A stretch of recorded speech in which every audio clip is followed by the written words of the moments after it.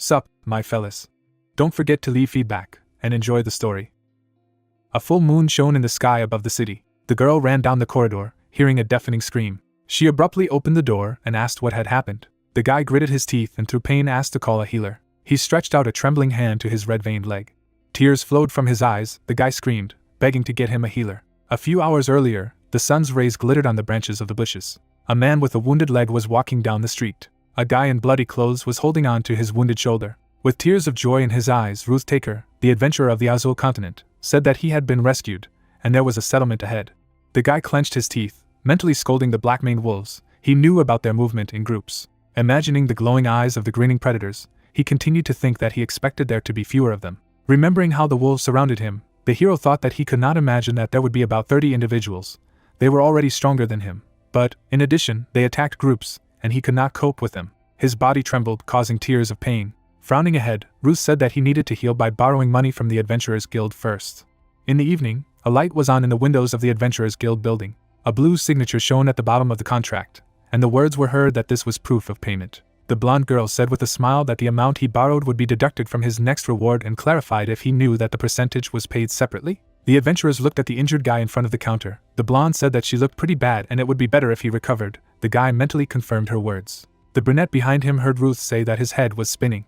The hero walked out of the guild building, wondering what would happen if he died before reaching the church. Drops of sweat were dripping down the redhead's face, and he heard someone behind him address him. The guy turned around, looking at the brunette, who asked if he needed a healer. Surrounded by a blue glow, the guy said that he didn't have to go that far. Ruth asked in his mind, "Who is he?" Touching his chest with his palm, the guy asked for permission to cure him for a small reward. It was as if a light was spreading around the healer. He said that the guy could pay after the healing. Ruth opened his mouth in discouragement, and thought that he was very suspicious, and said aloud that he should at least show his healer's mark first. He imagined a magician, a priest, and a figure with potions, and thought that due to the fact that healers earn huge sums, there are many fake healers. He imagined the logo above the light building and thought that this was the appearance of the healer's mark, a special skill that is issued by the Adventurers Guild. Looking at the smiling brunette, the adventurer thought about the fact that some people who did not know about it were trying to show the real sign, and asked aloud what the guy was doing. He also asked to show him his sign. The brunette smiled sweetly and admitted that he had told the guild that he couldn't heal, so they didn't give it to him. The guy cursed in his mind. Holding on to his shoulder, Ruth walked away, saying that he didn't know how to heal, but was a healer. He was just mad. The brunette looked at him attentively. He took a step, saying that these were wounds inflicted by claws. Walking behind, the guy in the white coat said that it looked like it was a strong creature from the way it had been torn apart. Hunched over, Ruth walked on, hearing the guy say that the wounds looked fresh, which meant that everything happened somewhere nearby. The redhead's eyes widened in surprise when he heard the suggestion that the wound on his right arm had been inflicted by a black-maned wolf. There was a wound on his leg under the torn cloth, and the healer continued that it must have been due to his ankle, which had hit a branch. Ruth turned his head abruptly, mentally asking, how did he know about everything? The brunette closed his eyes in a cute smile, and said that although he did not have a sign, he earned money by treating people. He thoughtfully touched his chin and said that if he went to the priest, he would need to spend 600,000 gold, but the adventurer healer would only take 300,000. Ruth interrupted him, asking what he meant by that. The healer happily gave a thumbs up and said that he would cure the guy for 150,000 gold. The redhead thought that he was really a fraud. He walked away with displeasure, saying that a charlatan should not live his life like this. The brunette asked, he was really leaving, but the holy power would not be able to help him, to which the guy asked what kind of nonsense he was talking about. The healer smiled and said that it would be extremely painful. Surrounded by radiance, the brunette turned around and said that if the wound hurts in his sleep, the guy can find him. He stayed in a hotel. Ruth said that they even live in the same hotel. It looks like this guy is crazy. You need to stay away from him. In the church, a shining pattern appeared near the priest's palm, healing the shoulder.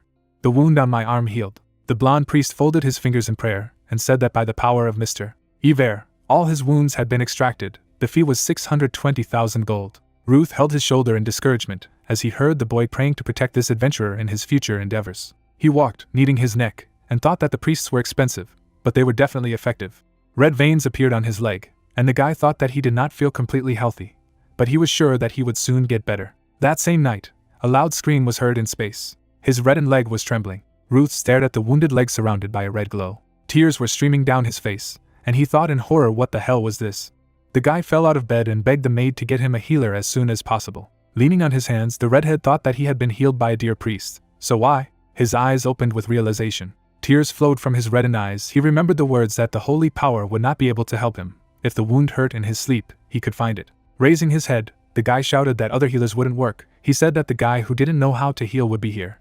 Clutching his head, Ruth said in frustration that he could at least say his name. You heard the words that he said. It would hurt a lot. A brunette appeared in the room and said that it was good that he was here. With a confident smile on his face, the brunette said that the healer who did not know how to heal had arrived. He walked into the room and said he was glad to meet again. Turning to the girl, he asked her with a smile to let him do it. After that, he sat down next to him and asked if he felt better after such an expensive healing. The redhead clarified with displeasure. Didn't you see from him? He really was a healer, right? A smile appeared on the guy's lips. He heard that he was in damn pain, so he asked to do something with this leg. The redhead was surprised to see the gesture of the coin and heard the price of 300,000 gold and payment in advance. Sitting on his knees on the floor, he exclaimed, and the healer told him not to pay attention if he did not want to be cured. Ruth reached forward and asked what he had said about 150,000 before. Why did the price suddenly double? The hero bent over the guy screaming in pain and said that because the situation had become 3 times worse than before. Grabbing the cloth of his robe, hearing that if he thought it was expensive, let him call another healer, and shouted that he would give him his sword. There was a blade lying on the table. The adventurer said that this was all he could give now. If it was enough, he would be able to get at least 200,000 gold for it. Taking the weapon out of its scabbard, the guy said that he had been treated roughly, but it seemed that he really appreciated this sword. The blade was surrounded by light pixels. The brunette said that this time he would do it for 200,000 gold. Exhausted, Ruth opened his mouth, surprised to think that the sword was gone, and thanked him out loud. His leg with red veins was trembling. The guy asked if he could die because of this. The healer put his hand on his ankle, saying that if it was something deadly, he would kidnap him and heal him. The brunette sat on a chair by the bed, saying that as he could see, there were things that could not be healed by holy power. The redhead opened his mouth in amazement when he heard that one of them was poison. The brunette sweetly threw him a small ball. He asked what it was. Imagining a dark berry, he replied that it was a black lingonberry, its leaves containing a poison that paralyzed when it came into contact with a wound. While holding a berry, the guy heard that this is one of the reasons why black-maned wolves live near them. The frightened adventurer remembered the attack of the beasts, and heard that they were driving the prey into the bushes to calm it down, so it helped them a lot. Ruth clutched his head, shouting not to be told he couldn't walk anymore, and begged the doctor to save him. Was there really nothing that could be done here? The man had a vial of purple liquid. He put it on the table and said that there was one way. The excited guy was trembling, covered with sweat from fear. He looked at the knife and asked the healer where he wanted to use it. On the table were bottles with the antidote of black lingonberries. The hero explained that this antidote should be applied to an open wound. Dark veins appeared on the red leg. He continued that he would also like to heal without touching as much as possible, but he did not know who it was. But he did a great job of healing it. With tears in his eyes, the redhead remembered the priest and said that he was right. Trembling, he looked at the gleaming blade and heard that, as he had said before, he didn't know how to heal, not that he didn't want to, he just couldn't. The brunette closed his eyes in a smile, and said that he had no painkillers, so he could scream as much as he wanted. The knife was approaching the trembling leg. Ruth opened his mouth in horror and asked him to wait, because he was not ready yet. The blade moved down. The brunette said that it would only get worse if he moved. Purple liquid poured on his leg. The hero thought that it was normal for a healer to apply healing. The guy opened the second bottle, saying that once again, let him just endure or pass out. A purple glow surrounded the smiling Songhyun, the healer of the Azul continent, who thought that if he didn't know how to apply healing, he could try any other ways. A notification appeared in the glow that the hero had been assigned a new class. He remembered that 3 years ago, when he opened his eyes, he was inside an unfamiliar cave. The guy looked ahead in surprise, thinking that he had seen a similar scene many times before. A grinning monster was approaching him. Everything was the same here. The guy was holding a wooden stake and thought it was monsters that appeared everywhere and magic. People screamed as they were attacked by monsters. The guy closed his eyes from the glow of the notification that his class was a healer. Wiping his mouth, he read it and thought that it looked like it wasn't Earth. He was in another world. There were bodies of slain monsters on the floor. The question was what they should do now. They needed to figure out how to get home. Songhyun thought that he was not the only person who was dragged here from Earth. A group of people were standing in the cave. The girl said that they had just started.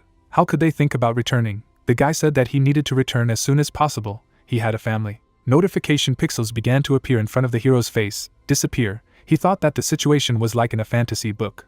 A stats window appeared in front of him with the healer class and the scales of strength, stamina, inventory and 3 progress points. The hero read the first line again and thought what the question mark at the end was. A girl walked next to him, saying that she was right. They needed to figure out how to survive. Waving her hand, the brown-haired woman continued that although the monsters were terrifying, if they worked together, it wouldn't be too difficult to defeat them. It seemed that one of them had already gained his class and skill. The hero touched his chin and heard about the skill. A description of his skills began to appear in front of him. A cut, thanks to which you can cut anything with a sharp object. The god of languages, who automatically translates any language. An observant gaze, thanks to which nothing will hide from his gaze. the heroes mentally said that all this is wrong. He reached out with a trembling finger to one of the windows and wondered what was happening. Looking at the blue screen in confusion, Song-hyun thought that his class was definitely a healer, but there was no healing skill here. Sunlight illuminated the room through the window. The guy wiped the blood from his palms.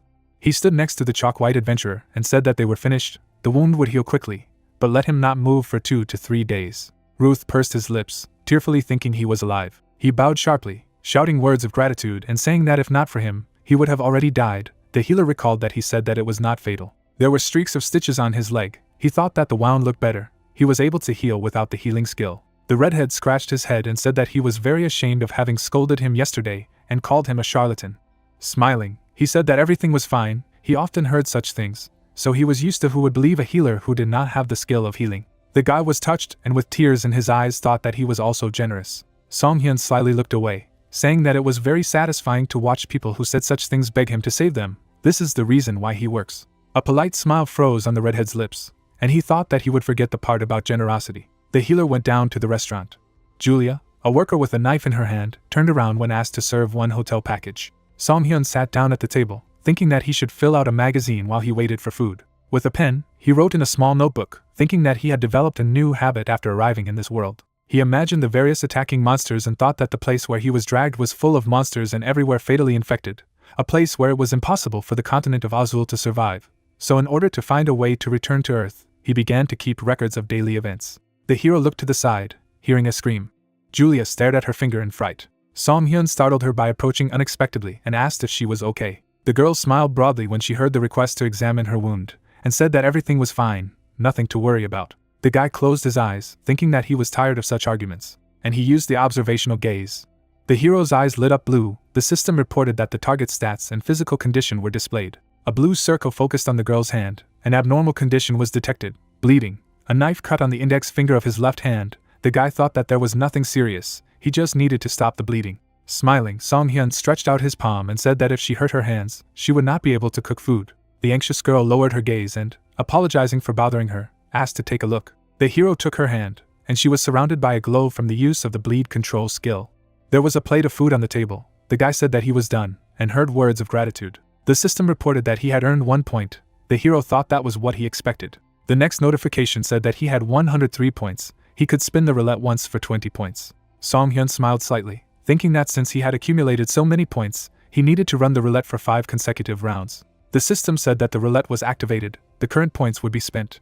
A tape measure appeared in front of the hero, which spun quickly. From it appeared the results of power +1, another power +1, and 2 times 10 gold. The coin seemed to hit the guy on the head when he thought that gold should not be found in this roulette. Then he looked down and noticed something. There was a notification in front of him that a new skill had been obtained. The skill card talked about the distribution, which turns the absorbed potion into energy and distributes it, increases the effectiveness of the potion by 30%. The hero thought it was quite useful. Holding a small bottle of healing potion, the healer thought that since they were done with food, it was worth trying. The potion splashed as he gripped it in his hand, applying an absorption. The system reported that the skill was activated and the healing potion was applied. Red swirls swirled around the palm of the guy's palm from the use of distribution. The system reported that the target's physical strength in the area of application of the skill had been restored. The hero looked at the flame surrounding his palm with a smile and said that it was cool. He could use it on patients, and also thought that it was much better than just pouring a potion. The hero clenched his fist. The guy in the cap closed his eyes from the bright glow and shouted. Then he fell to the floor. Immediately jumping up, he held out his sword, furiously asking who he was. Song-hyun apologized, but heard a shout that a simple apology would not be enough. Looking to the side, he heard that he had suddenly attacked him, and replied that he had restored his physical strength, so they could be considered even. The blond man was surprised to see the filled scale. And then, with a beaming smile, he approached and said that he was a healer. Touching the cap, the blonde said that he had never seen such a skill before, so he didn't know about it. Because he was from the village, Song-hyun thought how could he know about a skill that is only available to aliens from another world. The blond man threw up his hands, saying that it seemed to be fate. Would he like to join their squad? He waved his finger, saying that they were recruiting healers, and if he joined, there would be 4 of them, the perfect number for the squad. Standing nearby, the hero asked what the mission of his squad was. The guy imagined a rat surrounded by purple flames and heard that they were going to hunt rare monsters. The guy waved his hand when he heard the question about the reward, and replied that it was 1,200,000 gold. Song-hyun stared ahead after hearing this and thought that the reward was pretty good. A slight smile appeared on his lips. He thought that there was no healer in their party, or maybe he should join them. On the light building was the golden sign of the Adventurers Guild. The beaten guy crossed his arms and asked the healer to show his abilities first. A bright spark appeared in the hooded guy's palm. He said that it was enough to be the only healer in the squad. A light could be seen at the stained glass window of the Adventurers Guild building. The man stood with his hands on his hips. The palm fell on the shoulder of the guy, whom the hero named Rick. They were standing in front of the three adventurers, and Song-hyun recalled that he had said there would be 4 of them, including him. The guy touched his forehead in irritation. The brunette looked down attentively. The hooded guy glanced at him. The adventurer said that he thought they had brought several healers at the same time. He provided a document with a large reward and asked if they had heard about the task. A reward of 1,200,000 gold. The more people they had, the less each of them would get. Would the 2 of them be satisfied with it? The guy adjusted his hood, and at the same time Song-hyun said that he was fine. The hero looked at him calmly, thinking that it seemed that he would not back down. Perhaps he wanted the same thing as him. The adventurer shook the brunette's hand and, introducing himself as Furiel, said that it was very good, they would work together. The hooded guy squinted at him silently. His foot stepped on the grass. A group of adventurers walked through the forest. Furiel smiled, saying that he felt at ease since there were 2 healers with them. The hooded guy squinted at the brunette in displeasure, thinking that he would not forgive him for this. He remembered touching his chest and inspiredly saying that he could apply basic healing and advanced healing, blessing, God shield, first aid, antidote, restoration, cleansing light, arrow of light, and other divine skills. That's all. The adventurers enthusiastically surrounded him, saying how talented he was. Then Rick asked what about Song-hyun. He surrounded himself with a red glow with a smile and said that he could do so. A cry was heard, asking what it was. The healer nervously gnawed his finger, thinking that he was arrogant. How dare he brag about some random trick that he had never heard of. He walked behind him in a dark cloud as Song-hyun asked Furiel what kind of monster was their target. The guy imagined a gray animal and said that it was a sewage rat. Words were heard that he did not know that there was such a rare species among rats. The adventurer exclaimed that 1,200,000 gold for 1 rat. The task could not be easier. Song-hyun looked gloomy and asked again. Waving his hand, he asked if they had never hunted a rare monster. The guy replied that they had never seen one. He shifted his gaze to the second healer, and heard that his experience was less than a year old. Nodding his head, Song-hyun said that they needed a lot more potions to fight the rare monster. They should be better prepared after they returned to the settlement. Furiel waved his hand in displeasure, saying that going back after they had been so far, let him forget about it. It was just a rat. The hooded healer looked at Song-hyun with a smile and asked if he hadn't taken enough potions. It was his responsibility. Since he was so scared, he could leave. The brunette grinned and actually said that he was leaving. The adventurers looked at him gloomily. The hooded healer raised his hands happily. Furiel asked if he was sure, let him not change his mind, and Song-hyun confirmed, saying that he was sure they would be defeated in battle, but he would be able to help them. The adventurers went further down the path. Someone asked Rick where he got this guy. The healer waved his hand with a happy smile and told the guy to protect himself. He imagined a purple orb, thinking that if he only ran away from a rat, he would take this thing instead, a rare item. Furiel was hiding behind a tree and said he had found it. In front of him was a beast surrounded by purple flames. He thought it was a rat worth 1,200,000 gold. The guy in the hood confidently asked not to worry about his characteristics. The adventurers rushed to attack when they heard the command forward. The rat looked at them with red eyes. The guy jumped in the attack. The fist hit the ground, breaking it. He stood in the crack and asked where it went. Behind the long-haired adventurer, the figure of a beast appeared. He turned around in fright. A huge rat, surrounded by a glow, raised its muzzle and screamed. The healer squeezed his eyes shut, thinking what kind of aura it was. His mana was running out very quickly. Purple flashes flew in front of the adventurers. Rick asked if everything was fine, and the healer replied that everything was fine. Let him hurry up. Bright flashes hovered around him. He promised that he would put a boost on the attack, and then he stared ahead in horror, not having time to finish the spell. The guys looked away in surprise, asking what it was. A pack of rats led by a huge leader ran towards them. Surrounded by the glow of the beast, they rushed at the guys. A scream was heard. The healer stretched out his hand in horror, thinking that he couldn't believe it, they had lost so quickly. Rick started to run. Stretching out his palm, the healer thought that he was a coward, running alone, and said aloud that he had run out of mana. The guy in the cap ran towards the black portal. Closing his eyes, he ran out and promised to save them in the next life.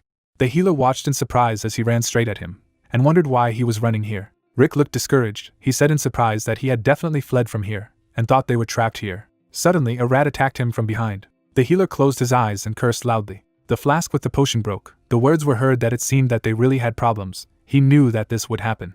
Song-hyun had a slight smile on her lips. The healer looked at him with wide eyes, surprised. The light was spinning the head of the guy, who said that they should have thought everything through. Green rays hovered around the healer's palm, who asked who would give them so much money for one rat. Looking away with a smile, Song-hyun said that he would settle for 500,000 gold per person. A green wave of energy flew towards the rat. The stunned healer covered himself in sweat and asked how he knew. Bending his arm at the elbow, Song-hyun said that they would attack them soon. Squinting at the frightened healer, The hero recalled that he had said that he could use the shield of the god. Trembling with horror, Marbello clutched his head and said that he had no mana left. The hero thought that he had completely lost his mind.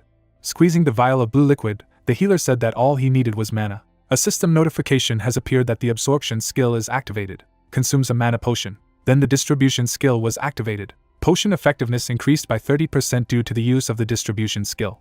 Marbello squeezed his eyes shut, surrounded by the glow of the Songhyun skill. And then his eyes opened as he realized that his mana had been restored by skill. He was surprised to remember how the mentor with the staff had said that there was no skill to restore mana.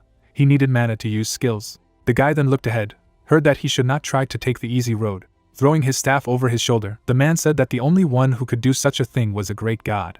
Now, Songhyun seemed to be such a deity holding a glow in his palm. He bowed his head, trembling, and asked who he was. Looking up madly, the guy shouted as he listed the names of the deities, and then he fell to his knees in a bow, saying that this unworthy, wretched slave had been very rude to him. Songhyun sneered when he was called the deity of Iver, and swore not to tell anyone about what he saw today. The hero thought that if he told him the truth, this guy would be so embarrassed that he might pass out.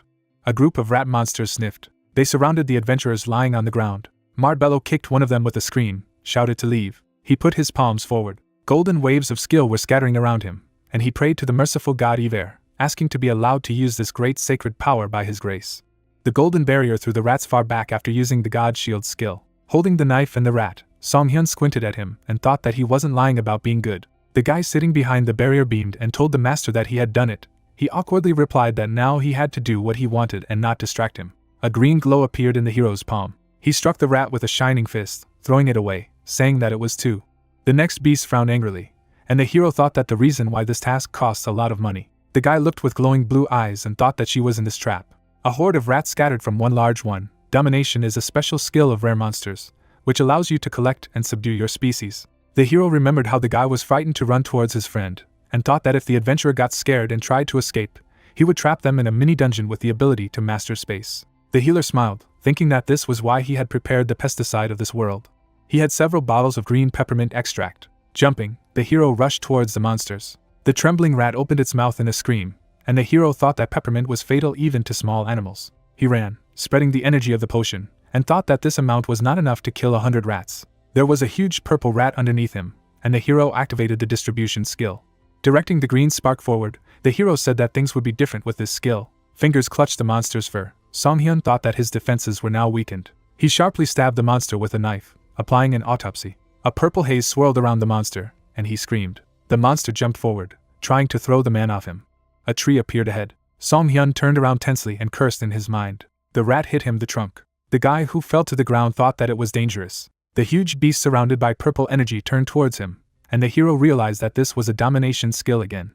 Marbello interlaced his fingers in prayer, saying that faith in a man who follows Iver, mercy on a man who believes Iver. He thought he shouldn't distract the healer. He told him not to distract him. Then, the guy in the dome was surprised to see that there were no rats around. They all ran quickly over Songhyun's body. The healer was stunned to see this, and shouted that he was using healing. The brunette smashed the vial of regeneration potion in his fist, and shouted at him not to do it.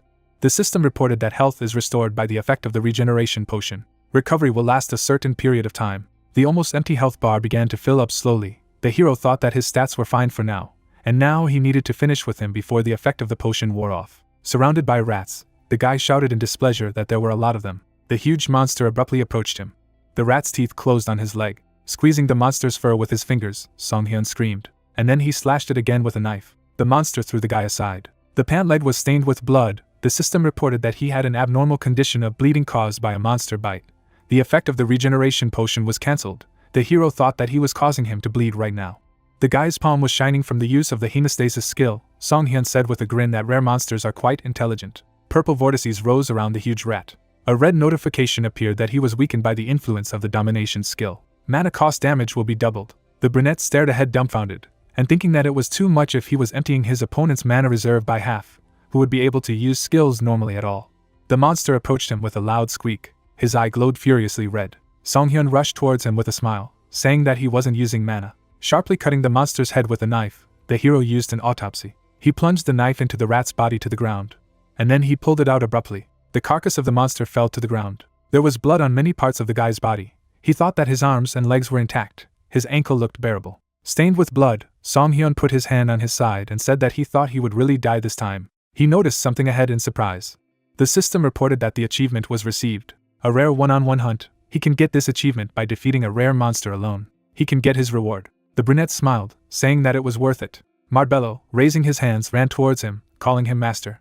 Satisfied, the hero touched the system window with his finger, thinking that everything was almost in ruins. Fortunately, this fool cancelled the healing in the middle. A roulette window with an achievement reward was spinning in front of him, and he was surprised by this. The notification said that a new skill had been obtained. Throwing, 100% accuracy, 100% damage, additional effects plus 25%. Throwing the blade over his shoulder, the guy read it carefully and thought that this was an offensive skill. He was expecting something better, and then he noticed additional effects. Looking at the line again, he thought that if he threw poison with a 1% chance of instant death, the chance would increase to 25, which was amazing. The guy lowered his gaze, thinking what it was, and then he turned to the admiring Marbello, saying that he had done a good job. The healer beamed with happiness with a naive look, saying that it was only thanks to his mercy that they survived. He would keep this secret until death. The brunette offered to skip this nonsense and wake up the others. The figures of the heroes disappeared in a flash of resurrection. The adventurers on the ground stirred, coming to their senses. Furio gritted his teeth, asking what had happened. A monster head appeared next to him, and he screamed in horror, asking what was it. Stained with blood, Song-hyun ominously asked how he was sleeping. He closed his eyes when he heard the question, was he the one who killed him, and mockingly asked, did he think he died of old age? The adventurer arched an eyebrow in bewilderment, thinking that he had conquered this monster alone. The healer wiped the blood from his face with a smile and said that 300,000 gold for each of them. After all, he had told them earlier. Then he turned around, approaching the dead carcass. The guys looked at him tensely. The blade sliced through the monster's torso. A slight smile appeared on the guy's lips. He thought that this was why he went. There was a purple ball on the ground. An unknown rare item was obtained. The hero said that he would also take it. The bag was filled with gold coins, and he heard the words that he was a little ashamed now. Song-hyun was holding the bag. Heard Furiel say that they were grateful for saving them. The brunette said that he learned about this task thanks to them, so let him buy them a drink. The long-haired adventurer arched his eyebrows, saying that tomorrow they were going to their home village, so they needed to have a fresh head in the morning.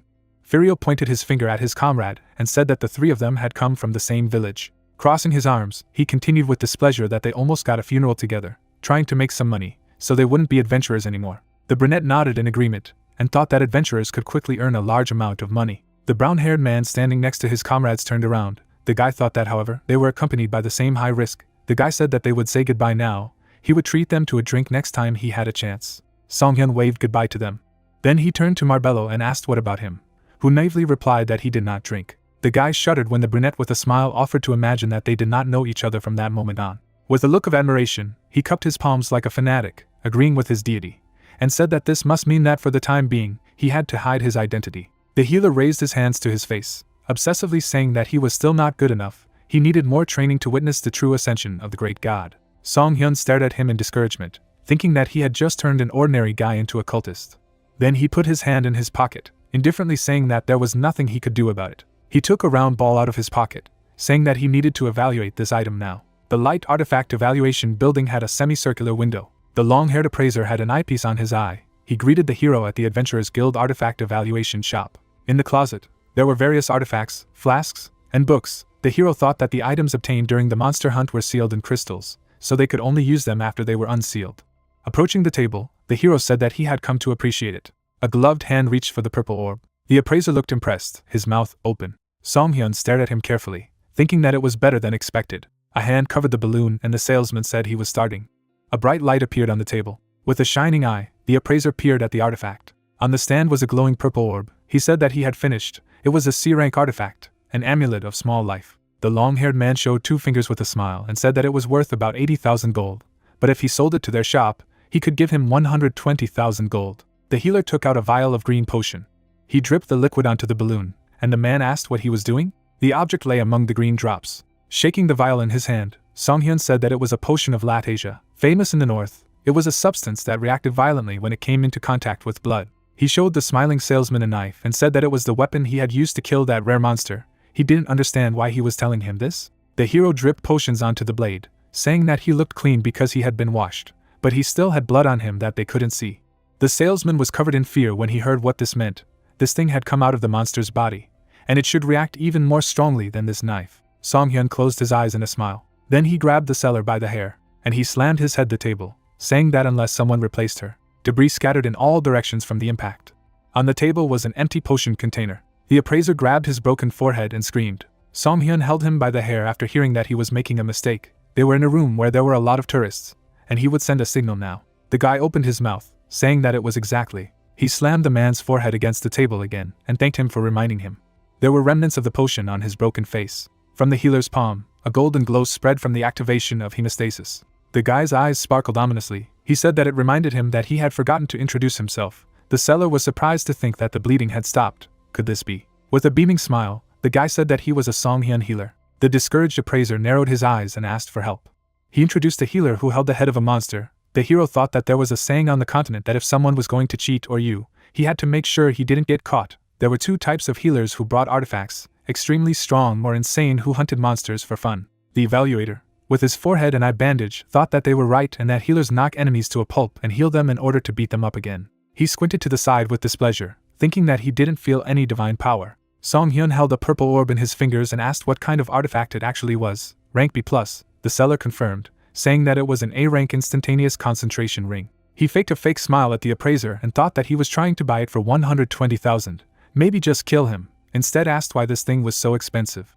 The silver ring had an item description that this ring of instant focus, when equipped, allows the wearer to be incredibly focused, increasing mana, damage, cast speed, and mental toughness by 50%. Raising his finger, the salesman said that he knew the magic would disappear if he panicked. Looking at the sphere with a smile, the hero thought that a 50% increase in mental strength is quite useful in different situations, which is why it is so expensive. The man bent over the table when he heard the request to unseal it, and he would also take the amulet and not dare to try to deceive him again. Light poured from the windows of the tavern into the street.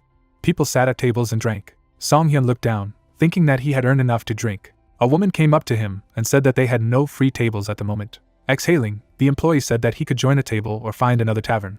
A hooded man was holding a mug.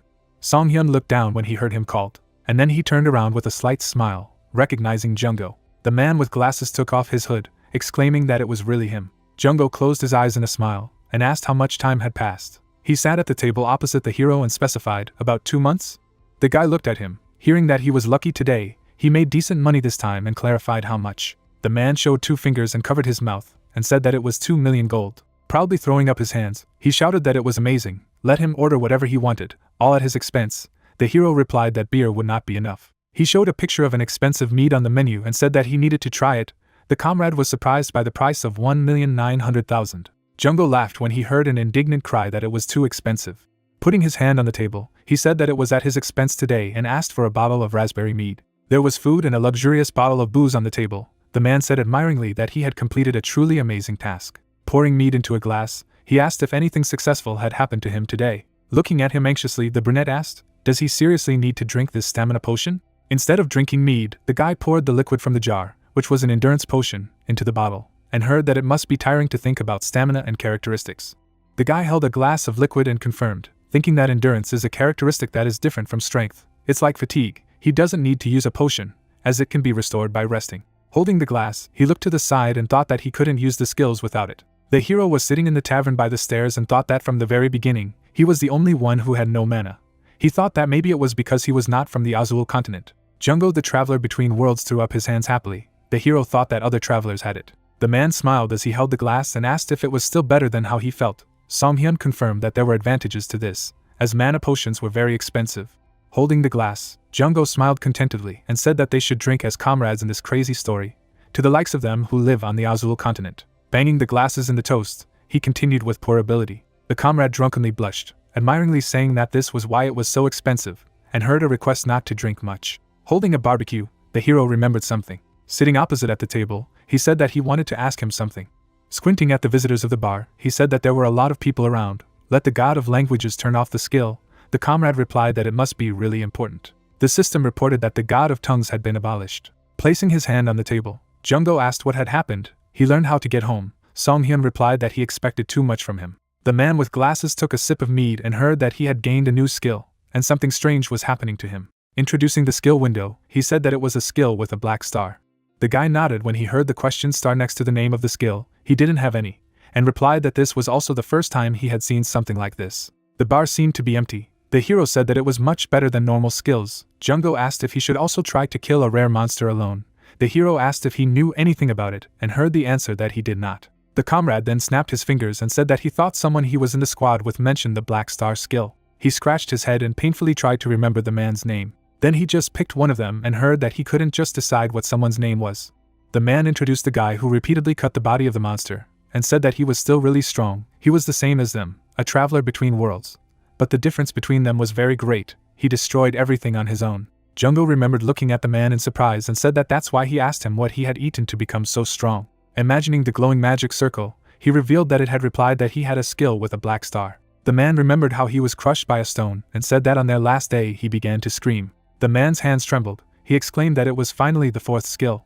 Frowning, Jungo asked, "Maybe this is a way to go back?" Songhyun opened his mouth in surprise. The heroes left the tavern, and Jungo thanked them for the drink. He lovingly hugged a bottle of mead and promised that one day he would earn 4 million and buy him 2 bottles. The healer said that he would be grateful. He smiled sweetly and, when asked if he would go to the hotel, replied that he would buy potions. Ruddy from alcohol, the comrade waved his hand and said that he would go. They would see each other again. The hero wished him to take care of himself. The brunette lowered his gaze, thinking that if what he was just talking about was true, then getting the fourth skill with the star must change something. He remembered the window with the description of the throwing skill. Remembering how he sat in a bar with a friend, he thought that this meant that he should also get it. Imagining the silhouette of a man surrounded by a haze, he thought that could be a clue in this on how to find a way back home. Anyway, how did this person score as many as 4? He barely got one, risking his own life. Remembering his drunken friend, the hero thought, how could he have forgotten to tell such important information? Songhyun exhaled and said that tomorrow he needed to earn some points and do something good for that. The sun shone on the street market stalls. The people turned in amazement to one side. There was an announcement that they would receive treatment for pennies, and an exchange was also possible. A beaming Songhyun smiled and greeted the visitors, saying that he would cure them for nothing. The hooded man asked in surprise if he was a healer, and the hero confirmed it. The guy smiled when he heard that he was known. The red-haired girl pointed her finger and said that this was an eccentric who could not receive the mark of the healer because he could not apply healing. The smiling hero was silent when he heard the words that he looked strange. Come to think of it, he looked like a fraud. How could someone who couldn't use healing be a healer? As a result, the front of the healer's tent was empty, and the hero thought that this was expected. On the other side, a girl with a scythe approached him. Turning to her, the hero greeted her and thought that his real clients were not adventurers, but just such people. The girl looked at the hero in alarm and asked, does he really accept the exchange? She was holding a basket of vegetables and said that she had some potatoes. She wasn't sure if that would be enough. The girl was delighted when Songhyun asked with a smile what her problem was. Dirty bandages were unrolled. Opening the wound, the patient said that she had injured herself with a tool while working in the field. She looked down in fright, saying that she knew one person who cut his finger with a garden hoe. She heard that he was very ill and died. Songhyun imagined a figure screaming in agony and thought it was tetanus, a terrible disease because people here don't have a vaccine. The girl stretched out her hand when the guy asked to look at her wound. The system reported the use of the skill observational gaze. There was a cut on the girl's hand, and the system reported that this was damage from a hoe. 2 days had passed since the incident, possibly an infection due to the use of old bandages. Looking with blue eyes, the healer thought that fortunately it was not tetanus. He smiled at the patient and said that it was nothing serious.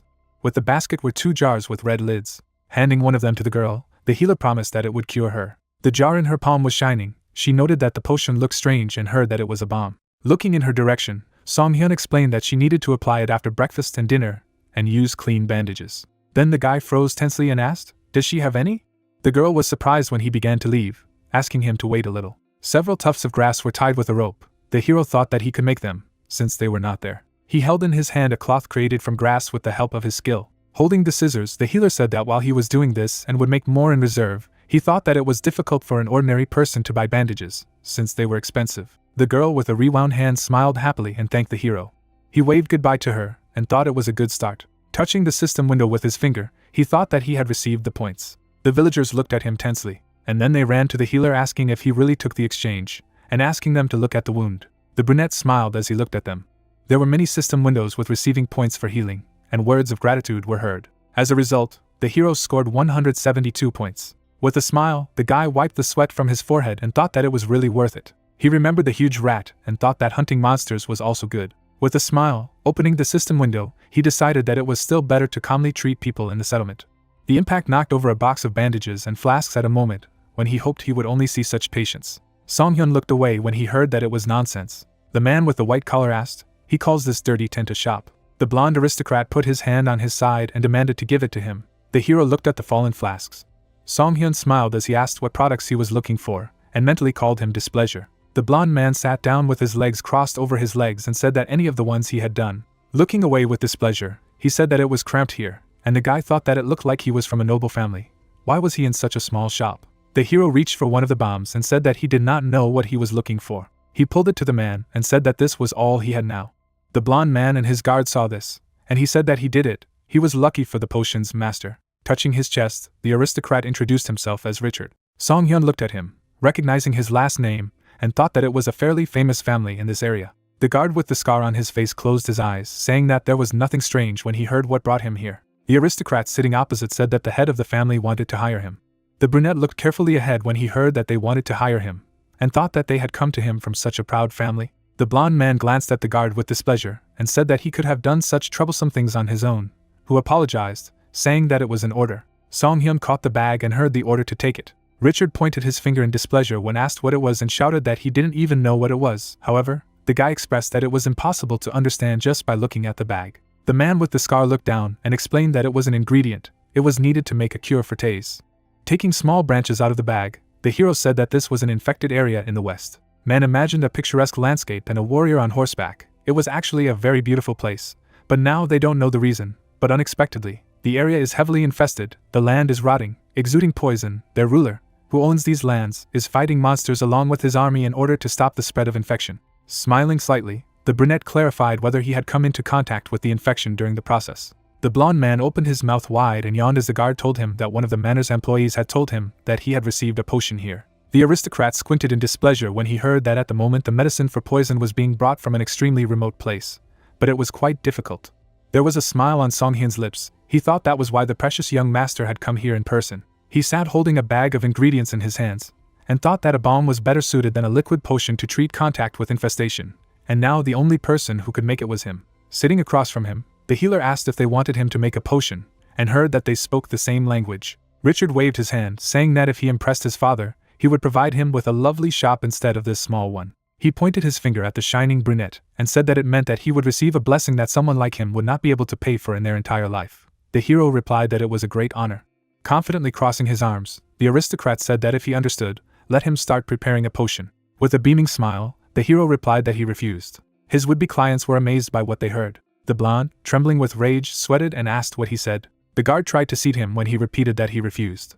Jumping to his feet, Richard shouted that this wasn't something a potion's master like him could refuse. It was a privilege given to him by his father. The guy put a bag of the ingredient on the table and said that they had found the wrong person. First of all, he was not a potion's master. Song Hyun looked away, thinking that he could get a lot to gain if he took on this job, but then he would have to continue working for them. He remembered the 172 points he had scored, of which 20 would go for one roulette, and thought that he needed to earn points. A disgruntled blond man stood opposite. Song Hyun smiled, thinking that he should be more polite when he asked for a favor. A vein bulged on Richard's cheek, and the hero mentally called him an arrogant youth. The man was running quickly down the street. The heroes turned when they heard his request for help. A guy named Wool was holding a girl with a wounded arm on his back and exclaimed about his sister. The girl's eyes were closed. The hero took off the bandage from his finger and heard about the abnormal condition. Bleeding, a wound to the bone, the finger was cut by a sharp sickle. Death is possible if left untreated. Looking down with a blue eye, the hero reflected that the cut literally passed through blood vessels, nerves and ligaments. He could barely hold on. Standing by the bed with a line girl, he said that first they need to wash the wound. There are a lot of foreign substances from the sickle. Wool, blue with horror, asked if he could help her. The hero squinted at the grinning blonde, who said that it was very funny that he could no longer control himself. The exhausted girl's face was covered in sweat. Richard said that the potion's master could cure him of the disease or poison, but he could not do anything about the wound. A shining ball appeared in the blonde's palm from the application of the healing light. The heroes looked carefully at the radiance after hearing that it could only be healed by a healer like him. Song Hyun bowed his head, thought he was a healer. Turning to the blonde, he asked to grow her finger back, but he asked why he would do it. The guy lowered his gaze when he heard the question if he had enough money to pay him. The blond man clenched the glow in his fist. Looking confidently at the hero, he declared that if he asked him for forgiveness for being so impudent and obeyed their orders, he would show mercy to this commoner. Song Hyun glanced sideways at the girl lying behind him and thought, he would really heal an ordinary person. A nobleman wouldn't do that unless he was crazy. A sly grin appeared on the guy's lips. He thought that it seemed like he really needed his potion. Approaching the objects lying on the table, Song Hyun said that he did not need to do this. He could handle it himself. Angry, Richard gritted his teeth and asked how he was going to do it. The box contained bandages and bottles of antiseptic. Confidently squinting at the interlocutor, the healer said that he would simply sew him on. He poured disinfectant liquid on his hands and thought that the wound had been washed. The bleeding had stopped. The bottles were empty, and he thought it was good that he had prepared the saline solution in advance. The brunette was holding tweezers in his hand when he heard a chuckle behind him. Richard crossed his arms and asked with a big smile if he wanted to sew it on. If he thought the person was a doll, the hero thought he should if he was going to distract him. The blonde man closed his eyes, saying that he was betting his necklace of luck on the fact that he would not succeed. His eyes widened in surprise when he heard that if he was lucky, Song-hyun would take the necklace, and he would treat ordinary people for free for 3 days, as well as provide them with food. A wild grin appeared on the face of the aristocrat. He agreed, but called him a charlatan. Looking furiously at the interlocutor, the blonde said that if he failed, he would prepare the potion they needed and would never claim to be a healer again. Smiling calmly, the brunette agreed. Looking at the girl's hand, he thought that he had said that he would sew a finger, but it would be extremely difficult if he used an ordinary thread. The tweezers held the tip of the shining thread. She circled around the bottles of blue potion. The system reported the use of the skill of creating a thread. Squeezing the thread with tweezers, Song-hyun mused that the mana potion and his skill was something he could create a thread with that was suitable for surgery. With the help of the observant gaze skill, he saw a wounded finger and veins on his hand. Richard looked away in displeasure, thinking how dare an ordinary potions master waste his time like this. He would make him regret it when it was all over. Suddenly, people's eyes opened in shock. Song-hyun's eye reflected the tip of his finger. He thought that there were some rules that he had understood while living as a healer, the 5th rule of healer survival. The system reported on the use of the skill of hemostasis, observational gaze and stitching. The hero continued that he should not wait to get a good skill. The blue thread sewed the bone together. The guy was holding tweezers in his hands. He confidently sewed the girl's finger with thread, thinking that he should use the skills and knowledge that he had to the fullest. The hero waved his tweezers, thinking that a fingertip transplant was an extremely difficult operation, but with the right skills, there was nothing he couldn't handle. There was a silver ring on his finger's hand. He thought that it would take extreme concentration to connect the severed nerves one at a time, but rare objects would help him. The system reported that mental power had increased significantly due to the effect of the ring of mental concentration. The watchers opened their mouths in shock, the healer thinking that now he needed to sew the skin together. Song-hyun stared intensely ahead, thinking about his stamina. The stamina gauge was almost empty. Whirlwinds flew around the patient's arm. The stamina bar continued to decrease. The hero thought that there was very little left. A drop of sweat ran down his face. The thread stretched from the potion container. Song-hyun held the glowing thread with tweezers. The patient's finger had a blue suture. Her brother is crying with joy. The nobleman trembled as the girl's brother shouted in admiration that he had joined. The hero squinted at the status bar and thought that it was close. He might faint if it took a little longer. The guy took a sip of the stamina potion, deciding to restore the stats first, and then complete everything correctly. The system reported the skill of full recovery, which increases the patient's recovery rate. The full recovery skill has been applied.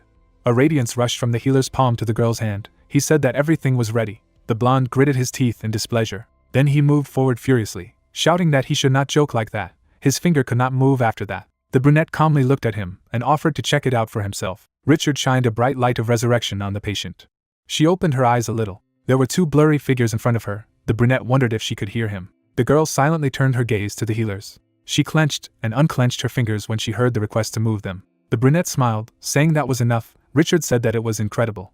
Song-hyun turned to the blonde with a cute smile and asked if he remembered what they had been talking about recently. The aristocrat stared at him in shock as he heard the words that he would not keep the promise made on behalf of the great Yara family. Those present opened their mouths dumbfounded, hearing the question, "How dare he?" Richard angrily threw the amulet on the floor and cursed. Together with the guard, he left the healer's shop, who told them that if he was going to give something away, he should do it politely.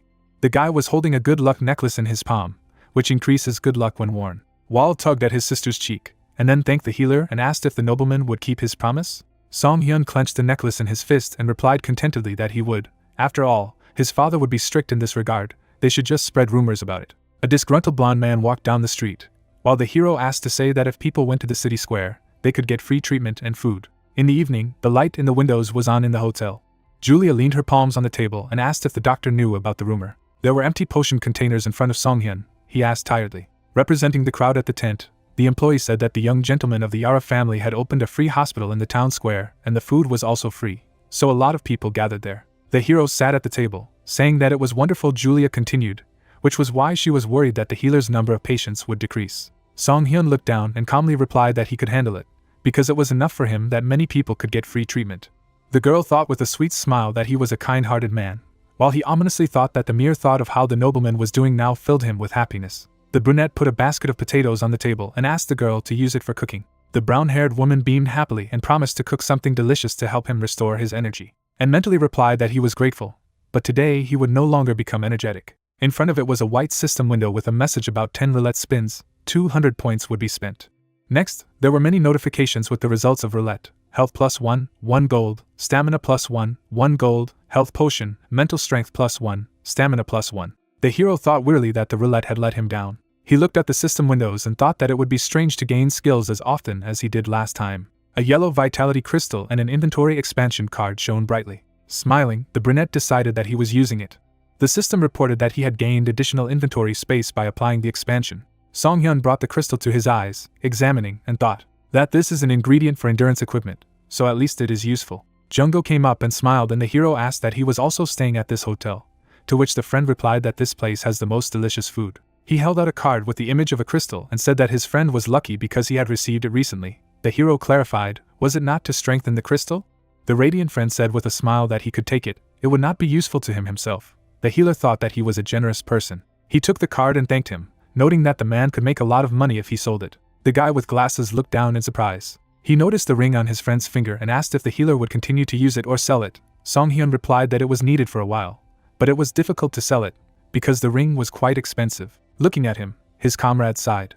Song-hyun was taking the ring off his finger when he heard that a friend might recommend a store for him. On the wall hung a sign for a gun magazine. The healer went to a store rich in assortment, and thought that it was not so bad here. The bearded man turned to him and greeted him. The brunette said with a smile that he wanted to sell some items.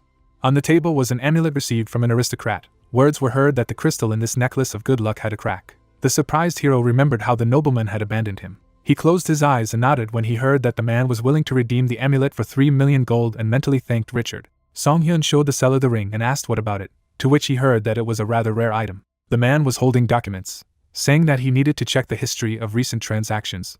The hero replied that he wanted to look around.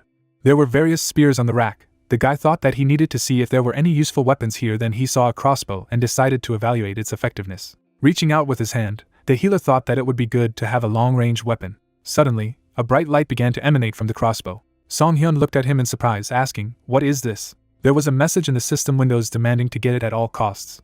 The healer read the message with a surprised look. Thinking back to the blue system windows, he thought that he had received countless messages so far, but had never come across a message that seemed to have been sent by a human. Looking up slightly, he thought it felt like someone was watching him. Song-hyun turned around abruptly. His eyes widened and he heard the merchant call out to him. A man with a beard approached the brunette and asked if everything was all right. The hero replied that he was thinking. He looked at the crossbow and asked if it was some kind of special weapon. The weapon glowed slightly. The man said that it was Freaky's crossbow, a precious weapon found among the relics. He was holding a small cloth bag and continued that the weapon came with the bag. The merchant threw a coin into it, saying that if you put the object inside the bag, it would turn into an arrow. The inscription on the bag lit up. Song-hyun was looking ahead carefully. The man took the crossbow and the arrow flew forward. Then he turned to the hero and said that he could shoot 5 times in a row. Song-hyun thought that the weapon was expensive and asked the merchant aloud about the price. Song-hyun was discouraged to hear the suggestion that the price was around 15 million and thought there was no way he could buy it. The seller put the crossbow on the table and said that if he wanted to buy it right away, he could sell it for $14 million. Looking at the document describing the artifact, the hero asked how much he could get for the ring of mental concentration. The merchant replied that he had looked in the transaction history, where it was mentioned that it was purchased for 6 million gold. He could buy it for the same price. The healer touched his chin thoughtfully, thinking that he could only get 9,600,000 for the ring and necklace. Even if he spent all his supplies, it wouldn't be enough. He turned to the side, thinking. Shifting his gaze, he whispered 4 million gold coins to whoever could follow him. There was a lantern hanging on the wall, and nothing happened. Song-hyun looked away with displeasure, and thought that he should at least throw in some money if he wanted him to buy a gun. The merchant waved his hand and said that if he didn't have enough funds right now, he could register it as a reserved item. Reserve the crossbow for the visitor. The hero asked in surprise, what could he do? The man smiled and said that judging from the items he had brought, he was sure that the hero would be able to make a lot of money quickly. Song-hyun smiled and asked the merchant to register a reserve, and thought to himself that he now understood why Jungo had advised him this store. The sky above the store was dark. The question was heard if he liked something else, and the hero asked to give him a brooch with a reinforcement ornament. The sun shone on the Adventurers Guild building. On the collar of the robe glittered a gold ornament. The system said that it was a life force brooch, an item that increases stamina and has the ability to improve. The hero looked at the crowd of arguing people at the bulletin board and thought that it was the job of adventurers to offer their talents to the service for points and money. Song-hyun looked away, thinking that he was planning to borrow some money from Jungo. The embarrassed comrade showed the coin and said that he only had 5,000 gold pieces. The brunette looked gloomily at the money, thinking that he was poorer than he seemed. With a smile looking at him, the man with glasses asked if he thought they wouldn't be able to go home. Song Hyun replied that they couldn't be sure, but he had some clues. Looking down, the brunette thought that since he had spoken to him after 3 years of silence, he imagined the palms holding the system window and called it the person who had brought them to this place. Looking ahead, the guy thought that maybe he could talk to him if he got this crossbow, but he needed to work first. The guy closed his eyes and said that in any case he would inform his friend when he found out something, and thanked him for the trifle. The disgruntled comrade demanded that everything be returned. The brunette squeezed through the crowd to the blackboard, wondering if he would find something suitable. He tore down one of the ads for healers. The blonde girl squinted in his direction. While holding a few papers, Song Hyun heard himself addressed. Looking at him anxiously, the blonde said that only licensed healers could take on these tasks. He needed a sign. No matter how much he had done for them, they couldn't register it. The hero smiled at her and replied that he was just looking at it. The employee opened her mouth in surprise when she noticed that all these ads were in the process of being implemented. The guy was holding blue sheets with signatures. Suddenly, his gaze became satisfied when he noticed something. The image showed a wounded leg. The announcement said that a healer was urgently needed. The bleeding from the patient's leg did not stop. The hero said that it looked good and looked at the address. Julia, holding a broom, noticed the guy and asked if he had left something. Song Hyun replied that he was looking for someone. He walked into the room and thought he had found it. The man said he would cure it. An elderly priest, surrounded by radiance, asked that Mr. Ever grant her his mercy. The brunette looked at him in discouragement and thought that it couldn't be that a person could hire an ordinary priest. Could it be a wandering priest? The blonde held the patient's hand and said that Rena was tired. The priest said that she needed to hurry up and asked to untie the bandages. The hero's eyes lit up blue. He used the observant gaze skill. The girl's leg was bleeding. The system reported that it was an abnormal condition, bleeding due to an infection, a wound caused by a cut by something sharp. Small dots were visible in the blood. A notification appeared that traces of thin teeth were found on the wound. The priest's palm had a glow. He said that he was freeing it. The brunette abruptly stretched out his hand and asked him to wait. The man turned around abruptly, asking who he was. Song Hyun looked at him with a slight smile and introduced himself. The old man looked at the guy suspiciously. Hearing him apologize for interfering and saying that his healing would be useless, he asked if he knew what kind of healer he was. Song Hyun looked at the man and said that he misunderstood him. He wasn't talking about his abilities. The blonde behind asked, "Is he a healer?" The patient was trembling violently. The words were heard that the guy should understand her friend's situation. She opened her mouth slightly and demanded not to interfere and leave if the brunette was only going to say strange things. The girl frowned when she heard that such healing would not work here. She pushed the hero in the back and shouted to get out of the way and not to distract him. The door to the room slammed shut. Song Hyun chuckled and thought how stubborn they all were. Let them not say afterwards that he didn't warn that healing wouldn't work. The priest looks at what is happening excitedly and wonders why everything is like this. A bright light pours out of his hand. He does not understand why the healing does not work. The girl has bloody wounds on her body, which the man is trying to heal. The blonde stands next to him in shock and asks what is going on. The lady sits unconscious. A cry is heard that the bleeding does not stop in any way. Liz looks at her with a serious look. Realizing that everything is exactly the same as with the previous healer, she thought that the priest of Ever's church would be different. Tears come to her eyes. The heroine wonders if it really doesn't matter which healer to bring, because none of them will be able to heal Rena. Suddenly she turns to Liz. The victim hardly says that the healer would have been here earlier. He knew that it would be useless to treat her. The main character is standing in a bathrobe. She says that if it is him, he may be able to cure her. Liz looks at Rena excitedly and says that the guy is extremely suspicious. They hold hands. The victim begs her, because it is unlikely that she will still last on potions. She, in turn, notices her very cold hands. The determined blonde declares that she will bring him here again. A brunette sweeps the house. Someone has entered inside. The heroine frantically asks her if there was someone who just left the living room. The guy has black hair and eyes, also tall. The protagonist sits nearby. The employee asks if she is talking about Mr. Song Hyun. MC looks at her confidently and asks if the treatment is going well. She clenches her fist, stating that the healing of the hoist priest did not help either. With a stern face, she asks if the main character knows what the problem is. He replies that most likely yes. He begins to speak with a slight grin. The embarrassed blonde hears a question about how after everything that has happened, she wants MC to heal her. A flashback arises in which they were standing next to each other. Liz justifies herself by saying that she misunderstood his words, as Song Hyun had previously said that there was no hope, and she thought that the treatment had not worked so far because the healers were not capable enough. The girl bows to him, exclaiming that it may be impudent on her part, but she begs to save her colleague. The lady keeps her head down, realizing that asking him for help after saying so much is not very good. Liz continues to stand in this position. The main character goes to the door and, turning around, asks what she is doing. He says with a grin that he has to examine the patient right away, so let him move faster. The discouraged blonde freezes in place, saying that the doctor behaved as if he was not going to help.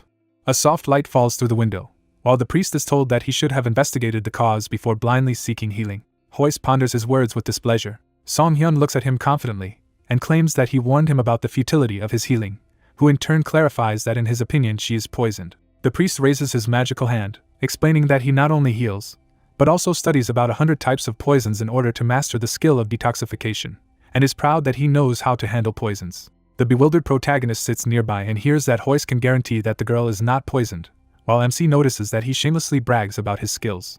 A conversation is heard in which the protagonist claims that he did not mean poison. Song-hyun turns to the lying Rina and asks her name, and then informs her that he will now begin examining her wound. The victim's hand is bloody. She is asked how she got this wound. A girl with a blade runs away from the mutants. There is a story that a week ago she was attacked by rock moles. They were not very strong. In fact, at first it was just a minor wound. Liz stands next to them and calls it strange that she was also attacked, while the main character clarifies whether she went to the settlement immediately after the attack of the rock moles or not.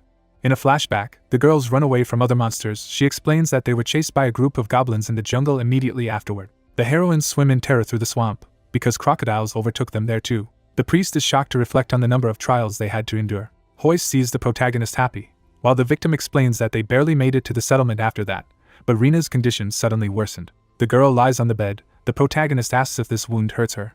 The victim opens her eyes in shock. The priest is discouraged when he hears that she is not in pain at all. Hoist waves her hand and asks if the wound really hurts and why she is talking about such an important fact only now. She exclaims that she did not notice that it does not hurt due to dizziness. The priest frowned and spoke of suspicions of something strange. A magical seal appears above him, which writes about black magic, the opposite of holy power. He claims that healing will not work if the lady is cursed.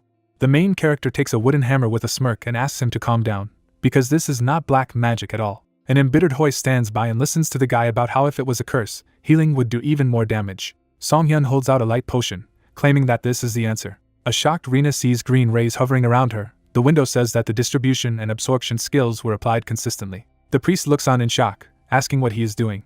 He is stunned that the girl's bleeding has stopped. The main character with a grin conjures and explains about the concentration of mint, while claiming that there is nothing better for catching insects than potions of his own making. Rina asks him about the insects in a frightened way. There is a tiny bite mark on her legs. The protagonist tells her about it and asks her to take a closer look. A small beetle sits on the grass. It is said that they apparently passed through Micah's swamp, and due to its features, this swamp is a natural habitat for a variety of insect monsters. MC then clarifies if they neglected her wound when they crossed it. Rina claims with a serious look that this was the case and the wound was not immediately treated, but the same was true of Liz. Song-hyun points to the blonde and clarifies where these two were injured by the attack of rock moles. The interlocutor answers about the back of her hand and face, while her partner has only on her leg. She is shocked to realize that Rina was the only one whose wounds came into contact with the water. The protagonist explains with a serious look that this is true. The source of infection was inside the swamp, which means that only the victim's wound came into contact with water infected with insects. The priest, frowning, listens to Song-hyun about the presence of a foreign object inside her leg, so it is obvious that the bleeding will not stop. Then the old man says that he finally understands what is happening. The blonde happily asks if it is really over in this case. MC replies that this is only a temporary measure. With a stern face, he takes out a blade, while explaining that the wound does not hurt at all, which means that this insect has the skill of anesthesia, and this is a fairly high-level skill for this species. The main character sharply stabs the victim's leg with a knife. A beetle shell crawls out of it, while the protagonist claims that there is no such insect as weak that it will die simply from taking medicine once. A ferocious insect with dozens of teeth begins to squeak. Rina is horrified to see this. A monster that looks like a large leech abruptly flies into the room. The doctors turn around and see her fall on the bed, Hoist in complete shock. Song-hyun takes a knife and declares that she needs to deal with her as soon as possible. He looks at the monster. The system window says that it is a black swamp leech that lives near water zones. The old man looks at her in fright and shouts that she has become even bigger. The priest begins to fall to the ground. Song-hyun looks around calmly. At this moment, the leech deftly moves around the room. The girls watch in shock. The mutant rushes to the hatch. The main character notices that he is going to escape into the sewers. With a serious face, he demands not to let her leave. The main character takes off and gives chase. MC is chasing a mutant. Song-hyun resolutely stabs with his knife. A monster with dozens of sharp teeth growls furiously. The protagonist blocks the blow masterfully. Making a face, he notices that the mutant is quite sturdy, but realizes that she has grown up due to sucking human blood for a week. The leech takes a few more blows to its purple flesh. The main character sees how the monster eludes him. He notices that the enemy is very nimble. Liz rushes after the leech. She jumps. A girl in gloves grabs a wooden cabinet. The blonde slams them shut and orders the monster to stop. She angrily yells at the mutant. The lady drops a giant wardrobe right on the leech in one movement, sits on it with a smirk and asks if they really think the heroine will let the who tried to kill Rina go. Suddenly, A ferocious leech rises above her and hisses. She is in shock. A moment later, the main character hits the monster hard with his foot. The mutant flies to the side and hits the boxes. The protagonist swings his dagger with a stern look. He plunges the tip directly into the mutant's mouth, realizing that this monster is using the absorbed blood as energy. The protagonist leans with his whole body to impale him, while wondering if it is worth continuing to attack. MC deftly jumps away from him and intends to wait for him to use up all his supplies and dry out. The leech growls pitifully. The guy notices that it is much smaller than before. The monster shakes its purple head. The parasite looks at the room and sees no one. Noticing a window in the room, he rushes to it. A second later, it flies into it. The glass shatters. The protagonist, making a face, sees this. He thinks of the maid with a guilty look and mentally apologizes to her. As the parasite crawls down the street, Song-hyun realizes that if he sneaks away through the city canal, there's no way they'll find him. The main character takes the green mixture, realizing that he needs to act either now or never. He clenches his fist, thereby breaking the glass. Green rays rush towards the monster. In the system windows it is written that the skills of absorption and distribution were used. The effectiveness of the mint concentrate is enhanced. Song-hyun jumps towards the mutant. The protagonist delivers a deft blow with his blade. A wound remained on the monster's body. The analysis said that there was bleeding, so the target was almost completely drained of blood.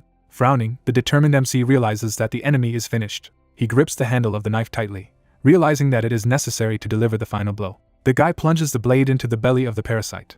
Suddenly, a piece of knife flies away from the mutant. The protagonist holds a broken blade in his hands and begins to swear. At this time, the priest with the book begins to read a prayer. Magic chains bind the parasite after using the repentance skill. The old man confidently holds the monster and exclaims that the skill requires a long reading and he will not be able to hold it for a long time. Song-hyun turns around with a smirk and notices that he is just in time. The point of a broken knife lies nearby. The fighter understands that his partner has bought him some time, but he will not be able to use the cut without a weapon, and the broken blade will be of no use. An astonished MC catches the knife that was thrown at him. Liz urges him to use it with a serious look. Hoyce has a hard time conjuring and exclaims that the monster is about to leave.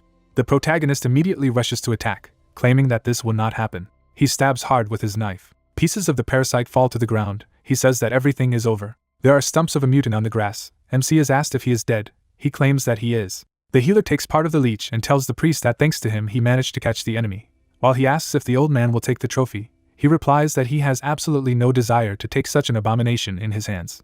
Surprised, Rina looks at her healed leg. The blonde woman stands next to her and listens to the doctor being able to sew up the wound with threads. She replies that it was the speed of a sewing machine. Song-hyun wipes his hands with a smirk, saying that thanks to the stitches and magic threads, the protection will increase, but the wound will hurt for a while. Rina with a sincere smile assures that she was already afraid that she was destined to die. The lady sincerely thanks the doctor. At the same time, the main character smiles broadly and claims that he was just doing his job.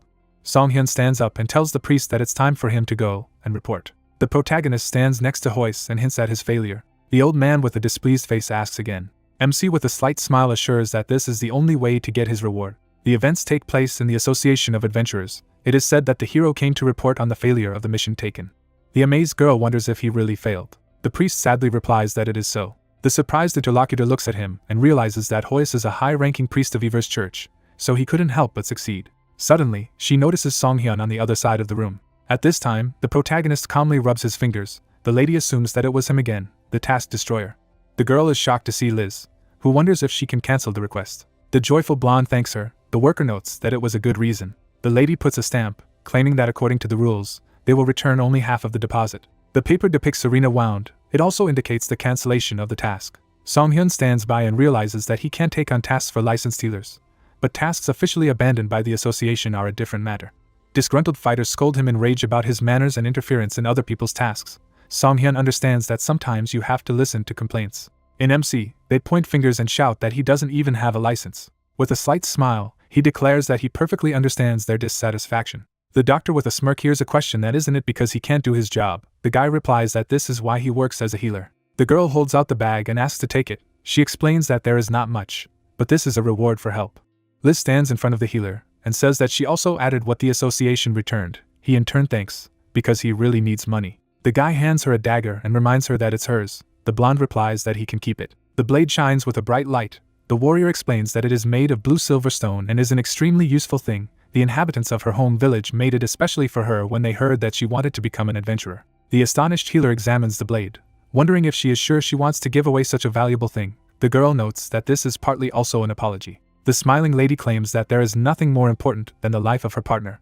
The main character thanks her for the gift with a smirk. With dark skies looming over the green trees, Songhyun says that if they get hurt and need services, he will give them a 10% discount. The guy opens a bag of gold and counts it. MC walks down the street, thinking that he also has 2 million in savings, and that he has about 2 million left to buy a crossbow. The joyful protagonist looks into the system window and says that it is necessary to scroll 5 times. The window says that 100 points will be used in roulette. Songhyun is calmly experiencing failure. He sees a system notification that a new skill has been obtained, so the main character is happy about this as well. A greenish bottle appears. It is written about the air, which allows the production of potions of the corresponding attribute. MC understands that she can produce wind potions with it. He smiles slightly, realizing that everything is not so bad for him. Opposite it is a large tent. The healer goes inside and greets someone. Apothecary Leifi works on the corpse of a monster, and says that if Songhyun needs something, then just let him take it. She is amazed to hear that the guy has come to sell today. A discouraged worker removes the octopus and urges to show the goods as soon as possible. The main character wonders what kind of store it is, in which they want to buy more than sell.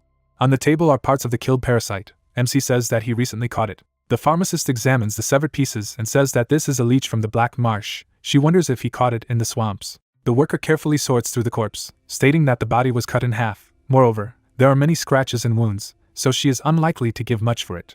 The amazed girl suddenly notices the monster's mouth. At this time, the main character plays with a predatory flower and clarifies how much he will be given. MC with a serious face suddenly hears the figure of 3 million. The discouraged protagonist looks back at her and reminds her that she is unlikely to give much for him. The girl holds the monster in her hand and explains that its teeth color is very different from ordinary leeches, as it is a mutated type. Images of a rat and a leech appear. It is said that they are stronger than usual and have special skills. The healer stands in front of her and asks if this mutant is just a rare monster. She replies that there is one very important difference. The girl picks up a leech near the mountain of jewels, explaining that the bodies of rare monsters without relics become useless as material, while the bodies of mutated types can be used to create artifacts.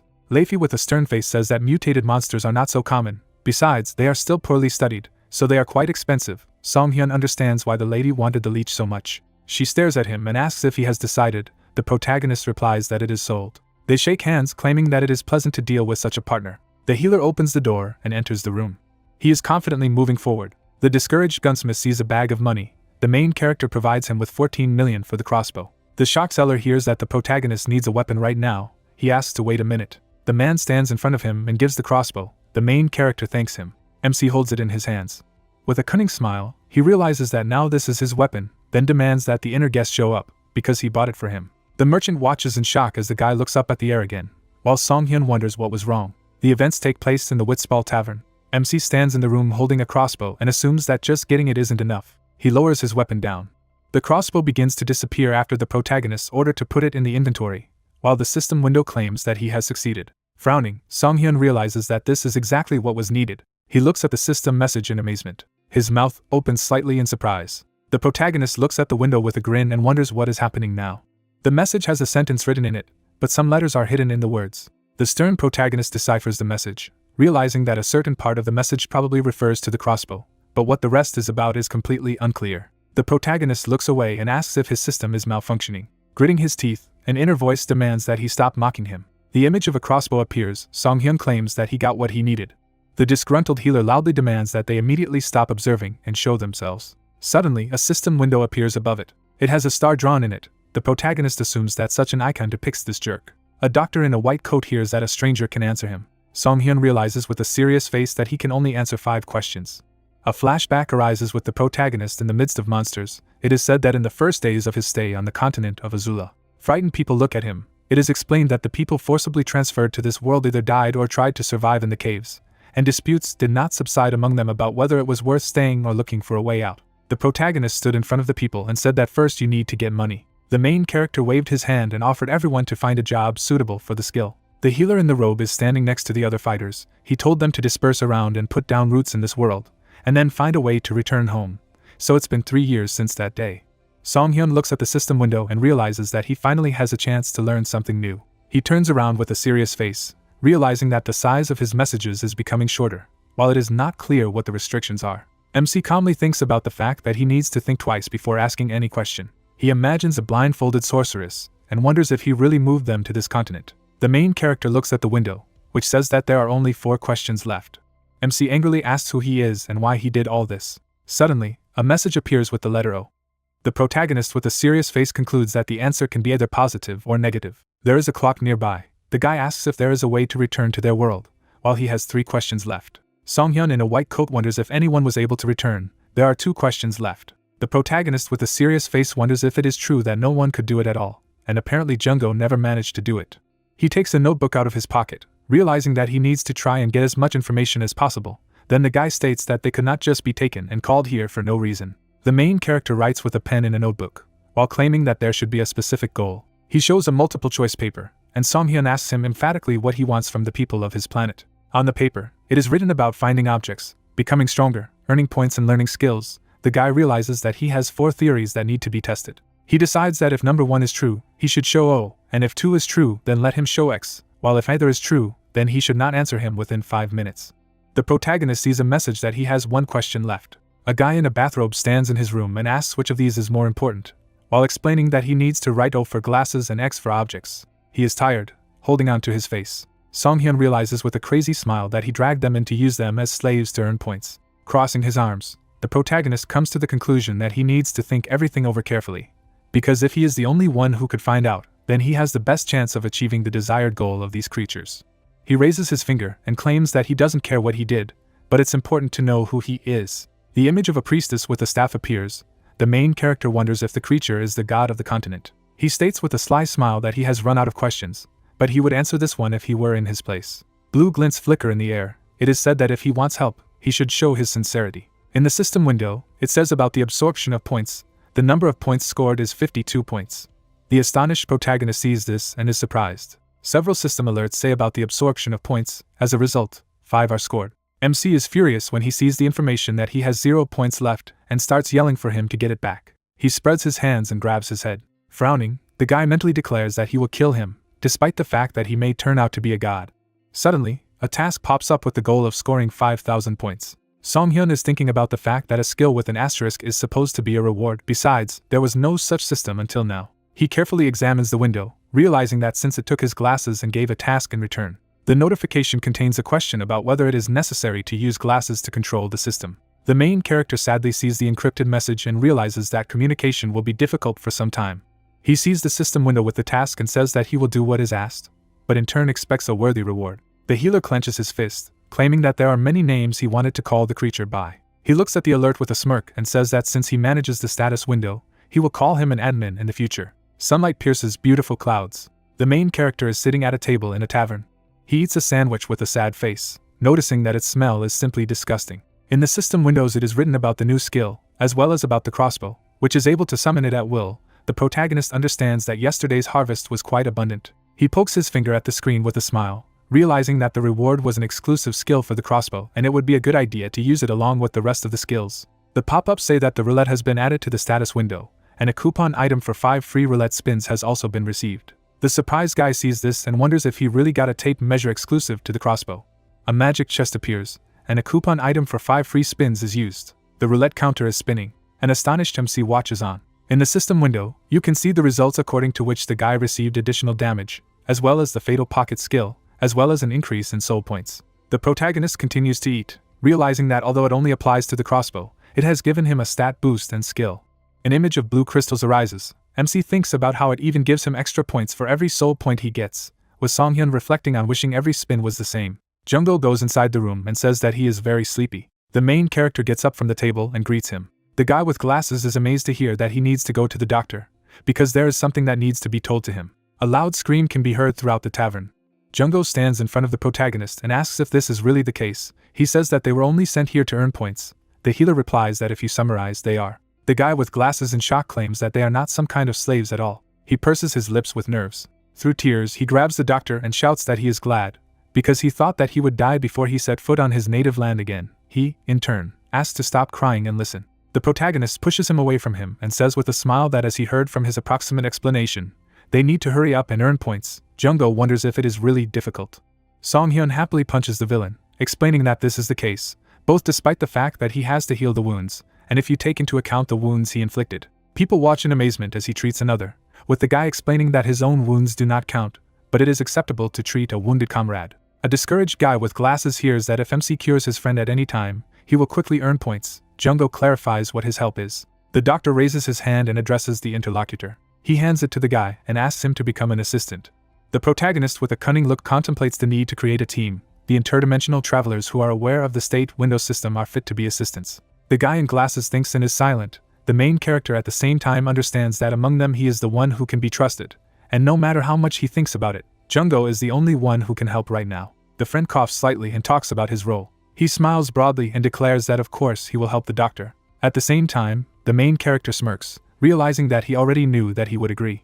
Jungo takes up a knife and asks for permission to sacrifice his body. Song-hyun does not understand what he is doing. The guy raises the point of the blade above his hand, exclaiming that he is investing himself in his earnings. Through tears, he takes his bloody hand and shouts that the protagonist should immediately heal him and earn points. The doctor explains with a slight grin that there is no point in this if the wound is inflicted on himself. A screen with technical problems appears.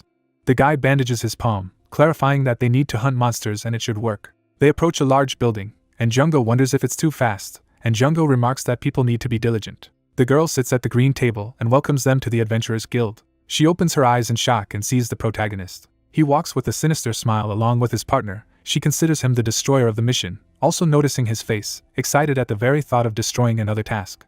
The disgruntled lady does not stop looking at them. Jungo wonders what the main character has done. There are sheets of paper on the bulletin board. They intend to see what they can do.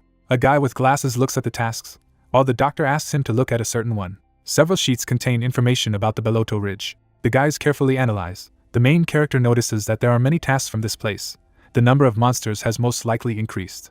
A worker appears behind them and explains with a smile that it's peak season for monsters in the Beloto Mountains. She kindly explains that this is why they regularly give out cleanup tasks, because this season they can use the main camp set by the guild. Song-hyun turns to her and thinks about the main camp, which will be full of adventurers, making it the perfect glasses factory, while the doctor agrees to the task. She is happy about it with a slight smile. The seal is put on the sheet with the task. The employee says that they have registered them for this task.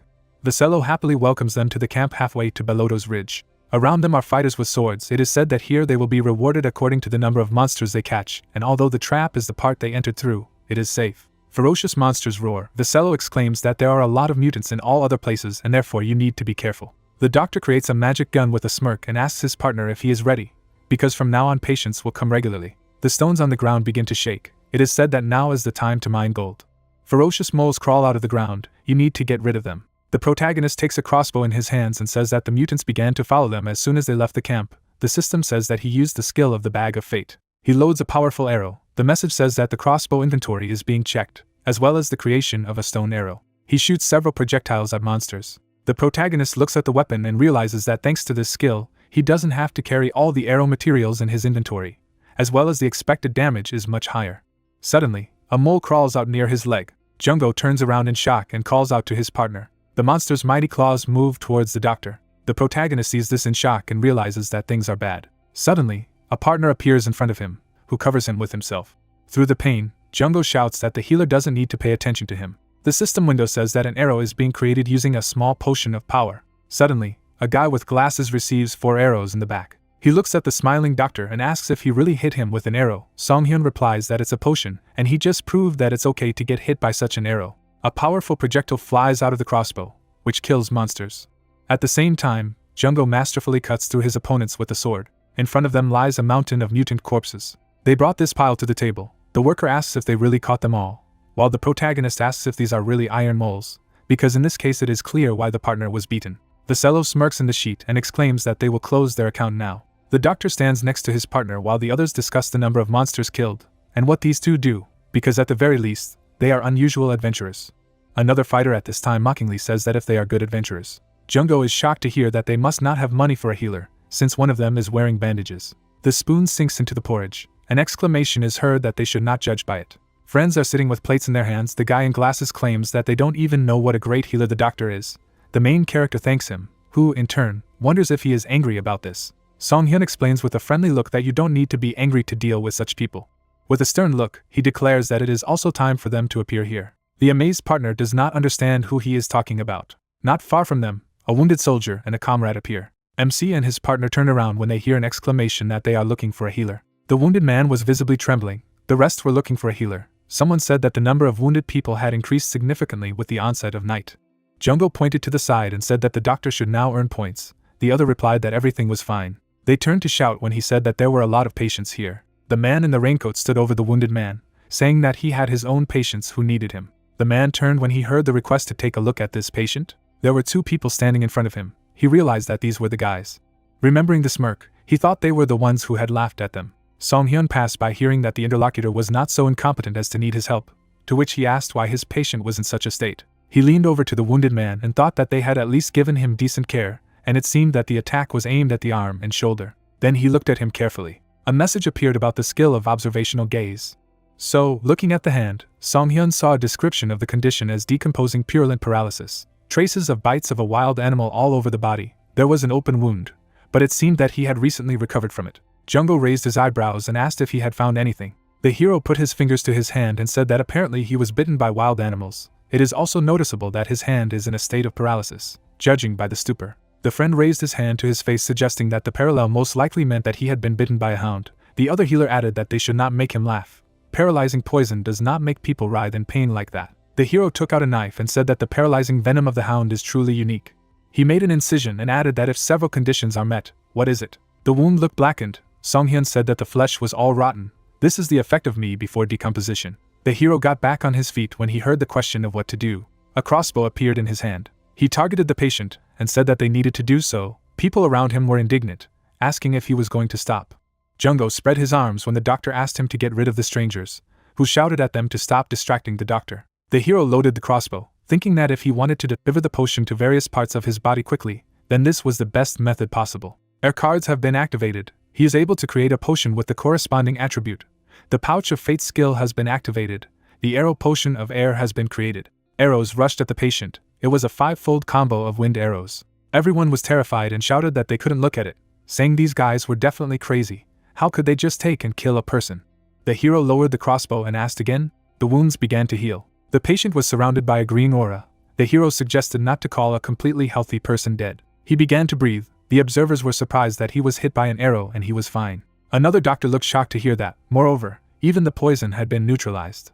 The guy lowered his head and said that hounds are weak against the air attribute. He introduced this monster and added that even the poison they used was subject to air, so if they treated this person so that air was constantly available, he could guarantee them that the poison would naturally evaporate. Jungho thought for a moment, averting his eyes. He then pointed to the healer, saying that the guy's condition was so serious because the healer had covered his wounds. Song-hyun smiled and said that it was so. If this healer had been a little smarter and hadn't closed his wounds, I'd bet nothing like that would have happened. The second healer looked confused. The guy turned around and asked if he was right, and the others began to talk about how it seemed to be true. When he determined the way to heal with one glance, he was right. He should have just left him alone. At that moment, the second healer ran away, and the doctor's friend remarked that it was magnificent. The wound on his arm was bandaged. He patient looked at the hero to hear that now his arm would be completely healed at any second, but he still needed to be careful until his body was fully recovered and replied that he would stick to the recommendations. At that moment, his friend came over and asked if there was anything strange about it. A torch was burning near the tent. The comrade did not understand why he came alone. Where his group had gone, the interlocutor replied that now that he had said this, his words made sense. It could not be that someone was hunting alone at night. The hero was still sitting next to the patient, asking where the rest of the group was, and he replied that they were suddenly attacked, and they separated. She clutched her head and shouted that it couldn't be. He was the only one who survived and that he shouldn't have fled alone then. Jungho looked at him carefully when he heard that these hounds had just jumped out of nowhere in a pack.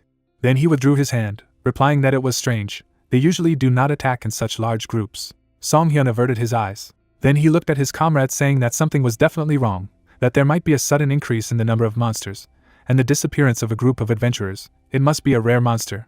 Only in this case this story makes sense, and it looks like they are all imprisoned in a mini dungeon. The lantern burned brightly. Jungho held it in his hand, asking the hero what to do if they were all already dead. The doctor replied that he hoped they weren't. We took a step forward and heard something. They looked at each other. The doctor said that they were the same dogs and mentioned the lamp. Her friend picked her up. They saw dogs attacking a person. Song-hyun charged the crossbow with an air arrow potion. The shots hit the monsters. The guy fell to the ground. The doctor asked if everything was all right. Jungho saw the bodies and called out to the hero. He came up and said that apparently they were all in the dungeon, and they were all dead. Looking at the gnawed bones, he thought about the corpses of both animals and people who had been decomposing for some time, assuming that they had all died a long time ago. His companion turned to him and asked if dogs did not prefer fresh meat, for I was sure it was not typical for them to collect bodies in this way. The hero looked intently, saying that there are those who eat rotten meat. Footsteps were heard. A monster approached them. The guy added that they were undead. Imagining the undead, the hero mused that it was a dead creature that was moving again thanks to the effect of black magic, an existence that was looked upon with contempt by all priests. He raised his crossbow, adding that things had become quite problematic. His comrade asked if they could win. The monster bared its mouth. Then he let out a howl. A whole flock ran to them. The guy they rescued was shocked. Jungo rushed forward. A sweep of the blade threw them back, shouting that they would not pass. One of them pounced on the side. The doctor shouted to him to duck. There are new reports that the pouch of fate skill has been activated. The arrow potion of wind has been created. The shot struck the beast. His companion raised his head and thanked him. Song Hyun shot him. It was reported that as a result of the use of the wind potion, the air attributes had been improved. The doctor smiled and said that it was his vaccine, and he asked to warn him next time. The leaves rustled in the wind. The wolf attacked Jungo. He said there were too many of them here. The monster tried to bite. The young man repelled him with his sword, saying that the enhancement of the wind potion was amazing. The hero noticed the monster sitting there, wondering what the hound was up to, because it hadn't moved since it gave the signal to attack. The monster was surrounded by an aura. Song Hyun thought it looked like she was waiting for her pack to die. It couldn't be. Jungo continued to fight and shouted that this was the end of it. The leader let out a howl. The defeated rose again. The hero realized that it was necromancy. The hero stared ahead and turned to his friend, saying that it was a necromancer hound, who did not understand how a dog could use it at all. The wolves surrounded them. He shouted that it was bad. If it continued like this, there would be no end to them. And the guy replied that the necromancy skill would be dispelled once they killed the rare monster. The arrow hit one of the animals. He added that they could not approach him, because the others got in the way. The guy with glasses looked at him and asked if it meant they would win if they got close to him. The doctor replied in the affirmative. He took a step forward. Jungo smiled and said that it was time to prove himself. The hero looked at him and thought that this was for sure. Although he looked like a pathetic wizard from the outside, he was a real tank. The guy raised his hand up.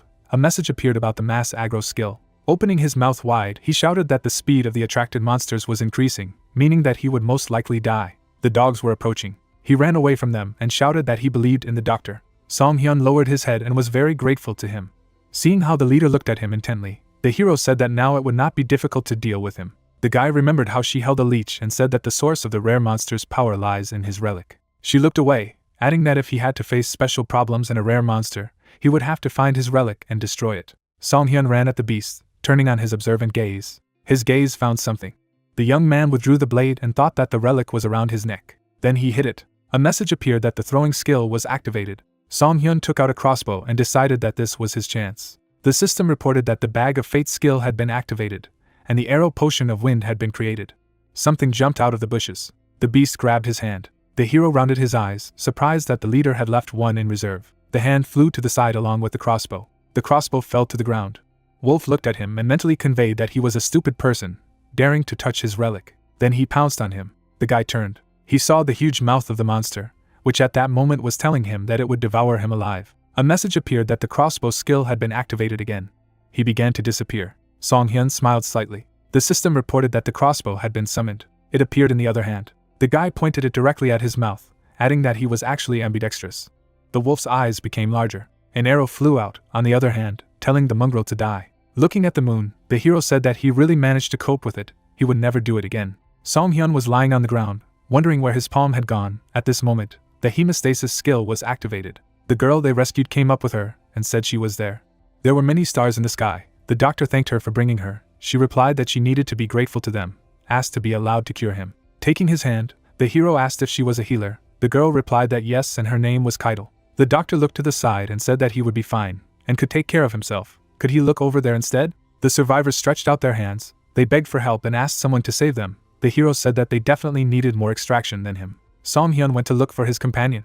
The guy was lying under a pile of corpses and asked for help. The guy shook it off and said that he thought he was going to be crushed to death. It seemed that they both somehow managed to cope with it. The hero showed a severed arm. The comrade was surprised that he had lost a whole palm, and he replied that it was quite easy to do if you take everything into account. Jungo straightened his shoulder when he heard that it was time for them to start returning to the camp, as there were many people to heal, and replied that it sounded like a plan. Asking what about the cleanup here, the hero said that he was going to call them. A lot of footsteps were heard.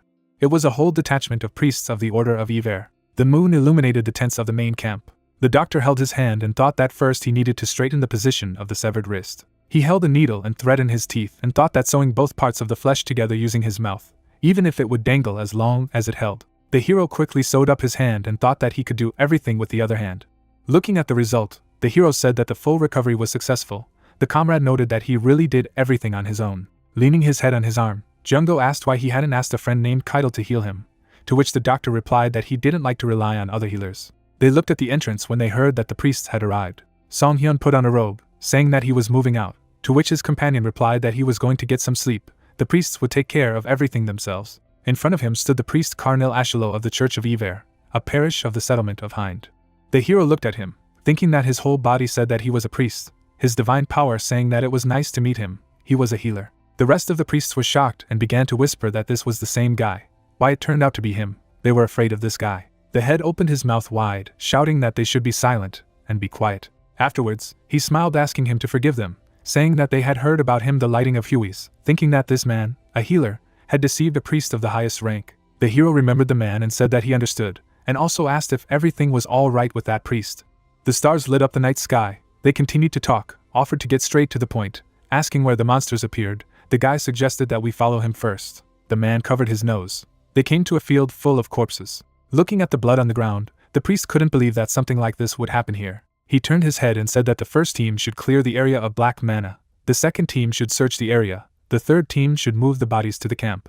Dead dogs were lying on the ground. Finally, the fourth team had to collect and burn the foreheads. Everyone shouted that they understood. A huge fire flared up around. It was a sacred flame. Song Hyun stood beside the interlocutor, hearing that this was the first time he had seen an undead battle. It was impressive. The doctor replied that the bodies could rise from the dead if they were not burned. The hero looked away. The priest approached and asked to take a look at the rare monster. The monster's tongue fell out of its mouth. Yver leaned over and said it was terrible, and Song Hyun thought the smell was really unpleasantly nasty, but it must be talking about black mana. The hero looked at him inquiringly, having heard a request to leave this creature to their church. The interlocutor presented the skull, saying that he would like to take this corpse to the church in order to discover the main reason for the appearance of the undead. The guy raised his hand, saying that he had no intention of just taking it away. There was a flask in the box. He explained that this is holy water created by the church. It is called the holy water of dawn. Vasella was shocked. He cried out if they really wanted to give him the holy water of dawn. The doctor asked how valuable it was. They imagined the priests praying, hearing that the holy water of dawn is holy water created by placing pure water on the altar at dawn, which has been prayed over for a year. Such a thing requires a lot of effort and piety, even though it is in a bottle, but it exudes divine power, and one bottle can purify hundreds, if not thousands, of the undead. Vasello covered his mouth with his hand when the priest said that if they gave the corpse to them, they would pay for it with this holy water, and whispered that it was not something that money could buy. Song Hyun smiled and thought, since he had also destroyed artifact, he thought he would be at a loss. Then he took the box and said that if he needed it, he should give it back, asked to accept it. Yver lowered his eyes and thanked him. After introducing a bright circle, he added that he was also saying this on behalf of the parish of the church's settlement. They thanked him for his hard work in finding corrupted creatures. The others gathered behind him as he celebrated in victory in a personal battle. People bowed in gratitude. The priest gritted his teeth, saying that he was the one who would even target the undead if they gave him money, and the guy replied that he was just doing what he had to do.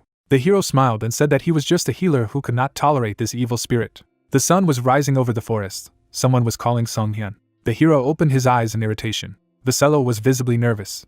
Introducing the man in the suit, he said that the head of the Adventurers Guild branch was here for him. Song Hyun looked at him uncomprehendingly. There was tea on the table. The man said that he had heard his story. He folded his hands, smiled, adding that the guy rarely defeated the monster. He was really proud of it. The guy lowered his eyes and thought what a joke it was. Song Hyun imagined his interlocutor on the throne and thought that being incompetent, he was just a greedy man born already rich, an upstart who flaunted the strength of his family.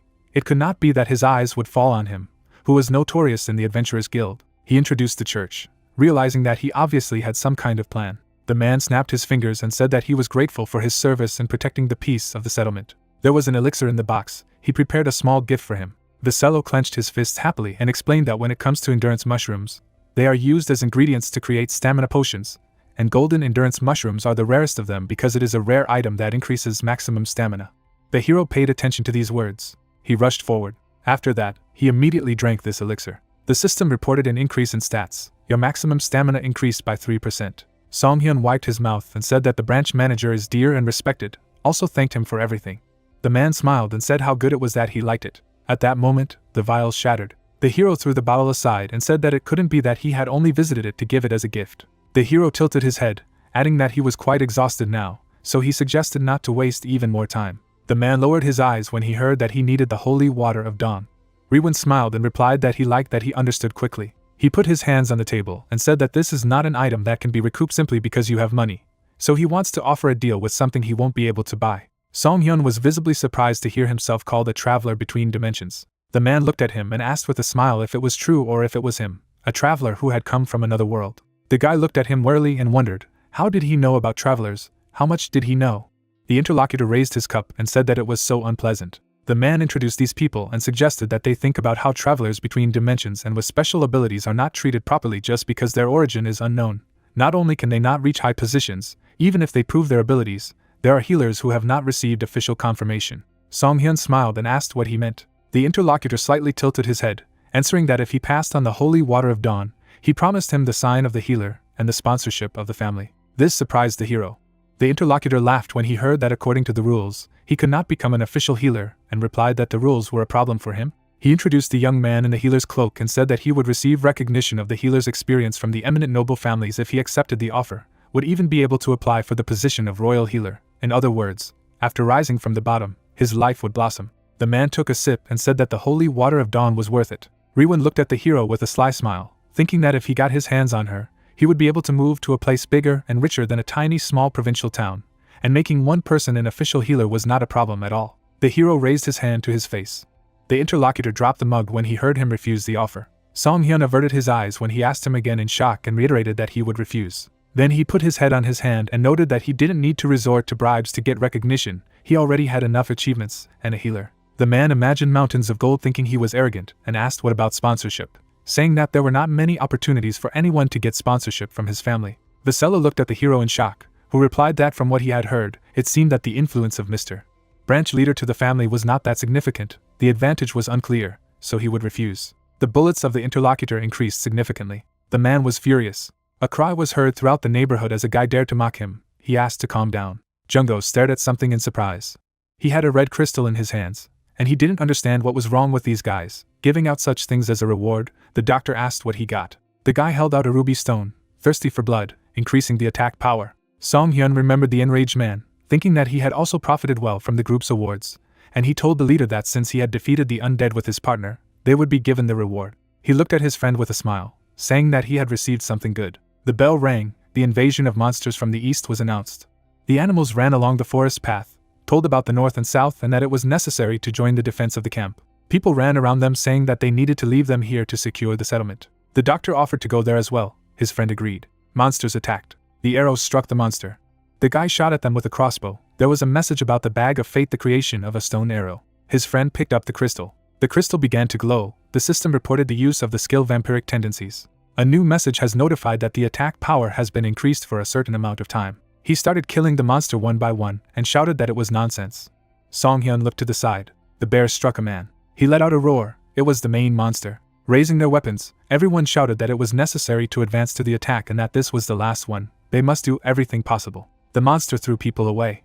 Arrows broke against him. The hero turned around when Jungho said that it didn't look like the stone arrows worked, and replied that he had a premonition that this could happen, so he prepared something else. The arrow began to glow when the steel mole's claw was activated. She hit the bear. Everyone began to shout that they had pierced his skin. They had to aim there. The comrade struck with his sword. He turned and shouted to the doctor that he had to act now. He pushed off the ground. He flew straight at the bear. Song Hyun threw his blade and activated his throwing skill. The blade struck the monster. The bear fell dead. People were happy that they had won and defended the settlement. The guys on the side were talking about how the last attack was amazing. It was a group that defeated a rare monster. Jungho looked happy, saying that it was a great feeling. In fact, they had now become heroes and asked the doctor what he was doing, because he had to go to the settlement already. Looking at the system window, Song Hyun replied that he had collected quite a few points. The guy asked if he was really going to spin roulette. A friend pulled his hand telling him to finish. She would never give him anything. He replied that no one knew that. Then the friend said that he would bet 100,000 gold that he would only get garbage.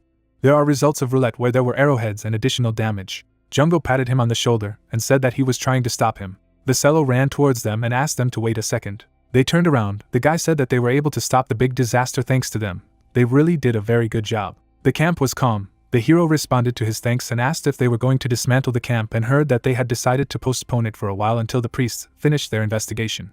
Showing the voucher, the interlocutor said that this was a special reward from the camp. Later, they were sitting in a bar. Jungho flinched and said that he just had the idea that he should drink to victory. The hero replied that he did not think that they would get something like this, adding that he said that all the workers are from the camp and the settlement.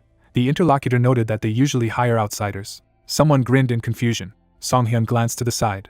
In front of him was Ruth. who said he never thought he would see him here. The guy in glasses looked at the hero and asked if they knew each other. The doctor replied that this man, whom he cured a few days ago, he added that he was helped a lot last time. The new interlocutor held out a wallet and said that this was a payment for treatment, which he could not imagine then. The hero had already completely forgotten about it. Song Hyun remembered something. He held out his sword and said that he had kept it all this time. Ruth began to hug his sword. It was his favorite partner. He missed it. The guys whispered if everything was okay with his head. Later, he sat down at their table and asked if they had stayed in the camp before, specifying that they were resting after completing their tasks. They replied that this was true, to which the guy asked the question to have some time. He held out a piece of paper. It was a request to assemble a detachment. Ruth remembered the huge seal on the ground and said that it turned out that a portal to the dungeon had recently appeared near the settlement. They said they were going to enter it in 3 days, so his younger cousin asked him to join the party. The interlocutor himself was upset and said that he could not go because he needed to pay back the debt. The guy with glasses noted that it was not worth borrowing money from the guild, even if he was dying of hunger.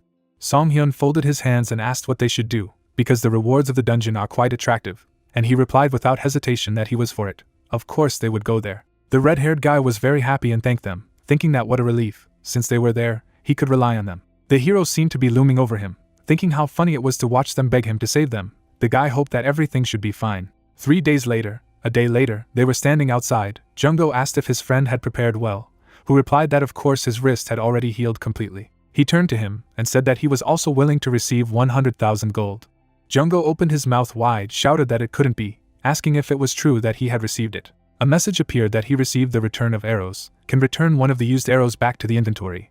The received arrow cannot be returned until the sun comes out again. The hero recalled meeting Keitel, saying that he blessed him. Apparently he is a follower of the Nakamate. Now he put his hand to his chin and said that his luck had increased, so he thought maybe it would work, and here it was. His friend shouted that this could not be. The hero laughed and told him to come to his senses as soon as possible. They were met by a girl who said her name was Tina Putain.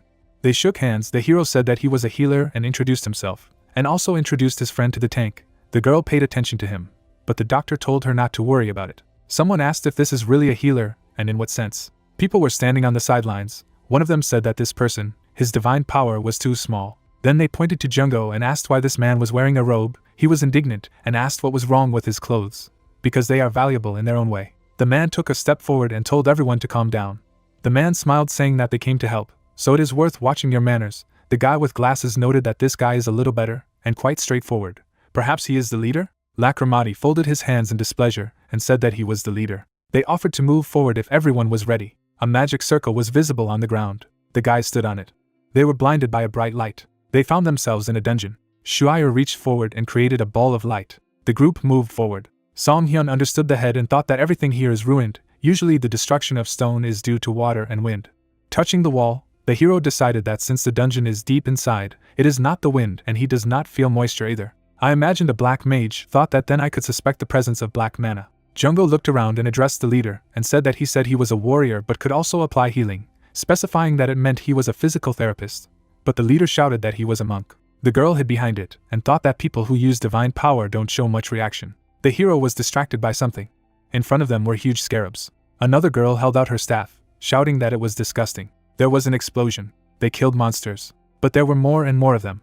One of them went to the monk. The scarabs surrounded them. The white-haired guy turned around and shouted that they couldn't fight everyone. They had to break through and get out. The doctor loaded the crossbow, asking if Shuire knew how to use wind magic. The girl replied that she did. He crushed the flask. The application of the distribution skill, the effect of the mint potion increased. Song Hyun raised his hand, saying to dispel the effect. The staff began to glow brightly. A gust of wind began to spread the potion everywhere. The bugs were lying on the floor. The girl asked how they did it. Song Hyun went to the others, saying that it was a professional secret, and the girl asked to know what kind of magic it was. The monk noted that only the two of them frequented all the monsters. Al smiled, saying that everyone was good and they needed to take a bottle before continuing their journey. The hero looked at this and thought that it was a large mana potion. He was also handed a bottle. He said that they must be quite expensive, clarifying whether it was normal to share them like this. He replied that he knew one pharmacist, so he could buy them cheaply. Song Hyun smiled and said that she would gladly drink it, and he wondered if there was someone so kind. Then he lowered his eyes and thought that such a thing seemed familiar. Ahead of him was a dark corridor. Junggo stopped and told the others to stop. There was a fork in the road in front of them. The monk began to get angry. Sahida peeked out from behind in fright. Seeing the dark aura, she said that she felt dark mana. The monk gritted his teeth when one suggested that it was a trap and replied that there was no need to even think about it, they would go the right way. But the doctor did not agree that it was not. Songhyun turned to the others saying that they needed to go on the left side. A disgruntled hooded Rikuramati claims that there is black magic in it. The protagonist replies that he knows it. He begins to get very angry. The guy in anger takes the main character by the collar and asks if he really wants to go there just to die. Jungko stops him and asks him to at least let him explain everything first. The red-haired girl also begs to listen to him, while the bully exclaims that they won't even listen to this, because the healer is not able to feel black mana. The lady opens her mouth in shock when she hears that this is why they should not have taken the people invited by the newcomer. The worried girl says that she does not want to go there. The priest next to her claims that he does not want either. The opponent with a stern look declares that if he wants to go to this sickening place, he pushes Songhyun, telling him to go on his own. The guys walk away. At this time the protagonist is asked if everything is okay. The doctor adjusts his robe, claiming that it doesn't matter at all, while he asks Tina if she will follow her group. The girl says with a kind smile that she thought that she needed some reason for this, since she was advised to do so. The main character, smiling, is grateful that he is trusted. A guy with gray hair is standing nearby. The question is what about him? He smiles genuinely, claiming that he just wants to trust Mr. Healer. The guys go through the sewers, saying that nothing is happening here, because there are not even monsters. As the mages move forward, Rikuramati wonders what happened to that guy. The girl turns around. It is said that Tina can be understood, because they are party members whom she brought herself. But is it true that I'll also follow this healer? The soldier stops in the middle of the sewers, not understanding what the sound was. Suddenly, a group of magicians find themselves in the middle of a purple magic seal. One of them exclaims in shock that this is a trap and they need to run away urgently. The guys jump away from a powerful explosion. The girl remained in the middle of the trap and began to scream. Magical signs glow under her feet. She does not have time to jump away and energy rays pierce her leg. A bloodied girl lies near the seal. Friends exclaim about Sahita. The priest offers a bright hand and calls for the light of healing. The wounds on her leg are bleeding. The heroine screams in pain. The mages make faces in disgust. Sahita declares at the top of her lungs that it continues to hurt, while the other woman tries to understand what is happening in shock. Spears protrude from the magic circle. The blonde claims that she has received a curse that only priests can break. The main character walks in his white coat. Songhyun smirks in claiming to have warned them about the wrong path. The blonde, with a twisted face, notices the protagonist. Blood drips on the floor. MC claims that he knew this would be the case and therefore prepared. Tina looks at the guys in amazement and states that it is a sealed magic circle, but the seal has been broken. The priest looks at MC, realizing that the sealed dark spell has reacted to the divine power. The main character looks at them with a serious look. The enemy does not understand how he was able to pull this off. A light fog creeps over the dungeon. MC is asked how it happened. The main character replies that it is unlikely to be so important now. Rikuramati yells at him in rage, stating that he should know how to heal Sahita if he came knowing about it, while Songhyun wonders since when he should. The priest clenches his teeth in rage when he hears that he rejected the team member's opinion and went forward. Then he turns to his girlfriend lying on the ground and thinks. Closing his eyes, the guy says with an effort that he made a mistake. He falls to his knees in front of the healer, claiming that if they leave her like this, the girl will die, so let her help. Songhyun realizes with a sly smile that this is what he needs. MC runs his light hand over the wounds, using hemostasis, while he is asked how he plans to dispel the curse. Jungko looks at him and says that they don't have anything like a holy spell. The healer takes the potion in his hands, saying that they have no skill, but have a powerful holy water. The magician holds a box with a flask. It is said that you can recognize holy water simply by taking it in your hands. It drips onto the blackened limb. It is explained that only one drop is enough for a curse like this. The main character is sitting next to a wounded girl, whose leg begins to glow. A glow forms in the air, raising the question of whether Songhyun can save the priestess Sahita. Al turns to his teammates and asks if it will be difficult. An agitated Rikuramati hears that the protagonist has a low level of divine power, and this was a particularly powerful curse. The protagonist clarifies with a smirk if they really waited that long. Smiling, Jungko carries a lady on her back. She has a healed cut on her leg, and everyone is shouting about Sahita. The guys run to her, asking if the main character really cured her.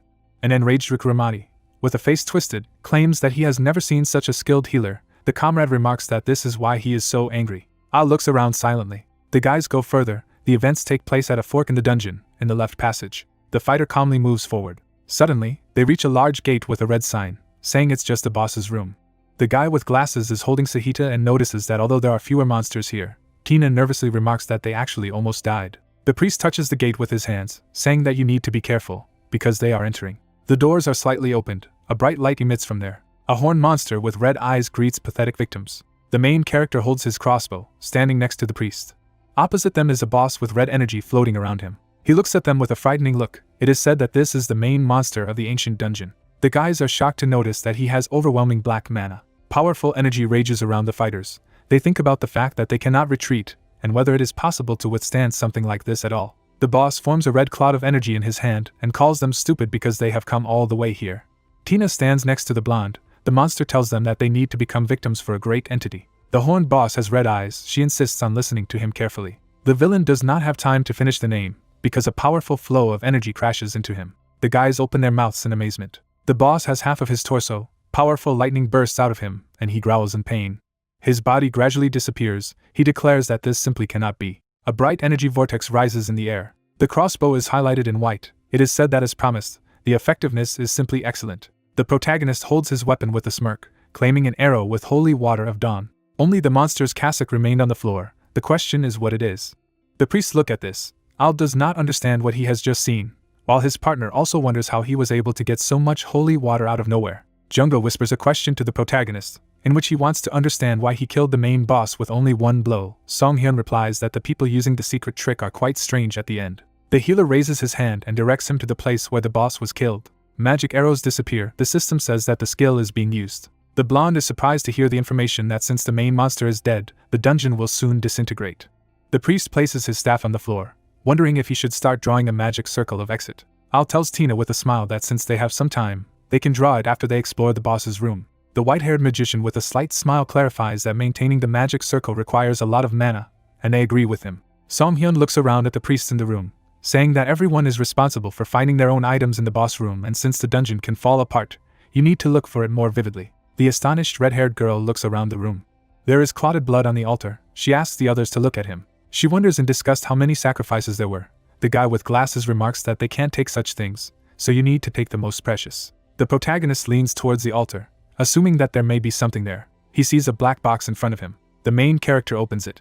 He opens his eyes in shock when he hears a loud scream. A bloodthirsty horde of zombies crawls out of there. The priests take up arms. The leader shouts that everyone needs to prepare for battle. Rikuramati forms an energy clot in the fist. The guy hits with all his strength, using his holy fist.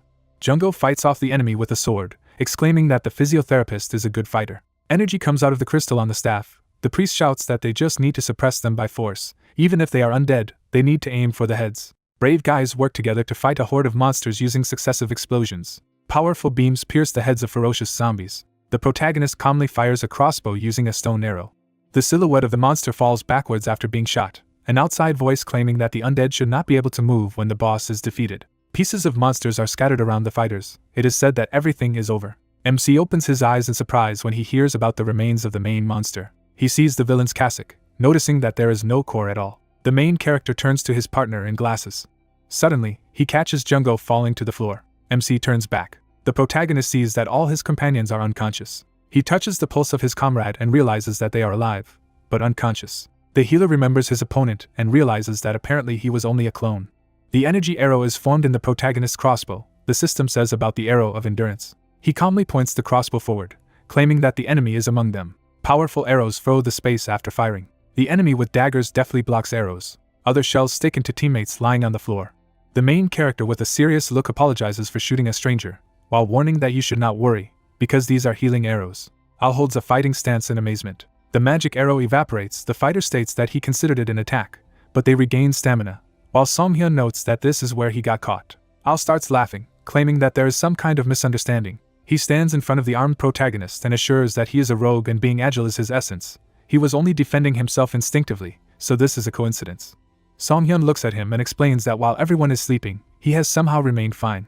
Al remarks with a smirk that the protagonist is still fine. A flashback with a potion appears. The healer claims that he did not drink the potion that the main character gave. The white-haired opponent looks back at him in amazement. Song-hyun generates a dagger in his hand.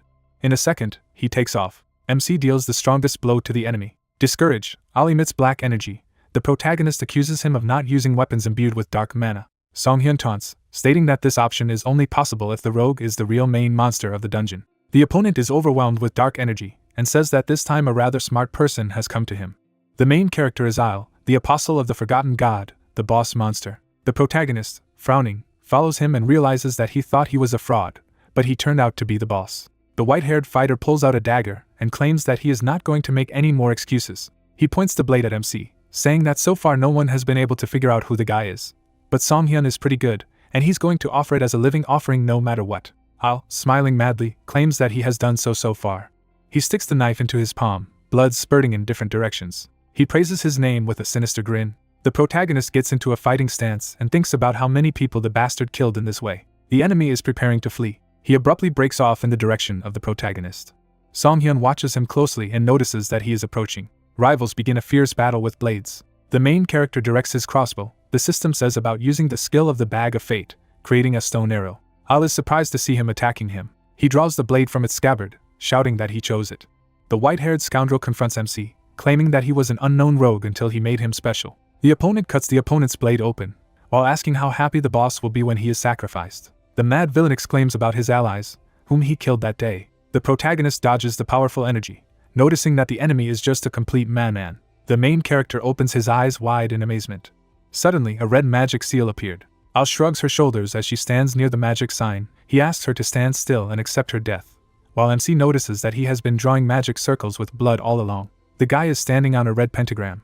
Ominous black hands fly out of the magic circle. The white-haired villain with a mad smile calls on him to become a sacrifice. A black and red bundle of energy rages through space. A bright light begins to leak out of it. Al shields herself from this flash with her hands. The protagonist calmly stands in front of him and claims that judging by his use of the blade, the opponent is indeed a rogue. Song-hyun happily fought off the sinister hands, while saying that he was very surprised. The villain is holding a blade in his hands, which has begun to tremble very much. The villain exclaims that this is simply impossible. Al forms another magical seal and orders the protagonist to become an offering. A bright light appears behind the healer, but his face is unperturbed. The distraught opponent says that this is simply impossible, because he was granted the power of a god. There's a box under the altar, and MC states that he knows he's insane, but he has a question about the thing. Song-hyun, smiling broadly, holds the magic orb and wonders if she's really it. The scoundrel bulges his eyes and shouts about the Lord's orb. The protagonist happily holds it in his hand, stating that it is indeed a sacred relic of the god, while the system states that the artifact gives increased magical protection and resistance. Frowning, the protagonist says that it is impossible that the power he received from the god worked on his sacred relic. Al clenches her fists in anger and shouts that she is sure she had a strong seal on her. An inner voice at this time tells the protagonist that even if it is the seal of a dark wizard, it is just black magic. MC smiles, realizing that she has certainly disappeared from the divine power of holy water. The villain clenches his teeth in rage, asking if his opponent even knows what it is. There are various relics in the room. Al claims that the god he serves may have been forgotten, but will soon be reborn. The white-haired fighter rushes to attack. Holding a blade, he shouts that he will do it. He delivers a series of strong blows with his sword.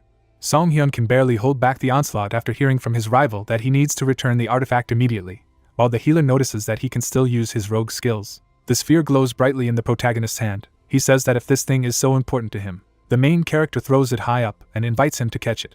Al sees her in the air. MC smiles slyly, realizing that he knew that his opponent would do this. The system window at this time says about the use of the skill of creating a thread. The scoundrel reaches out his hand to the tethered sphere. Song-hyun regains it in one motion, holding a crossbow in his other hand, creating a stone arrow. The villain takes serious damage after being shot. He is shocked to see his hand, which glows purple. A forest of black spikes appears in front of the protagonist. The villain is standing in the middle of them. The main character at this time thinks that this is not only for attack, but also for defense, because Al is going to heal first. The healer generates an energy blade in his hand, exclaiming that this simply cannot happen. The protagonist deftly cuts through the black spikes using the slash skill. It moves forward with the weapon. The system says to create arrows of black spikes. Song-hyun aims his crossbow directly at the enemy's face. The villain is horrified to see what is happening. Without thinking for a second, MC shoots his opponent, who then starts screaming. Blood is visible on the floor. Al is on his knees talking about his sphere. The protagonist notices that he is still talking about it. The healer looks at the golden artifact in his hands, realizing that the mad followers do not know how to restrain themselves. A white-haired scoundrel with a bloody face begins to tell what the Lord told him. The protagonist stands next to a lady with a covered face. It is said that the gaze of an indescribable presence is felt by them, so he must be the same as MC. The healer with a serious face realizes that the rival is a god, because he sees the administrator's window. While he claims that he does not believe in deities, but cannot deny that he has inexplicable powers. The villain with a mad look claims that one day he will crave more. There are several arrows in the enemy's body. MC says that he is not the same insane follower. He turns around, realizing that for now, he has no choice but to cooperate, but in no case does he plan to worship the administrator. The healer confidently leaves there, claiming that it is time for them to wake up. The priests gradually wake up, holding their heads. The protagonist stands near Jungo and says that he has finally woken up, while his partner asks what happened. Tina opens her eyes in shock after seeing something. In front of her, upside down, lies Isle, about whom she begins to scream. The healer stands next to the surprised guys and says that there is no reason to be surprised, because he was the real boss. Song-hyun smiles broadly, claiming that they are all alive thanks to him. There are traces of blood on the altar. The soldiers cannot believe that the white-haired partner turned out to be a traitor. They surround his corpse, the healer declaring that he has no doubt about the dark mana he felt from Isle. A friend in glasses turns to him and asks how he guessed. He replies that people who look too good should not be trusted. Crossing her arms, MC states that they smile too much, show kindness for no apparent reason, and use overly polite language, so it's best to stay away from them. Jungo looks at him in bewilderment, while the protagonist's inner voice remarks that it is him. Shuire looks at the healer in amazement, who asks her to continue forming the magic circle of exit. It needs to be made as big as possible. The priestess stands in front of him and thinks of holy power, which is comparable to that possessed by high-ranking mages, so it is not clear why he hides his holy power. The girl with pink hair is almost completely sure that he is the Inquisitor of the Order. She resolutely exclaims that she understands everything and can be trusted. Squinting his eyes, Song-hyun looks around. He sees Sahita standing nearby. She turns around in fright after hearing the suggestion to talk. There are many corpses lying on the floor. It is said that human death is not something that should be surprised on the continent. The healer stands next to the guys and suggests that it is still a little doubtful to leave the bodies like this. Jungo clarifies that they are most likely summoned monsters. Images of creatures with human faces appear. It is explained that usually massively summoned by the dungeon are the same in appearance, but these bodies have unique features. Al stands near the magic circle. The protagonist assumes that they were adventurers sacrificed. The girl shuffles her hands and states that she wanted to say, like a priestess of the Order of Yver, that she can't just turn a blind eye to this. Song-hyun looks at her and thinks that she was too shy to speak up, but he wonders what they can do to help. She puts her hands together and asks him to pray for the dead. A light magic sign appeared under the bodies. The priestess, closing her eyes, sincerely prays for the repose of their souls. Jungo bows down with Sahita. They also pray. Zombie bodies begin to emit dark energy. The main character, closing his eyes, realizes that he has already dealt with the lying bastard, so let them find peace and tranquility. A bright light appears, a wish to be at peace with the great Yver. MC pays attention to the pop-up. The notification says about the accomplishment of the peace of the deceased, which is performed by participating in the ritual prayer of purification. The protagonist points his finger at the information that he has gained a new skill. Jungo looks around at the leader with a serious look and asks if he really got it too. Then a suggestion is made to move the bodies to the magic circle. Sahita raises her hand after Songhyun says that it would be good if they had a mana barrier that can wrap everyone together, while the priestess exclaims that she can do it herself. She begins to cast spells, while the guys are surprised at the creation of such a thin mana barrier. Shuire walks forward with a staff, claiming that she is done too. The astonished protagonist turns to her. Behind her there is a dark silhouette. The main character exclaims that she urgently needs to get away. The opponent takes out a blade with inscriptions on the blade. The villain plunges a dagger into the girl's body. Shuire opens his mouth in horror, from which blood is pouring out. Other fighters see what is happening and exclaim that the boss is not dead. Isle, radiating dark energy, stands near the priestess's body. A cry is heard that there should have been no one left here who can use necromancy. The main character realizes with a serious look that there is only one bastard left. Next to the villain is the silhouette of a skeleton, which is the forgotten god Kuruka. This entity has bestowed his power. The protagonist waves his hand and orders the others to move the corpses and Miss Shuire. Sahita watches in shock as the protagonist pulls out a crossbow and asks her to help him take out the trash. Al looks at them calmly. In a few movements, it moves tens of meters forward. He strikes enemies with his dagger, but Songhyun blocks the crossbow strike in time. Clenching his teeth, the protagonist holds back his onslaught. Frightened, Sahita trembles, at which point the protagonist calls for her help. She closes her eyes in fright and screams. The priestess holds out her hands and uses the exorcism. The scoundrel begins to growl in pain. The ferocious Al swings his blade. The blade rushes towards the girl. The protagonist covers it with a crossbow at the last moment. He restrains the villain and exclaims that this is a good job and it needs to be continued. The girl forms a bright light with the help of her palms. A powerful stream of light energy bursts out of it after using the undead banishment. The villain takes his head and begins to shout loudly. His eyes went completely mad. He holds onto a deep wound in his chest. He pulls out a purple sphere and addresses his master. He squeezes his heart, claiming that this is the last sacrifice. The main character sees this in shock and realizes that this was the core of the main monster. Suddenly, giant boulders begin to fall from the sky. Songhyun realizes that the dungeon is about to be destroyed. MC turns around and shouts with a serious face that it is necessary to run immediately. The ceiling of the dungeon gradually begins to crack. The enthusiastic scoundrel turns to his lord. He stretches out his hands to the sky, exclaiming that everything here is for him. A second later, a giant boulder falls on him. Other people hurriedly leave the dungeon. The main character, together with Sahita, runs to the magic circle and asks how Shuire is doing.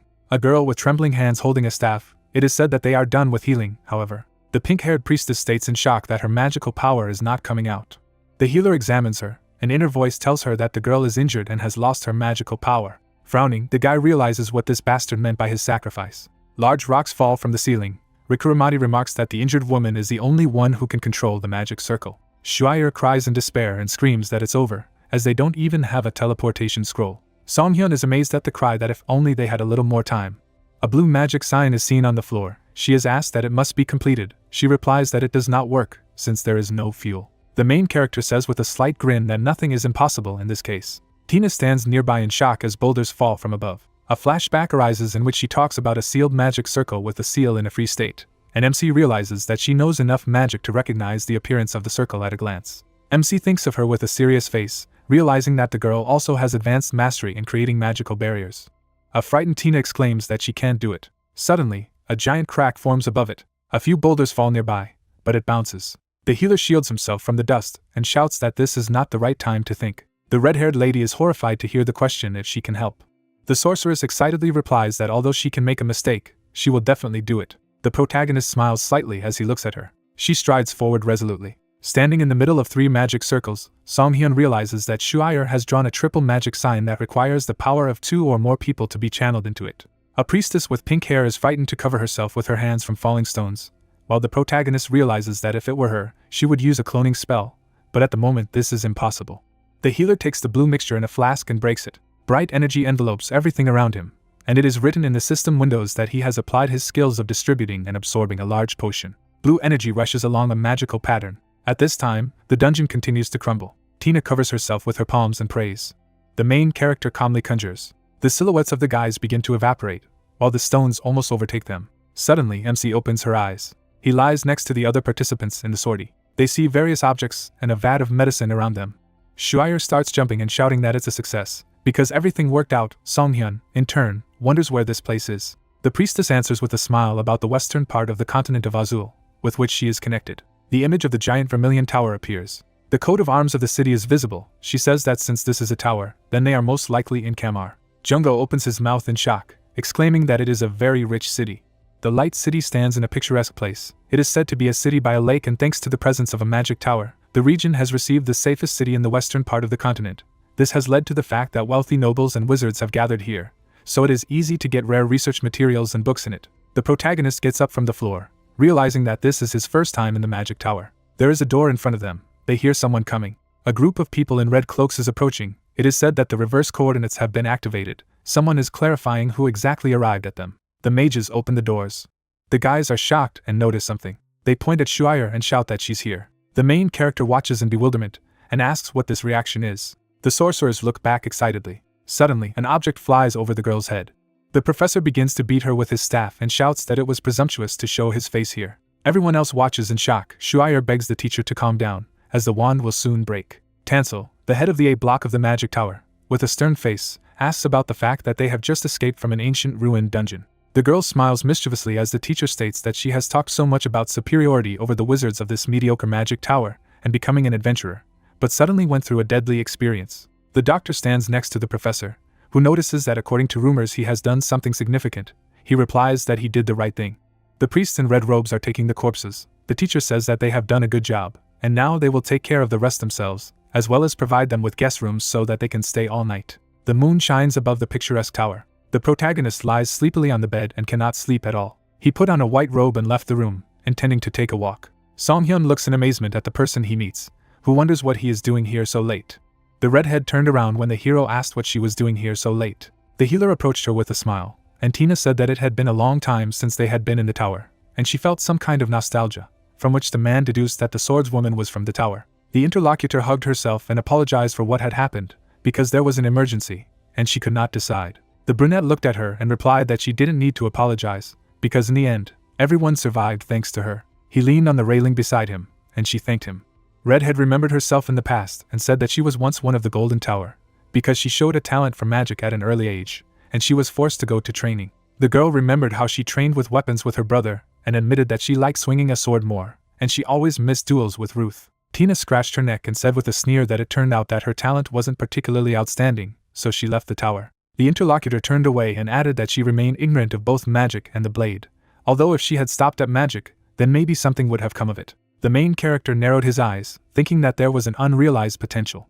The brunette looked ahead and said that he didn't know much because he had never studied either, but he thought it was important to do what he liked. The healer smiled and said that if he suddenly found that she was less talented than the others, he could use a trick. Song-hyun smirked and suggested that you need to achieve this by any means, even if you have to cheat. The interlocutor stared at him in amazement. The two of them were standing in the library of the tower. The next day, Song-hyun and Jung-go waved to former team members, noticing that everyone was leaving. The priestess looked at the monk, and the men noted that Rikuramati was eager to train, and Sahida was going to finish the job, and that was the best way to disband the team, since no one had died yet. The protagonist turned to Tina and asked what about her, and his friend added that she could come with us if she wasn't sure. The girl opened her mouth, taking a breath. She smiled and stated that she wanted to become a magical swordsman.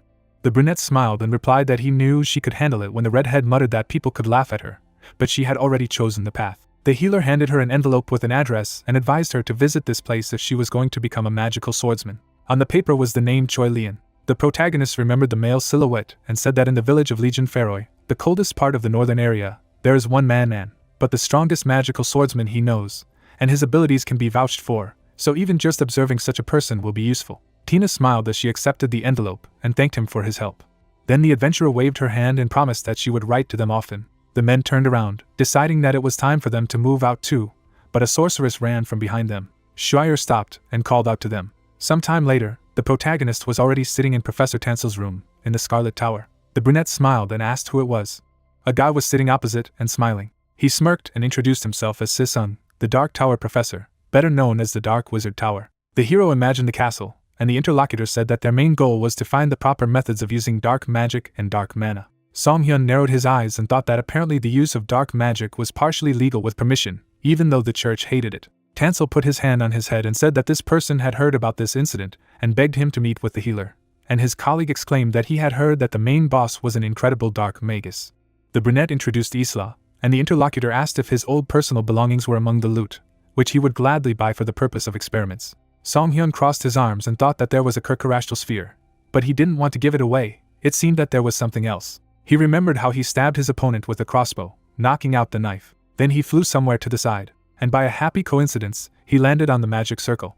There were even some bizarre writings on it, but the hero completely forgot about it. The healer placed the weapon on the table and asked how about the magic knife that the dark mage was using. Si-sung blushed with excitement, shouting that this blade had a huge amount of dark mana in it, and he was in anticipation of how amazing things would be when he took care of it. The man dumped various objects and stones on the table. The professor of the Dark Tower spread his arms and declared that he would give the hero whatever he wanted, and the interlocutor thought that these were some things interesting to wizards. He drew attention to the thing at the very bottom. The brunette started a box with a yellow cactus. The toy began to twitch and sing, "Ahoy!" The main character stared at her puzzled. Then he put it on the table while she continued to sing.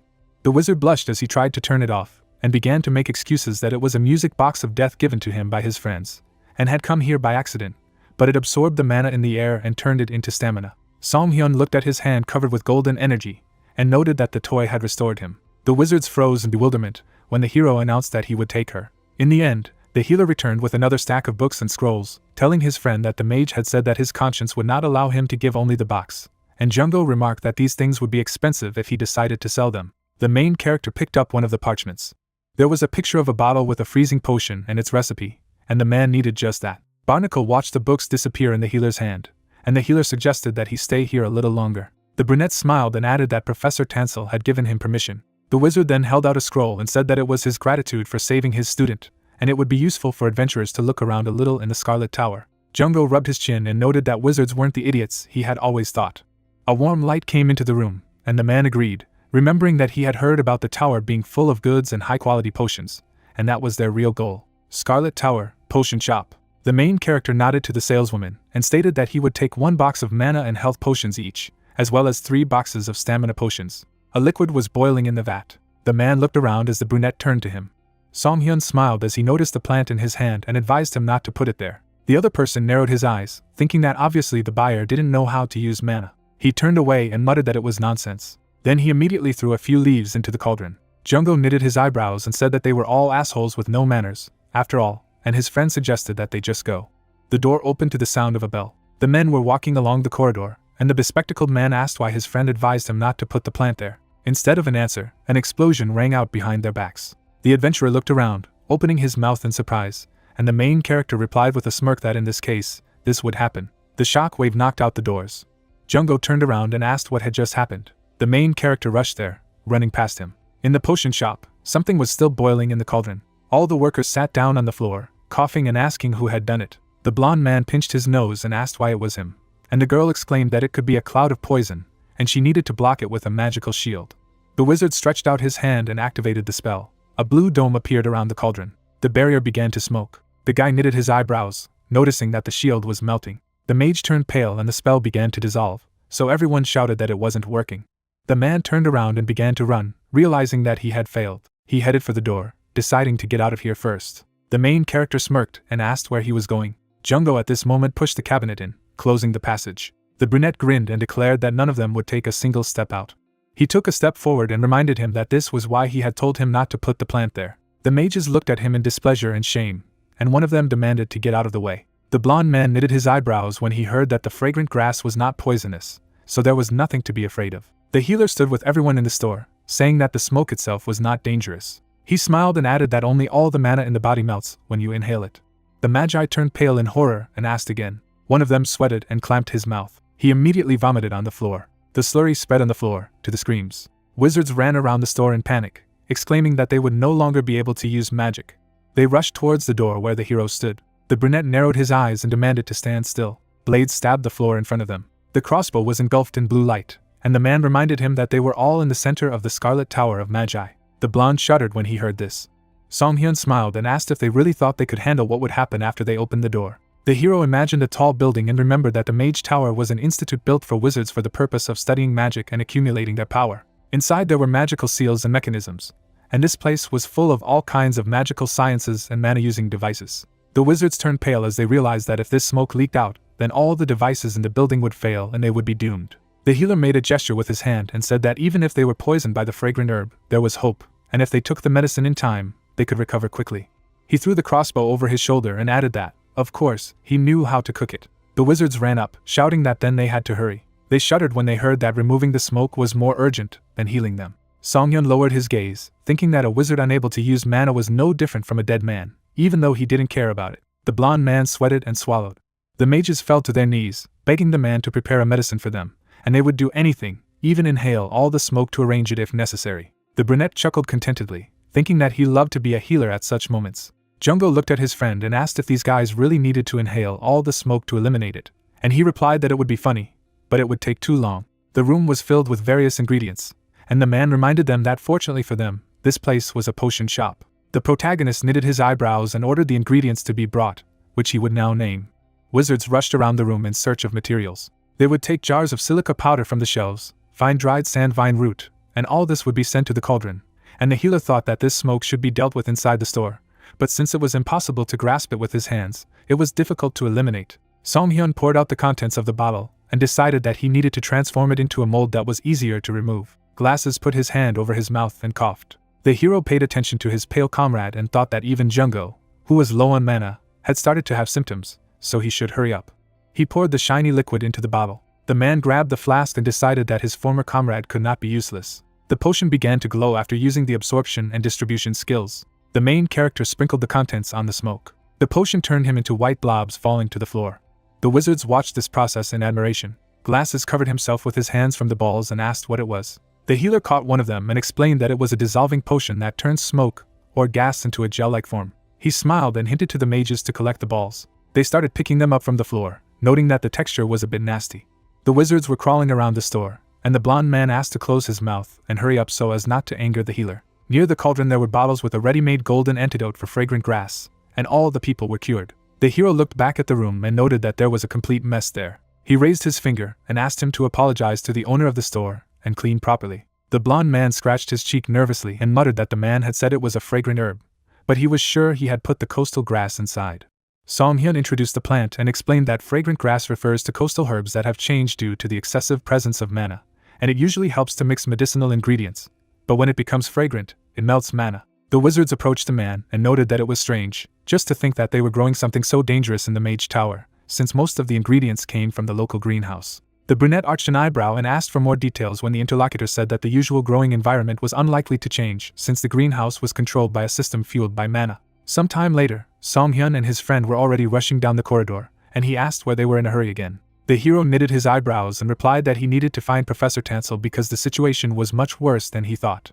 Something was stirring in the flower beds. It was a plant with thorns and a red bud that emitted dark energy. The professor knitted his eyebrows and said that he had also heard about the commotion in the potion shop. His face was shown on the screen as he said that he would like to go there himself. But he can't go because of this damn meeting. The hero with his friend and the sorceress ran down the corridor, and Tansel approved their access to the greenhouse. Song-hyun glanced at the girl and remarked that it was very good that they had met her on the way there, and she admitted that she had been looking for them herself to give them a tour of the Mage Tower. Ahead of him was the door of the greenhouse, through which the roots had sprouted. Shuire was the first to enter and froze in shock. The whole room was overgrown with large trees. The brunette chuckled and remarked that it didn't look safe at all, and then summoned a crossbow. There were magic circles on the walls and floor that controlled humidity and temperature, but they were disturbed and sparkled. The girl turned her head and noted that the mana inside was also surprisingly high, which meant that there was a problem with the main magic circle. Something stirred behind the adventurers. A large root shrouded in red energy moved towards them. The main character looked around and frowned. He jerked his friend towards him. A root had pierced the place where Jungo had just stood. Barnacle coughed and asked what it was. A predatory flower loomed over them, and the healer replied that it was a monster obtained by absorbing mana, namely Martin Ivy. The girl held out her staff in front of her and used slashing wind. Gusts of magic attacked the enemy. The plant opened its mouth and screamed. The sorceress flinched as she saw a whip flying at her. The man pushed himself off the ground, asking where this monster was going. Jungo sliced the vine with his sword. The severed limb fell to the floor. The girl exhaled and noted that it was easier than she expected, but the bespectacled boy slowed her down. The severed parts began to move towards each other. The monster attached the limb back to itself. The root knocked the adventurers off their feet. The protagonist frowned as he created a stone arrow and noticed that the severed branch was regenerating. He fired several shots at the enemy. However, the substance reappeared at the sites of the explosions. The men watched the enemy regenerate, and the bespectacled man asked what the hell it was. He turned inquiringly when his friend said that she was different. The sorceress jerked, and the healer noted that the regeneration rate was different, and it was significantly faster when Shuire cut it open than when they did. There were flower beds in the room, and the sorceress guessed that it was a mana attack, and there were also herbs that had grown too quickly due to too much mana. The brunette looked at the predatory flower, and assumed that this creature had the ability to absorb it. Flames engulfed the branch after using the fire bird. 2 roots immediately hit the floor near the girl. She jumped away and muttered that trying to burn her didn't work either, and the bespectacled boy added that they were unlikely to be able to catch her at this rate, and maybe it would be better to retreat for now, because the greenhouse was overflowing with mana at the moment. Song-hyun smirked and asked why they should retreat. He flashed his eyes as he took out white marbles and stated that they had someone who could eliminate mana right there. The man loaded the crossbow with an arrow with a concentrate of fragrant grass. Several shots fell on the monster. The bud closed, seething. Then a cloud of smoke flew out of it. Jungo covered himself with his hand and asked what kind of nonsense it was, since they couldn't use skills anymore either. The hero put away the crossbow and said that everything was fine. The healer took out a knife and said with a smile that they just needed to score this creature with normal attacks until it died.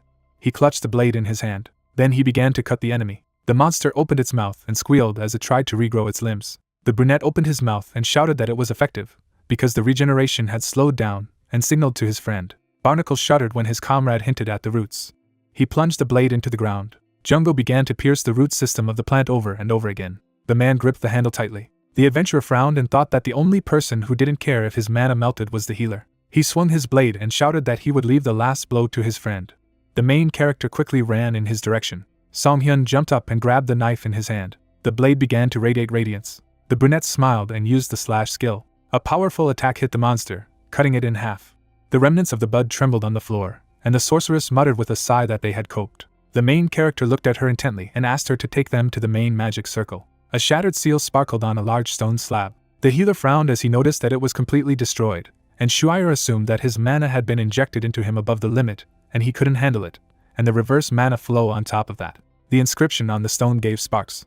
Lightning spread further and further throughout the room. The adventurers looked ahead anxiously, guessing that this could lead to a mana explosion. The magic circle glowed more and more. Barnacle clutched his head, shouting that everything was going to explode, and the protagonist looked back at the girl and asked if there was any way to stop the mana injection. The interlocutor was sweating and answered in the negative, explaining that a low-ranking magus would not even be able to see the mana connection schemes. The seal shattered, and the sorceress added that if it was affected, it would explode immediately, so it was better to just run away. Song-hyun frowned and thought it didn't matter. He imagined a powerful explosion and decided that since it was such a powerful spell, its destructive power would be immense, and not only they, but also the people outside would be hit. His eyes flashed from the use of the observant gaze skill, and the man thought that he needed to find mana connection schemes no matter what. Ahead of him was the inscription. The main character saw a lot of stripes and symbols around him. Shuire and Jungo looked at their comrade in surprise. The brunette stepped forward. He moved towards the circle, and everyone asked what he was doing. The healer stretched out his hand and thought that it was an accumulation of pure mana turned into a large bomb, and normal attacks would not work. A golden sphere appeared above his palm. The man glanced at the item with the power of the god Kirkarashtal, which has a high mana resistance. Shards of stone began to fly away from the magic circle. Lightning engulfed the hero. The girl turned away, unable to look at it, and his friend anxiously called for the healer. The brunette covered himself with his hand, gritting his teeth, and decided that he had to hit the point of connection of the chain. He clutched the golden ball in his hand. Then he swung, and he struck the sphere forward, using the throwing skill. The ball approached the outline. He joined the center, and the energy turned red. Sparks appeared around the sphere, and the hero noticed that the mana in the chain was beginning to block. The artifact absorbed excess power. Then, the golden sphere fell to the floor. The sorceress opened her eyes uncertainly.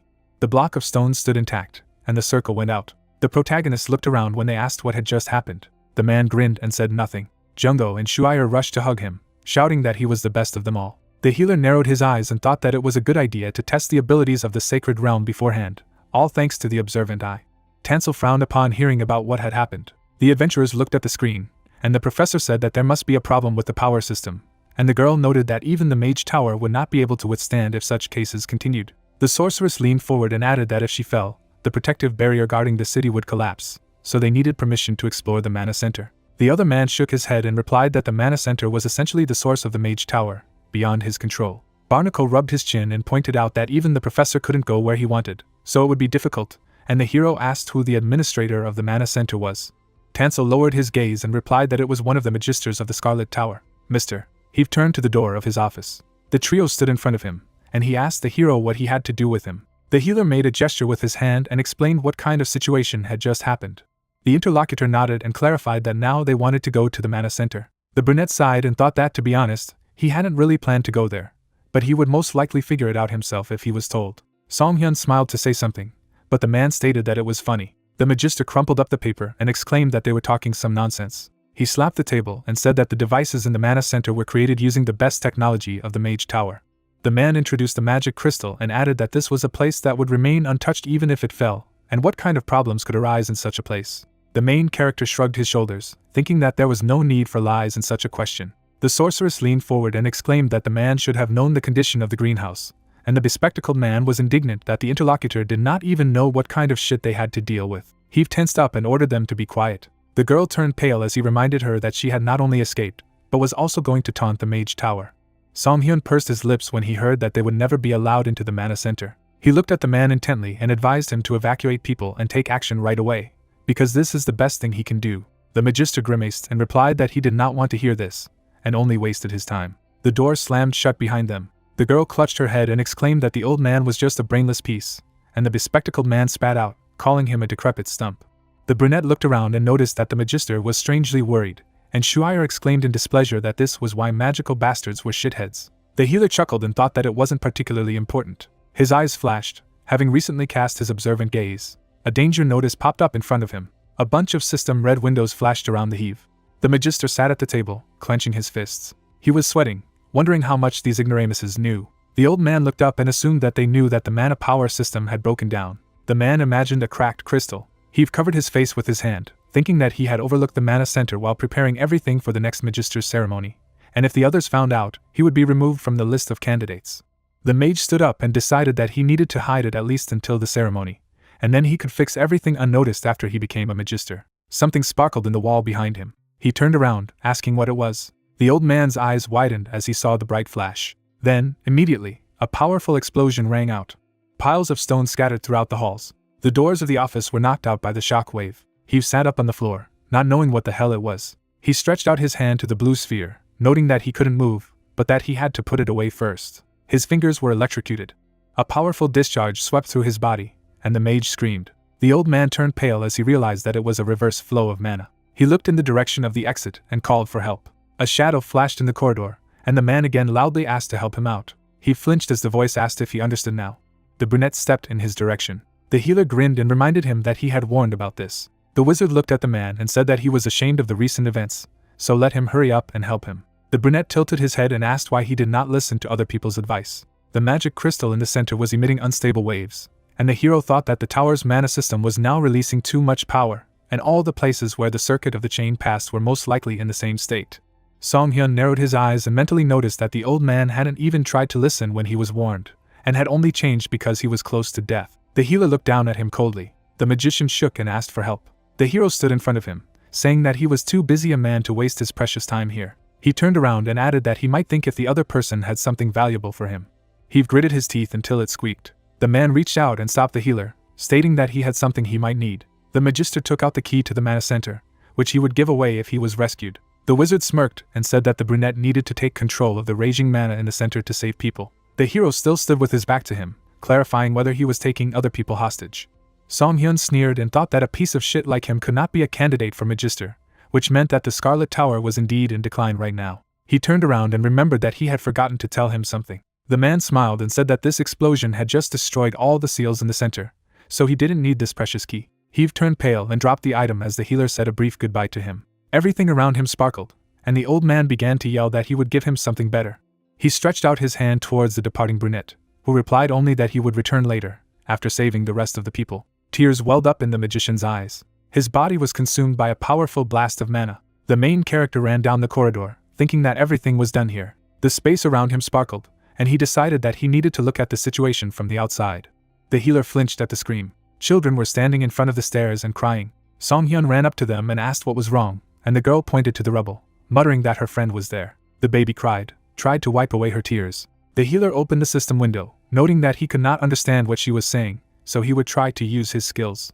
A tablet appeared in front of him with the characteristics of the soothing voice, which, when used, heals the mental state of the target. The man stretched out his hand, thinking that it seemed that prayer skills required divine power, and he didn't need any. He patted the children's heads, using the ability, and asked them to calm down and tell everything again. The entrance to the room was littered with stones. The main character smashed them, opening a passage. He walked through the library, remembering that the toddlers had told me that the three of them were doing their homework here together, and suddenly the ceiling and walls exploded, and Lee Jae made a barrier for them to get out. But the bookcases fell while the kids were running, and she stayed there. The healer looked down, hoping it wasn't too late. A child lay on the floor among the sparks. The girl opened her eyes when the man called her and asked who he was. Song-hyun sat down next to her and told her that he had come to save her, and she noticed that the hero was not wearing a robe, which meant that he was just a traveler. But she was finished, so let him take her friends to safety. The brunette tilted his head questioningly, wondering why this girl was acting so adult, as if she was living a second life. The child was lying on her side, and the healer scanned her, noting the bleeding, the backflow of mana, and the broken ankle, and it was in this state that she was still trying to save her friends. The man picked up the stone slab and thought that Lee Jae looked more like a determined person than someone who was close to death. He threw a rock at the lightning source, even though she tried to stop him. At the same moment, the healer lifted the wardrobe so that the girl could crawl out, although she was more worried about his mana.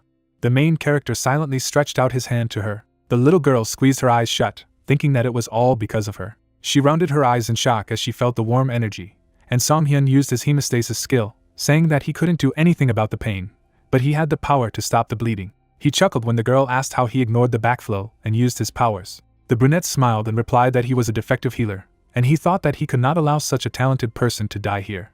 The man ran forward, holding the victim on his back, and her leg was bandaged. Another explosion rang out behind them. Lee Jae looked around and asked him to be careful, as the lightning was getting stronger, but the man only told her to duck. Song-hyun knitted his eyebrows and thought that they were on the 12th floor and needed to get to the 9th. He looked down and shuddered.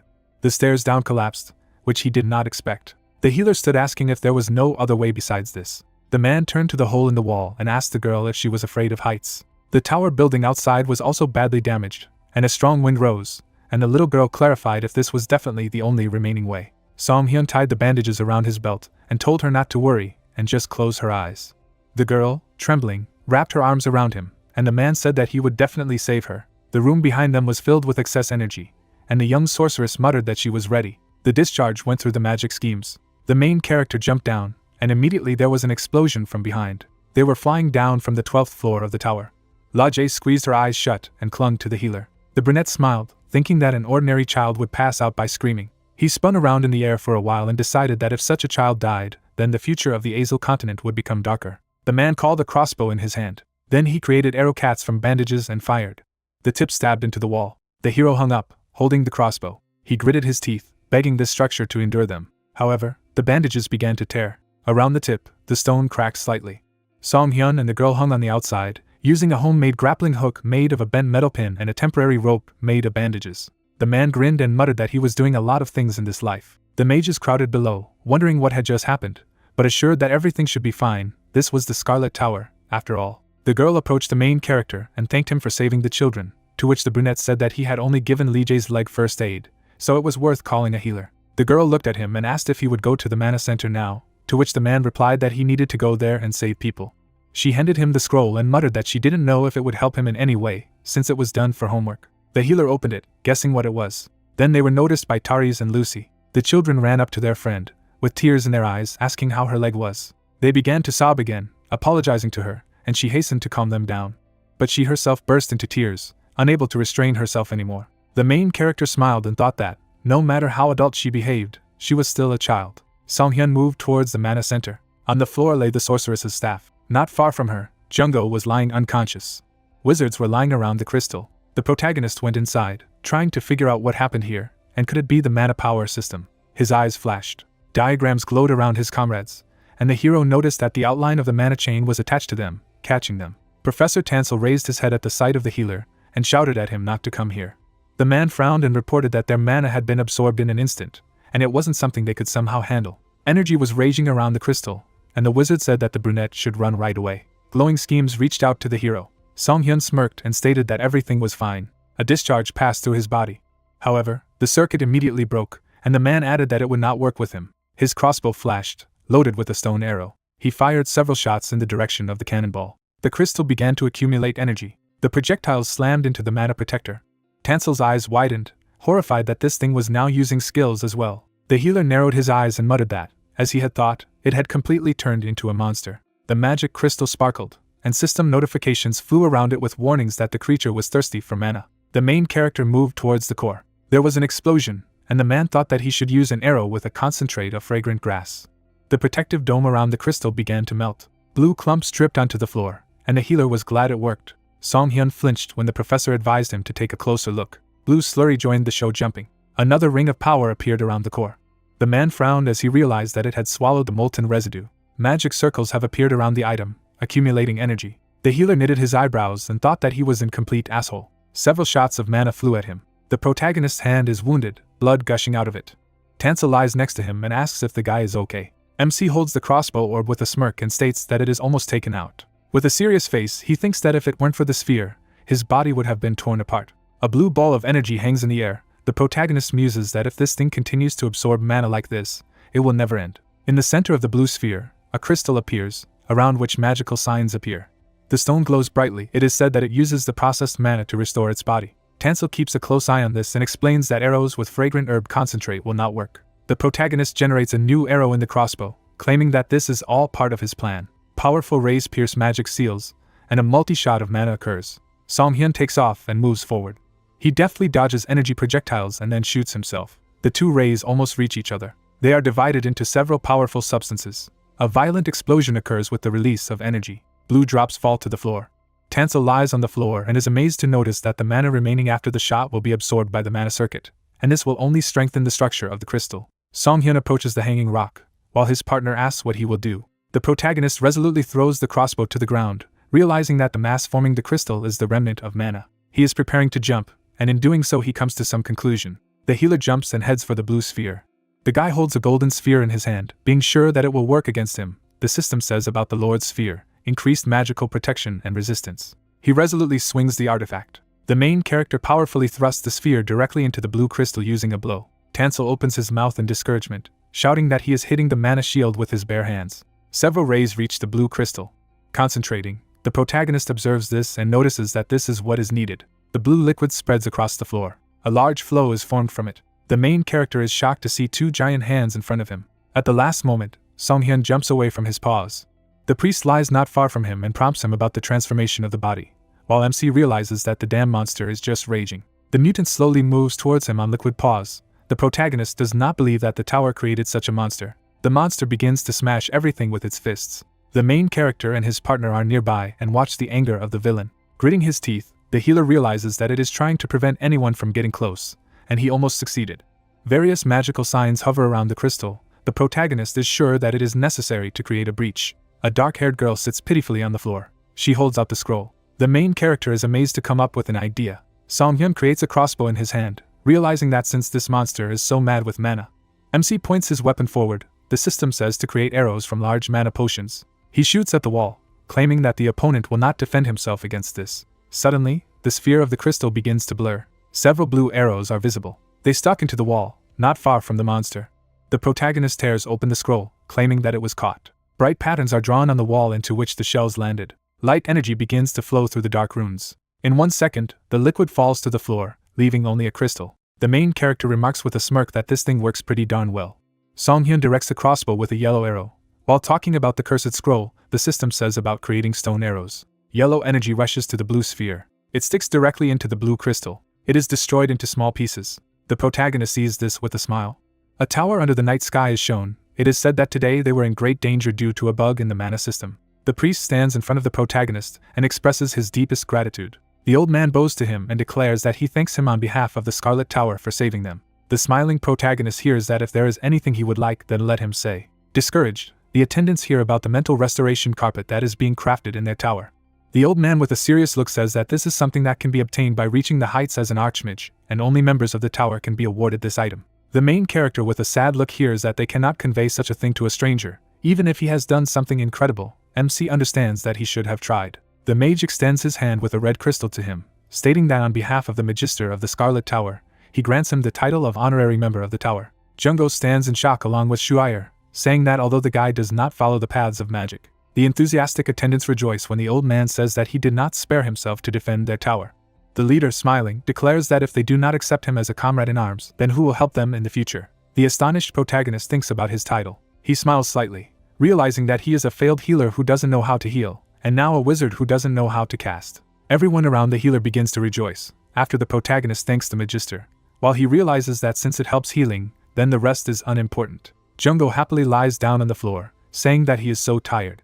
The healer stands next to him, hearing that this is cool, because he became an honorary member, and they even provided a room for free. The healer replies that he would like to have furniture there as well. Song-hyun claims with a smirk that he will make a storage out of this place, so you need to disassemble the inventory and move out. The protagonist sits next to his partner, and brings up the status window. In the pop-ups, it is written about 6,841 points scored and 1 unaccepted reward. The protagonist thinks that he scored so much for treating the wounded in the tower. He looks carefully at the window, and sees a quest with the task of scoring 5,000 points. A flashback arises with the Mad Owl, who states that there is no denying that MC has unnatural powers, so he will end up wanting more. Song-hyun realizes that it is not good to mess with the gods. The healer calmly pokes his finger at the window, realizing that he needs to avoid direct action until he knows more about the admin, so he needs to deal with this later. A bright window appears in front of the main character with information about the achievement reward, an item slot in which the guy receives 3 rare items. He stretches out his finger, wondering what the item slot is. The healer looks at the window with a smile, which says that he can use the slot system in the status window, as well as put the item in the slot and get its effects without equipping it. The protagonist notices that the brooch and sphere will fit perfectly. Song-hyun with a serious face thinks. An image of a red sign arises. He wonders if there will be an achievement for obtaining membership in the tower. The assistant in glasses lies next to him and listens to his partner in surprise. Jungho turns to the protagonist and asks about the fact that he was supposed to be given a robe, so why doesn't he put it on? He replies that he will stop looking like a healer if he dons it. With a stern look, the main character reflects on the fact that a healer looks best in white clothes. A red crystal appears above his hand. The system says to use the Scarlet Crest skill. MC appears in a red cassock, the coat of arms and mantle confirming his membership. The main character stands in front of the system window with information about the Wizard of the Scarlet Tower achievement. Smiling slightly, he says that this is exactly what needs to be done. Soft sunlight pours into the room with drawers. Suddenly, several things and objects appear. Jungho also looks at the protagonist and asks why he is staring. A flashback appears with a guy in a cave. The protagonist reminds that according to him, his partner got here when he was watching TV at home. He replies that in addition he poured boiling water over noodles and suddenly ended up in a cave. Jungho hugs his pink stuffed animal in displeasure, while MC notices that he managed to take something with him. Even if it's useless nonsense, he indignantly exclaims that it's a useful pillow. He happily snuggles up to her, stating that she was with him when the guy slept on the cold and dirty floor. Then he asks the protagonist if he wants to be lent her. Song-hyun picks up a wooden frame, asking why he needs this nasty thing. He shouts that it is not like that at all. The main character looks at the frame with a serious look. It depicts his family. He puts it nearby. Shuire stands next to his partner and says a loud goodbye to the guys. The healer and Jungho move away from them. The Light City is located on the coast. The guys reach Kamar. An enthusiastic partner in glasses looks around and declares that this city is definitely more than that settlement, MC notes that there are also rich people living here, and a crew still needs to be found. The driver smiles and apologizes for not being able to harness the crew at the moment. Jungo stands next to the protagonist with a disgruntled face and asks if they will definitely not board the ship again. The guys are standing in front of the groom with the horse. The healer asks if everything is alright with it. He answers that it is. Surprised, MC turns around when he hears a shout that the bridge needs to be built as soon as possible. People stand in front of the guards and angrily declare that they need to get to the city of Karen urgently, and let him leave in the carriage. Soldiers with weapons claim that due to problems in the tower, the barrier has been lowered and it is now dangerous to leave Kamar. The man opposite demands to shut up and create a bridge. The sorceress with the staff screams that she can't wait any longer, so if the soldier doesn't do it himself, she points her weapon forward and generates energy. A powerful beam is directed towards the water. She applies an ice path. The discouraged guards see this. Jungo is shocked by this, and the protagonist turns to him. In the middle of the water you can see ice blocks. Suddenly, something bursts out of there. The monster has many webbing on its hands. Terrifying mutants crawl out onto the ice. The healer advises you to get ready for battle. The sorceress sees this in horror. The others are already running away, screaming that they are mermaids. The armored warriors are preparing for battle. The leader claims that they are trying to get into the city and therefore it is necessary to stop them. Dozens of monsters climb across the floor towards them. They have sharp teeth. One of the mermaids attacks the guard, who screams in horror. A powerful arrow flies through the air. She impales a mermaid, who flies several meters away. The guard is shocked to see that he has been saved. The main character calmly directs his powerful crossbow. The healer fires a few more shots, killing the specimens. The assistant clutches the red crystal. Hearing that they should not let them get here, he understands everything. The system states the use of the skill of vampiric tendencies, which increases damage for a certain period of time. Jungo swings his sword in a rage. It pierces the icy path that was created on the river. Dead mermaids are lying on the sidewalk. It is said that they dealt with the situation quite quickly. The healer calmly tells his partner that the real difficulties are only now. A wounded soldier holds his hand, stating that it was so disgusting. Another asks if everything is okay, because he has blood. Suddenly, the wound begins to take on a different color. The victim assures that everything is fine.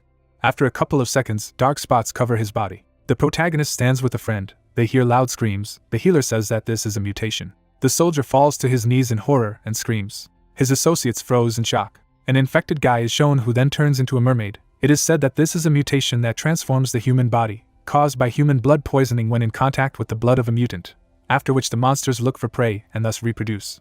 Unfazed, Songhyun hears a request to treat the wound, and he replies that it won't help.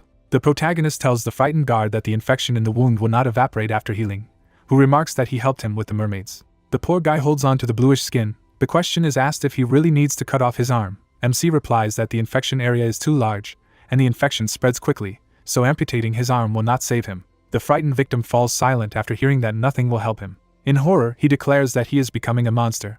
The guard holds his sword with trembling hands and says that if this cannot be stopped, then he must at least die as a human. His associates turn away in shock. Blood splatters fly to the sides. The doctor stops him with his hand. The healer asks him to relax with a smile.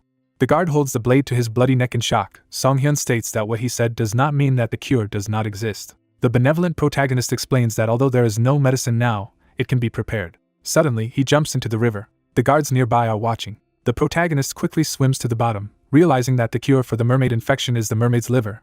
But the monsters that die on land quickly decompose, so it is necessary to find one underwater and cover the liver with mana, while the system says that the effect of the air potion is increased. Songhyun swims underwater, aware that he doesn't have to worry about the oxygen supply thanks to the potion. In the system window, it is written about glasses. The protagonist remembers the past and realizes that it will be too difficult to enter the underwater battle with his current skills. System roulette begins to spin quickly. Songhyun looks at the scrolls with a smirk, aware that he will do it until he gets good at it. Squinting, he realizes that he was going to leave something else for the last time. The guy points his finger at the window with the information that he needs to score 5,000 points on the quest, while he thinks that the situation requires it. Suddenly, a bright blue glow appears in front of him. He is underwater with a crossbow. A monster is swimming in front of him. The main character is thinking about a water cannon. Several ferocious mermaids stare at him. They have red eyes and long teeth. The main character prepares to shoot, realizing that he is still too lazy to get to them. A powerful arrow flies past them. The system says to use a grappling hook. The projectile pierces one of the mutants. He begins to scream loudly. The main character pulls the mermaid towards him, ordering her to quickly approach him. He hits the monster hard, realizing that he has just a great catch. Ferocious mermaids roar at the fighter. Several mutants swim right towards him and stretch out their paws. A second later, green blood is visible in the water column. Dead monsters swim underwater. The main character holds a crossbow, realizing that it is too easy, because he does not even have to use a new skill with the star that he received. The bodies of mermaids are floating everywhere. The protagonist is worried about something. A giant monster looms behind him, and Song-hyun wonders why there are so many of them here. He turns back with a serious face. A rare mermaid appears in front of him, holding a weapon in her hands. The monster prepares to strike. A strong flow of energy flies at the protagonist. The villain uses the multiverse skill. Suddenly, a chain floats under the water. She pierces the mermaid's body. The protagonist, frowning, realizes that he almost died now, and apparently they were gathering here because they had a leader. Song-hyun holds his breath, realizing that he doesn't have much time left. The system says about the effect of an air potion, there are 5 minutes left. The mermaid takes water into her mouth and prepares to attack. She fires a powerful water cannon in the direction of MC. The ferocious creature watches the protagonist, who realizes that the monster uses only a water cannon and a shockwave, which in turn can be avoided. The main character holds his breath with a smirk, noticing that the bastard is just playing for time. Suddenly, the protagonist fires his crossbow, stating that he has something for the villain. A red-eyed creature with a hideous face begins to get angry. An arrow flies past the mermaid. The protagonist watches this with a serious look, noticing that everything worked out. The projectile emits dark energy. Discouraged, the monster opens its mouth while the system window says that the failed cure for the mutation has been destroyed. The mutant is very angry after what happened. The monster with a sinister look asks how the guy dares to use poison against him. Song-hyun smirks at what they're saying to him now. In a glass bottle there is a liver. The unsuccessful medicine is made from the rotten liver of a mermaid. The protagonist takes the crossbow, realizing that the poison will not kill the monster, but it will be very painful.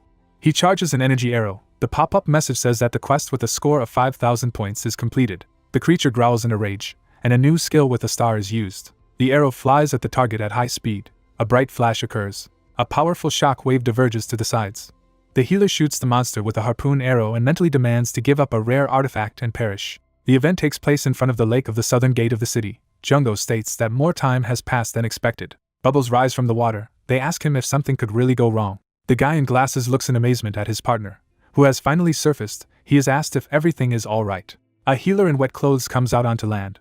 He squeezes out his t-shirt and says with a smile that people should definitely live on land. The blue crust on the victim's hand gradually disappears. The guard stands with an empty bottle. He is told that he is almost completely cured. The enthusiastic soldier sincerely thanks the healer, assuring that one day he will return the debt. The other guys at this moment exclaim that he was saved. Song-hyun replies with a smirk that everything is fine, and now the guy should get better to protect the city. The captain with a scar on his face hears that his subordinates are in trouble. He is informed about checking the condition of the guards of the eastern and western gates. The surprised protagonist hears that they were also attacked by mermaids. The events take place in the hospital of the guards. A loud scream is heard. Victims begin to gradually turn into monsters, making inhuman sounds. The protagonist kicks down the door with all his strength. He is holding a crossbow with a green arrow. The system says that the creation of arrows with a cure for the infection has occurred. MC shoots the infected guys. They fall to the floor, green energy emanating from their bodies. Jungho, frowning, exclaims that it's too late for any of them. The healer remarks that with those who have completely mutated, they have no choice. The monster grabs the furniture with its paws. He throws the table at the guys. The guy in glasses deftly cuts it on the fly, stating that it was a good attempt. Jungho swings his blade while standing in front of his opponent. The monster opens its terrible mouth with a bunch of sharp teeth. He instantly bites through the blade of the sword, Jungho in complete shock. The blue arrow hits the monster after the main character uses the skill. The partner nervously calls for the healer. At this time, he was surrounded by monsters. The companion bravely jumps forward, realizing that he no longer cares. He falls in front of the main character and is bitten. The guy wants to take all the blow on himself. The protagonist continues to fight with a serious look. Mermaid tries to bite Jungho while MC is busy forming a harpoon arrow. A strong shot falls directly into the monster's head. The frightened guys see the bodies of the mutants falling to the floor. A fighter in glasses looks at the broken sword and asks why it broke at such an inopportune moment, while the main character states that he wielded it too crudely. Song-hyun asks his partner if he needs medicine, who replies that everything is fine. Blood gushes from his shoulder, but he claims with a smile that the bites don't bother him. The guards go inside the hospital, shouting that this simply cannot happen. The bloody corpse of a mermaid lies on the floor. The healer assures that they saved everyone they could, but for some it was too late. The commander, closing his eyes, replies that it is only his fault. The protagonist stands in front of him and hears words of gratitude for stopping the disaster. Song-hyun in a white coat expresses confidence that they will give a worthy reward. An outraged priestess appears next to them and begins to demand a cure. The captain of the guard says that they are citizens of the city. The main character scans them with the skill of observant gaze. Outraged people stare at him, with the ability stating that there are no anomalous effects on them. The healer stands in front of them and claims that they are completely healthy and no injuries are visible. They, in turn, shout that they were at the place where the battle with the mermaids took place. The enraged people say that they need to be given medicine immediately in case they begin to turn into mermaids. because they should give priority to civilians, not guards. The protagonist remembers the moment at the gate and realizes that if they hadn't originally made a bridge on the water, then the south gate could have remained safe. With a sinister grin, he remarks that they still have the audacity to address him. The woman enthusiastically hears that the doctor will certainly give her everything she needs. The protagonist laughs and assures that there is enough for everyone, because people have begun to queue. He stands in front of them and calls the price of 400,000 gold for one spoon. Song-hyun decides that he also has a little audacity. The sad people ask him again about the price. The healer smiles and asks if they really don't like the price, because in this case, it's now 500,000. The guys are outraged by this all over the street. The main character continues to increase the cost. With a confident look, he announces the price of 700,000. The interlocutor clenches her fist in rage. They angrily point their fingers at him, shouting that he is trying to raise money during such a crisis. He, in turn, asks him to calm down. Disgruntled people look at each other when they hear that Song-hyun is ready to give the drug free of charge only to patients with symptoms. They stretch out their hands and prove that each of them has symptoms. It seems as if they are about to turn into mermaids. MC thinks for a moment and states that he can't say with certainty on such an examination. He puts his hands in his pockets. He takes out a bottle with a green mixture. The guy with a smirk holds the fresh mermaid blood and claims that he will give it to whoever drinks it. The guard commander is shocked to hear the healer say that if they drink this, they will definitely turn into a mermaid, which means that he will give them medicine for free. Discouraged, people look at the potion in shock and cannot believe that they need to do it. The guy, smiling broadly, asks who will be first. The crowded people wonder what will happen if the medicine does not work, and the healer may not give them the medicine. A woman in heels goes forward and declares that she will not do this. She in turn is indignant, saying that she needs a drink. People begin to run away after a moment, shouting that they will never do it. Discouraged, the guard commander realizes that the guy made the stubborn people leave. He says that Song-hyun is incredible. He replies that he just knows how to handle difficult customers. He says with a serious look that he was going to leave the city today anyway. The captain is standing near the healer. The question is whether there is really no transport left that can get out. He answers that yes. Jung-go is shocked to clarify what they should do in such a situation. The main character steps aside and says that they will stay in the city for the night. The partner asks if he wants to eat. MC replies with a smile that he will do it after dealing with the artifact. His teammate remembers that he slew a rare monster. The events take place at the artifact evaluation point of the city. The employee greets the heroes. An enthusiastic seller asks how he can help today. The main character comes to the conclusion that he is definitely a scammer. The healer stands in front of the counter and says that he would like to receive an assessment of this artifact. The joyful worker sees a small sphere and realizes that it is an extremely rare artifact. The protagonist watches his actions, realizing that he wants to deceive him 100%. A girl comes out behind the seller. At this time he assures that this is a fairly ordinary object. The embittered protagonist realizes that he is about to break his arm. The girl begins to run towards them. The bewildered employee smiles. A lady with blue hair hits him in the face, asking if he is really deceiving people again. She holds her subordinate with her hands. Smiling broadly, she claims that she is so ashamed that this guy was going to deceive him. She throws the villain aside and asks if the main character really came to evaluate the artifact, while the girl asks to take a look. With the help of magic, it forms a light flow of energy, the system says about mermaid cuffs, with the effect of improving underwater vision, speed, water element strengthening, attack speed, and defense in battle. There are accessories on the table. She congratulates Song-hyun, saying that it is a great item, and he will also get a bonus effect if he wears them together. Jung-go whispers to MC a question about what cuffs are. He replies that they are essentially earrings, but there is no need to make piercings in the ear. The main character takes them in his hand. The girl assures that if he wants to sell it, he will buy the store for a good price. The pharmacist, in turn, replies that he will prefer to use it. The healer tosses the accessory, knowing that these items are specifically for underwater combat, so it's always a good idea to keep them in stock. The amazed partner catches the cuffs and does not understand what is happening. Song-hyun points his finger and says that he only needs one, who in turn asks if he is really given one. The healer explains that he needs it to fight well underwater. Jung-go notes his care through tears, and MC realizes that he can't do everything alone. The partner clarifies that he needs to wear it to get the effects. An enthusiastic guy points his finger at the system window, which says that he has received an achievement of the slot for items.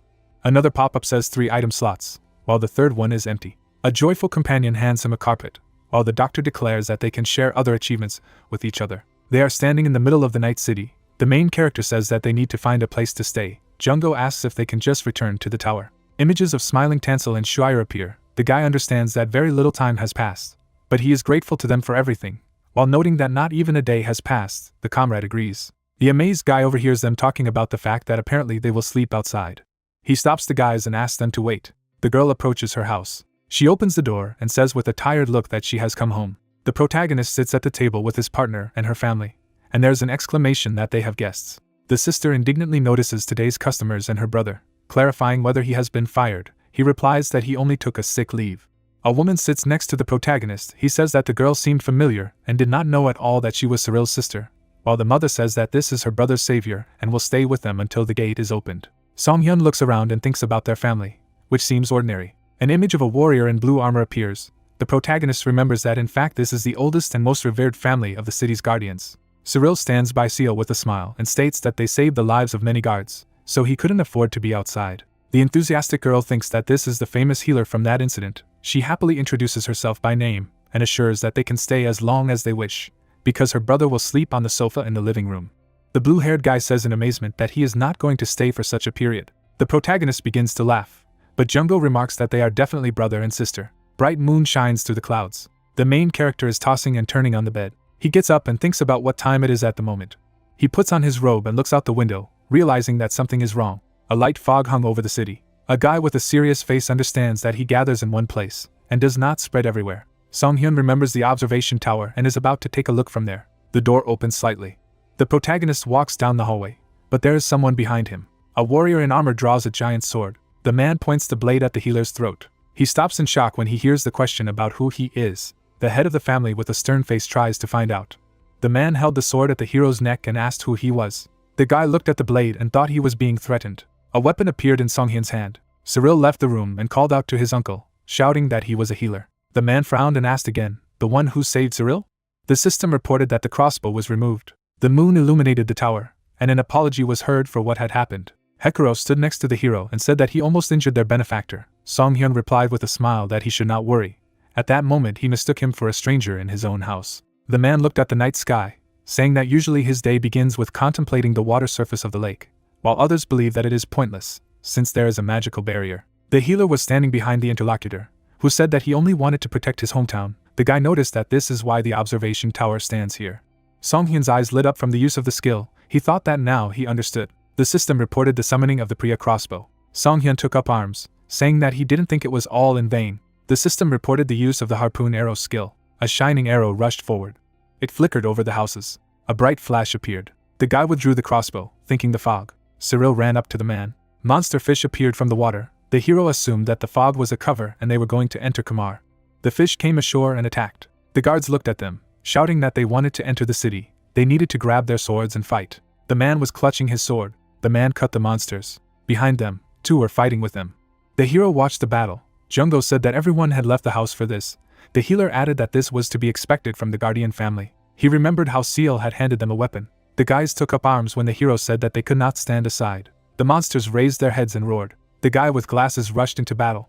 Bright traces remained from the blows. The guy shouted that they should not get out of the water. He looked at the weapon in surprise and said that it was cool. The system reported that he received 250% to physical damage. The warriors fought, shouting that there were too many of them and they were advancing. Song-hyun watched as the guardian struck the monster, thinking that it was usually difficult for such monsters to get out of the water. Could it be a spell to breathe on land? A red seal appeared over the sea. It contained mermaids casting spells. Song-hyun raised his blade. The system reported the moonlight buff and that it was applied. The healer threw a knife at the monster. He was smiling. The system reported an additional increase in moonlight. A seal was shining in the sky. Song-hyun thought that if he got rid of the spellcasters, the others would escape. Hekuro waved his hand, shouting that they were weakened. The mermaids bared their fangs. The tridents began to glow brightly. The print has become brighter. A crab lord appeared from the water. Jungko wiped his saliva away as he said how much meat they could get from him. The hero replied that he had heard that monsters had pretty tasty meat if cooked properly. Cyril asked if they could leave these conversations for later. The monster came out of the water. A cry was heard that it was approaching, and it was necessary to stop it at all costs. Jungko strikes. The guy gritted his teeth. The system reported the use of the all-seeing eye skill. The next window read about an anomalous crimson exoskeleton, a high-body defense. Song-hyun opened his mouth wide and shouted that it was a defensive skill. The monster struck with its claws, shouting that they needed to find its weak points. Cyril was lying on the ground, saying he couldn't move. His eyes became larger. He shouted for Seal to get out of there. The girl grabbed the crab by the limb, shouting that she would not allow it to enter the city. The monster threw her away. The monster raised its claw above her. The girl looked at this in horror. Jungko pushed off the ground. The hero also rushed forward. The two of them chopped off the limb. The guys looked at each other, realizing that they had found a weak point. The guards looked up when they heard that they had to focus their attacks on his legs. They rushed to attack, shouting that they would not let him into the city and they were Kamar's defenders. Claws were shattered into pieces. Mermaids lay on the shore. Cyril clenched his fists happily and shouted that they had won. Hekaro stood next to the heroes and thanked them for being able to protect the city and his family. Songhyun smiled wearily when the interlocutor promised to reward them generously, and replied that they did what they had to do. Seal noticed that they were tired, asking if they were okay. Jungo replied that they were asleep, so they were still a little sleepy, thinking that they had low stamina. The sun illuminated the streets of the city. The interlocutor said that they should rest, and the others would take care of everything.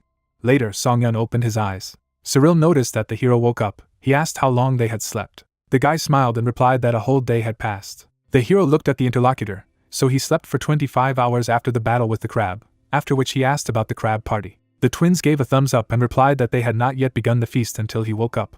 They hid glasses for the Catalier family. A lot of people gathered around the tables. Someone said that the dish literally melts in your mouth, and that it is so delicious that he understands why the nobles are crazy about it. The girl said that the guy should have fun, because this is a party for him. Jungo looked at the shovel and said that the boy was just doing his job. The girl agreed with him and said that it was not just a shovel. She raised her hand and told them that they were awarded annually to the most outstanding warriors in the kingdom, and that they were at least rarely rank items. Songhyun was holding a plate of food when a friend asked if he could give away such a valuable item. The interlocutor replied that he should take a shovel, because there are 11 of them in their family.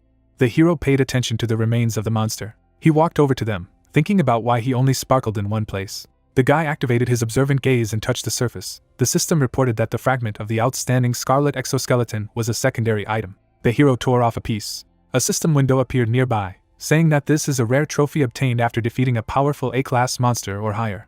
Another window notified of an achievement that gives a reward to increase the chance of getting atrophy from the monster by 3%. The shard in his hands was disappearing. He thought that no one would object if they took it, so he should take it with him. Hekaro approached him and told him that he had brought the news. The hero saw a familiar face. The man put his hand on his chest and said that he was glad to see the healer again. The boy raised his eyebrows and asked what brought him here. The knight replied that he had received an order. Songhyun put his hand on his neck. The knight said that as a sign of gratitude for what had happened, the lord had invited them all to his place. The carriage was approaching the lord's castle. The lord ran out to them and asked them to come quickly, asking if they had saved their kingdom. Jungo covered himself with his hand when the man said that they were honored to be invited by the lord himself, who asked the hero what kind of person the lord was.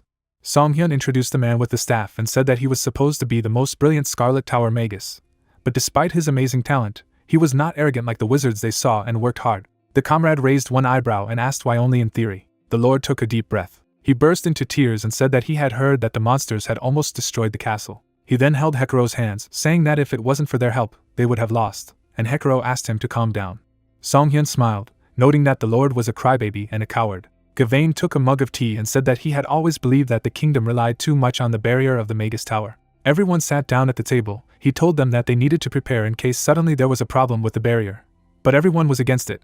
They said that it was pointless. The hero replied that the current security service was too little and not enough to protect the entire city. The lord looked at Hekaro and said that this is why he is thinking about creating the first knightly family of the kingdom. The man was surprised by what he heard. Hekaro rose from his seat. The lord said that he would hand over the responsibility of creating the Order of Chivalry to the Catalier family, who called it an honor.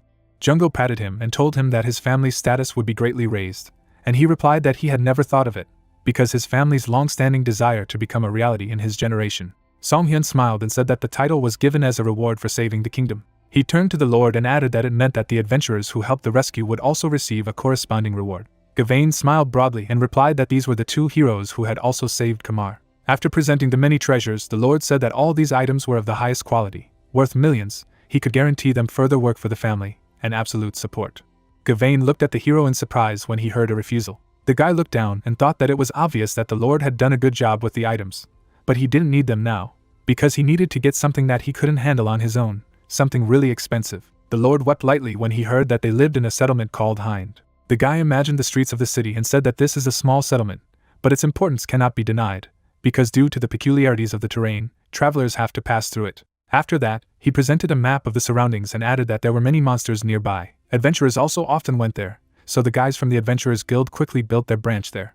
Then he remembered Rewin and Carnil, adding that church members are also expanding their influence. The man looked a little confused when the guy said that the fact that such an important settlement was only home to the Adventurers Guild, and the church seemed wrong. Songhyun folded his hands and asked to build a branch of the Magus Association in the settlement. Rays of light illuminated the shelves with books. The guy thought that the Association of Magicians is an institution exclusively for wizards, where magical items are bought and sold, appropriate tasks are given, and housing is rented. The healer smiled slyly and thought that if a mage association appeared in the settlement, The Adventurers Guild and the church would no longer walk freely as they were now. The Lord trembled nervously when he heard that if he agreed to this, he would provide the support of the Scarlet Mage Tower, and thought that if they made an alliance with the Mage Tower, they would need to get a building permit. But the budget would not be enough. He closed his eyes. Song-hyun sat with a joyful expression on his face as the Lord agreed and said that he would do it since that was what they wanted. Jungho noted that the guy had received the building as a reward. The hero smiled broadly and replied that he would be very grateful if the Lord would cover their travel expenses and pay for the items while they returned to the settlement. The interlocutor's eyes grew larger when he heard that, firstly, they would have the cost of food and a set of potions, after which he asked to provide them with a boat and a guide to cross the lake. The Lord was in despair. The young man did not stop saying that the lake was now a den of monsters, so they needed to cast a spell on the boat so that it could withstand the journey, and since his precious colleague was suffering from seasickness, they needed to cast a spell against it as well. Gavain held out his hand in front of him and said that the Magus associations had to finish the awards. Jungho showed himself when the hero said that it was a reward for his colleague. He said that unlike the healer, he was not a magician. The Lord foamed at the mouth when he heard the words that the creation of the branch of the association did not concern him in any way. Gavain lost consciousness. Several boats were moored at the pier. The man, along with his family, approached the hero, who said that, apparently, he was the guide. The stranger called their meeting a great honor. The boat rushed forward. The twins said goodbye to them. The girl asked to call them if something happened on the trip. The guys swam farther and farther. Both looked forward with a smile, and the hero said that there was a beautiful view of the Scarlet Mage Tower from there. Hit Jungho in the face. A giant monster threw them up. An hour ago, Song-hyun pointed to a point on the map, saying that they were renting transport in a settlement on the other side of the lake. Both looked at the map. The guy added that they would need to go through the red forest to get to the settlement, and it was known for getting lost quickly. Barlik looked back at the guys when he was asked if he was from Tragedy, replied that he was and said that his daughter was sick, so they went to this kingdom to cure her. The girl was sitting on her mother's lap. He added that they could not return earlier due to the fact that all crossings were prohibited. The boys introduced the Crying Lord when Barlik said that he had found a guide through the red forest at the perfect time, and noted his generosity. There was a magic circle on the boat. He asked if the spell cast against seasickness worked. They replied that they did not feel sick at all, so they could rest until they got to the end. A system window with a membership list has appeared. The hero pointed his finger at it, and thought that this list improved his stats depending on the number of organizations he was a member of. Song-hyun remembered the moment of obtaining the status of the Scarlet Tower Wizard and thought that this was the second reward after her. Then, presenting the Cavalier coat of arms, the young man thought that he and his ally had been accepted into the ranks of the knights, and although they were not part of this family, they had fought together in the same battle. Afterwards, he remembered standing next to Jungho and Hekuro, thinking that he had somehow obtained the title of knight. The hero looked to the side and thought that it didn't matter, because you need to use everything you can, and this is the 6th rule in the survival guide. He swiped his finger over the message. The hero carefully read the conditions of the quest, which requires you to score 10,000 points, and gave 1 star as a reward. Song-hyun imagined himself arguing with the system, and thought that it requires much more, and it doesn't matter if it's skillful or not, because he just wants to let go of his hands. The guide saw the ground and said that the forest was already visible. Scarlet trees approached them. The hero said that the forest is beautiful, and just matches the description. Jungho called it creepy. He touched his chest and said that he was glad that at least there were no monsters. Song-hyun looked him in the eye and said that he was not allowed to say this. He asked why. The water under them darkened. The guy replied that he jinxed them. Monster fish jumped out of the water. People covered themselves with their hands. The hero made a dash. A sweep of the blade left a bright mark. Song-hyun grabbed the guide and told him that he didn't have to worry about them and keep rowing. The woman covered her daughter with her hand and turned to the healer. She noticed a giant dark spot on the water and said that something was approaching them. Red eyes appeared from under the water. The guy fired a crossbow. The arrows passed by the fish. The fish sank under the water. Someone said that it was running away. Song-hyun looked carefully and replied that it wasn't. The boat staggered violently. The fish threw people into the air. Jungho frowned and shouted loudly. When he saw the mouth, he said that they were flying right into her stomach. Song-hyun took out a crossbow and said that this fish had really thought of everything. The hero turned his weapon forward, preparing for an ice attack. The shot created a bright flash. The monster froze. Jungho was surprised by this. His comrade asked to break the ice. The guy grabbed a shovel and struck with lightning. Small ice floes floated on the water. A woman asked her daughter if she was okay. The comrades were standing by the frozen fish. Barlik was surprised how the travelers did not get tired. The girl replied that she was a little cold. Song-hyun looked at the fish and said that something was bothering him, and his ally asked what he was talking about. They took a closer look. The guy said that the fish usually live at great depths, as they avoid sunlight, and never show themselves so close to the surface of the water. Jungho replied that, apparently, they do not like the sun too much. The hero's pupils lit up. He said that the monster had appeared, although the sun had not yet set. Song-hyun analyzed the monster's body. The system reported that it was partially frozen, the head was crushed, and the fish had been dead for 3 days. He sliced through the frozen surface. Something broke out from inside the fish. Tentacles collapsed next to Jungo. He asked what it was, and heard that it was a plant parasitic monster. The hero analyzed the parasite. The system reported that it was a wavy Calliops, which mutated due to the effects of an excessive amount of mana. The guy said that this parasite controlled the fish. Songhyun raised his eyebrows, noticing the words that his functions cease when the host dies. The water surface was covered with ripples. Giant tentacles burst out of the water. Tentacles hung over them. The guy said that he knew that something like this was going to happen, because the final boss remained. The hero looked at his ally and said that it was time for them to act. Jungo vomited into the water. The tentacles headed down. Barlik and his family looked at them, frightened. The monster grabbed them. The hero fired his crossbow, calling out to the guide. An ice projectile sliced through the tentacles. The guy turned around and thought that there was one more thing left. The girl was screaming in fright. A tentacle swept over Jungo's head. He remembered his daughter when he heard the scream. His eyes grew larger. He got to his feet. The guy grabbed the girl. The monster dragged them underwater. Songhyun looked down in confusion. A small circle walked across the water. The woman reached forward, but her husband stopped her. Songhyun stretched out his hand to her, activated a soothing voice. The hero sat down next to him and said that their daughter was definitely sleeping. Then he turned around and thought that, as it seemed to him, his comrade would not go to the bottom with her. But if he left him alone for a long time, the man could drown, saving the girl. The monster dragged them deeper and deeper. Jungo sliced through its tentacles, thinking that the monster was strong. The monster's limb regenerated. The man was surprised by this. He began to get nervous, realizing that if he had been alone, he would have easily gotten out. Then he pressed the girl, thinking about how he could do it when the child was there. The monster grabbed them again. The guy realized that he was running out of air.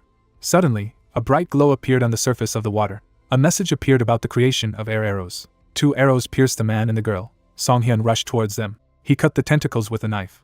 Jungo looked at him happily. He called out to the healer holding an ice dagger in his hands, who asked his comrade how he always got into such a dagger. The sweeps cut off parts of the tentacles. The hero saw darkness below him. Jungo frowned and informed the guy of the danger, saying that the monster was endlessly regenerating its limbs.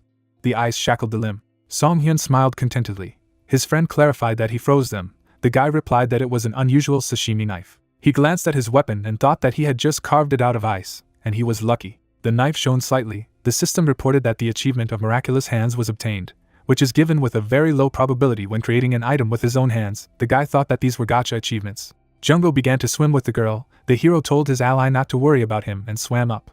Songhyun swung his knife and thought about the fact that random enchantments would place 2 random enchantments on the item. He sliced through the tentacles, applying a freeze. The monster grabbed the stone. Then he threw it at the hero, who thought that he was trying to use everything that was around. A message appeared about the call of a crossbow. Songhyun pointed the weapon in front of him and created arrows from ice potions. The arrow rushed into the block. The cobblestone was covered with cracks. The guy thought that there was also a second charm. He managed to break the stone. The system reported that the second enchantment was a 400% damage bonus against frozen enemies. Songhyun noticed something. A monster's head appeared in front of him. A third eye shone on the squid's forehead. Songhyun smiled and thought that he had finally found his head. The squid looked at him angrily. The monster let out a roar. The hero put his hand to his ear. Several squids rushed towards them. They began to circle around the big one. The guy looked at them in surprise and thought that they were all infected, and the monster was trying to use them as a shield. Songhyun smiled and decided what he would do in such a case. The arrow flew near the squid. He looked back at the beam. A shell exploded behind him. The system reported the use of Holy Dawn water arrows. The hero held the crossbow, thinking that usually the wearer is not able to think normally because of the parasite, but still remains true to his instincts. Seeing how the squids turned their attention, the hero realized that their peculiarity was an attraction to light. All the squids swam past the monster. At that moment, an ice arrow hit him. Songhyun rushed to him and said that he could see everything clearly now. The guy smiled and said goodbye to his opponent. He struck several blows and slashed the monster. A system window appeared in front of him. The hero thought that the monster was finally dead. The system awarded him 12 points. The guy wondered why he got them. In the next second, the system opened many windows, awarding the guy a lot of points. He looked at it in confusion. I don't understand what's going on, because he doesn't get points for killing monsters. Songhyun looked around. The parasites began to come out of the squid. The guy thought that everything was counted as a treatment for parasites. Reports of achievements surrounded him. He thought that it must have been worth it. Songhyun emerged from the water. Then I went up to the ice floe and asked him how the family was doing. The man turned pale, looked at him with a sickly look and said that he was very glad that the guy was alive and well, but the hero called him useless. Later, they ended up on the shore, a man and a woman running to him asking if they were okay. The woman in tears turned to the hero to him, asking for help. Songhyun noticed something. The girl was trembling. The guy thought that maybe he came too late. The moon towered over the red forest. The man asked if everything would be all right with the girl. Touching the child, the healer said that she had hypothermia. He took the branches and said that they needed to warm her first, he would make a fire, and they should wrap her in a blanket. Jungo looked ahead and told the hero to look at the sky. The clouds blocked the light of the stars. The guy said that it seemed to him that it would rain soon. Barlik was holding the girl in his arms when Songhyun asked how far the city was from here and replied that even the shortest drive takes about 2 hours. The hero looked ahead and said that they would not have time to get there in time, offering to take shelter from the rain in the forest. The group walked along the forest. Songhyun glanced to the side and thought that this was the red forest. Jungo pointed his finger at the color around him, and the man replied that the animals were also red, even the people who lived nearby were affected by it. The interlocutor introduced red hair, saying that in Tragedy, everyone is born with it. The woman walked in front, asking not to lag behind, because strangers are constantly lost in the forest. Jungo clarified if this is because the trails are confusing. She put her hand to her face, replying that they tried to set up signs and make direct paths to the settlement. But nothing worked. The wizard said that there were strange forces in the red forest. The hero stopped. He stared ahead and told no one to move. The healer summoned a silver azure dagger from his inventory. Then he put it in front of him and told the unknown to stop hiding and go out. Someone smiled, noting what he noticed. The man came out from behind the bushes. A girl jumped down from the tree. The person holding the child shouted that it was a Red Road gang. After presenting the gold, he said that these bandits were stealing items and bags of travelers in this forest. All the gang members were red-haired, and they were robbing only people with a different hair color. Jungo looked at his interlocutor, hearing that they still accepted dyed ones, thinking that they should be called a circle of gingers. The bandit took out a knife and said that he knew there was a healer among them. He didn't care about the others. Songhyun looked at him saying that if they wanted to take the healer away, then one of their men was injured. The redhead shouted at him to shut up and do as he said. Frowning, Songhyun thought that they were short on time, and they were not helping. He needed to quickly get rid of the bandits and find a safe place. Suddenly I was surprised at my own thought about a safe place. The attacker was surprised when the hero asked for forgiveness and said that one of them was now sick. He smiled and said that they would like to use their hideout for one night. Songhyun raised his finger and said that it would rain soon. Jungo pulled his parents away when the thug shouted if he really thought they had an inn. The healer smiled and said that if they let them stay, then they wouldn't report them to the Adventurers Guild. The bandits were annoyed. They rushed at him. The girl picked up the knives and told him to try to hand them over if he survived. The hero dodged the attacks. Then he intercepted his weapon. Songhyun struck with the hilt. The swing of the second opponent passed near the face. The hero pushed him away with his foot. The redhead held his stomach and asked why he was so fast. The girl said that he was definitely using some skill, suggesting to use something. The guy tore up the scroll and said that he was finished. The hero is entangled in magical chains. He looked at them and thought that these chains were limiting mana. The bandit rushed to him again and said that he was nothing without his skills. The chains began to crack. Songhyun broke the shackles, noting that he was not using mana. Then he hit the guy in the face. The girl looked at him in shock. The hero turned to her. He smiled and clenched his fist. The birds flew away from the loud sound. The bandits folded their hands, apologized and said that they would bring them safe and sound to their shelter. Later, they appeared to be at a cliff. The bandit said that this was their hideout. A symbol lit up under his hand. The boulder moved away. Songhyun was behind. There were sick people lying on the ground. They said that they had a stomachache, a headache, and so on. Jungo covered his mouth and said that they looked sickly. The hero asked if that was why they needed a healer. The bandit nodded and replied that everything was fine. But suddenly they all started having pain. He didn't know why. Seeing how his comrades suffered, he thought that the healer would be able to cure them. The girl looked into the stolen when she heard the question who asked who all these people were. A man who introduced himself as Mr. Rosent came out to them. Looking at him, Songhyun thought that it must be the leader of the Red Road gang. The man held the cloak, saying that the comrades were only looking for a healer. Jungo stood up in front of the family, hearing that there were too many people to see, and asked what happened. The girl scratched her head, wondering how he could tell him that they had been beaten and had to be brought here. The healer smiled and said that he had beaten them and they offered to shelter them. The hero took his hand aside when the interlocutor said that they were wanted in the city, so they could not really accept strangers. The guy asked not to worry, they would not inform on them. He raised his finger and said that he was a healer. Songhyun pointed to the sick and said that he could heal them. The leader of the bandits looked at him as he said that in return, he wanted them to let them spend one night here. He lowered his head and said that he must be a mighty traveler since he himself had come to the rogue's hideout. Then he looked at the hero and asked him to promise not to create problems. Songhyun put his hand to his chest, making a promise, and thought that it couldn't be that this guy was a real leader. Imagining a man at something green, he wondered where the real one was. Rudy was asleep. The hero put his hand on the woman's forehead and thought that there was no fever, as well as signs of physical injuries. His eyes lit up, and he wondered what would happen if he used his observant gaze. A window of the system appeared, which said that her condition was abnormal, panic, clouded mind, phantom pains. Jungo put his hand on his belt and asked if he had found anything. He replied that it was phantom pain caused by mental damage. Imagining the knight on his knees, Song-hyun mused that phantom pain meant pain from a lost limb as if it were still there, but in Azul, the word meant painful sensations even when the body was fine. Examining the patient, the hero said that phantom pains do not damage your endurance, but harm your sanity. Over time the pain intensifies and causes more and more harm to the mind. Rodent looked at him, hearing that phantom pains have no definite boundaries, so they are even more difficult to treat, and asked if this meant that there were no methods to heal them. Song-hyun stood up and replied that they needed to get rid of the cause of the phantom pain. Raising his finger, the hero said that at the moment they were suffering from excessive mental damage, so they would need mental and calming potions. Song-hyun looked down and said he could make them, but finding the right ingredients was quite difficult. Jungko pointed to the cabinet and asked if these ingredients would work. The healer came up to him and told him that there seemed to be herbs growing in the red forest, and they were all red. Looking at the shelves, the hero listed the plants that he saw in front of him.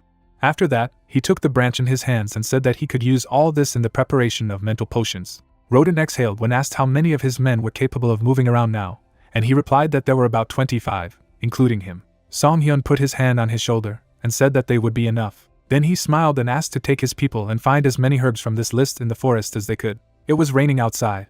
The guy and the girl were outraged and shouted that they did not touch him, only because he was a healer. How dare he tell him what to do, demanding to leave. Song-hyun looked at them with a smile, thinking that they had become more talkative. The bandits went to collect herbs. There were ingredients on the table. Jungko asked how he knew so much. The hero showed the diary and said that this was all his experience. He kept notes about cured patients and new facts that he found. Stretching out his hand, the healer asked to give him what his companion had in his hands. He dropped the can. She rolled on the floor. Jungko went to get the jar when the hero said that apparently he had already begun to have tremors. He bent down and asked what it was.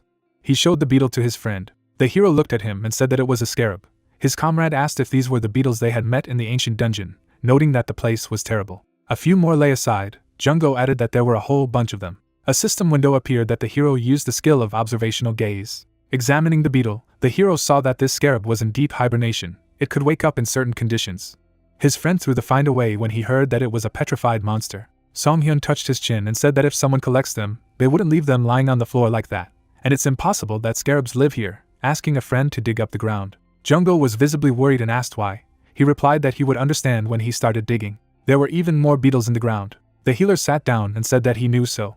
He took the earth and said that perhaps the whole cave was made up of scarabs. Song-hyun brought the ground closer, saying he had a few questions. It was raining. The vials were filled with potions. The hero said that it was good that they found fresh ingredients. Then he raised his hand and said that the constant acceptance of potions was the most important part. The interlocutor thanked him.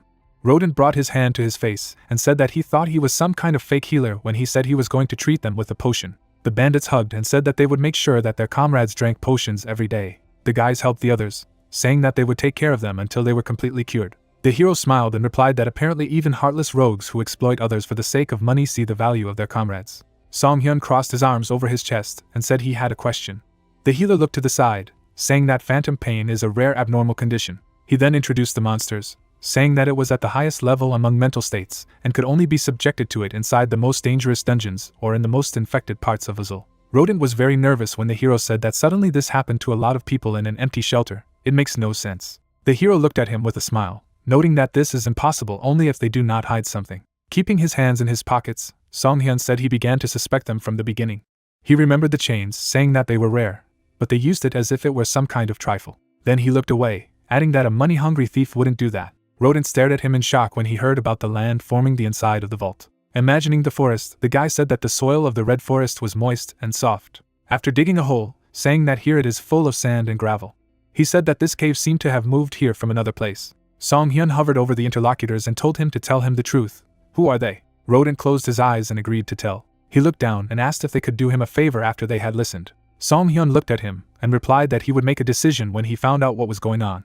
Introducing the forest, the leader of the bandits said that there had been nothing in this place before, but 3 months ago, a cave suddenly appeared here. Then he remembered the scarabs, saying that there were monsters inside the cave that they had never seen before. After Bright Gold, saying that she was full of expensive things. Jungko pointed his finger at him and asked if there were really monsters and things here. They were surrounded by spiders when the interlocutor confirmed and said that this cave is a kind of dungeon.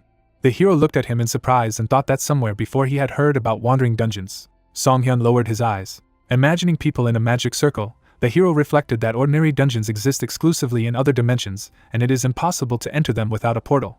But there is one exception. Imagining a monster in the city, the guy thought that for some reason, An entire dungeon had once appeared in the middle of the continent, and this was a wandering dungeon. The guy frowned and thought that the last time such a thing was seen was several hundred years ago. He looked at the leader and said that the scroll must be one of the items they found here, who replied that he had never seen such an item, so he was happy.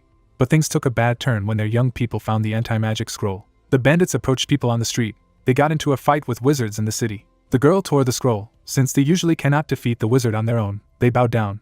But that day was different. Darkness gathered around the robber. The robbers loomed menacingly over the man. Song Hyun folded his hands and said that they had completely destroyed them. His companion added that it was impossible to use a spell in the area of anti-magic. Rodent looked down and said that it was a historic day for them. They had a lot of grudges against the mages.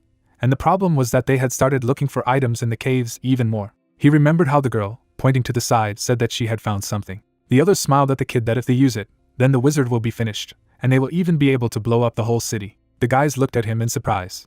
He covered his face with his hand and said that he did not know what they had found, but they were already out of their minds. Then he glanced at his interlocutors, asking them to stop them. Jungho scratched his head and asked what they would do. The heroes replied that he didn't like mages either. Song Hyun remembered his comrades saying that he did not want to see the fall of the city that he had just saved. The hero smiled and asked where the real captain of the gang was.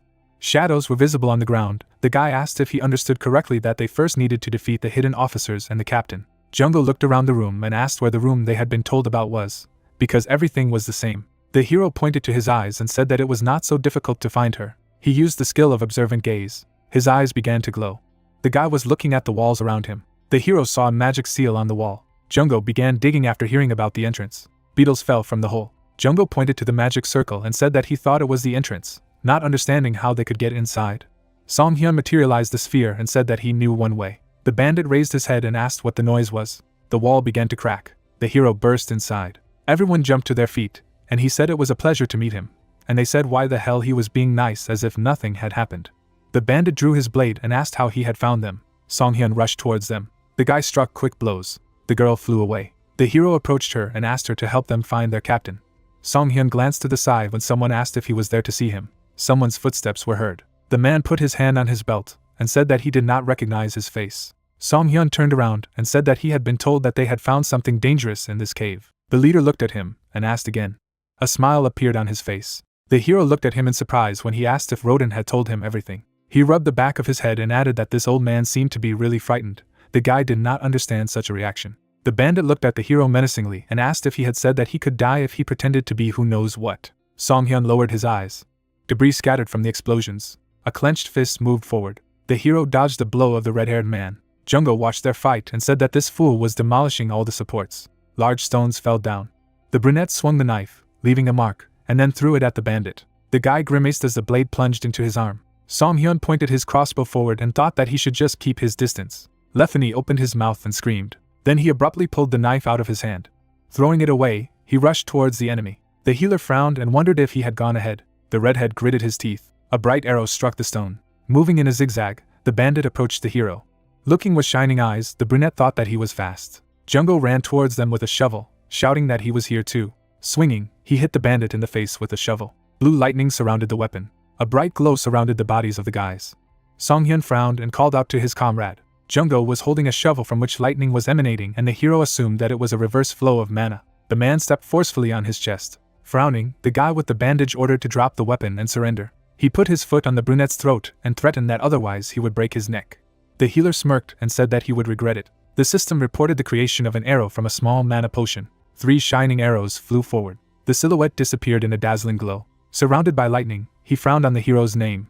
The system reported that he used the ability to counter mana, due to which he has a strong resistance to mana. Contact with it causes an explosion. The guy looked at him with blue eyes and thought that he knew that he was opposed to mana. Looking at the opponent's silhouette, he reflected that opponents of mana are born with strong mana resistance. He takes half the damage from normal skills that require mana. Looking carefully ahead, Song Hyun understood why he was in opposition to the Magi. Lefany looked at his palms and asked what he had just done. It didn't hurt at all. There was a red artifact above the guy's palm. He asked if he didn't understand. It was a magic arrow. Holding a shining diamond, the healer said with a smile that he was a magician. Lefany stared at him in shock and asked, could it be the emblem of the Alloy Tower? He removed his leg from his victim's neck. Rushing at the brunette, Lefany shouted that he was a magician. A fist slammed into the wall. Rocks were falling down. Song Hyun thought he was freaking out. He dodged another blow with a smile and thought that it would be easier for him if he acted like a man and said aloud that he seemed to hate mages. The red-haired man opened his mouth and ordered him to be silent. Suddenly, the attacking Jungo appeared behind him, and words were heard saying that it was too easy. The man hit Lefany on the head with a shovel. The bandit turned around in displeasure and asked if he called it an attack, and the answer was that of course not. A system window appeared with information that the spell Rift Carapace had been cast. The guy with glasses said with a satisfied smile that he had just fallen into a trap. The system reported that the effectiveness of the skill was halved due to magic resistance. Target defense decreased. The scarred guy looked back in surprise. Song-hyun swung his fist with a smile, and then he hit his opponent several times, saying that it was perfect for the last blow. The healer, surrounded by a blue whirlwind, closed his eyes and called on the traveler of the snow-covered path to embrace the curse of the permafrost in his hands. Shocked, Lefany gritted his teeth and cursed. He swung his fist and shouted that magic had no effect on him. The opponent's blows met in bright energy. The brunette stared at the fist on his cheek. The bandit opened his mouth. The skin on his cheek began to freeze. The system reported an anomalous condition. It was frozen and received critical damage. The red-haired man fell backwards and said in surprise that she should not affect him. He fell on his back, barely having time to finish. Song-hyun smiled contentedly when his friend asked what these chilling blows were. He just poured ice potion on his hand, and replied that he came up with the name himself. A green substance was bubbling on the wall. The heroes looked at him in surprise. The brunette remembered the gang members' words and said that he kept thinking what they meant when they talked about someone's awakening. This is the secret weapon of destroying the city. Bubbles swelled on the green body. Looking at the creature on the wall, the healer said that it was a symbiote. A comrade standing next to him asked again. Song-hyun looked ahead and said that it was one of the parasite monster species. He imagined a man possessed by a huge insect and said that if you put this creature in a person, you can get a super strong soldier. With such help you can calmly conquer cities. Song-hyun's eyes glowed blue. Looking at the green cocoon, the hero said that it looked like it would hatch soon. The system window stated that the cocoon of the Gordius larva was in the process of hatching. The parasite was able to control the minds of living beings. Jungo pointed his finger at the monster and asked, "Why don't they take it for themselves?" The man opened his mouth in amazement when his friend offered to act, but then not to blame him. When this creature begins to consume his life, memory, energy, and so on, the symbiotes ask a very high price for their gift. The brunette took out a crossbow when someone shouted from behind. Opening his mouth wide, the man shouted that they were fools. Lefany attacked them from above, swinging his leg. A powerful blow broke stones. Jungo clutched his shovel and exclaimed that they were joking. He had already come to his senses. The frowning enemy was breathing heavily. Standing in front of the green cocoon, the hero heard that with this power, he would be able to defeat people like them with one finger. The guy took a scroll out of his inner pocket. Tearing it apart, Lefany yelled for them to stop their futile attempts to stop them. A purple magic circle appeared under the hero's feet. Jungo was surrounded by pixels and screamed that he was disappearing. An artifact began to appear in Song-hyun's palm. He said that it was a teleportation scroll. The thrown object bounced off the floor. The heroes in the magic circle disappeared. The same shining portal appeared in the red forest at the entrance to the cave. The heroes appeared inside the magic circle. Touching the ground with his foot, the guy said that he got rid of them very easily. Standing near the entrance of the cave, Song-hyun said that he was playing for time to let the larva hatch. The comrade asked what they should do. Standing in the rain, the brunette closed his eyes and replied that while he was there, it would be difficult to destroy the parasite. He offered to finish it off quickly. Jungo scratched his head hesitantly, and said that killing was the last resort, and suggested that they look for another option. The healer looked down and thought that he had forgotten what a pacifist he was. Stepping inside the cave, the hero said that they would then wait. He smiled and said that everything would go smoothly very soon. Lefany approached the cocoon. He winced, touching his head, and cursed. At his foot was a bottle with blue contents, and he realized that it was a mana potion. Picked it up. The red-haired man thought that theoretically, with this, he would be able to speed up the hatching process. He splashed the potion on the symbiote, and thought that it was worth hurrying up to destroy the city. A parasite silhouette appeared inside the cocoon. The guy at the monster froze when he heard the scream. Turning around tensely, the leader realized that these were the screams of his men. Outside the secret room, the man was running quickly down the corridor. In front was Song-hyun standing with his back to him. The leader was surprised to see his comrades lying on the ground. There were tears on the red-haired guy's face. Lefany furrowed his eyebrows angrily, recognizing Rodent. He swung his fist, angrily asking what he had done to them. The hero stopped him with his fist. Grinning, he mockingly said that he had done it to them. The scarred guy looked at him in shock. Imagining the monster doused with the potion, Song-hyun asked if he used the mana potion. It strengthened the symbiote's ability to control minds. He was a rebel. He would not be harmed. He continued to hold the gang leader's fist and said that others could become disabled or even die. Lefany looked at them in amazement and asked if it was because of him. The brunette looked at him with a smirk and thought that although he had left a mana potion there, yes. He lowered his hand and said that he could help. He could cure everyone. He approached and said seriously that he would only do so if he left the city alone. Lefany furrowed his eyebrows angrily and said that he knew it would be so. The hero waved his hand to introduce the monster and said that he assumed that the symbiote was actually the boss of the dungeon. Imagining the buildings engulfed in flames, He continued that if the monster that possessed his body was freed, not only Kamar would suffer, but the entire continent. Song-hyun touched his chin and told him to think carefully. The lives of his people were not worth it. The leader opened his mouth angrily, but then he gritted his teeth, lowering his gaze. He lowered his head and replied that he understood, and then asked to help them. Jungho peeked around the corner and asked if his comrade had finished. He was actually blackmailing him. The healer smiled, saying that everyone was alive. The guy with glasses looked at him and asked if he should deal with the symbiote first. Song-hyun replied that if he got rid of it, the dungeon could disappear. There was a downpour outside the cave. The hero said that he would like to do everything quickly, but it was raining outside, and they had better than patience. Song-hyun was bandaging his friend's arm and was asked that if it hatched earlier, to which he replied that Lefany had put up a barrier. Everything should go smoothly. Someone approached the symbiote. The man with a cunning look reached for the cocoon, while the hero continued that it would be good if some fool did not do stupid things. There were empty vials on the ground. Words were heard that the fire was quickly extinguished. Song-hyun sat next to the patient and said that the pressing problems were over. Lefany sadly said that it was his fault. The brunette smiled and said that he was right. Rodin patted the leader on the shoulder and said that he did not do this on purpose. He turned his gaze to the hero and thanked him for the service rendered. Song-hyun smiled sweetly. The flame of the fire was burning. The words were heard that here they were.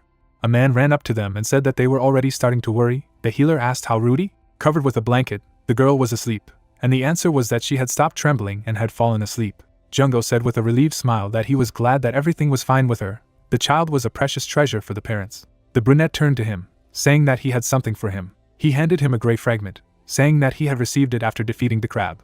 The system said that it is a shard of an outstanding scarlet exoskeleton, health plus 15%, defense plus 15%, increases the chance of healing after hitting an attack with a water attribute, and the chance to activate the exoskeleton skill. The friend opened his mouth in admiration and asked if he was sure he didn't want to keep it. The hero confirmed that it was intended for those who fight on the front lines. Song-hyun smiled charmingly and thought that he wanted him to take more hits. Tears poured from his friend's eyes. The healer sat down on the ground. He remembered the system that surrounded him and thought that he had gained several achievements on his way here. He sat with his arms crossed in front of the information window, pondering what was the most important of them. The system reported that this is the embodiment of greed, awarded for receiving more than 10,000 points in a day. Song-hyun looked down with a slight smile. He pressed a button to accept the reward. A system window appeared with a point spat machine, which said that he could now use the vending machine from the status window. Obtaining a new item costs 1,000 points. They are updated at 6 a.m. Song-hyun clenched his fists in displeasure, realizing that the goods were not in the form of a lottery. He saw that the skill of ignoring orders was for sale today. The woman looked at the hero burning with anger, who thought, is this a reward for difficult content? The brunette touched the system window and thought that 1,000 points every day is quite significant, but investing in good skills is worth it. The system has notified that a new skill has been obtained to ignore orders. Next, there were windows with rewards in the form of the extraction skill, inventory expansion, the stone breaker feature, and the completion of the wandering world, which gives the effect of strengthening in wandering worlds. The hero thought that he had received several more achievement rewards, and they also gave him an achievement for completing the dungeon. The foolish interdimensional traveler in the person of Jungho was asleep, and the satisfied healer thought that the wise interdimensional traveler ended his day by checking the achievements he had gained. The light reflected off the walls of the cave. The hero said that he should also sleep. He froze in fright as the cave began to shake. Jungho jumped up abruptly, not understanding what was happening. There was movement in the cave. The bandits looked at each other anxiously. The leader asked if it was an earthquake. Song-hyun ran up to them, shouting that this wasn't just an earthquake. Shifting his gaze to the side, he thought that there was only one thing that could make so much noise. Beetles crawled out of the ground. Red-eyed insects flew over the heroes. The guy thought they were scarabs. Hordes of insects flew through the cave. The hero noticed that they were rushing somewhere inside. Looking intensely ahead, the healer said that they were moving towards the secret chamber. The disgruntled leader of the bandits said that there was a symbiote there. The guys quickly ran after them. Bugs flew around the dungeon. Song-hyun said that they blocked the entrance. A crossbow appeared in his hand. Leaving a bright trail, the arrow flew towards the scarabs.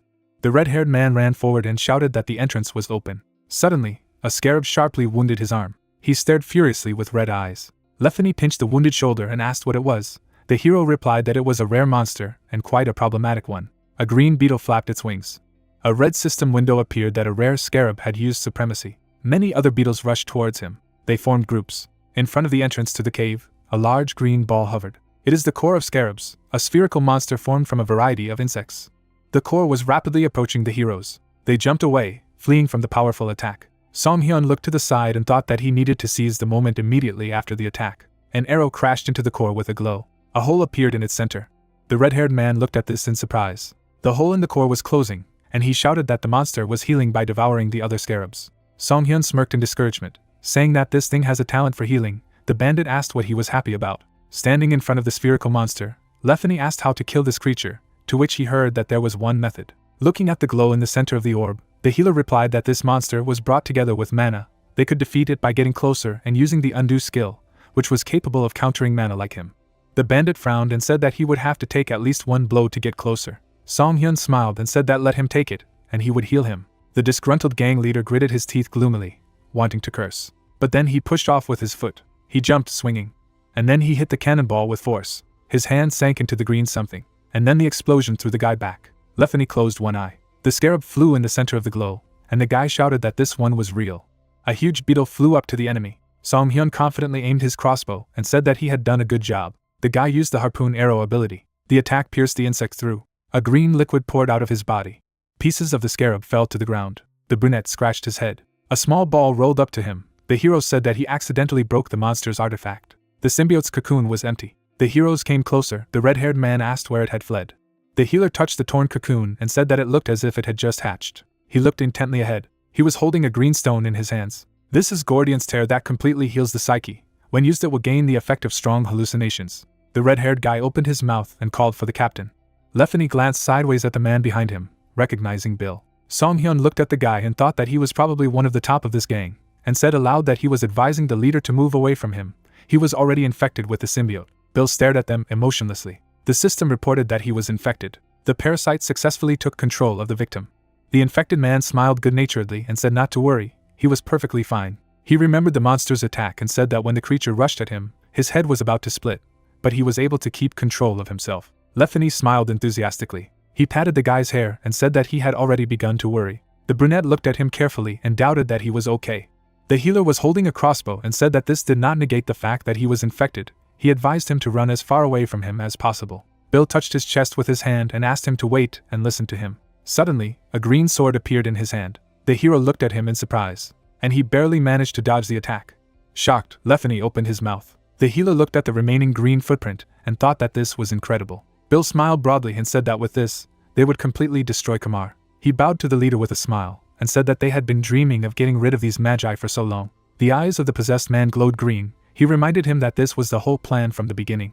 Lefany stared at him in amazement as he heard that since the parasite no longer controlled him, this was their chance. The palm of the infected was pierced by a flying arrow. Song-hyun held the crossbow and said with a smile that he was now sure. The red-haired man squeezed his arrow-pierced hand, and the guy continued that he was not Bill. Green Eyes frowned when asked how he knew so many symbiotes. The brunette looked at him seriously and said that no one knew that the symbiote's name was Gordian. Surrounded by the haze, Bill lowered his head. Wings protruded from its back. A white-haired guy with wings said that this boar was getting on his nerves. The symbiote flew swiftly forward. He swung his sword and insidiously said that he would kill him right away. Song-hyun crouched down to escape the blow. The approaching opponent summoned a spell. A powerful flash arose from the attack. Lefany swung his fist and ordered Bill to be released. The symbiote turned around in displeasure, and he grabbed the leader by the wrist. And then he threw it back with powerful blows. The guy collapsed and hit the ground. Song-hyun was holding a crossbow, and after hearing a cry about how much it hurt, he asked what he expected from the boss.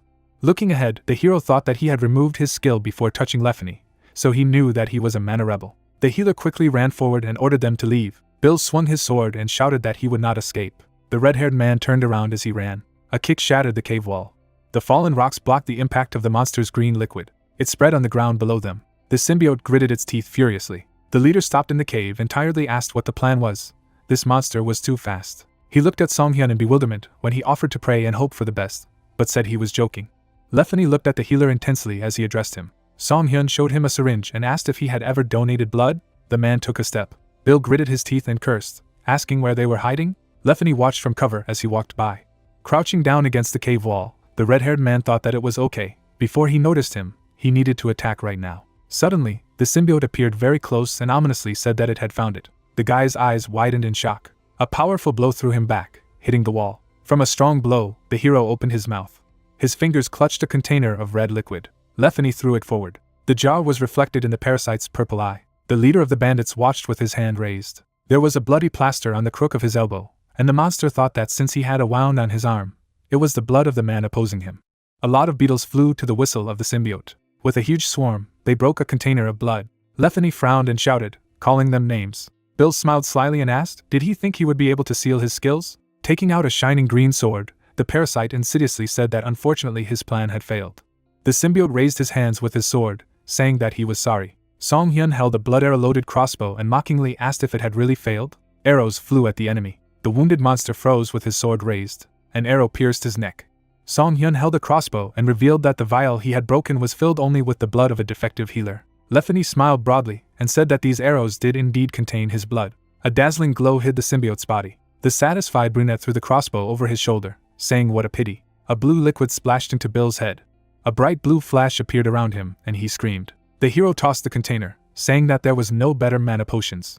After catching her, he continued that for a guy who had absorbed the blood of the man who confronted him, beetles exploded on approach. Song Hyun looked down and thought that if he tried to squeeze the symbiote out of him, then the guy might die. The system reported an extraction skill that can extract a foreign substance. The guy's hand was surrounded by blue light. The guy controlled the skeleton's hand, surrounded by radiance. He turned his hand to the side. The bone palm copied his movement. The hero thought that he understood how it worked. A bone hand grabbed Bill's body. And then she took a huge insect out of it. The healer kicked him violently. He swung his knife at the monster. The symbiote frowned and asked to stop. Looking at him, the hero heard that if he spared him, he would make him stronger, and thought that he was using telepathy. The brunette looked at him and thought that he was using telepathy. Waving a knife, the hero replied that he did not need it, he was a healer. The monster closed his eyes and said that he would give information about the wandering dungeon. The hand with the knife froze. The symbiote trembled under the hero's foot and asked if he had any questions about this dungeon. If the guy left him alive, he would tell. Song Hyun looked at him and thought that he needed information about this dungeon. The monster lifted his head when he heard that the hero would listen to him. Introducing a huge dragon and a mage, the insect said that to create a dungeon you need power. Monsters need the power of the main boss, and people need the abilities of a sword master or archmage. In other words, anyone can create a dungeon if they have enough mana. Lefany watched the guy look at the monster and thought, what is he doing? Imagining the shards of the shattered mirror that the girl was holding, the symbiote said that the wandering dungeon was different. A power that transcended dimensions, the only entity capable of moving entire spaces, was a deity. The hero looked down and asked again, so the gods. Stones were descending from the cave. He said that they had been silent for the last hundreds of years. Why now? The beetle replied that he had no idea. When he noticed the change, he was already here. Imagining a ball bending space, he said that moving one dimension into another in this way causes some harm to the dimension. He does not know what kind of god did it. Song Hyun pinned the monster to the ground when he heard that it was definitely not one of the good guys. Shifting his gaze to the side, the guy thought that if the wandering dungeons continued to appear, Azul might not be able to withstand the collision of dimensions and disappear. He imagined ghosts in the blazing flames and thought that this meant that the evil god wanted to destroy this world. The brunette looked at the monster and thought, how did such important information disappear? The healer removed the leg from the beetle's body and said that he did not expect anything, and this turned out to be valuable information. The monster bared its mouth, and then he quickly flew to the guy, saying that he had relaxed his vigilance. Green rays penetrated the hero's body. Lefany opened his mouth in amazement. The white-haired Song Hyun looked up in confusion. The hero stared ahead in shock, hearing the order to obey in his head. Lefany sat holding on to his wounded stomach and called out to him. The healer's body was surrounded by a green glow, and a friend asked him to wake up. The silhouette of the monster hovered over the hero and said that he liked this mighty body. The symbiote's eyes sparkled, and he declared that he would destroy this world with his body. Opening his mouth, the healer said that he was incorrigible. Behind him, a bony hand reached out to the monster. The healer used the skill to pull the parasite out of his body. The skeleton's hand gripped the screaming monster. She pinned him against the wall of the cave, and the parasite asked the hero how he did it. He had to be under his control. Song Hyun introduced an arrow bouncing off the head. It was the logo of the Ignore Orders skill, which enhanced mental strength and gave immunity to mind control abilities. Stretching out a shining palm, the brunette replied that he did not like to obey orders. Then he jumped sharply, leaving a trail. Confidently gripping the knife, the hero said goodbye to the monster. A sharp knife cut through the beetle's body. It fell, emitting a green liquid. Lefany turned around in displeasure when asked if he was okay. The red-haired man lowered his head and asked who he was. The hero replied that he was a healer who would heal him and heard that he had turned from a wizard into a healer, a crook. Song Hyun looked at him silently. After scanning his comrade's body with the skill, he found out that he had profuse bleeding, excessive blood loss, and bruises all over his body. The healer thought that everything was worse than he had imagined. The brunette sat down next to the red-haired man and thought that he had taken a lot of blood from him. When he was already injured, he needed blood. He turned away and wondered where he could get the blood of the mana opponent now. There was only one option left. A system window has appeared in the cave with the quest to score 10,000 points. The current points are 11302. Song Hyun touched the system window and mentally addressed the administrator, saying that he knew what he was watching. Stretching out his finger, he mentally asked him to give him a skill that would come in handy now. The system reported that the quest was completed. A shining tape measure spun. The hero's gaze became surprised, and he thought that this was it. The system window reported on the recycle skill, which returns the item to its original state, splits the prefabricated item into its individual components and triggers with 100% probability. The healer held an arrow with the blood of the opposing mana. He looked at the red arrow and thought that with this skill, he would be able to refine these arrows into blood again. The hero abruptly broke the arrow in his fist. The system reported the use of the skill. The inventory notification said to receive the blood of the counter mana. The red-haired girl smiled happily, exclaiming that he had woken up, and the guy asked if he was okay. The man with the scar opened his eyes. Members of the gang surrounded the leader, and he asked why he was lying on the floor. Song-hyun was standing nearby, asking not to move for the time being. Grinning, he said that he had just almost died. Blood transfusion droppers were attached to the boom, and Lefany thought he owed him a debt now. The guy shook Bill's unconscious shoulders. The leader asked if he was okay, and heard that he was, but he would also have to be a patient for a while. Rodent looked at the healer with a smile and thanked him. Song-hyun looked ahead wearily and thought that too much had happened today. He imagined a big black star and thought that as soon as he talked to this administrator, incidents were happening around him one after another. A crack appeared behind the healer. Suddenly the cave began to tremble and collapse. Cracks appeared on the floor. The bandit grabbed his girlfriend in shock and asked what was happening again, if there was another earthquake. A purple fragment appeared in the cave. The hero thought that he hoped that the death of the boss would entail the removal of only the dungeon of the cave, and the entire shelter would disappear. He resolutely looked ahead and shouted that the dungeon was leaving. It was falling into the crack between dimensions. The bandits opened their mouths in shock. The girl shouted that this was the place from which they would never be able to get out. The hero pulled the knife out of the beetle's body. The brunette stuck his hand into the monster's carcass. Rodin asked in surprise, what was he doing? Song-hyun held the core of the low-level main boss in his fingers and said that with it, they would be able to create an exit portal. He threw it to the surprised bandit and asked him to fill it with his mana. A fist clenching the core was surrounded by a blue glow. A purple magic circle appeared under the hero's feet. The guys ran towards him when the brunette shouted that it was the lowest level core, so they didn't have much time. Then Song-hyun smiled and said that he was joking. It would be enough for 5 minutes for sure. The bandit asked if he was having fun and heard that yes. The girl supported Lefany's arm, who asked if the portal would close if an opposing mana like him passed through it.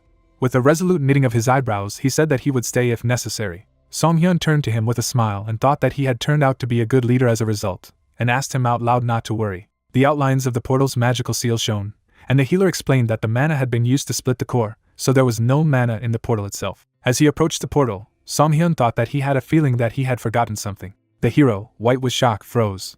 The man in glasses slept peacefully. The hero shocked to remember Jungo. Jungo tearfully asks how this could have happened. The guys run away from the rubble. The partner shouts that the protagonist almost left him here. He replies that he was busy fighting. Song-hyun with a disgruntled face overhears him pouring a potion right on his face. He replies that it's his own fault because he overslept. The worried girl behind them wonders why they are going further inside instead of to the entrance. The healer says that the entrance is blocked, so they won't get out of there. He states with a serious face that the portal is still active. A bright magical sign lights up opposite them. The healer calls on all the children to follow it. The pentagram gradually disappears. The protagonist is shouted that the portal is about to disappear. Frowning, the protagonist runs forward and realizes that the beetle has dropped a stupid core. The magic sign gradually disappears. Song-hyun touches it with his hand. Powerful energy is released around him. The system says about the use of the processing skill. The protagonist realizes that he will have to reuse the core. The orb gradually ejects from the mana vortex. The protagonist continues to cast spells, but notices that stamina runs out faster than expected, because the core of the main boss is much more complex. The protagonist nervously clenches his teeth after seeing a lot of red system windows warning about low stamina. He holds a purple glowing sphere in front of him. The system states that his stamina has already been depleted. Jungo and the girl look at him in shock. The system declares an abnormal state of fainting. A partner in glasses runs to his comrade in arms, who suddenly begins to fall. Not far from the fallen stones, a group of people is standing. The question is raised about what they have been dragging for so long. The fighter looks back at the blue magic portal and thinks that something has gone wrong. Suddenly, a healer and his companions appear from there. A tired Jungo exclaims in complete shock that he really thought they were going to die there. The partner, in turn, turns around in amazement when he hears that he was addressed by name. Suddenly, a red window appears with information about the abnormal state of fainting, and that it happened a second ago. The protagonist was diligently conjuring. In front of the healer, a system window appears stating that the item in the slot has just been activated. The bright vitality brooch glows. The system in the window says that absorbing the buff activates an additional buff. Song-hyun calmly directs his hand with a pink orb. The pop-up says that stamina has been restored by 45%. An image of a white card with a diamond drawn on it appears. The guy claims that they got out thanks to his crystal enhancement card. The healer thanks his assistant with a slight smile. Jungo smiles broadly and declares that he is happy to help. After a while, a group of children sits near the trees. Others carry firewood from the forest. The main character asks the interlocutors if they are related to each other. A red-haired man sits with a disgruntled fighter, declaring that he is Lefany's uncle, because after his sister left this world, he raised him. The interlocutor with a serious face tells that his sister was a simple girl, but was able to marry an aristocrat from Kamar thanks to her outstanding mana.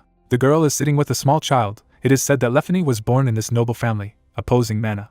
The partner in glasses raises his finger and asks to clarify whether he is really a young master. The guy with the scar on his face grins in displeasure. His uncle calls him a fool from a noble family. At the same time, the protagonist thinks and assumes that his character has deteriorated so much because he was bullied by his family. He apologizes for his character. Lefany angrily claims that after his birth, there was a stupid rumor that if Trachedy's blood flows, an opponent of mana will be born. He clenches his fist, stating that this is why the residents of Trachety are discriminated against, and the guy would like to correct their thinking. With a stern look, he declares that now the plan is completely destroyed, and the shelter has disappeared. His uncle turns to him in amazement. They sit next to each other. Lefany says that it doesn't matter anymore, because he will be executed anyway. The healer and his assistant listen to this in surprise. The uncle is horrified to ask again. Other members of the squad look out at them and ask in shock what the conversation is about. Lefany sighs with an important look and explains that they are actually wanted criminals, and it is only a matter of time before they are caught, since the dungeon is missing. A dirty prison is shown. It is said that the moment they are caught, all the officers will be executed, and the rest will rot in the casemates. The guy with the scar declares that in this case, they have only one way out. Outraged associates hear that Lefany is going to buy them some time, and they will dump somewhere far away. They, in turn, declare that they will not allow this. The discouraged uncle listens to his nephew, who claims that he is the son of a noble family, and they cannot really execute him, so there is no need to worry about the aristocrat. It is better to take care of your simple lives. Jungo turns to the protagonist with a serious look. The guy with the scar calmly looks away. It is said that he is most likely lying. Gallows appear above the silhouette of Lefany. Songhyun thinks that his family and the whole city have abandoned him, and the family will do everything they can to finish him off in order to preserve their honor. The partner in glasses excitedly says that the guy did badly, but not to the point of going to the chopping block. The healer asks what he thinks is better to help Lefany. The main character smiles with a cunning look. Jungo watches him and wonders who he is going to frame this time. The guy with the scar sits opposite the healer, who asks if he is really going to turn himself in. He replies that there is no other way out. The protagonist, in turn, objects. Astonished, Lefany suddenly hears that there is an option for all of them to escape. A girl with pigtails in shock asks if he is serious, while the uncle asks which one. They are standing near a huge tree. It is explained that the red road passes under the Kamar. Indignant, the gentleman asks what he just said. The main character smiles slightly and advises you to just do as they are told. The healer smirks and declares that he will give them the opportunity to legally deal with these wizards. Songhyun, along with Jungo, smile as they stand next to the badge of chivalry, asking if they are really members of the Cavalier Order. Lefany with a stern face asks about the fact that Kamar has never had a knightly order. The guy replies that only a day has passed since its creation. The astonished healer hears a question about whether the Cavaliers are not that strange family. The healer asks if he really knows about them. Lefany sits next to his uncle. It is said that they are pursuing justice in a strange way. The young master claims that they have no conflicts with them. The guys are sitting inside a tree. The protagonist explains that this is even better, because the main goal of the order is to establish peace on Lake Pitsada when innocent people suffer. It doesn't matter if it's a monster or a criminal. Spears are pointed towards frightened aristocrats. It is said that even a lord or a wizard will be punished. The red-haired guy gets angry, clarifying that the healer wants to say that they can really beat the wizards. He replies that they are bad, not all in a row. Songhyun in a white coat sits across from them and declares that a criminal gang like them is not up to the job, but they still haven't crossed the line. Enraged, Lefany jumps up when he hears that if the protagonist writes a letter of recommendation, they will be accepted. The guy demands to start right away. He angrily claims that in this case, he will not have to worry about execution. His comrades in arms cry out to God through tears, claiming that since childhood they wanted to become a knight. The main character watches them with a smile. The guy with the scar is holding on to his head in displeasure. He looks at the smiling MC and thanks him, while Songhyun thinks that it will be funny to see those wizards being clamped down. A group of guys are walking through a dense forest at dawn. Lefany asks that he will now go to Trachety. The protagonist replies that he is, but they will stay there for a few days and find transport. They are told to be careful, because there is a bad situation there. A window pops up that you need to score 12,500 points. The protagonist sees this notification and thinks that this time it is necessary to score so many points, and an additional reward is assigned. The icons for throwing, arrow, harpoon, and refining skills are shown. The protagonist seriously thinks about what will happen if you type all four. Chains are flying around the red star. Songhyun is thinking about what the conditions are for obtaining a skill with a star, because it is unlikely that it is a matter of the difficulty of obtaining achievements. He thinks with a smirk that no matter what happens, the healer will definitely make him pay for overtime. A local resident holds his child with a smile. The little girl suddenly begins to rejoice at something. Set in the sunny settlement of Tragedy, she exclaims home. The family inspects the houses. The wife tells her husband that they have finally arrived here. He replies that they would have stayed at Kamar if they had known that all this would happen to them. A child jumps near the protagonist, asking if their village is really that beautiful, while Jungo asks everyone to look at something. A giant stone hits the ground. A huge golem moves towards them, not far from a large monster that destroys everything around. One fighter drags another and asks Wilson to wake up quickly. The stone fist of the golem rushes in pursuit of the retreating guys. The frightened hooded fighter suddenly sees this. A weapon in the form of a bright energy spear flies through the air. It turns out that the main character, together with his assistant, hit the stone monster in different parts of its petrified body. Giant parts of the golem fall with a crash to the ground. Dust rises. The healer runs up to the children and asks if they are okay. An astonished Songhyun notices something wrong with one of them. The guy's leg is bloodied. He sits on the ground. The protagonist looks at him and states that this is strange, because usually golems hit the body. He in turn claims that Wilson injured himself while protecting him. The frightened fighter wonders what to do, because finding a healer in Tragedy is not easy at all. Jungo, holding back a smile, advises not to worry about it. He points to the smiling protagonist and exclaims that he is their healer. MC introduces himself by name with a smirk. Events take place on the sunny streets of the city. On the floor there is a carpet of mental restoration. The protagonist asks to put the patient here. Songhyun analyzes ruptured tissue and profuse bleeding, and his left tibia is exposed. The main character forms a mixture in his hand, noticing that the skin is completely torn off, so it will not be possible to sew the leg. The healer crushes the jar in his hand. The pop-up window says that the medium mana potion has been absorbed and the distribution skill is used. The protagonist directs his magical hand to the wound by using the skill of illusory flesh, in which lost skin or flesh is recreated and special consumables are used. Songhyun believes that it is necessary to return some meat in order to sew up the wound. The laceration gradually heals. MC realizes that he hasn't used this skill in a long time. Jungo is amazed to say that this is probably almost a healing skill, but is told that this skill only creates fake flesh. A person holding onto a sick leg, Songhyun says that most likely his body will react badly, since the flesh is unnatural. So in this case, the wound will fester, which will lead to significant pain. The protagonist pulls the thread out of the bottle with tweezers, stating that if he uses a potion of weakening in order to reduce the patient's characteristics. The healer with a serious look claims that in this case the chances of an adverse reaction will be significantly reduced. Magic threads are shown. The protagonist says that they will then safely sew the wound with a stitch into a cape. The amazed fighter in the hood does not understand at all what is happening now. Songhyun continues to conjure while the watcher notices that he looks amazing. Jungo helps the protagonist while he wonders what's wrong with that guy.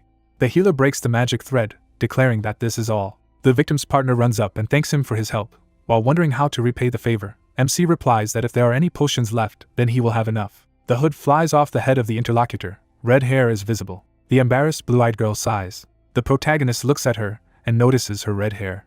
The lady immediately covers her head, while the main character is surprised that she is from Tragedy, because he considered her an adventurer. Turning away, the girl takes a yellow potion out of her bag and thanks him for his help. Jungo stands in front of her and asks if there really aren't many healers in Tragedy, and she replies that they do, and they fight each other all the time. A priest in a cassock prays. It is said that the church prioritizes following God's will. A gray-haired mage in a red robe holds a trident. It is explained that the tower, in turn, is engaged in the study of magic, and two groups with radically opposite ways of thinking do not treat each other well.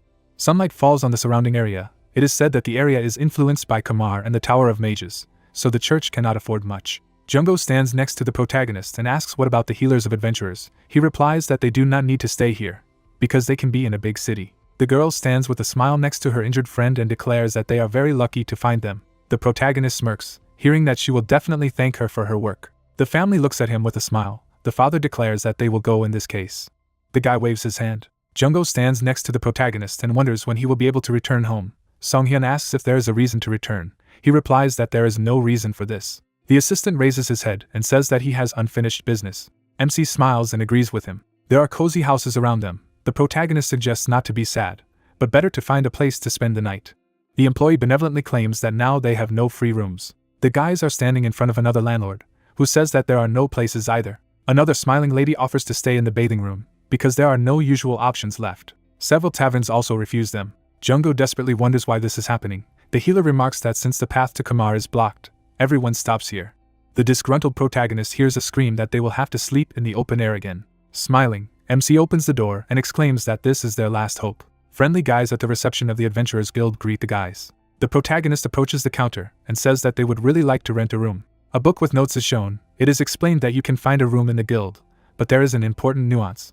The page says about the housing system for the task, in which each class has its own room. The healer, crossing his arms, thinks that he can exclude the S-class apartment for significant persons. In order to rent a room, you need to take a task of the same rank. The healer concludes with a smirk that this is a cheap ploy to exploit adventurers. The guy mockingly asks to take a look at them. Not far from the main character and his assistant, fighters are sitting and discussing new slaves for the guild who decided to stay here.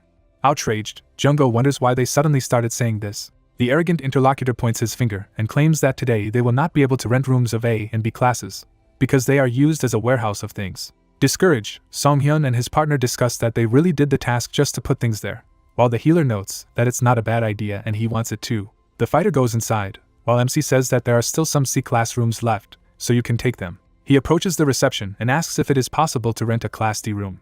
The protagonist looks around when he hears the girl refuse, pointing out that the rooms of this class are already occupied. Song-hyun says with a serious look that this is strange, because the D-class rooms are rarely different and there are a lot of them, while the adventurers at the table laugh. A lot of keys are pouring on the table. The adventurer mocks that it's because they have occupied D-class rooms as well. In shock, Jungo asks the worker standing across from her if this is really possible, and she replies that it is not against the rules at all.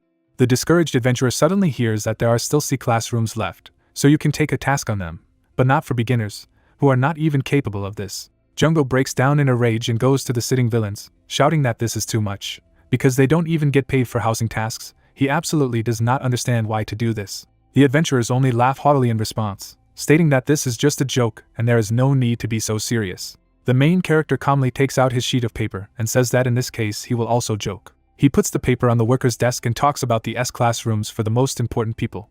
The astonished employee hears a question about whether they can really rent anything except such an apartment. He agrees in response. Song-hyun pokes his finger down with a smirk and asks to rent the entire building. The partner and the other adventurer hear this in complete shock, exclaiming if the protagonist really wants this. The surprised guys change their smile to fear and confusion, while the protagonist claims that he will rent the entire building, except for the S-class apartments. They point their fingers in rage and ask if he is crazy, not knowing if he will actually use the entire Adventurers Guild, while MC responds by wishing them to leave here forever.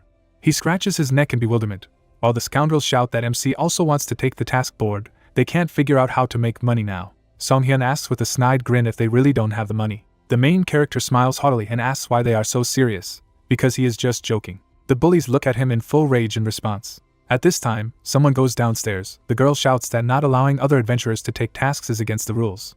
The lady calmly claims that in this case this is not the case at all. The workers at the counter are shocked to say that the boss has come. The head of the Marsan Guild branch with a serious face says that this is considered an exercise of the right to housing, and not an obstacle to the completion of the task. She approaches the guys, declaring that she can do as she pleases, delicately circumvent the rules, and insult the Adventurers Guild. Song-hyun, smiling, says that the girl is right in a way. Marsan looks at him intently and informs him that in this case, he will stop him, delicately bypassing the rules. A healer in a white coat stands in front of her and declares that he is interested in her. With a satisfied face, he asks what task she plans to give him. Leaves fall from red trees. The events take place in the northwestern part of the Red Forest. It is said that this task is exclusively his solution. Song-hyun stands near Jungo in the bushes and declares that he could stay and rest, who in turn asks him not to worry. The protagonist looks around with a serious look and says that if you visit Trikity, you can get a power-up that will help you find your way through the Red Forest. Ferocious birds open their toothy mouths. The protagonist notices that it lasts 1 hour, and it is necessary to deal with the monsters before it ends. Surrounded by lightning, the bird has opened its fang beak. This is the Thunderbird Shinaba, a monstrous bird that uses skills related to wind, thunder and lightning. The difficulty of the task is only B+, although it is very fast. With a swift movement, the monster cut through the trunks of the trees. The paw struck the ground. The bird raised its wings, and sparkled with lightning. The hero thought that they had become much stronger for the mana spilled out of Kamar. Trembling with fear, Jungo said that with these birds everywhere he feared for his limbs. The healer replied that it would definitely pay for their housing. Song-hyun shifted his gaze to the side and thought that the loss of an arm or a leg in this city where there were no healers was critical. Now he understood why she had given this particular task. One of the birds opened its mouth furiously. The man snapped his fingers. Raising his hand, the bespectacled man said that while he was going to turn their attention to himself and use the mass aggro skill, the system reported the effect of the skill. The monsters looked down at him. The message said that the strength and speed of the birds had been increased. Leaving bright traces, they rushed next to the man. Jungo gritted his teeth at the lightning strikes. The system reported that the effect of the Mantle of Shadows has been activated. Elemental damage is reduced by half from attributes, electricity, and wind. The healer looked at his friend with a wide smile and said that the effect of the Shadow Mantle was expected to be good. The friend shouted that he had stopped looking and demanded that these creatures be finally killed. The system window reported the use of the observational gaze skill. Songhyun's eyes glowed blue. Looking at the birds attacking his friend, the healer thought that it was impossible to follow them with ordinary eyes. The focus of the skill was on the bird, and the hero thought that the skill would help him make it in time. The brunette swung his knife and decided that he was using the speed of the thunderbird rushing at him. The knife flew towards the monster, leaving a trail. A bright attack beam sliced the monster's body in half. Other birds were surprised by what they saw. The wind ruffled the hair of the tense hero who heard their scream. A huge whirlwind was rushing towards the healer. From the rapid movement around, cuts appeared on the brunette's body. Opening his mouth, his comrade shouted that they had attacked the wrong person. Putting his hand to his mouth, he used mass aggro, and shouted at the birds to look at him. One of the birds swooped down rapidly. The beak of the discouraged bird crumpled from the impact on the golden shovel. Satisfied, Jungo smiled and said that she definitely did not expect this. An attacking healer appeared behind him, who said that he did a great job. He plunged a shining knife into the bird's body. The blood-stained Songhyun looked to the side. The bird spread its wings, and he said that there was the last one left. The monster's eyes burned with rage. The hero decided that she needed to be dealt with quickly. In the open beak there was a bright light of lightning. A shining electric ball burst out of the monster's mouth. Looking at this anxiously, the comrade noted that she was trying to release all her energy at once. The healer replied that the situation could become more complicated. A bottle materialized in Songhyun's hand and he said he was prepared. The enraged bird gathered energy into a shining ball. The hero resolutely gripped the crossbow. The system reported the creation of an arrow from a large isolation potion. The electric beam and the bright arrow were rapidly approaching each other. A powerful explosion rang out in the clearing. Lightning surrounded the trees. The bird spread its wings and made a surprised sound. Then she stared angrily with her eyes with a vertical pupil and roared. The guy waved the knife. The flying blade pierced the bird's neck. Blood splashed from his beak. Songhyun, who threw the knife, said with a smile that not too long ago he realized that there was no point in pulling out his trump card too early. Not far from the lying carcasses there were silhouettes of the heroes. Songhyun said that they were finished, and asked if his comrade was okay. He replied that his ears were ringing, but in general it was fine. The cunning healer held the elixir, saying that his friend was fine. He took a sip of the yellow potion and thought that they turned out to be quite dangerous. The man with glasses sat on the ground and said with relief that he could certainly take their attacks, but it still hurt so much. The friend replied that he understood, and thought that it would be much more difficult without him. Suddenly, the brunette noticed something to the side. The man approached the bird's body and said that it was incredible, they really coped. The blonde guy put his hand in his pocket, saying that he didn't think they would turn out to be so strong. The girl added that she had doubts. Jungo arched an eyebrow, realizing that this was the team of those fools. The healer asked, what did these two forget here? The guy came up with his arms outstretched, and said that he knew that they would have nowhere to live if they returned to the guild safely. With a cunning smile, he stretched out his hand and demanded that they give them the birds' carcasses. The brunette sighed and thought that without trophies confirming completion, the task would not be accepted. Songhyun looked away with a smirk and said that he thought they would come up with something, but he didn't expect such impudence. The girl behind was clutching a blade. The blonde said they were wounded. They rushed to attack, shouting that they would finish them off. The hero's fist crashed into the face of the blonde man. Then it was forcefully driven into the ground. The green-haired woman clutched the knife, shocked by what was happening. Songhyun looked at her ominously and she asked, what is he doing? She opened her mouth in shock when she saw him sew up the wound on his arm with the words that they were annoying guys. And he also said that these guys are very annoying. His hand abruptly grabbed the girl's face. Songhyun lifted his opponent off the ground with a smile and wondered aloud what to do with them. She begged them not to kill. The man with glasses asked in discouragement if he was really going to kill them and heard the answer of his comrade that he was not a murderer. He did not kill people just like that. Songhyun smiled confidently and thought that if he killed someone here, they would be caught. Remembering the meeting at the hotel, the hero thought that what they had done to them should be punished as they deserved.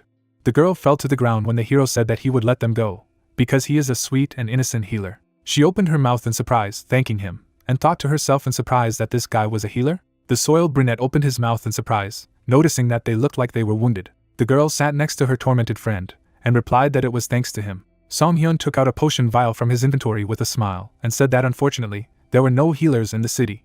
He splashed a yellow potion at the heroes and said that he would heal them personally. A golden ball flew from the palm of the guy's hand. The system reported the use of the skill Illusory Flesh. The rays of the skill surrounded the wounded. The hero thought that it was a skill that used a mana potion to create new flesh, but it was also possible to use an endurance potion. The wound on her arm glowed, recovering. Squinting, Songhyun thought that there was a reason why it was recommended to use a mana potion. Suddenly, the heroes fell to the ground, screaming in pain. The healer continued to think that the reason was that the process of flesh formation with the use of an endurance potion was quite painful. He winked sweetly and said that he had forgotten to warn them that it would hurt a little, but they would be cured anyway, so don't worry. His opponents, trembling with pain, heard that he would take the keys to the rooms as payment. The brunette smiled at being called the devil, and Jungo said that he was glad as always that they weren't enemies. The system window notified that the ability to move freely through the redwood is disappearing. The remaining time is 11 minutes. Information windows appeared in front of the characters. The hero said that time was running out, and suggested that they get ready. The healer turned, gesturing to stop, and asked to wait a minute. He thought that he should take the weapon he was throwing. I wonder where he threw them. The healer scanned the forest with the observational eye skill, and found out that there seemed to be something in the bushes. The hero walked between the cut trees. Jungo asked where he was going, and heard the answer that he was looking for his daggers. The blades began to appear in his comrade's hands, and he asked if he was talking about them. He picked them up. The brunette lowered his thoughtful gaze. There was a square object with a pattern on the ground, and he thought, what was it then? The sun shone on the building of the Adventurers Guild. Words were heard that were impossible to believe. In the bag were the heads of thunderbirds. Crouching down next to him, the red-haired woman said that she did not expect them to make it, and the healer sarcastically apologized for not living up to her expectations. Marcin exhaled in frustration and admitted that they had won. Song Hyun caught the item after hearing that it would allow them to rent the entire Adventurers Guild building. A thin silver key lay in his palm, and words were heard that this meant that the adventurer had the same privileges as the head of the branch.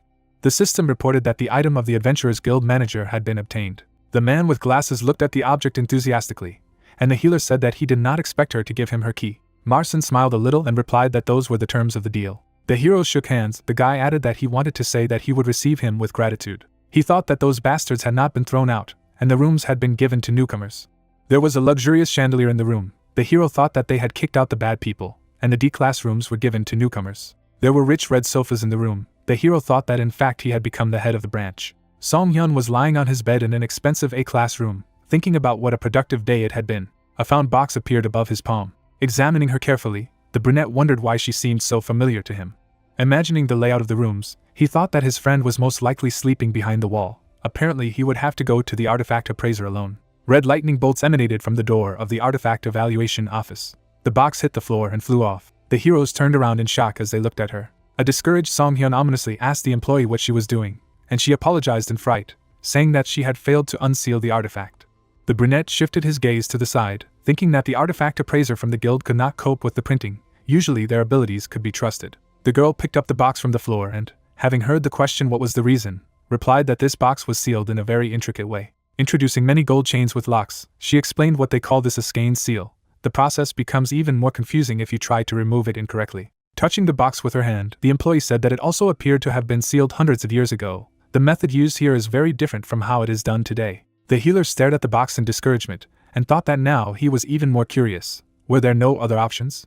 The notification stated that the observational gaze skill had been applied. Looking at the artifact with the help of the skill, the hero learned that the first seal of the box was destroyed. The second seal was present. Looking at the cube box with a pattern, the hero learned that there is a secret clue at the bottom of the box. The girl opened her mouth in fright when she heard the demand to apply the evaluation skill to the bottom of the box. A golden glow emanated from her palm, revealing the symbols on the object. The employee opened her mouth in surprise, realizing that this was the order of seals. The box was surrounded by the red rays of her skill. The red locks were opening. An image of an open lock appeared above the box, and the girl exclaimed that it was unsealed. The heroes bowed, looking at the artifact. Inside, a black hand with a pattern lay on the leaves. Song Hyun took the box. The appraiser said it doesn't look like a human hand. Is it an adventurer? The guy opened his mouth, saying that again. A broken message appeared above the box that it was the remains of an unknown person. Retrieving the remains would complete it. The hero carefully looked at the system window, thinking that everything was the same as when he received the crossbow. The system window was distorted, and one of the hidden letters in the name became visible. Peering intently, the hero thought that everything was the same as when he received a crossbow. The brunette looked down excitedly and thought that this time he saw only one letter. What kind of box was it? The girl's words reached his ear that it looked like a relic. The pink-haired appraiser leaned on the table and said that she did not understand the details. She was not a priest. Putting her finger forward, she presented the relic and said that it is called Wismel left hand. She is sure that it is a relic filled with divine power. The girl coughed into her fist and added that now because of the church, it is difficult to find relics. The brunette looked at the box he was holding and wondered why it was just lying in the middle of the woods, and the appraiser shouted that if he agreed, she would buy it back at a high price. Looking at the black hand, Song Hyun thought that relics were usually found in churches and ruins, and the red forest was not even close to the church's sphere of influence if the situation was the same as that of a crossbow. He reached for the button to accept the award. The system reported that Wismel's left hand now belongs to him. A radiant hand rose out of the box. The system reported that a new skill had been obtained. The description said that it was the left hand. Wismel summoned or recalled the left hand when activated. Your left hand would be filled with its power. The next window reported that Wismel roulette had been added to the status window. 5 coupons for free scrolling were received. Song Hyun stood looking at the information window and thought that it was a related skill and roulette again. He had a shining blue card in his hand, said he would try it right away, and applied the scroll pass. The system reported the use of 5 coupons for free scrolling. A spinning red tape measure appeared in front of the healer. Information windows with results appeared. 2 with the characteristic of dark mana resistance +1. 2 with the characteristic of strengthening the earth element. The next one was that he had acquired a new skill Earth Bone. Song Hyun tapped the system window, wondering what it was. The young man's eyes widened in surprise when he saw that this was an offensive skill. He froze with a surprised smile, thinking that he was seriously given this. In the evening, the lights were on in the Adventurers Guild building. Marcin rested her head on her arm and asked if they really wanted to use them as such. The healer crossed his arms and concluded for her with a smile that yes, he would use this room as his personal healing facility. He waved his hand with a smile when he heard that she didn't know that he was a healer, and replied that she was very inattentive. Song Hyun held up his palm and asked if she thought he had returned from the battle with the Thunderbirds without a single scratch. He had healed himself. Marcin, who was sitting at the round table, asked if he had a healing sign. The hero replied that he did not, but he would use his rights as an interim head of the branch. The girl sighed and said that she couldn't let him treat patients if he didn't have a sign. Suddenly a cry was heard that he was a healer. The hooded girl touched her chest and shouted that he had healed her comrade. She guaranteed it. The red-haired woman stared at her in surprise, and the hero said that now there was also an eyewitness. Song Hyun turned around with a confident smile, and stated that he would prove it since she still didn't trust him. Looking at the crowd in front of him, he asked if anyone had any serious injuries. If he applied now, he would heal for free. There were discussions about whether he could be trusted. He did not even have the mark of a healer. The man raised his hand and volunteered. The blonde man with his bandaged arm told him that he worked for the guild and asked if he could really heal him. The healer was removing the bandages from the wound and noticed that his arm was completely crushed. The crowd watched as the hero asked the patient how long ago the injury had happened. He replied that 2 days ago. He could be fired if he did not recover. Then the blonde looked at his boss in fright, and corrected himself that he wanted to say that he was not doing his job properly. The red-haired woman looked carefully ahead and thought that a broken bone was an injury to which healers could react in completely different ways. She imagined a brown-haired man who exclaimed with admiration that it was very simple, and thought that it was easy to fix if only part of the bone was broken. Imagining the blonde clutching his head in horror, she mentally continued that if there was nothing to work with, the task became a little more difficult. Opening his mouth, the healer said that this patient had an open fracture and most of the bone was missing. Marcin seriously crossed her arms, thinking there was no hope of recovery. Song Hyun confidently held the patient's hand and stated that this was the perfect situation to show himself. The red-haired woman stared at him, dumbfounded. The healer reached into his inner pocket and heard the question. He wanted to make a prosthetic hand for him, to which he replied that he did not. The blonde man watched in discouragement as he poured something from a glass on his arm, saying that he would heal it with it. Everyone present froze like figures, discouraged by the thought that this was the earth. The blue-eyed girl stared ahead in fright, thinking that perhaps she had supported him in vain. The glowing earth from the healer's hand began to form the bone of the surprised patient. The people watching looked at this in surprise, asking, "Is he a necromancer? How did he turn the earth into bone?" Song Hyun's eyes glowed blue. He thought that there were few skills in the Azul continent that were capable of creating bones. He imagined a pile of cracked bones, musing that bones created with skills were easily broken or damaged. He remembered the description of his new skill Bone Earth, which creates bones from soil. The larger the bone, the more earth is needed. The shining earth hovered above the hero, forming into the necessary bones. There was a red seal on the healer's palm like on the artifact he had obtained. He thought that this skill was different. Imagining broken fingers, the hero thought that this was the right hand of an adult man. 8 wrist bones, 5 metacarpal bones, 14 phalanges. Song Hyun was holding a vial of blue potion in his hand. Liquid splashed among the fragments. The system reported the distribution of the average mana potion and the use of the skill Illusory Flesh. The man's fingers were recovering. The healer thought that he could create everything from veins, nerves, muscles to the skin, one by one.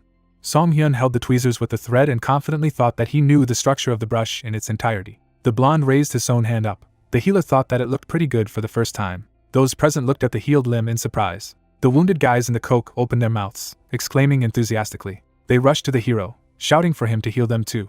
The head of the branch closed her eyes with a smile when she heard how she was addressed. The brunette smiled contentedly, thinking that she was caught, when he heard her conclusion that she now had no choice but to give permission. His ominous words were heard from the guild building, asking him to come up in turn. The hero thought that he would score a lot of points on this. The next day, a tired Song Hyun leaned back in his chair and thought that it turned out to be much more tiring than he imagined, but he earned a lot of points. The system reported that he scored 10,562 points.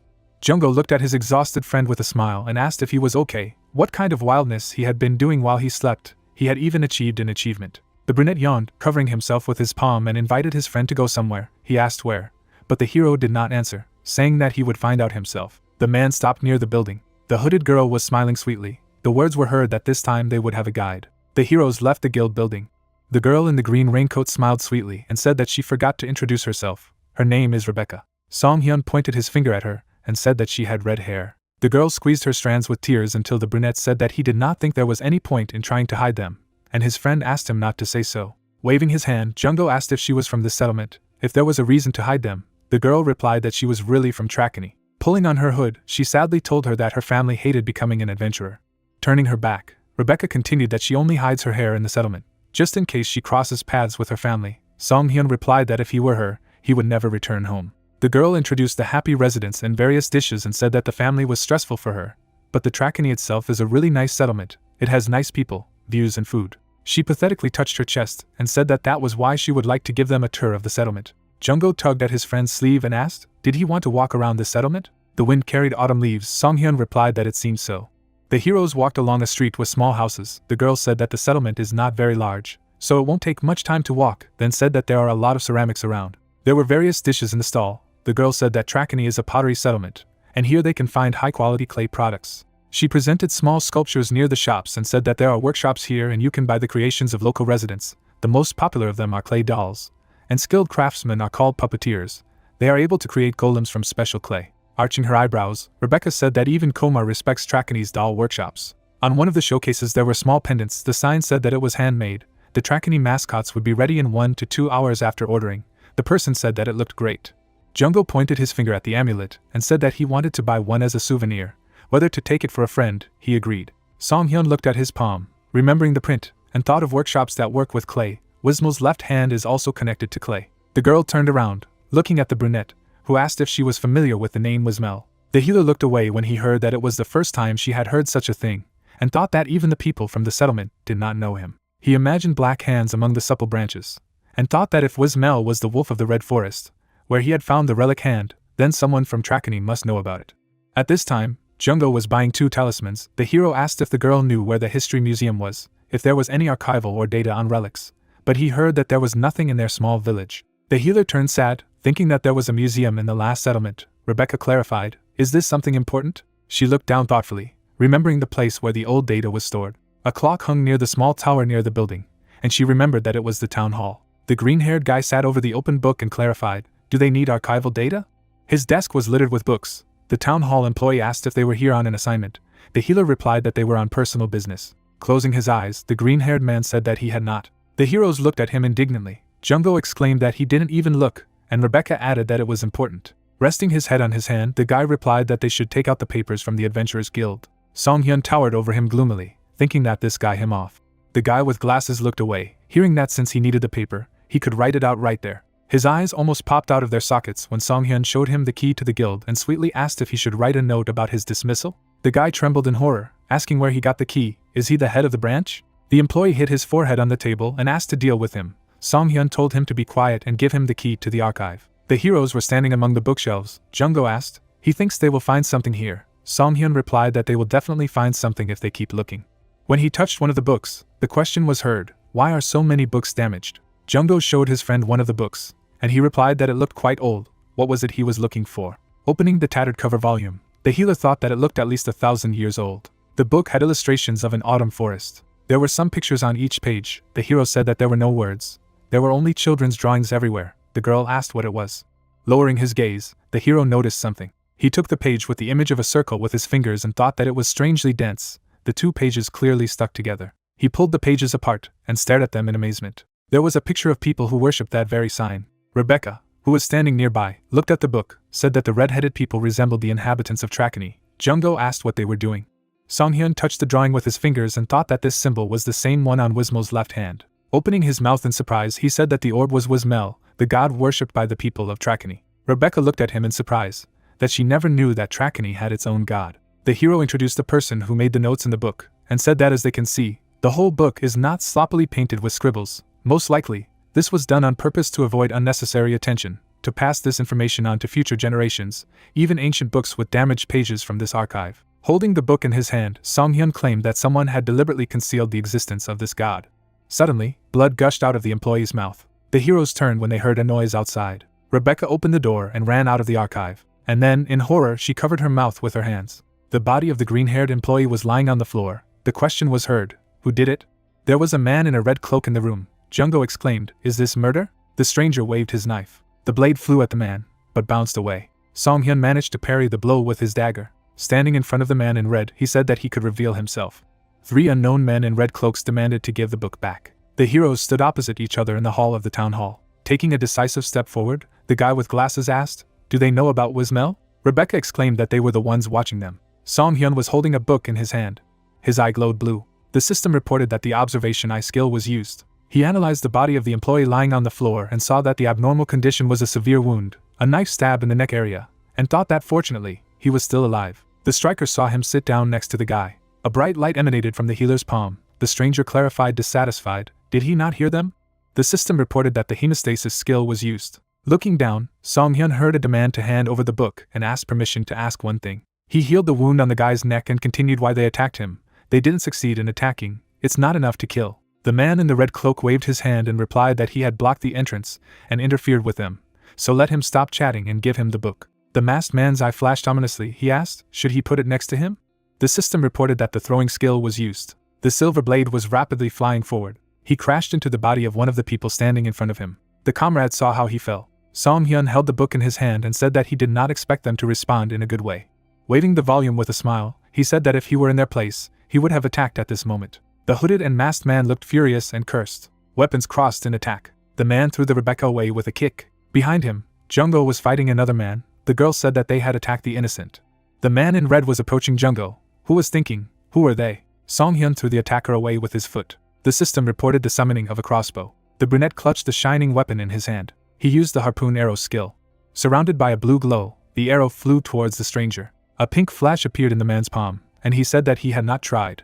A red substance rose from the floor. Like a shield, it shielded a person from flying arrows. Looking at the barrier, Song-hyun thought that it was the magic of the earth attribute.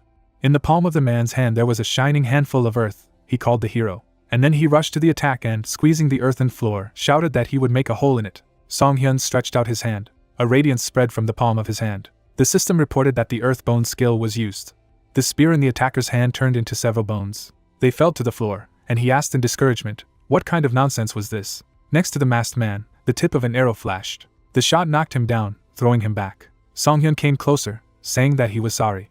Looking at the trembling opponent, he said that it would be more fun without the ground. His comrades also held the attackers. Jungo said they all captured and the heroes praised them. Looking down, the brunette wondered if it was time to hand them over to interrogate. Bound strangers were imprisoned in the dungeon of the Adventurers Guild. Marson was standing at the camera and, when asked if they had given anything away, she replied that they were not. They were silent.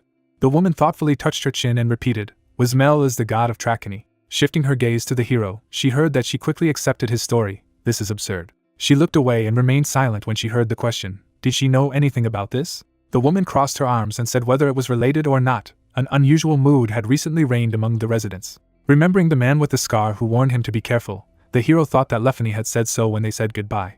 Crossing her arms, Marson said that at one point there were people claiming that they should stay away from the mosquitoes.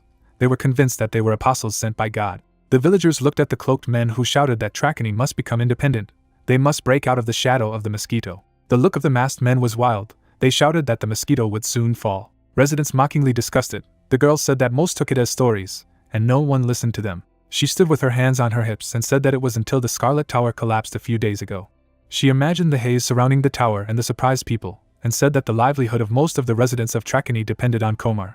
But as the apostles had predicted, there was a crisis in such a situation. In such a situation it was impossible to stop the provocations. Looking down thoughtfully, Song-hyun said that fear had paralyzed their minds. Opening her mouth, the woman said that she thought it was just a group of cruel swindlers. But it turned out that the forgotten old god could really exist. The heroes turned around abruptly when they heard that they were in big trouble. The man's hand seemed to be flowing down.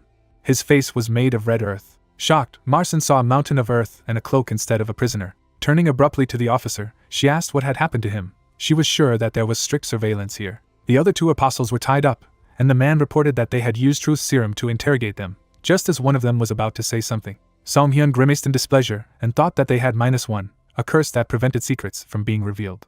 The people had black masks on their faces. Looking at the apostles sitting in the cell, Song-hyun thought that they were even crazier than he had thought. Jungo and Rebecca came down the stairs, asking what had happened here. Pieces of earth lay on the floor under the red cloak, and the girl exclaimed that such a thing could not be. The healer crossed his arms and explained that they had been cursed with silence, so they shouldn't have been tortured. Barnacle scratched his head and asked if the Arrow of Dawn would not help against this curse, to which the interlocutor replied in the negative, since black magic was not involved. The girl looked down questioningly. She stretched out her hand to the brown substance. The hero turned to her and asked what she was doing, and Rebecca muttered that she was a little worried about this land. The adventurers sat down and introduced the craftsmen, telling them that it was the highest grade clay that Tracadie used to make precious dolls, so why were these criminals cursed with such expensive land? The brunette narrowed his eyes, considering her words. He shuddered sharply and exclaimed why he hadn't thought about it earlier, and then asked the girl if the doll workshop was an ancient community. Rebecca twitched and nodded, adding that it has a long history that has been passed down for hundreds of years. She rounded her eyes, guessing. The main character imagined himself with papers during a fire and said that if he were a follower, he would hide the notes in a place where they have been preserved for centuries, and the tradition of doll workshops has existed for hundreds of years, and there are definitely old books of her age. He thought about the material and added that the only ones who can spend expensive land as if nothing had happened is a doll workshop. There are no other options. The captives sweated and shuddered when they heard this. Song-hyun looked at them with a grin and noted that their faces spoke without words that he was right. Marson knitted her eyebrows and said it was a headache, as many of the members of the workshop were Tracadie nobles. The woman sighed and added that if they touched the nobles in vain, the government would foam at the mouth, and the bespectacled man nodded that they could not do anything either. The healer moved towards the exit, asking to entrust them with the investigation of the workshop, and the manager stopped him. The brunette stopped when he heard that several people had gone missing in the redwood recently. He stood with his back to her, clarifying whether all sorts of strangers wandered there, but the interlocutor added that now the inhabitants of the settlement themselves began to disappear. Marson took a look at Rebecca, which was in charge of finding the missing people, and suggested that the fact that they were tracked down had something to do with the disappearances. The main character looked at the woman when she asked them to do this business as well, while she investigates the puppeteer's workshop. Sometime later, the trio approached the Tracadie workshop building. The girl looked inside and gave a voice. There was almost no one in the room, although the adventurer said that it was usually full of people. There were several men with bags at the stairs, and she assumed that they were adventurers on a mission. The guy with the ponytail approached the guests and asked what brought them here. The healer smiled and said that he had heard about renting a horse golem wagon here, thinking that this was the original purpose of coming to Tracadie anyway. Someone approached from behind when the interlocutor replied that he had to get permission from the master to rent a wagon. A man with a mustache came closer and said that it was about him. Harvey Sarvan put it down, touched his chest and introduced himself as the owner of a doll workshop. Song-hyun extended his hand to greet him and was about to introduce himself, but he abruptly pulled away and said that he did not need the name of the person he had just met. The brunette turned pale, and the girl muttered that the master had a very, very bad character. The man chuckled and arched his eyebrows as the healer asked how much it cost to rent a mounted golem. He crossed his arms and quoted the price for 1 day at 500,000 gold pieces. Jungo opened his mouth in shock and asked again, and the adventurer pulled up her hood and said that it seemed that the rent was 1 2/10 million gold for 3 days. The red-haired man grimaced and said that it used to be like that, but now the demand has increased, so the cost has risen a lot. On the signboards, the former cost was crossed out. Glasses frowned and shouted that it was better to just rent a cart elsewhere, where the prices were more adequate. Everyone looked at the guy with the ponytail, who stated that the only person who could create a horse golem in Tracadie was their master. The people around them looked at them with interest when the manager added that if they waited patiently, they could repay with barter, and Jungo guessed that all these people wanted at least 2. Harvey shrugged his shoulders and asked them to just leave if they didn't like it, but it was dangerous in the Red Forest right now. The main character narrowed his eyes and thought that the owner of the workshop now has a dime a dozen of money in this regard, and this typical bastard is profiting from the residents. He looked at his companion, wondering what to do with him. The man was grinning, but he was pale and covered in sweat, which did not escape the healer's attention. Song-hyun activated the observant gaze skill and narrowed his eyes. The adventurer put his hand on the owner's shoulder and addressed him. He grinned and said that someday even such an elderly gentleman would have to kneel down and beg someone, and wouldn't he be angry if they threatened to change places? Harvey threw off his hand and was indignant at such impudence, calling the man names. The red-haired man pointed to himself and stated that he was a puppeteer of the highest category with the title of master. The interlocutor smirked and replied that he did not know people, and for example, right now it was possible that in the end he would ask for forgiveness from the hero. The owner of the workshop frowned, and veins bulged on his forehead.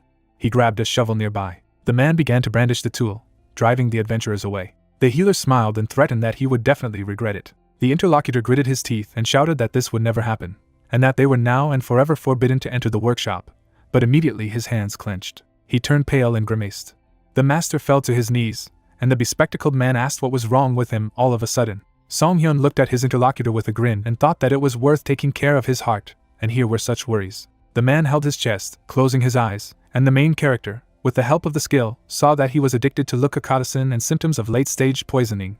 The poison quickly spreads through the body. The apprentice sat down next to the teacher and asked if he was all right, and the teacher demanded that the healer be brought alive. The guy knitted his eyebrows and thought that there were no healers in Tragedy right now. He raised his head in surprise when the brunette asked if he needed help. Song Hyun put his hand on his chest and said that he could finally introduce himself now. The brunette looked down at the master and stated that he was the only healer in the settlement at the moment. The men opened their mouths in shock. The hero grinned while people poked at him, asking again. Harvey looked at the apprentice with displeasure and demanded that he bring another because he could not be trusted with his health.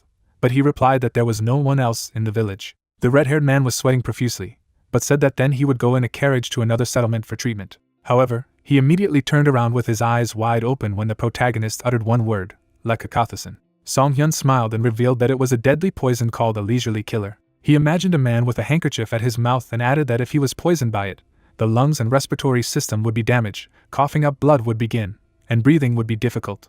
Eventually, the man will fall and die of respiratory failure. The man thought about the bones and said that the peculiarity of the poison is that at the beginning of poisoning there are no symptoms at all, but as time passes and the addiction reaches the final stage, the condition deteriorates rapidly. The guy frowned and admitted that it looked like the master's symptoms, and he shuddered. The healer chuckled when the other man asked what he meant by that. The brunette stood in front of the patient, declaring that now that the symptoms had appeared, he was the last healer he had ever seen.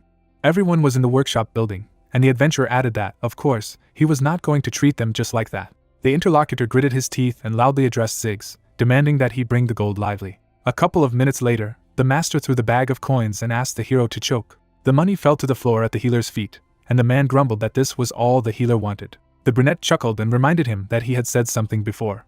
He suddenly kicked a bag of gold, frightening his interlocutor. Song Hyun looked at him menacingly and repeated that someday, even such a master would have to kneel down and beg like the son of a dog. The workshop owner rounded his eyes when the brunette demanded that all these coins be collected and cleaned because he would not touch the dirty ones. The interlocutor twitched, about to be indignant. However, he immediately covered his mouth with his hand, coughing. His blood splashed on the floor. The main character sat down next to him and said that if he did not like such an activity, then he did not need to, but his health was now in a dangerous situation. Harvey looked at his hands in horror, but his eyes grew cloudy. The healer nodded and smiled as he muttered that their workshop would end after his death. The red-haired man's eyes widened as the adventurer declared that it was none of his business. The owner closed his eyes and shouted that he understood that he was to blame for everything. The people who came looked at them dumbfounded, while the man exclaimed that he would no longer exploit adventurers. He took the coins in an armful. Then he convulsively began to rub them with a handkerchief, promising that this would not happen again. Harvey then handed the gold to the healer and asked him to save him. The man lowered his head and gritted his teeth, fighting the humiliation. The brunette closed his eyes and grinned, noting that he was causing such pity now that his heart trembled. There was nothing to be done. He took a bottle out of his cloak. The master smiled, thinking that if he had this medicine, he would repay this humiliation 3 times as much. The man took out a syringe and filled it with liquid. The red-haired man's eyes widened when he heard that this was not yet a cure. A needle flashed in the air. Song Hyun plunged a syringe into the patient's neck. The interlocutor turned pale, muttering that the healer was a fraud. The main character knitted his eyebrows and thought that he could not instantly create an antidote to leukocotosin, but he could help. The liquid penetrated under the patient's skin. It was a Rostian potion with respiratory protection and a stabilizing effect, a temporary solution. Harvey rubbed his neck and narrowed his eyes, noting that his breath had returned. He collapsed on his back, startling the apprentice. The brunette grinned. Song Hyun looked at him and said that although he was playing with the lives of patients, he was not a fraud. The trio were standing outside in front of the Adventurers Guild building, and Rebecca exclaimed that this was the first time anyone had ever defeated this old man like this. She scratched her head in embarrassment and muttered that such things were not told to patients, but that she would file a complaint against him, and the hero thought that a lot had fallen on her. Jungo crossed his arms and said that in the end they failed to conduct a full-scale investigation into the attack, and the healer suggested that they do so tomorrow. The girl waved at them and said goodbye. The brunette sat down on the bed and sighed. He looked at his friend who had changed into pajamas and said that he was worried about 3 things. Song Hyun held up a finger and said that the first is the Tragedy doll workshop, which is empty and looks on the verge of ruin. The brunette remembered the owner and suggested that everyone left her because of the crappy nature of that guy, but the hero noted that Harvey's personality has always been filthy, so there must be something different. Then the healer held up a second finger and remembered Rebecca's attitude. He thought of the girl and assumed that she had something to do with the doll shop. The main character remembered how the adventurer in the workshop became silent and tried to hide her identity, as if she was a person who was not allowed to show her face there. Besides, thanks to her, they learned that the clay used in the curse was used to make dolls. The healer narrowed his eyes and decided that she worked in a workshop. Jungo looked with glowing eyes at her friend, who had finally added Mr. Harvey's addiction to the list. The brunette shook his head and decided not to say anything more, otherwise it would not be interesting. Someone was watching their window from the street, and the man offered to go to bed today. The man with red hair and eyes frowned. The next day, the sun was shining over the building of the doll shop, and an indignant scream was heard inside. Harvey jumped up in fright and asked why the protagonist had come again. Had he not been satisfied with the bullying yesterday? The brunette grinned and reminded me that he had already explained. He presented the bottles and reiterated that he didn't have the ingredients to make an antidote to leukocothecin, and it would be best to try to hold out until the poison was completely out of the old man's body, so he needed to take the Rostin potion every 3 hours. The master narrowed his eyes and asked what it was. The healer winked and said that he had kindly arrived to check on his condition. The interlocutor clenched his fist in irritation, mentally calling the adventurer a bastard swindler. The red-haired man remembered that yesterday the hero had shown him a bottle, giving him medicine for only 1 day, and said that he would give one every time he begged on his knees. The owner frowned and thought that the fact that Song-hyun didn't wait for him and came to the workshop himself meant that he still had something to rip off from him. The master lifted a chair and asked why the brunette had actually come, and the brunette agreed that he had a question. He laid out the photos on the table and asked if the man was familiar with these faces. The red-haired man looked at them indifferently and asked how he knew them, and the clothes were strange. The protagonist looked at the table and replied that these people are presumably followers of an unknown religion that has spread among the residents of Tragedy in recent weeks. But the interlocutor said that he does not care what the peasants live and what they do. Harvey's eyes widened when the healer asked what about Wismel. Glasses also leaned forward, noticing the man's reaction. The master sweated and turned away, muttering confusedly that it was the first time he had heard the name. Song-hyun chuckled. The adventurer hovered over the interlocutor, noting that he did not even say that it was a name. The brunette showed the bottle and asked him to tell everything he knew in order. The man presented the symbol and said that in their memory, Wismel is the name of a creature erased from their history. He reached out for the book and added that all information about it had been destroyed. The master pressed a button on the bookshelf, and there was a click. The cabinet slid to the side, revealing the passage. The trio went downstairs, and the red-haired man revealed that there was still a small amount of this information stored here, and the healer noted that, as expected, all high-ranking people create secret rooms. The brunette drew attention to the book on the table. He turned the pages and determined that it looked like the diary of a Tragedy resident. The man visualized the goddess and read that thanks to the spirit of the Wismel harvest this summer, a generous, benevolent god of the earth protects their village, and tomorrow they will have to visit the temple in the Red Forest. And the man also thanked the goddess for defeating a group of thieves who invaded the village with her power, and they loved the deity in return. The men stared at the page in bewilderment. Song-hyun closed his diary and closed his eyes, saying that he suspected that Wismel was the guardian deity of the Red Forest. The girl behind him was looking at another book, saying that there was also a record of the goddess teaching Tragedy how to make clay dolls. Her hands were trembling. Rebecca turned around abruptly and asked how this could be. The adventurer reached out to her owner and shouted that others might not know, but that a doll shop should not hide the existence of Wismel, and the bespectacled boy stopped her and asked her to calm down. The master clattered in displeasure and muttered that there was a situation and he didn't know everything, since many records were lost. But Wismel disappeared for unclear reasons. Jungo and Rebecca looked at him in surprise. Harvey knitted his eyebrows and made it clear that the disappearance of the goddess meant that she was dead. He introduced the village and revealed that it was about 700 years ago when the sudden death of Wismel threw Tragedy into disarray, and the priests were unable to use their power, and the divine barrier protecting the settlement disappeared. The townspeople wept and called out to the deity, asking what they should do. Exhausted, they fell to the ground, realizing that the village would be destroyed overnight, because everything necessary to maintain it depended on the goddess. The owner thought of the magic symbol and said that it was then that the Kamar wizards came to Tragedy. They stretched out their hands and offered to help protect and provide everything necessary. The main character looked at the narrator with interest and was surprised that the Kamarians did a good deed for no reason, because it was impossible for them, and he confirmed. The man thought of the brooch and said that the magicians demanded a jewel, the mercy of Wismel, which was equated with the goddess herself and considered sacred. Wizards stretched out their hands to her, trying to get their hands on the immense magic and divine power contained in her, but the puppeteers, who watched the decline of the village, stole the jewel and made a deal. Everyone was standing in a secret room, and the bespectacled man suggested that the Wismel temple must have reacted harshly, and the brunette added that priests who had lost their strength would not be able to cope with the doll workshop. Harvey arched his eyebrows and introduced the golems, revealing that the temple had rebelled, but the puppeteers easily dealt with it and searched the entire settlement, erasing Wismel's name and attributing her achievements to the Kamar wizards. Rebecca turned pale and asked why she would do this. Everyone imagined the silhouette of a woman, and the red-haired man replied that they were afraid of her return and heavenly punishment, but if the divine being was forgotten by people, then he would never appear again. The owner turned to the cabinets and said that they had not gotten rid of everything, and the records were passed down from generation to generation from owner to owner of the workshop, even if others had forgotten, but they should know the truth. He glanced sideways at the healer, and wondered how he knew about Wismel. The hero looked at him and replied that it was top secret and would cause a wave of indignation, and then admitted that they thought it was a doll workshop trying to revive the temple. The interlocutor mockingly pointed at him and asked why they would do this, because if the goddess came to life, their workshop would be punished. Song-hyun sat upset on the floor, musing that he was sure the puppeteers were behind it.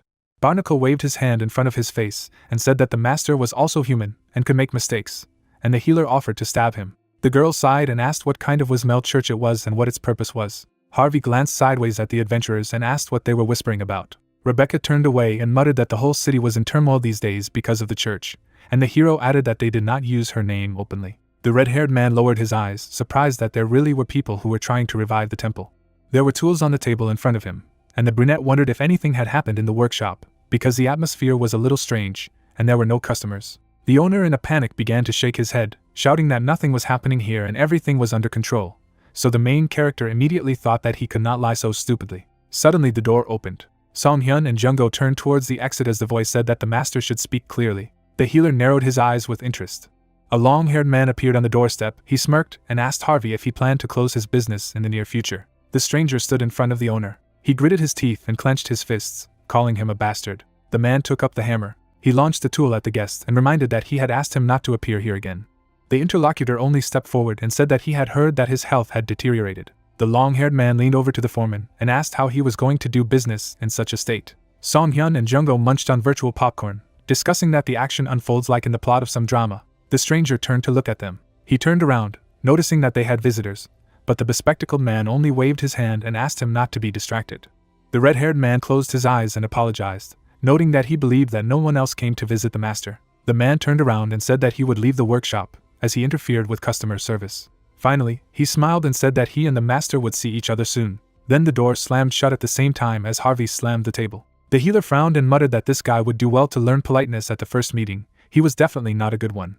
The master clenched his fists in fury, as his friends debated whether it would be too foolish to ask out loud what was going on. The main character shifted his gaze to the side. Rebecca pulled her hood tighter, and he asked what was wrong with her. The girl was sweating a lot and replied that it was nothing. Light penetrated into the dining room of the doll workshop.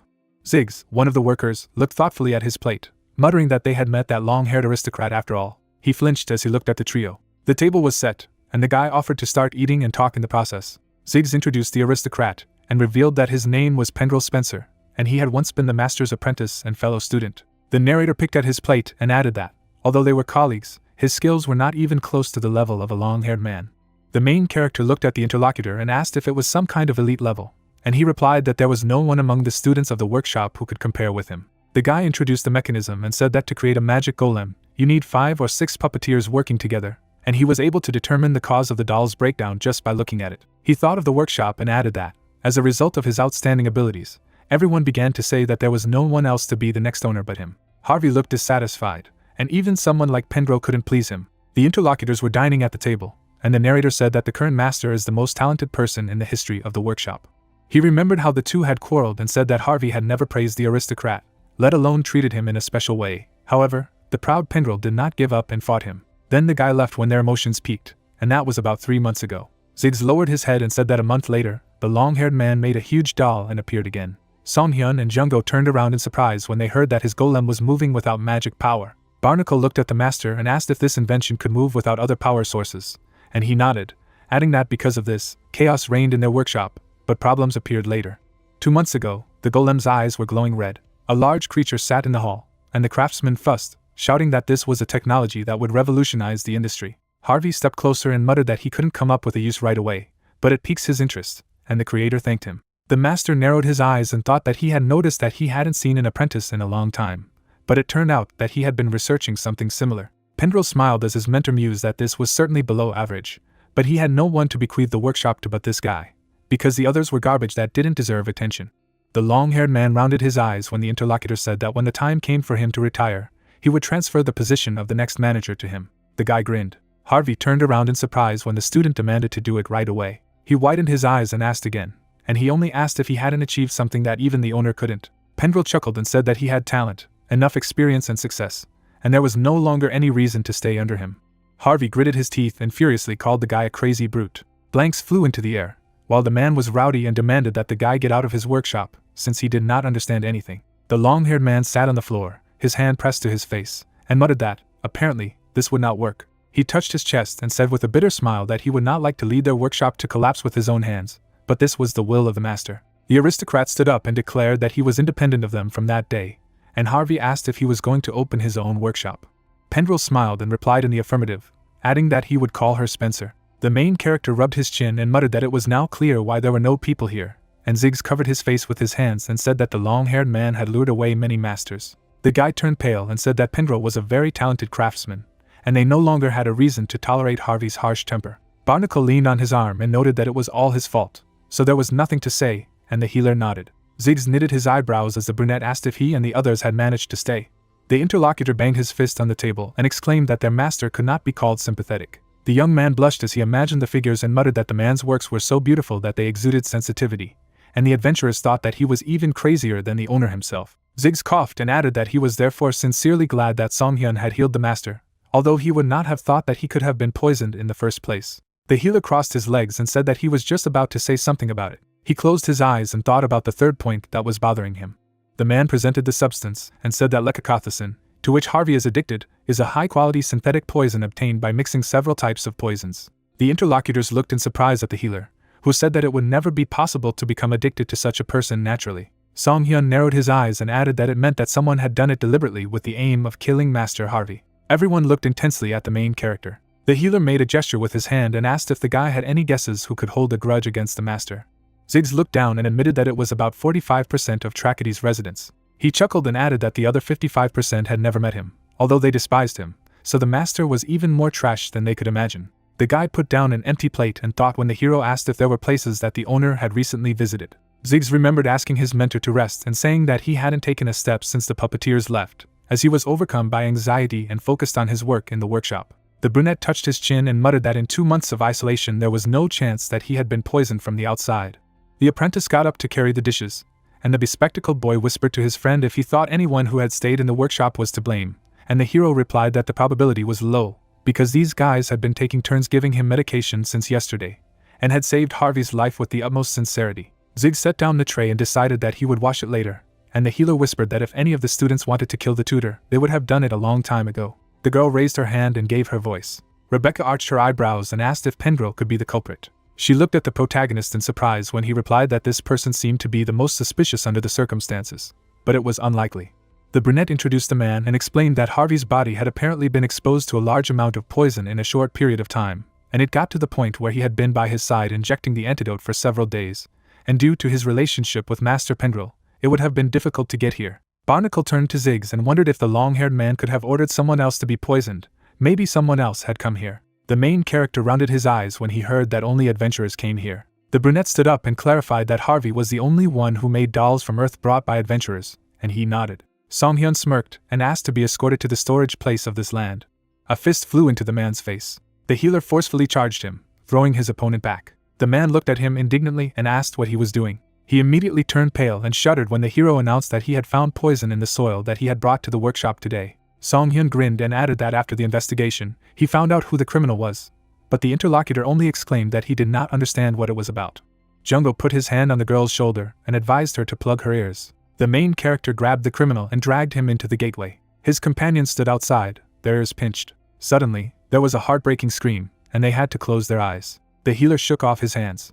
He went out to his comrades, who clarified whether everything worked out, and he replied that he hit the man, and he immediately split. Song-hyun showed the key to the warehouse of the Spencer workshop and stated that the guess was confirmed.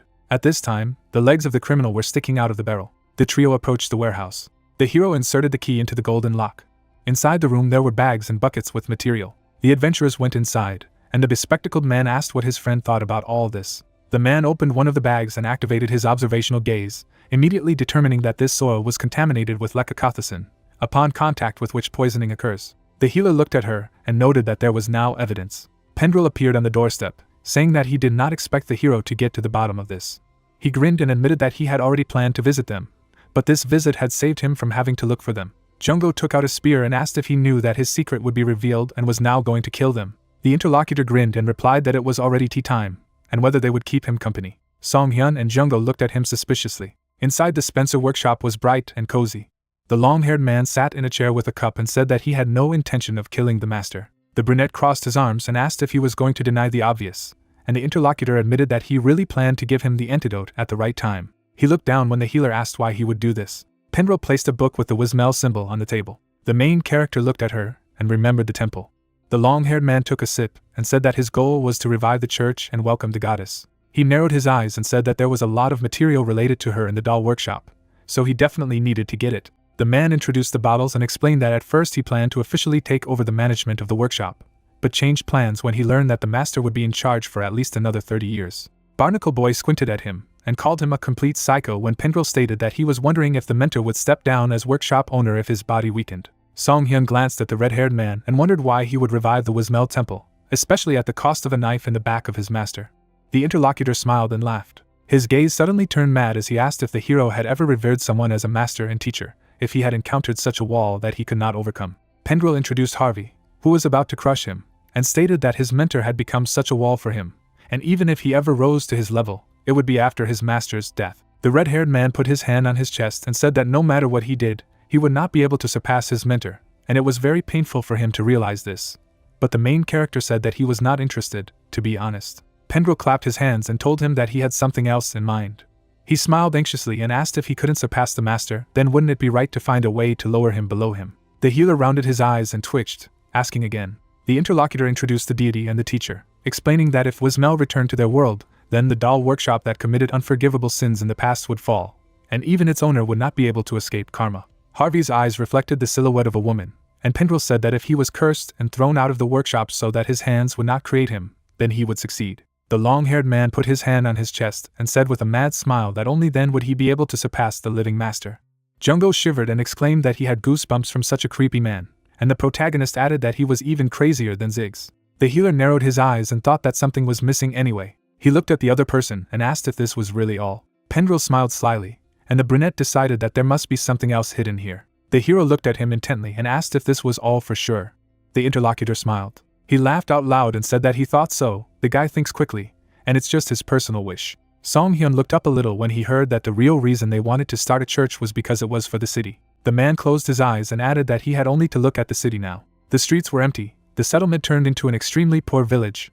There are not even simple healers, medical institutions, people are injured every day.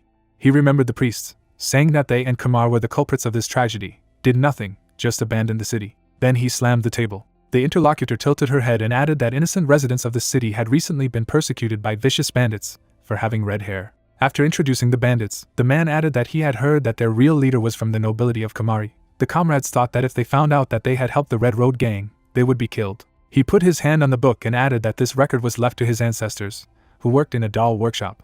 And obviously, he wanted to stop the decay of the city and that workshop. Then he picked it up, saying that the church is the power that the city needs today. Looking at the book, the interlocutor continued to say that even after he said this, they still planned to interfere. But the doctor interrupted him and said that he did not really plan to do it. Song Hyun smiled, adding that if they are founding a religious order with good intentions, there is no reason to interfere. His comrades looked at him strangely when he added that he rather wanted to actively help and thought that this was a lie. The man took his hand aside and asked if they could cooperate with them. The hero asked what kind of cooperation. Pendrell lowered his eyes when he heard that the hero hoped that he would be able to convince the teacher and replied that if he wanted to break Vitsmul, he would really need his help. Jungo looked at him questioningly and didn't understand why he needed him. The man replied that he couldn't tell them the details yet. The doctor smiled and said that he would try to do it. The guy remembered the robed men and said that the last thing he wanted to ask was that the masked group that tried to kill them also belonged to the church. Looking at him, he explained that these people were adventurers hired for money. They were not connected with the church. He sent them to deal with a man who was trying to find out about Vitsmul. Song Hyun stared at him silently, hearing that if he had known that they would show such cruelty, he would not have trusted them with this matter. Tea was on the table. Someone noted that their conversation had dragged on. It was time for them to go. The other replied that time flies by at tea. The young man with glasses began to say that he liked the tea. It was delicious. Jungo waved, saying that he liked the tea. But Pendrell stared at them. He held out his hand. Then he grabbed the girl by the hood. The man smiled and added, even if they were already gathered, she should say hello before leaving. The guy was shocked when he added that her brother was asking her to do so. The girl lowered her head. The man was surprised that they didn't know Rebecca was his younger sister. Turning around, Song Hyun asked again, and the girl replied that this was her real name. Her brother put his hand on her shoulder and said that she was still wasting time. It seemed that nothing had changed since she had run away from home in search of adventure. Then he leaned over to her and said that he had said that this job did not suit her. The guy with glasses understood her hand when he asked her what she was doing while he was doing things in the name of the city and tried to object, asking him not to say that. But Pendrell looked at him angrily and said that the only family he has left is Rebecca, so he's naturally worried that his only younger sister is involved in something dangerous. The guy hid behind the hero, saying what he meant. Maybe he could have said a little softer. The man exhaled and said that the same thing happened to puppeteers. Then he squeezed his hand on his shoulder tighter and said that if there was no talent, then she should at least try. She did not even try to do anything. Pendrell hovered over her and told her that she would tell him that she had tried her best. But if there was no result, how was that different from inaction? The girl began to cry when her brother added that if she was going to live like an adventurer, then she had better leave. Jungo grabbed his hand and told him to stop. The girl left her brother when the hero explained that he did not know about his sister, but his colleague Rebecca was quite an important member of their group. The girl looked at him in shock. He smiled and asked if he understood what was meant.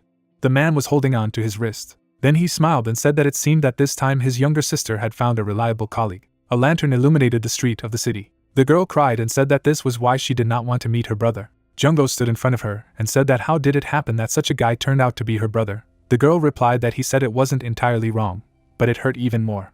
Rebecca lowered her eyes and added that perhaps it would really be better to stop being an adventurer. Song-hyun handed her the elixir and told her that a guy stuck in a safe village knows nothing of adventurers. He smiled and added that they were exploring the world and completing tasks, trying not to die in the process, and in his opinion, she was a real adventurer. The girl took the elixir, hearing that she could not pay attention to what people were saying, and thanked him. The three of them are in the middle of the street. Jungo asked if the hero really plans not to get involved with the church. He replied that he did not.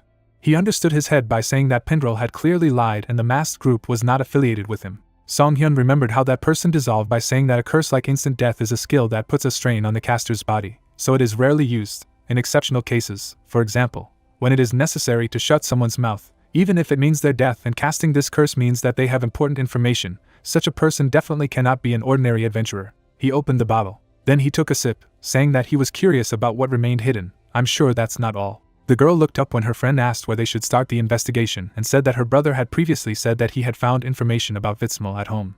The comrades looked at her with surprise after the offer to inspect their house. The seal closed the gates of the Spencer family's mansion. A message appeared that the gaze observer skill was used. Looking at the seal, the hero saw that access was denied. A strong protective spell was in effect. Anyone who tried to enter without permission would be punished. Rebecca showed the key when the hero noted that the house had heavy security, and Jungo said that it didn't matter since the owner of the house was with them. She inserted the key and the lock opened. The three went inside. The doctor noted that this place did not look like a house in which people lived, and a friend asked if this man really lived in such a gloomy house. The companion replied that this was the house in which she once lived. Turning around, the girl added that initially her brother left home early and lived in a dormitory at the workshop, and only after the death of his parents did he begin to visit him often on the issue of the legacy of the title of head of the family. They were climbing the stairs. Jungo asked who was taking care of the mansion. Rebecca replied that they originally had servants, but her brother fired everyone. She pointed her finger at cleaning the house. The guys were shocked. The mannequin was holding a broom. The rest were engaged in cleaning. The girl explained that these guys began to take care of the house. The mannequins were actively removed. Jungo opened his mouth wide, asking what it was, perhaps some monsters, and could it be that there was a dungeon here?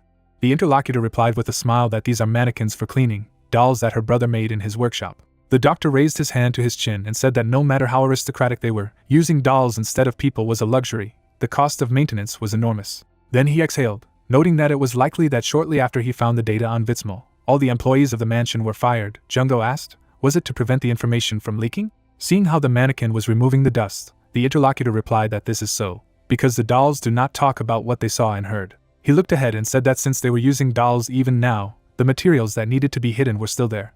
The girl came into the room, said that this was the room of her brother, the head of the family. The guys went into it. Jungo clarified that there was nothing special here. The hero looked at his comrade and asked if he remembered what they were talking about in the basement of the doll shop. Jungo frowned a little and began to list, not cheap, incompetently, ignoring ordinary people. The hero replied that this is all true. Song-hyun applied the skill.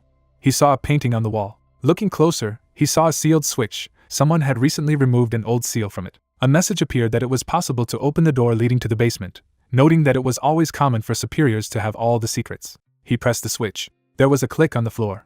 The floor under Jungo opened. He flew down the stairs. Song-hyun sat down and asked if he was right. His friend replied that he was. They went downstairs. The comrades ended up in the basement. The girl noted that there was a complete mess and everything was dumped on a pile. The hero looked at the writings. Looking closer, he saw that a great man who loved the city. Here he would leave a record of Vitsmal. Then he raised his head and said that this was a thing left by the ancestor of the family. It was also written on it that the goddess was a guardian deity worshipped in the city, and the ancestor of puppeteers. They were standing in front of the wall. Songhyun said that judging by the fact that the contents were generally similar to what was found in the doll workshop, it seemed that the original had been secretly copied, and the copy was hidden in the workshop. The comrade noticed that the wall was made of records, so it could not be simply transferred to the workshop.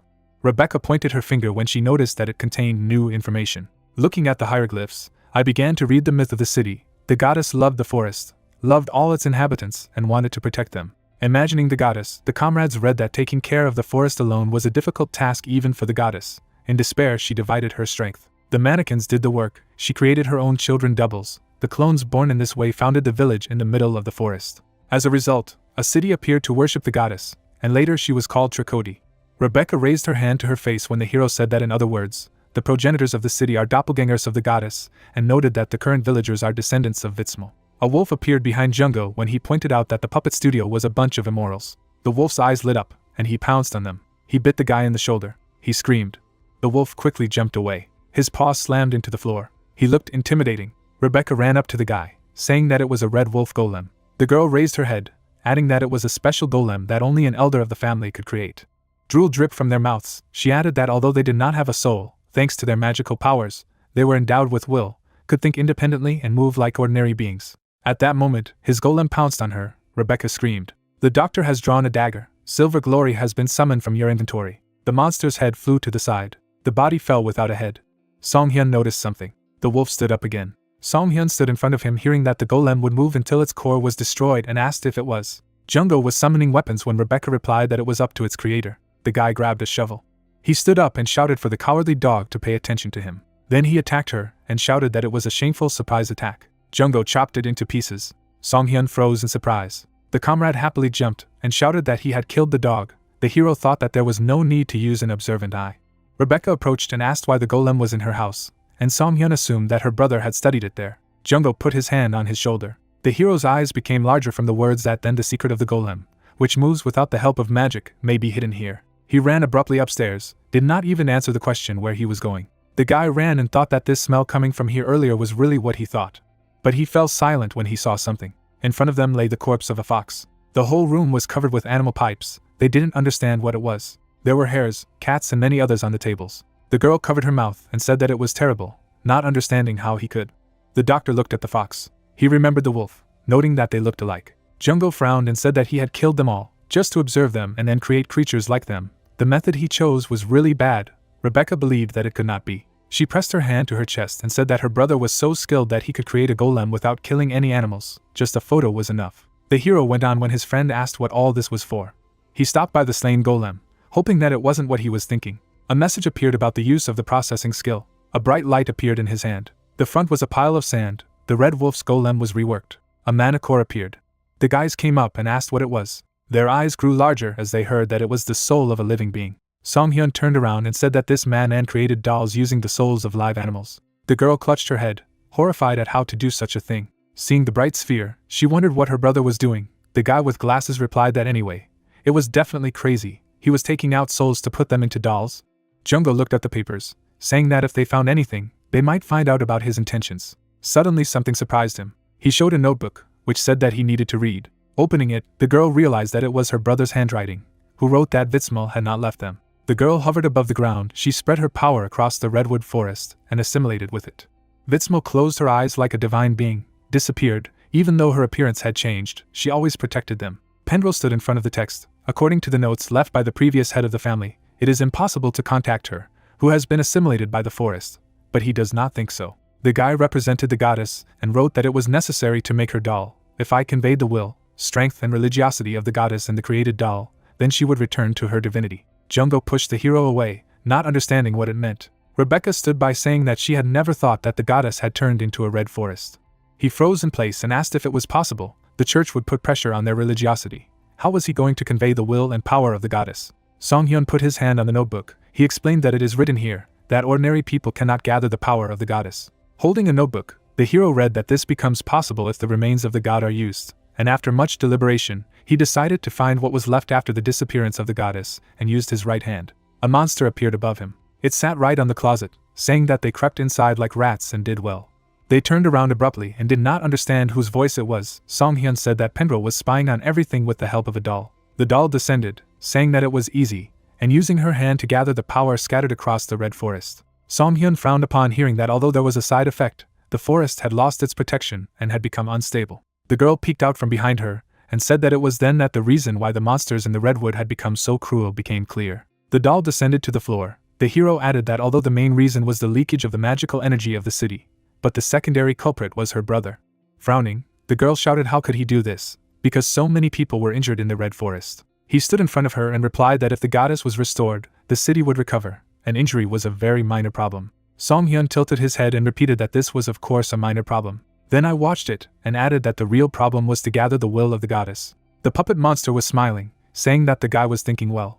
Jungho standing behind him didn't understand what they were talking about. Introducing the goddess, he explained that there was only one will left by the disappeared goddess, and that was the souls of the inhabitants of the city, the descendants. The core was in every citizen of the city, the descendants she left behind to protect the red forest. The comrades were shocked. The sphere next to Jungho was glowing brightly. He wanted to talk about how there were experiments inside dead animals to completely remove souls. The girl held the sword with trembling hands. She asked if it had already harmed the villagers. The doll stood in front of him. When she asked that the missing from the city were his fault, he drooped, called her by name when she really wanted to hear a negative answer. But then he smiled and said that everything was right, it was his fault. He remembered how he had collected these cores. He had to extract them and see for himself if the souls really contained her will. The girl was just horrified, and he added that it was all for Trakoti's sake. Tears welled up in her eyes. Rebecca ran towards the monster and started yelling at him to stop saying that. Jungho opened his mouth wide and tried to stop her. The doll dodged the attack. He grabbed her by the throat. Then he threw it against the wall. The guys were shocked. The girl raised her head, saying that her brother was a hypocrite. She held her chest and said that he was endangering the village and killing innocent people, not understanding how it could be for the sake of the city. The monster approached her, saying that she did not know because she had left the village. All the while the people of the city suffered from the contempt and persecution of Kamara. As she cried, he continued to say that only a goddess could save the city. For something more, one had to be willing to make small sacrifices. He didn't think that someone like her would be able to understand it. Song Hyun attacked from behind. My head fell off my shoulders. A smile froze on her. She fell to the ground. The hero approached the girl and said that it was not worth keeping him alive. Putting his foot on his body, Song Hyun asked how he could deal with him. The girl took advantage of his help and thanked him. Jungho looked at the down puppet, noting that Pendrell had taken the doll out of the person to make a doll, the healer saying that the Adventurers Guild would not be able to remain silent if the diary was provided as evidence. Song Hyun looked at his friend and said that the puppeteer needed to be stopped before more victims appeared. He was surprised. The exit was closed by the barrier. The ladder was blocked. The doll's head lying on the ground said that one of them had to stand outside on the alert. She smiled, saying that as soon as the door of this basement closed, it would be impossible to open it from the inside and someone would have to press the switch again. Jungho grabbed a shovel, saying that the villain was trying to kill his sister. He replied that he was not going to do it because she was the only blood relative, and they were her colleagues. However, he could not allow anyone to interfere with the sacred ceremony of welcoming Vitsmal. The puppet's head was smiling, saying that it would take about 3 days to make the puppet, so until then, the heroes would have to stay here. Jungho slammed on the door. The guy was indignant when he heard that he would open it as soon as he finished. The voice said goodbye as the men complained. The hero crushed his head and noted that they were unlucky. The girl looked at Song Hyun anxiously and offered to dig a hole to make a tunnel outside, but he replied that it was impossible. He walked over to the door, saying that judging by the state of the entrance, it was some kind of subspace, and if they tried to break through, they would fall into a spatial abyss. Rebecca lowered her head and apologized for having come here because of her. Jungho held out his hand, hastening to calm her down, as she had helped them find out what Pendrell was up to, but she was worried that it would be useless if they didn't get out of here. Jungho closed his eyes and told him not to worry. After that, I looked at the hero with a smile, because there must be some way. His eyes sparkled. Song Hyun thought it was. He narrowed his eyes, thinking that his comrade thought he was an expert at fixing everything in the universe. Then he pushed the remains of the doll with his foot. Calculations were made in his head. The girl brought her hand to her chest when the healer asked if she could use the powers necessary to control the dolls and replied that she knew the basics. The guy smiled. Folding his hand, he said that if she did well, then maybe they could get out.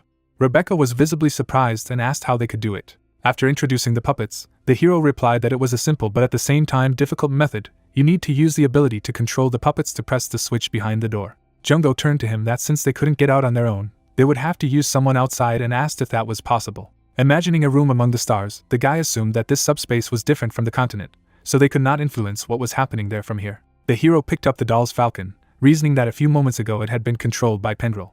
His comrades were surprised to hear that since he was outside, It meant that outsiders could interfere in this place using their skills. A message appeared that the skill of observational gaze was used. The hero smirked and said that there was no way that a descendant who passed on information about Vitsmal could not be imprisoned here. Seeing the comrades, Songhyun added that the previous owner must have taken action. A magic circle appeared in front of them with messages that a relay magic circle had been set up and skills could be transferred outside the spatial walls. Songhyun frowned slightly and explained that the circle is used to enhance the effect of the skill and deliver it to its destination. The healer had his back to his friends when Jungo asked if any skill could be used and replied that there were conditions for use in the circle set here. He looked at the bright symbols, saying that only puppet theater skills can be broadcast, and only by members of the Spencer family. Rebecca clenched her fists when she heard that she was the only one who could get them out of here. The girl panicked. She protested, saying that with her skills, she would not be able to control a doll made by her brother. Songhyun took her hand, asking her to listen carefully. He smiled and said that he didn't really care if the Trikoti was destroyed or not. His comrade looked at him uncomprehendingly, hearing that the hero was an outsider, and for him this was someone else's business, noting that these were ruthless words. The girl was upset. The healer began to look threatening, saying that he would do whatever it took to defeat this Pendrell. Rebecca was worried to hear that he wasn't going to give up and asked if the one who was born in Trikoti would give up. Introducing her brother, the hero said that Pendrell knew about the existence of the magic circle, but still locked his sister here, frankly ignoring her, and for this he should take revenge. With a slight smile, Songhyun asked if she agreed. Rebecca had doubts. Then she looked decisively at the interlocutor and said that she would try. 2 days later, the girl drew a line on the floor. She looked tired and reported that she was done. The comrades looked down attentively. Jungo noted that she said that she had no talent. There were magic circles everywhere on the floor. Rebecca shook off her hands, answering that they had been waiting for a long time. The comrade asked what this huge circle was. The girl smiled awkwardly and replied that other people's dolls usually do not allow themselves to be controlled by anyone other than the owner, so the task is to neutralize this. Jungo smiled in confusion, saying that he did not understand her. The hero explained that the girl would hack her brother's dolls. Then he stretched out his hand and asked her to take care of them to the end. The girl smiled and agreed. She rested her hands on the wall. The circles began to glow brightly. Blood fell on the window. The man moved his hand. Jix lay on the floor covered in blood, asking what the villain's intentions were. In front of him stood Pendrell. Rebecca saw her brother's room. The doll closest to her made the bed. The girl imprisoned her in a magic circle. The doll was pierced by threads. She took control of the puppet. Rebecca had her hands on her hands. She had to clench her teeth from the exertion. Jungo watched and became worried, but the girl assured her that she was fine. The hero watched her carefully, thinking that it seemed very difficult to control the puppet of a highly qualified puppeteer. His comrade was worried that the girl would faint. The hero looked down. At his feet were rat golems. Looking at them, he assumed that they were also created by Pendrell. He wondered if rats felt a resemblance between brother and sister. He looked at the animals and invited them to go help. The eyes of the rats were glowing. They rushed to the girl. Rodents climbed onto her shoulders. Their bodies began to glow. The magic circle became brighter. Jungo looked in surprise after noticing that the circle was being restored. The hero noted that golems also understood puppetry. The girl closed her eyes, realizing that she had to hold on. The puppet controlled by it was walking towards the painting. A wooden hand touched the switch. The purple block began to dissipate. Jungo looked in that direction and shouted that the passage was open and admired Rebecca. The rat jumped to the floor. The girl fell to her knees, glad that she could. Songhyun smiled and said that he knew she could handle it. The stars were visible over the Trikoti square. 3 ran down the street. The girl said that nothing should have happened. Jungo suggested that Harvey check first. He turned. They stopped, and the guy noticed that something strange had appeared in the atmosphere. There was no one around. The village was quiet. The healer nodded and agreed that the atmosphere was definitely different from what it had been 2 days ago. Rebecca pointed to a passerby and exclaimed that she saw a man there. Jungo decided to go over to ask him. He touched the man's shoulder and asked if anything had happened in the village. The interlocutor took a deep breath. The passerby turned around and began to repeat that a certain person was coming. Jungo recoiled. The hero noticed that the same passersby appeared around. People were running around, talking about some person. Rebecca looked at them, hearing that they believed in their mother endlessly. They surrounded him, saying that it was for the sake of Trikoti. The girl was nervous and shouted at them to come to their senses. The hero used the skill Observational Eye. As he examined the townspeople, he saw addiction, confusion, and that the subject was addicted to ethanol. Songhyun frowned and said that it was a hallucinogen. Jungo was perked when the healer said that their opponent seemed to have a hobby of distributing drugs to others and exclaimed that others would now exist like this for the rest of their lives or something. The hero replied that he just had to wait until the medicine was eliminated from the body. He looked through the crowd and said that since they couldn't fight the locals, they had better just leave. The trio rushed into the alley. The inhabitants went after them, saying that this man would come. They reached out with their hands for them. The crowd rushed after him. Jungo turned around and noticed that they seemed to have broken away. Ahead was a puppet workshop. The hero threw open the door and called for Elder Harvey. His eyes widened. Jix was lying on the floor covered in blood. The healer sat down next to him and began to ask him to come to his senses. The wounded man opened his eyes. His face was pale. He asked for help. The comrades noticed another nearby. The guy said that his teacher had been killed by Pendrell. He laughed. He looked up and said that he thought so. The sphere glowed brightly. Pendrell looked at the golem, saying that this species suits the teacher very well. Songhyun bandaged Jix. He looked at the guy, thinking that ceramic fragments were stuck in different parts of his body. A miracle that he had lived to see their arrival. Rebecca helped wash the wound with water. The healer said he finished providing first aid. Noting that it would be difficult to move immediately, the redhead thanked him. Jungo turned to look at the master's corpse. One of his arms was torn off, and they asked the Jix what had happened here. He lowered his head and told them that 2 days ago, when they had stopped hearing from the trio, Pendrell had come to their workshop and proposed. The guy recalled their meeting and how the guest said that if they cooperated with him, he would give the medicine. Harvey pointed it out, because if it had been earlier, Harvey would have been so angry that he would have kicked him out. But at that moment, the effects of his medicine wore off. The man gritted his teeth. The guy closed his eyes, saying that in the end, the master agreed to the deal. Jix, who was sitting on the floor, quoted his teacher about how life comes first. So what is the problem with getting over pride? Jungo noted that this guy is very consistent. Songhyun looked at the wounded man and asked what Pendrell's requirements were. After introducing the puppet, the guy replied that it was about identifying the problem of his ego golem, which does not use magic, but still needs to be refined. The healer put his hand in his pocket as he continued that the teacher had helped make the golem, and easily found the problem. Pendrell shook his hands, saying that it was the perfect move and he didn't expect it to be fixed so quickly. Harvey drank the medicine when he asked the master to continue to cooperate with him. Frowning, the man replied that now that he had taken the medicine, he no longer wanted anything to do with it. He brushed off the interlocutor, who recalled that their workshop had committed a huge sin against Vitsmal, but replied that it was not his problem. Pendrell lowered his head, saying that the teacher who inherited the puppet shop was also a sinner. The man looked threatening, adding that he would have to pay for his sins by working for Vitsmal. Harvey turned around, replying that he had lost his mind. Pendrell pierced her chest. Jix was shocked. A dark hole appeared in his chest. The man got the man's soul, saying that he would lead him to salvation. Harvey fell to the floor. The healer and his friend were amazed by the story. Jungo clarified that he took his soul. Jix was upset, saying that he immediately rushed at the villain. Songhyun tilted the, adding that they had been scammed.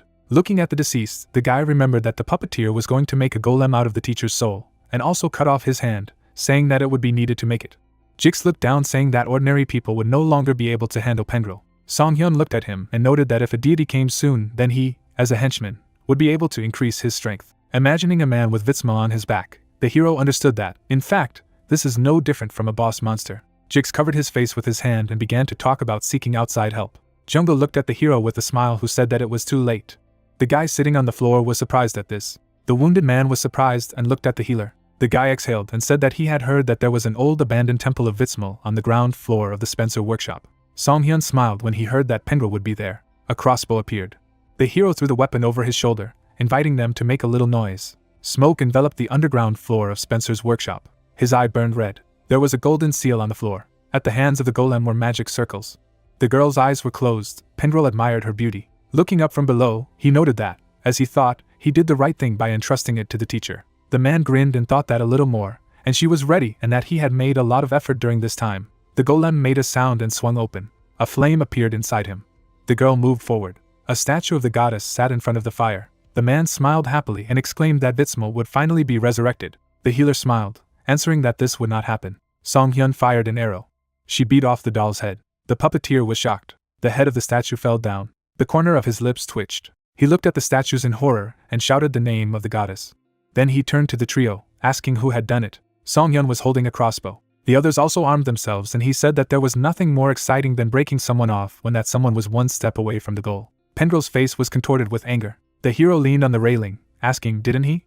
Then he threw the crossbow over his shoulder and said that he had not seen each other for a long time. He stared at the puppeteer, adding that 2 days had passed. Pendrell was furious, asking how they ended up there. His eyes widened as he heard his sister's voice. The girl said it was over. She looked at him resolutely and demanded that he stop now.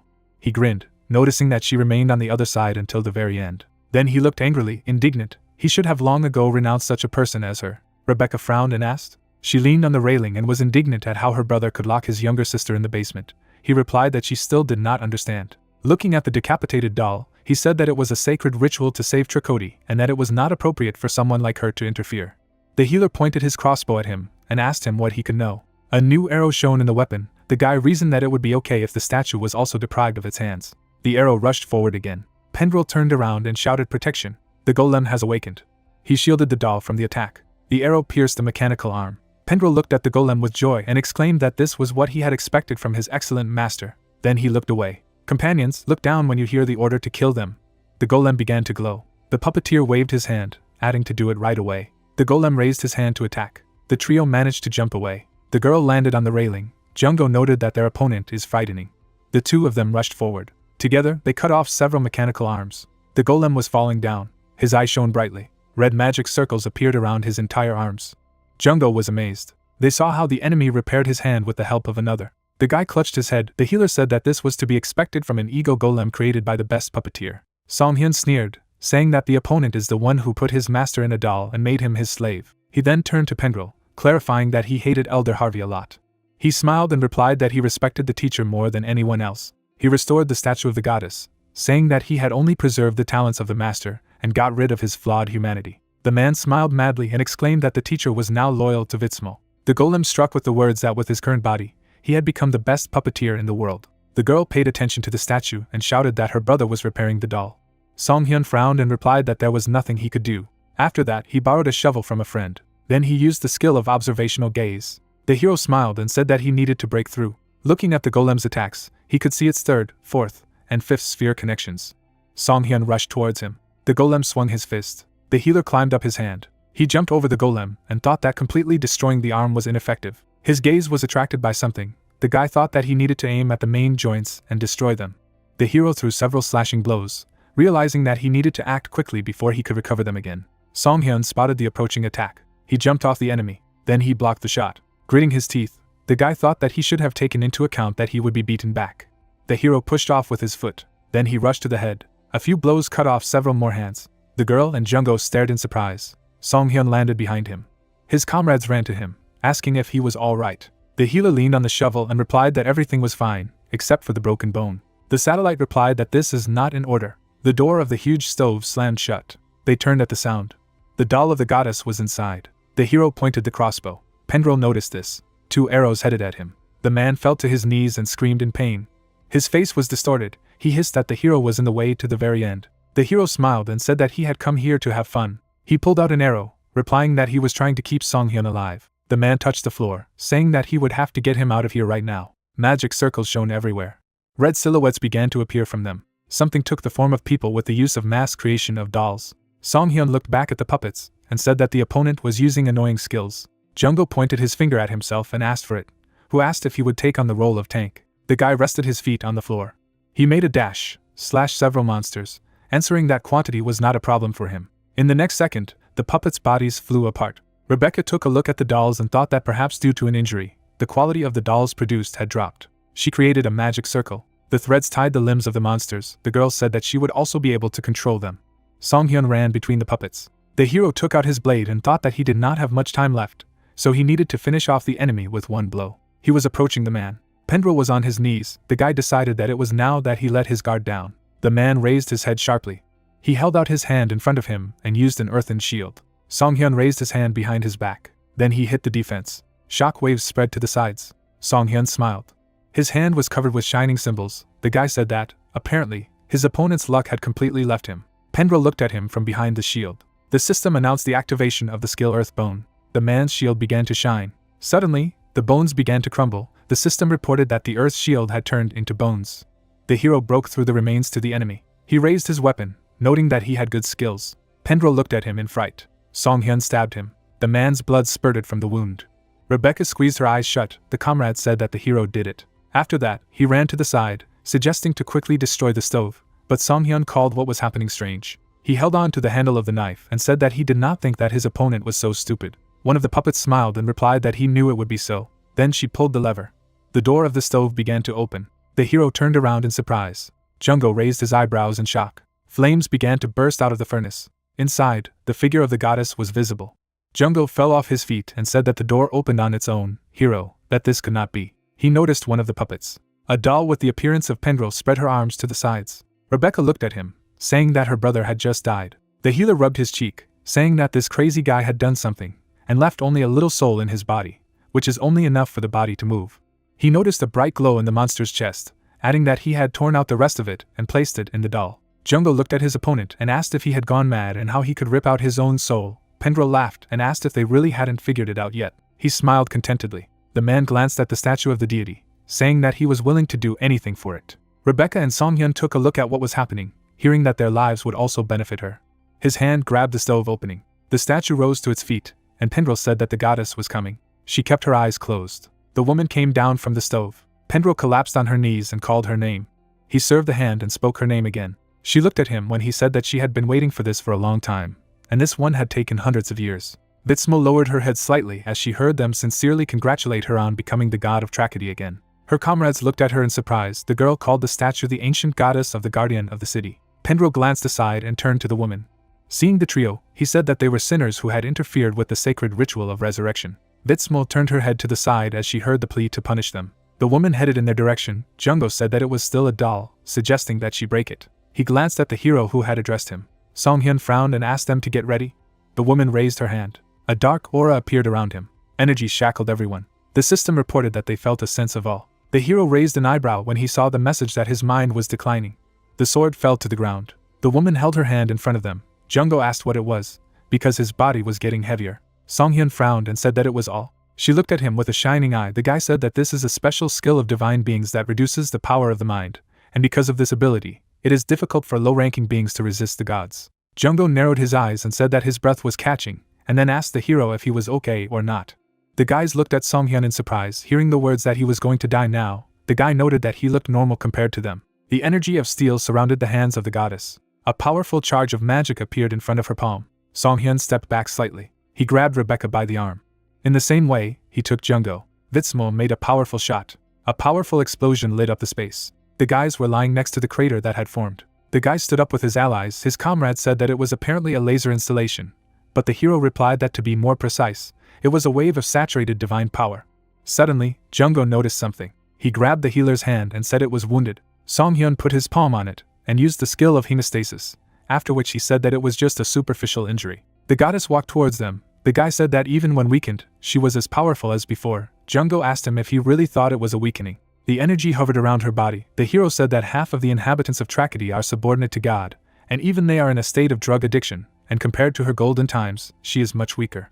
The comrade frowned and asked if that meant there was a chance. Songhyun replied that the gods would easily destroy an ordinary person anyway. Pendrell stood beside the goddess, saying that it was incredibly stupid. He raised his hand and added that if they said right now that they wanted to become faithful followers of the goddess, then maybe he would spare their lives. Jungo asked in surprise if he was really saying it. Songhyun turned around in annoyance when he heard that he just needed a guard golem to protect the city. Then the guy pointed his finger at him and shouted if he wanted a golem to use him as a slave.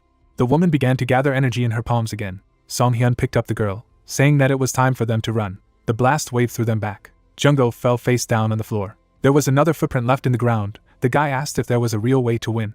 Songhyun looked at him and asked if he thought he could fight a typhoon or tsunami and win. Jungo replied that they had to run. It was impossible to fight such a disaster. The healer smiled and said that in the same way as there are divine beings, it is better to avoid what cannot be fought. The comrade lowered his head and remembered the city, asking what would happen to the Tragedy if they escaped. Songhyun frowned and thought that it wasn't just about the city. The woman went to them. He thought that Pendrell, who had come under the protection of the goddess, would consume the surroundings of Lake Pitstall, and moreover, completely take over the western continent.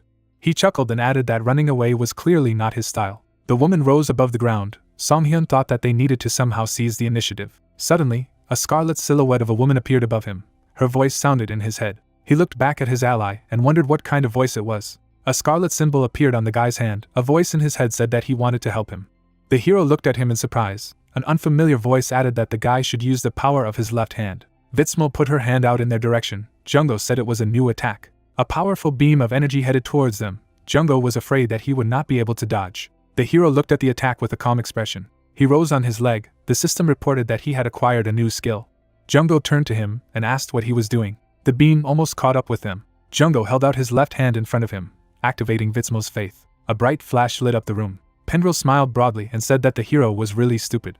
Smoke filled the room. He said that they needed to know their place and not stick their head out. Suddenly he noticed something in surprise. The comrades were standing on an untouched piece of land. Songhyun held his hand above his head. Pendrell recoiled and said that he was able to survive the wrath of the god.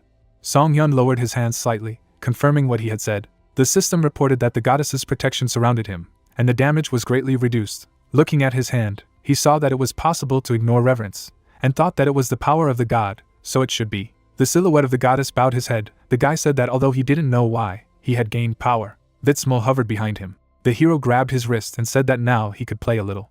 The statue of the goddess headed towards them. Jungo asked the guy if he was okay or not. The hero smiled and replied that everything was fine with him. The comrade said that if he had any abilities, they should have been shown earlier. The opponent gritted his teeth, not understanding how a person could deflect the mistress's blow. The statue stretched both arms out in front of it. Pendrell added that it was simply impossible. The guys watched the attack being prepared. Song-hyun told his comrade to take cover in a safe place. Jungo wanted to object. The hero looked at him with a smile and added that it was his duty to protect his comrades. The friend looked in front of him in frustration, thinking about what the guy wanted to say, that he should just leave so as not to interfere. But smiling, he said that he understood him, so he would go and take care of the girl. The guy took his ally in his arms and ran away. Pendrell frowned and asked the goddess if she would allow them to escape. The statue attacked again. The guy raised a beaming hand. He blocked the attack with a barrier. Song-hyun smiled and said that it didn't even bother him. He removed the barrier and said that perhaps the goddess had weakened due to an incorrect belief. Pendrell stepped back and said that something was wrong. The hero threw up his hands, saying that no god would love followers who were considered puppets. He gritted his teeth when he heard that if he had been in Vitsmo's place, he would have killed him first. The statue prepared for the next attack. The opponent replied that the guy did not dare to humiliate his faith, and because of this, he would kill him. Song-hyun took off. He flew between the explosions. The guy made his way to the statue. The hero took out his blade and asked his opponent if he loved his faith. Song-hyun struck a powerful blow. Waves began to diverge from the attack. Looking at the impact site, he thought that it was usually difficult to even approach the barrier. The guy's weapon shone brightly. The system reported that Vera Vitsmo was emitting a red light. The barrier was destroyed. The hero decided that it didn't matter now. He directed an attack at the head of the statue. A blade began to appear in the hand of the goddess. She blocked the attack. The opponents exchanged several blows. Jungo watched the scene from around the corner, and thought that the hero was not inferior, even when fighting a god. They crossed their blades again. Song-hyun struck another blow, and thought that she had a vulnerability. Pendrell looked up at the battle. The guy thought that she was just a puppet in the hands of this man, and then wondered if someone who had never fought could properly manipulate the power of a god. He gritted his teeth when he heard that even the strongest would not be able to show his abilities if the one who commanded and did not cope. He struck another blow, saying that he could not show his abilities. The sword flew out of the hands of the goddess. Pendrell frowned and shouted her name. The statue fell to the ground. Song-hyun thought that if he hit, he would be able to destroy this puppet. He stared at her and wondered if it was safe. The hero remembered the inhabitants of the city and thought that their souls were in the body of the creature. Suddenly, a silhouette appeared behind him. The woman turned to him. A giant silhouette of a Vitsmo canopy over him. The woman asked him to cut the bond between her and Pendrell. She lowered her head, saying that if the guy did it, she would be able to wake up. The hero frowned and pondered her words. Suddenly he raised his eyebrows in surprise. The man raised his head to hear the mistress relaying a message to him. Song-hyun swung his blade. Song-hyun activated the eye of the observer. The goddess's faith illuminated a red link. Guy threads going to the goddess. Pendrell frowned and shouted at the boy, ordering him to stop. Song-hyun punched and used separation. The blade of his knife severed all ties.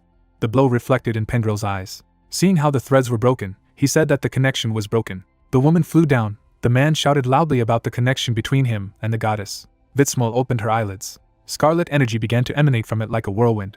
The hero landed and slid across the floor. He looked at the sphere of energy gathered around the goddess and thought that it was her true form, freed from her shackles. Vitsmo came out and soared above the ground. The goddess, covered in various patterns, glanced at the young man.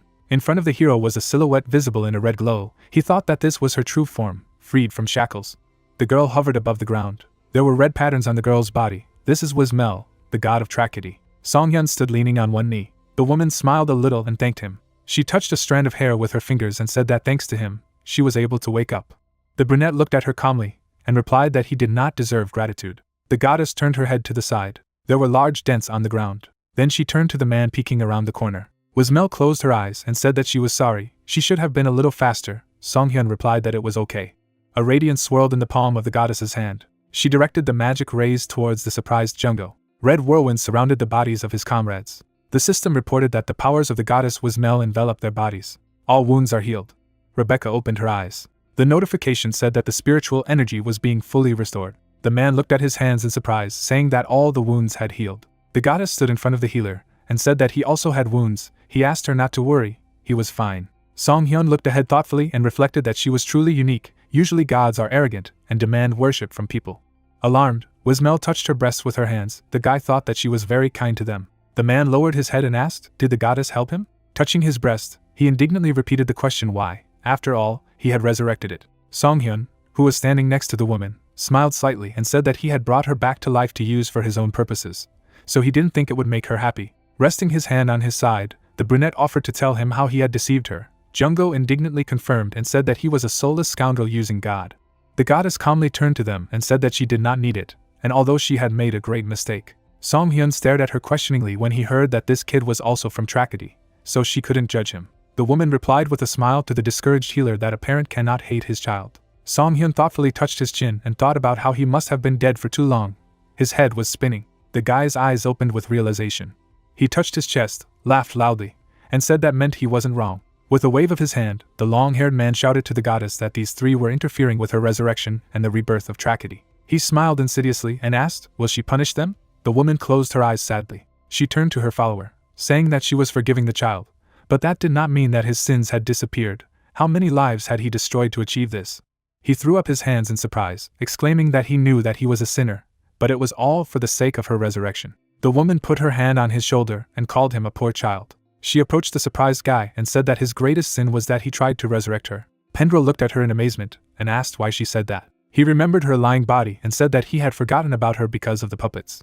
He presented the transfer of the amulet and said that the transfer of Kamar power was not enough. Remembering the attack, he continued that he had even contributed to the fall of the sect. They all hated him. Wismel closed her eyes and said that she never hated him. The man asked her why. The goddess smiled affectionately as she removed her hand and said that a parent cannot hate his children. The heroes stood in a broken room. The woman continued that her existence was very painful, that her beloved children lost their identity and became her own puppets. The guy took a step and said that it was impossible. Staring ahead in amazement, he said that she did not want to be resurrected. He had been coming out all this time. Song-hyun took a step forward and ended his sentence by saying that he was a complete fool. The healer came closer, saying that Pendrell was only a villain who used the name of a god to create chaos. He denied it. The woman looked at the healer, who said that the man did everything for Wismel, but always blamed the puppets and Kamar. The brunette pointed his finger and stated that he had destroyed her heart. Tears appeared in the follower's eyes and he screamed. Falling on his knees before the goddess, he begged her forgiveness. Rebecca and Junggo looked at him intensely, the man saying that he was wrong and that he thought it would make her happy. Wismel closed her eyes and heard him scream that he was unable to understand it. Suddenly, Song-hyun kicked him in the chin. Clutching the blade, the healer said that even if he killed him, order would not be restored in tragedy. Pendrell looked at him frightened. The guy added that at least it wouldn't happen again. The blade of the dagger glowed brightly red. The system reported that the Wismel faith emits a red glow. With a sharp tug of the man's chest on the blade, Song-hyun said that he could stop everything. Pendrell opened his mouth in amazement and asked the goddess not to leave him. His head fell to the ground, and he could be heard repeating the name of the deity. The wreckage of the golems lay on the floor, and the words were heard that it was all over. The goddess sat down next to the follower's body after hearing the healer's question. Should he have let him live? Wismel shook her head in denial and replied that this kid had made too many mistakes. She would forgive him, but others would not forget it. She ran her hand over the hole in his chest and said that she was ready for this, but it still hurts. The woman looked at the man who approached, who said that it was all because it was a family. Tears flowed down Rebecca's face. She said that as bad as they were, it was family. The goddess looked at her and nodded, and then she hugged the girl. Hugging the heroine, the goddess asked why it was very hard for her. She smiled kindly and said that she was glad she was okay. Rebecca looked at the goddess in surprise. The guys watched as the girl sobbed in the arms of the goddess. At the stairs in the room, the hero heard the words that he had a few more questions for Wismel, which haunted him. Junggo leaned over to the girl. The goddess asked what the questions were. The healer said that there is a lot of things that need to be checked. Wismel sweetly touched her chest and said that he was the first hero to save tragedy. She would answer any questions. The young man smiled falsely and thought gloomily that he was sure that all these trials were not in vain, because he needed to learn at least something about administrators and movement between dimensions. He looked at him, turned to his comrades, and asked if they did not mind if he spoke to the woman alone. The goddess snapped her fingers and said that she would protect them from prying ears. The heroes are surrounded by a magical seal in the form of plants. A sphere of shining vines appeared in the room. The brunette looked at the dome. The goddess said that she would create a barrier. No one would hear them in it. Looking ahead, Song-hyun thought that it was like a semi-enclosed space. The power of the gods was truly incredible. He remembered how the woman had addressed him during the battle and said that she already knew that he had come from another dimension. The guy lowered his head and said that he would ask her directly. He resolutely touched his chest and asked if she could bring him back to his homeworld with her power. The goddess closed her eyes in a smile and apologized to him. Song-hyun froze and thought it was fair. The woman touched her cheek with her palm and said thoughtfully that divine power was needed to move between dimensions. It was now very weakened. The guy scratched his head and asked her if he could return if he sought the help of another powerful god, The woman replied that it might be more difficult than he thought. She presented a diagram with movement between universes and several dials and said that in order to cross, you need to know the exact coordinates. Finding the coordinates of his world is not so difficult, but it will take a lot of time from a person's point of view. The guy clutched his head in discouragement and asked how long it would take. Wismel replied that it would take at least several hundred years. Standing in a thoughtful pose, she asked, after all, he came to this world by call. The one who summoned him must know the coordinates of his homeland. The hero imagined the shining silhouette of the girl in front of the monitors and thought that this is why none of those who got to Earth could return. It means that he will have to cooperate with this bad administrator. A question was heard among the shining red vines. If there was anything else that interested him, the healer replied that this was what he wanted to ask first. Song-hyun approached the goddess and asked how she interfered with the status screen. The guy remembered the red notifications about gaining a new skill, and said that the woman used the status screen to transfer her power to him. He had met many creatures, but no one could do anything like this. Opening her mouth a little, the goddess replied that it was called a status screen. It was not surprising that no one could interfere with it. She imagined the silhouette of a person holding a system window and said that this system was created by a being of colossal power.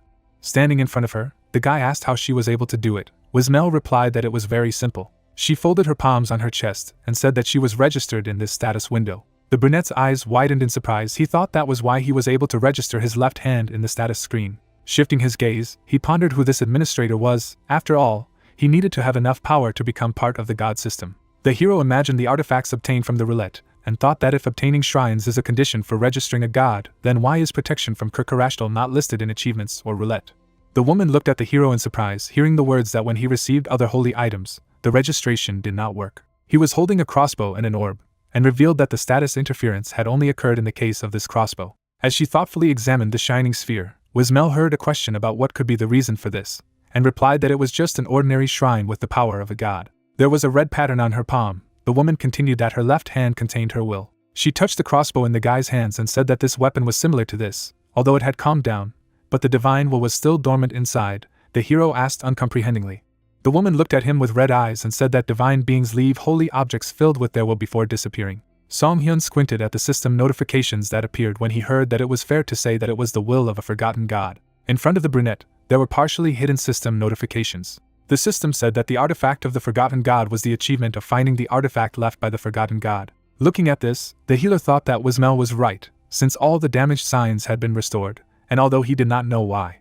He imagined the shining crossbow and the left hand of the goddess, and thought that the administrator was accumulating the will of the gods and objects. The sphere in his hand began to disintegrate into pixels. Song-hyun thanked the goddess, and said that he had received a huge amount of information. She replied that she was happy to help him. Looking at her carefully, the hero remembered that he wanted to ask what happened to Tragedy in the past. The woman arched her eyebrows sadly, hearing the guy ask if he correctly understood that she sacrificed herself to protect the city. The goddess closed her eyes, apologized, saying that her consciousness was foggy in that ancient time. She folded her hands in front of her and said that perhaps it was due to an unstable resurrection. Opening her mouth, the woman added that she remembers exactly who fought with her. She imagined a flash among bright rays. A blue-haired man held a shining ball in his palm. The woman said that his name was Natika. Song-hyun stared ahead in surprise, thought he had heard the name too. Wismel closed her eyes, and the hero thought that meant that he was not forgotten, unlike her. The guy of the skeleton controlling the white-haired guy thought that if you think about it, Kurkarashtal was also a god who died and was reborn, and the administrator must have also become a forgotten deity. The young man frowned resolutely, and thought what if many gods had disappeared and been forgotten. He imagined the figures of various deities, wondering if they were at war with each other. The red branches of the barrier began to part.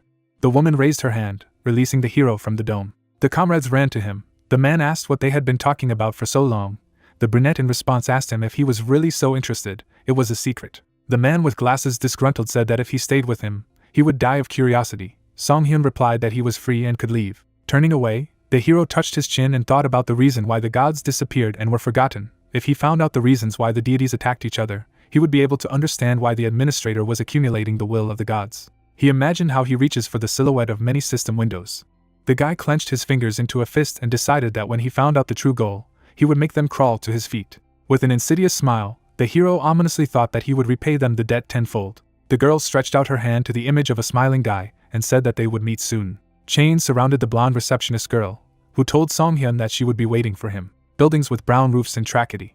The heroes walked down the street. Sungo said that everything outside the estate was still quiet. Song-hyun replied that half of the residents were under the influence of drugs, and Pendro ripped out the soul of the other half. The goddess looked ahead anxiously and said that many children had lost their lives because of her. Jungo threw his hands behind his head and asked if it was really impossible to save Harvey. After all, the soul remained in the golem. The brunette replied that it would be difficult. He imagined the lying bodies and said that even if they somehow got the soul, there would be nowhere to put it, because the body had been dead for a long time. Rebecca looked down in frustration and said that she would probably never see them again, her comrades and Marcin. The goddess turned around, looking at her. She touched the cheek of the crying heroine and asked her not to cry. The goddess smiled softly and reminded that the girl had done everything she could. Rebecca touched the goddess's hand when she heard that she must now leave it to her. Wismel's body was glowing brightly, she asked. Did she forget? The woman smiled broadly, saying that she was the patroness of the city. Gusts of wind rose from the magic seal, carrying autumn leaves. Red rays of divine power flew through the streets of the city. Suddenly, shining figures began to form. They turned into shining silhouettes of people. Jungo opened his mouth in surprise, asking what it was. The healer explained that it was the resurrection of the dead. The man with glasses looked at him and asked if he really meant raising the dead. Luminous figures of people appeared in front of the heroes.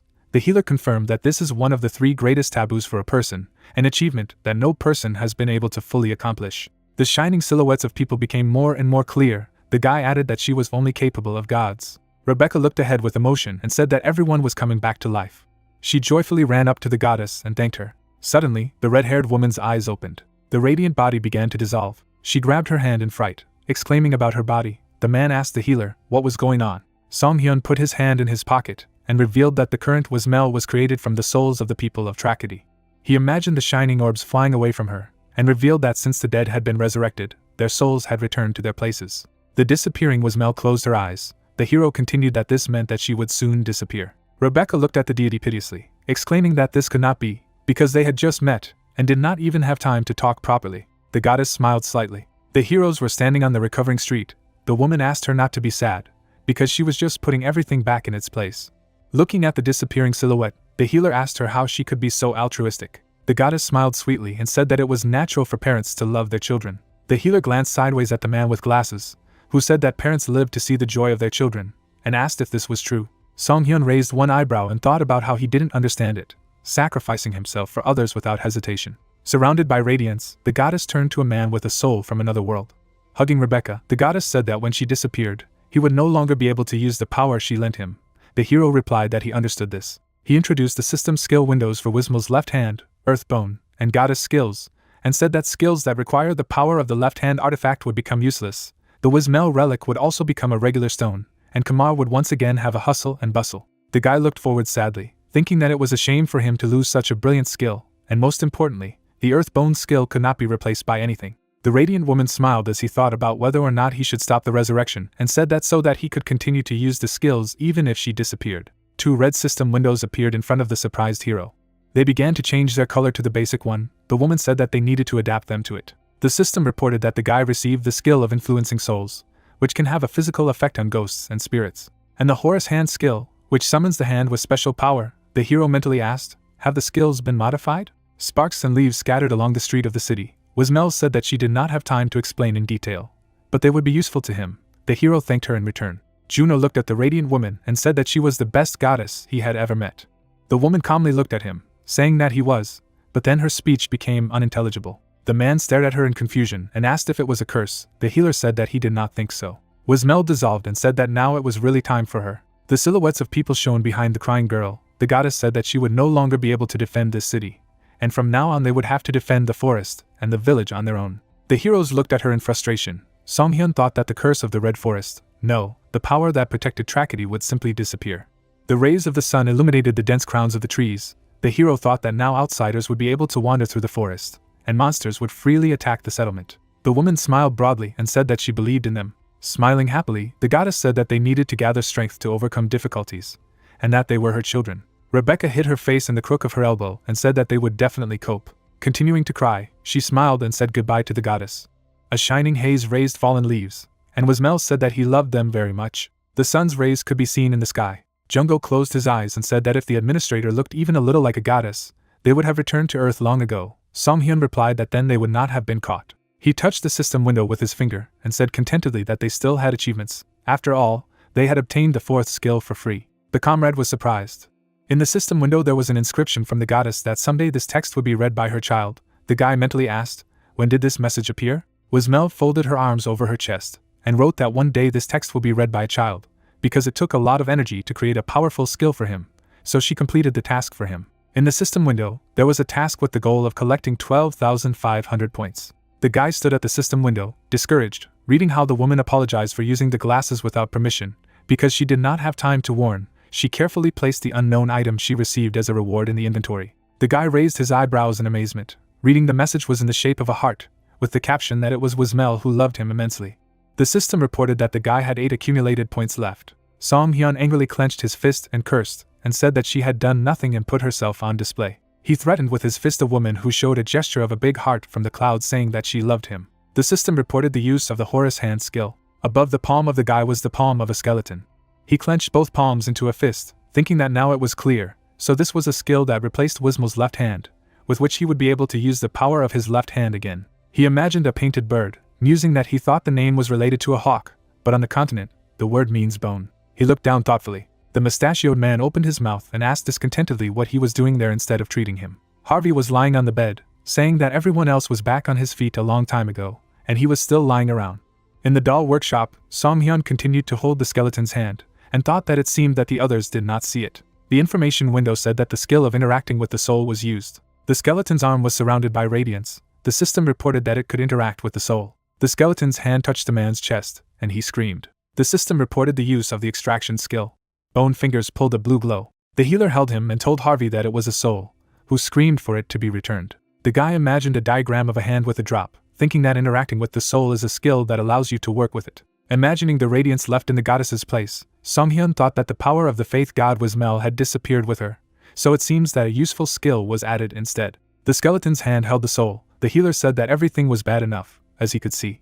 He was standing next to the man lying on the bed, saying that due to the fact that it was used as an energy source for the huge golem, the soul was badly damaged, the body was fine, but the person who was supposed to move it was damaged and could not control it properly. The patient turned around in displeasure and asked if he thought he was stupid. Enough explanation, let him treat. Song Hyun replied that there was a condition. His palm was surrounded by a glow. The healer said that he would have to cooperate with them to protect Tragedy. Harvey frowned and asked again, then heard a suggestion to think about how things were going there now. Many monsters rushed to the settlement. The hero said that the blessing of Wismel, which protected the village, has disappeared. This is a great time for monsters to attack. It will also affect the living conditions of the inhabitants. The forest will become dangerous. They will not be able to freely collect herbs and food.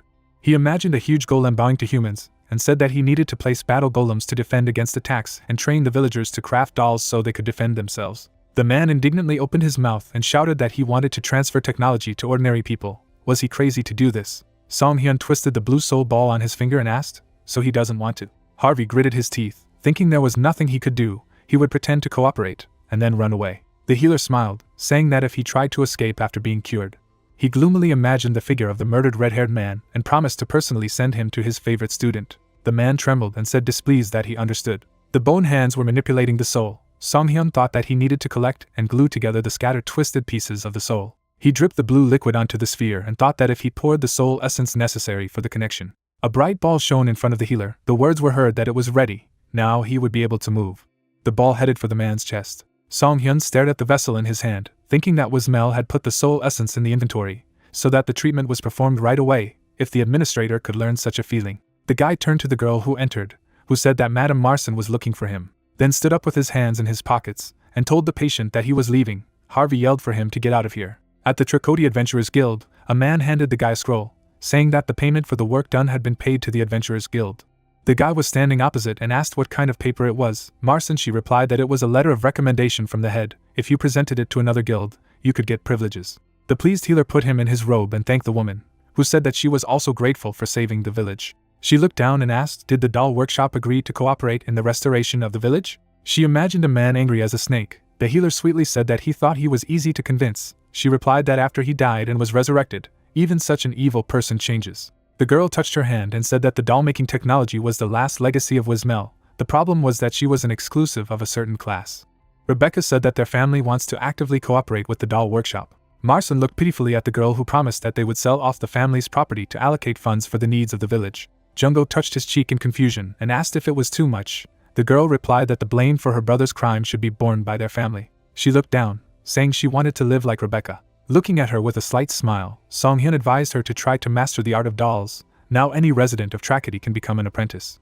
The girl looked out the window, saying that maybe she would study the art of dolls and take care of the red forest. Trees grew near the village. There was a dense green forest around the settlement. Words were heard that now it is called differently, the Wismel Forest. In the evening, a lantern was burning near the inn of the Adventurers Guild. Song Hyun was lying on the bed, thinking that tomorrow he would be able to leave this village. It was quite difficult and dreary. He would need to drink one portion of the recovery potion before going to bed. He looked out the information window, asking how many servings he had left, and was surprised. On the screen in front of him was an inventory that contained a new item, a sleeping pill. The description announced that it had been received as a reward for the quest, and the unspecified item was carefully placed in the inventory. Lying on the pillow, the guy thought that Wismel had mentioned this thing. He had a blue ticket in his hand. He asked that it should be placed under the pillow before going to bed. The doctor put the ticket under his pillow. On the bed, he thought he didn't know, but this is an item he spent almost 30,000 points on. He hopes it's not another useless thing. His eyes began to close, but he thought that otherwise he would definitely kill this administrator. Drops of water splashed. Song Hyun opened his eyes in surprise. It was as if he was lying on the water. Getting up, he looked around and asked if it was a dream, a sleeping pill, so it was a dream item. There were chains around. The hero said that since the state window does not open, it seems that this is really a dream. An unusual notification appeared that he had arrived successfully. The brunette turned sharply. Behind the chains was a large cube. He came closer and asked what it was. Next to the chains entwined with the cube was a new window in which it was written, "Will it be clearer if he says so?" A blue information window appeared in front of the guy. It was in front of the cube, and it was written that she was very much looking forward to his arrival.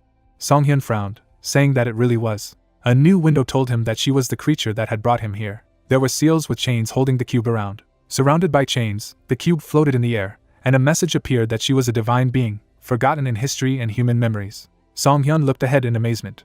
He looked gloomy and asked, "Is she the administrator?" The hero came close, saying, "What kind of meeting?" Swinging his fist, he shouted that he would beat her first. Chains flew away from the blows. The guy kicked, leaving a flash. He looked at the cube with displeasure, asking what it was. Didn't want to be beaten, so she put on armor with chains? He swung his leg and heard the answer that they were not for protection, they were what shackled her. Standing in front of the cube, the healer thought that he should have beaten him right away, and he couldn't even approach it. He stood in front of the information window, asking why this happened, and received the answer that it was a long story. It was sealed. The administrator said that there was a limit on certain words, so she could not explain in detail. Let her imagine that she had been betrayed by those she trusted. The guy's figure was reflected in the edge. He saw that she had brought him here because she needed someone who could remove the seal. Song Hyun stood in front of the cube. The deity said that the place where she was sealed was the world of the subconscious, what is called a dream. More precisely, it is a dream within a dream or a dream within a dream. The guy turned around when he heard the question if he could see the door from behind. The door was in the form of a flexible drop. The administrator said that this door is called on the other side of the subconscious. An ordinary person needs to go through this door to get here, which appears with a probability of 1 in 5922 in a dream. Song Hyun put his hand to his side and said that although it was difficult, the chance of hitting was not that small. The administrator remembered the different people who stood in front of her and said that, as she had said, many people had come here. She had explained the situation to them and asked them to remove the seal. The girl pulled herself up on the bed, saying that she seemed to be having some kind of dream. The administrator said that they forgot about all the promises as soon as they woke up. The healer chuckled, saying that they forgot the dream. Maybe it was also because of the seal? The chain came from a bright magical seal. The forgotten deity said that it was true. This seal not only bound her, but also contained a special curse that caused people to forget about sleep as soon as they woke up. Song Hyun threw up his hands, saying that such an elaborate curse, it was clear that it was not easy to remove, but she continued to explain. Putting his hands in his pockets, the healer said that she had created a blessing that could resist the curse. There was a blue flicker next to the cube. The administrator said yes, but there was another problem. She imagined a girl with her hands folded in prayer and said that the people of this continent worship their gods, so she could not put a blessing on them. The cube was black. The administrator said she thought about it then. The girl was bound in chains, saying that if there was no creature in this world that could save her, what if she tried another world? She introduced the universe, saying that this is how she found the world, and there is an influence of deities, but many people do not follow them. She imagined herself reaching out to the universe, saying that a world where there was no magic, but there was a concept of skills and magic. She introduced planet Earth, and said that she was sure that the inhabitants of Earth would be able to help her. Song Hyun pointed his finger at the window in displeasure, and said that why should Korea, given that most of the displaced people had collapsed, should have been removed from the list. He pointed to an information window that said he was well aware of the status window. The constrained girl presented a smartphone with webtoons, saying that in the process of thinking about how to give strength to the inhabitants of the Earth, she naturally stumbled upon their works. The most interesting element in them was the status window. Song Hyun looked at her in discouragement, and remained silent. He stood in front of the cube and said that he would never have thought that a god would read webtoons from another universe. The administrator replied that it was fun. Song Hyun noted that she even learned the language.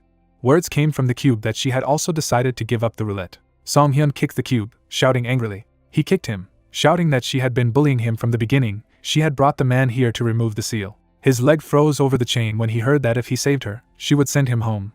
But of course that wasn't all. He froze in the same position when he heard that she could give him back what he had lost.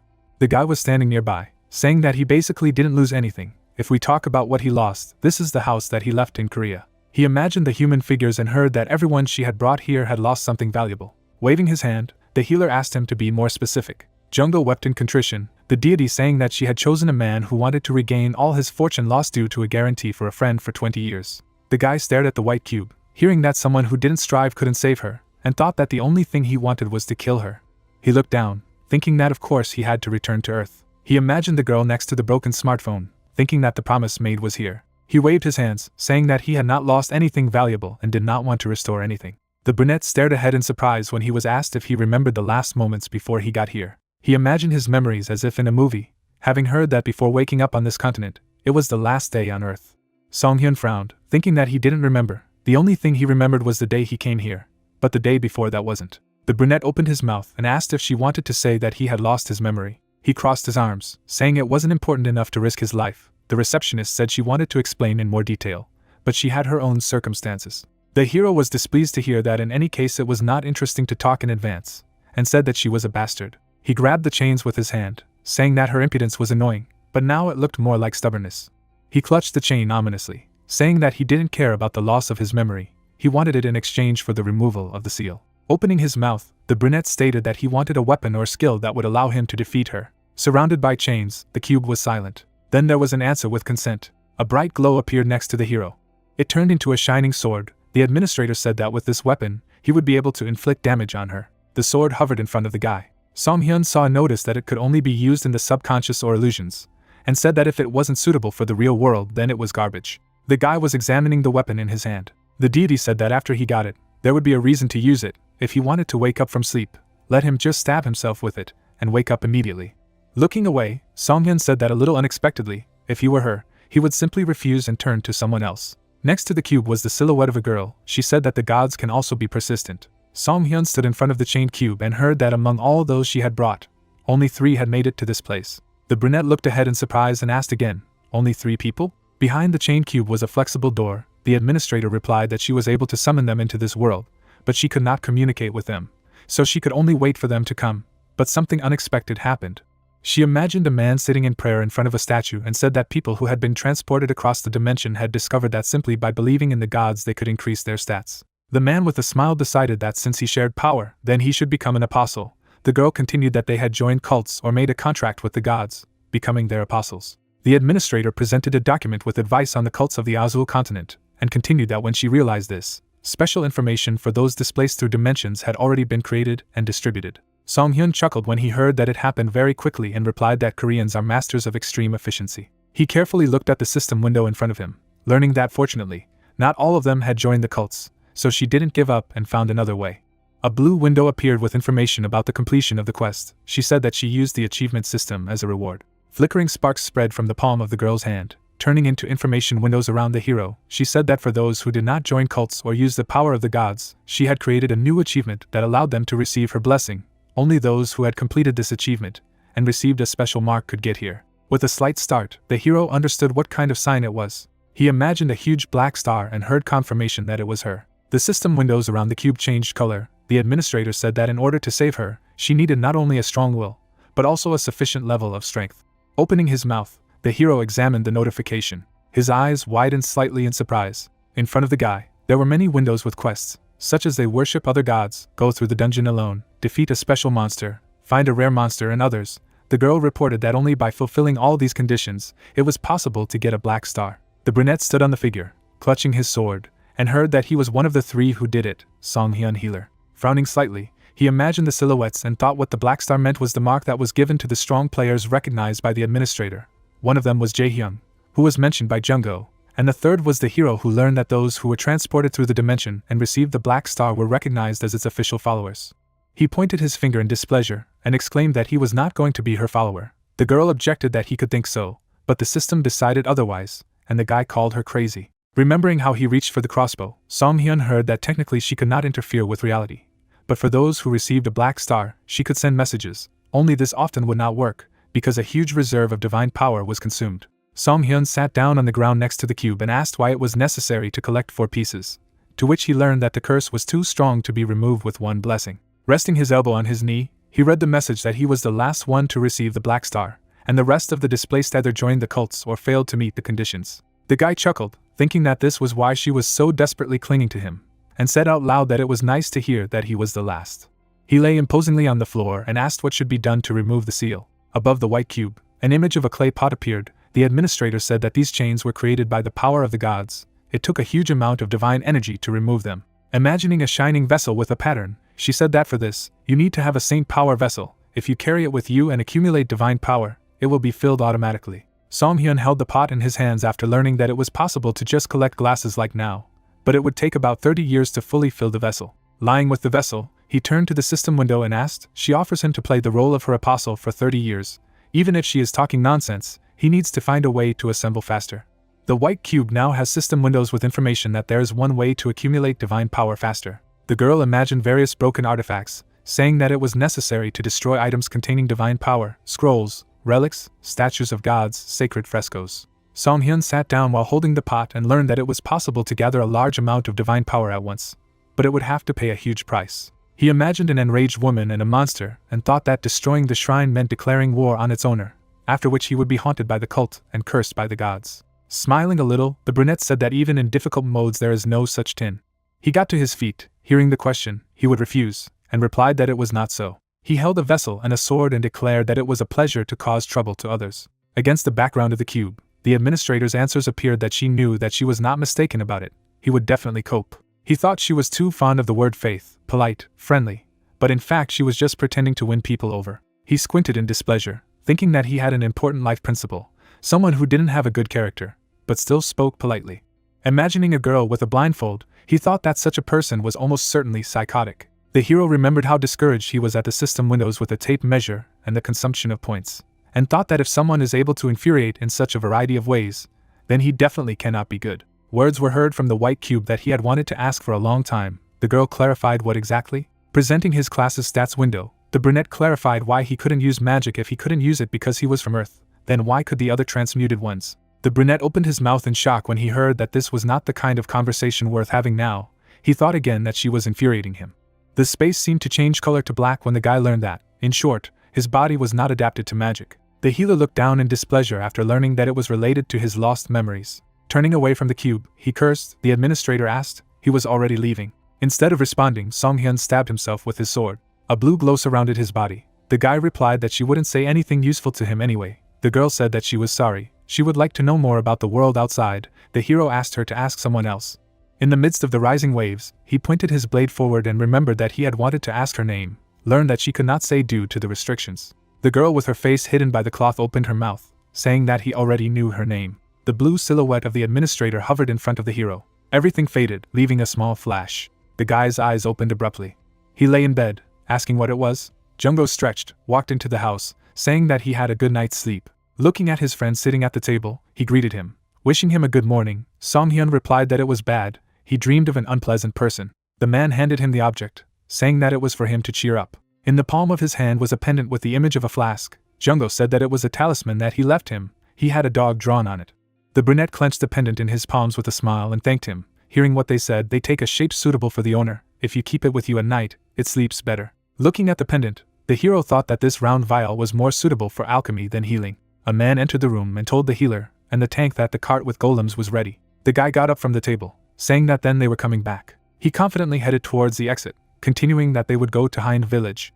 In the village of Hind there was a bright tavern called Bispol. The image of the black pattern was covered in blood. Red spots covered the round pattern. It was on paper with an inscription about a new meeting. The white-haired man narrowed his eyes slyly. A smile appeared on his lips. Looking at the knife stuck in the note, he said that something interesting was planned. The carriage was driving along a forest path. It was raining heavily outside. Jungho sat across from the healer in the carriage, asking if he had really met the receptionist. Song Hyun was examining the light vessel. Hearing this same sacred power vessel, he replied that yes. When he woke up, it was in the inventory. Holding the clay pot to himself, The healer said that in the future he was going to rob people from the order and destroy holy relics. He was worried. A friend asked, "Is this normal?" The brunette holding the vessel heard him say that if you turn the god and the order against you, the level of danger will be completely different. Song-hyun sneered and asked. He was afraid. There was a shout that usually people are afraid. The coachman looked ahead in surprise. He jerked the reins towards him, stopping the horse. The horses reared up. From a sharp braking, the heroes flew along the carriage. The question was heard, what happened? A clawed paw appeared nearby, and Ziggs replied that there was something ahead. A pack of monsters gathered around the overturned carriage. The many-eyed beast bared its fanged mouth. Standing by the wagon, Jungo pointed his finger and shouted that it was a black spider wolf. It seemed to have attacked the wagon. The system reported that the hero summoned a crossbow. A bag of communication creates a stone workshop. 3 blue arrows flew forward. They pierced the monsters' bodies. Several spider wolves ran away from the overturned carriage. The healer touched the body of the deceased man and said that it seemed that the coachman had died about half an hour ago. The body was completely disfigured. It was a pity. A little more and he would have reached the village. Turning the injured body, Song-hyun said that it did not come from a black wolf spider. The brunette's eyes glowed from the use of the skill. He explained that black wolf spiders use paralytic venom. The blue circle concentrated on the man's wounds, reporting that it was badly disfigured. Half of the body was crushed. The hero added that there were no signs of paralysis on the body. There were streaks of blood on the ground. The hero paid attention to them. Standing next to the body in a huge pool of blood, Song-hyun said that for one person, such an amount is too much. Ziggs touched his finger to his cheek when he heard that there were at least 3 or 4 people in the wagon and asked, "Does that mean they were kidnapped?" The overturned carriage had crates and barrels, the healer confirmed, saying that monsters do not choose victims so purposefully. Most likely this is the work of humans. Jungo moved the crate and something fell. He asked if they didn't touch the cargo on purpose. He noticed a box that had opened from the fall. Then, he took out a document with a coffin, which contained a license to create a magic guild in Hind Village. Song-hyun looked at the document in surprise, remembering the conversation in the office. His comrade asked if this was the same magic guild the building received as a reward in Kumar. Song-hyun's body was surrounded by an ominous red haze. He said that if this document was here, then the person who was engaged in the construction had been kidnapped. The guy grinned. With a sinister smile, he asked what kind of bad person decided to ruin his life. The sun shone on the buildings in the village of Hind. The coachman turned his head and told the heroes that they had arrived. Jungo put his hand to his eyes, saying that the rain had stopped immediately. The healer said that they had finally returned to the settlement. The door of the Bistpol Hotel opened. Hotel employee Julia turned, recognizing the hero. The man with glasses waved his hand, and the healer asked how the girl was doing. Julia happily hugged the guy, saying what a blessing it was that he returned safe and sound. Closing his eyes in a smile, the brunette asked. She was worried. She replied that with adventurers you would never know if they suddenly disappeared. The healer's gaze became questioning. The white-haired man lay with his head buried in the table. He slept with a mug of beer in his hand. Squinting at him, Song-hyun said it was the middle of the day and the drunk was already asleep. Ziggs added that he was living without worries. Clasping her arms on her chest, Julia charmingly asked if he wanted to eat. The brunette lowered his gaze, hearing that due to the frequent rains, the vegetables were especially fresh now, and asked again, was it raining frequently? There were puddles on the streets of the settlement. The answer was heard that about 3 days ago, like today, the rain poured down, and then suddenly stopped. Waving his hand, the healer asked if there was anything unusual that day. Imagining the overturned cart, the employee said that she had heard that a broken cart had been found nearby, but the valuables were left in place. Probably they were not monsters. Song-hyun looked ahead thoughtfully, analyzing that the wrecked wagon, untouched cargo, and rain, this is exactly the same situation. The girl smiled when the healer thanked her for the information and said that they would order 3 set meals, and asked her to wait a little. Jungo backed to the door and said he would go to the bathroom. Song-hyun said he would take his seats. People were sitting at the tables of the tavern. The red-haired man asked the healer if he was going to investigate the case with the wagon. He replied that yes, the missing person was on an important task. He imagined the heroes throwing potion jars at him in displeasure, and thought that if he broke the holy relics, the church and the Adventurers Guild would be angry with him. He imagined a shining symbol protecting him, and thought that he needed to create a magical association so that they could protect against all this. Thoughtfully touching his chin, Song-hyun mused that there were no signs of using skills on the spot. Although this is a mage from the association, it was unlikely that he went for a power attack. Remembering the falling drops, the hero thought that the rain was suspicious. Did someone use the ability to cover the tracks with rain?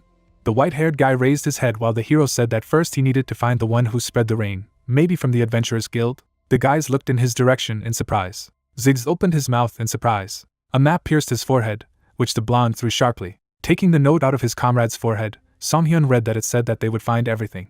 The white-haired man stood, pathetically touching his head, and the hero recognized Alec. The guy smiled, covering his face with his hand, and said that Detective Alec was in action. Touching the wound on his forehead, Ziggs asked, "Detective," and thought it was funny. Waving his hand, Alec asked, He was looking for a person, let him leave it to him, he was an expert in such cases. The brunette sitting at the table took a closer look and said that he was just some kind of fraud. He replied that he should not judge by appearance.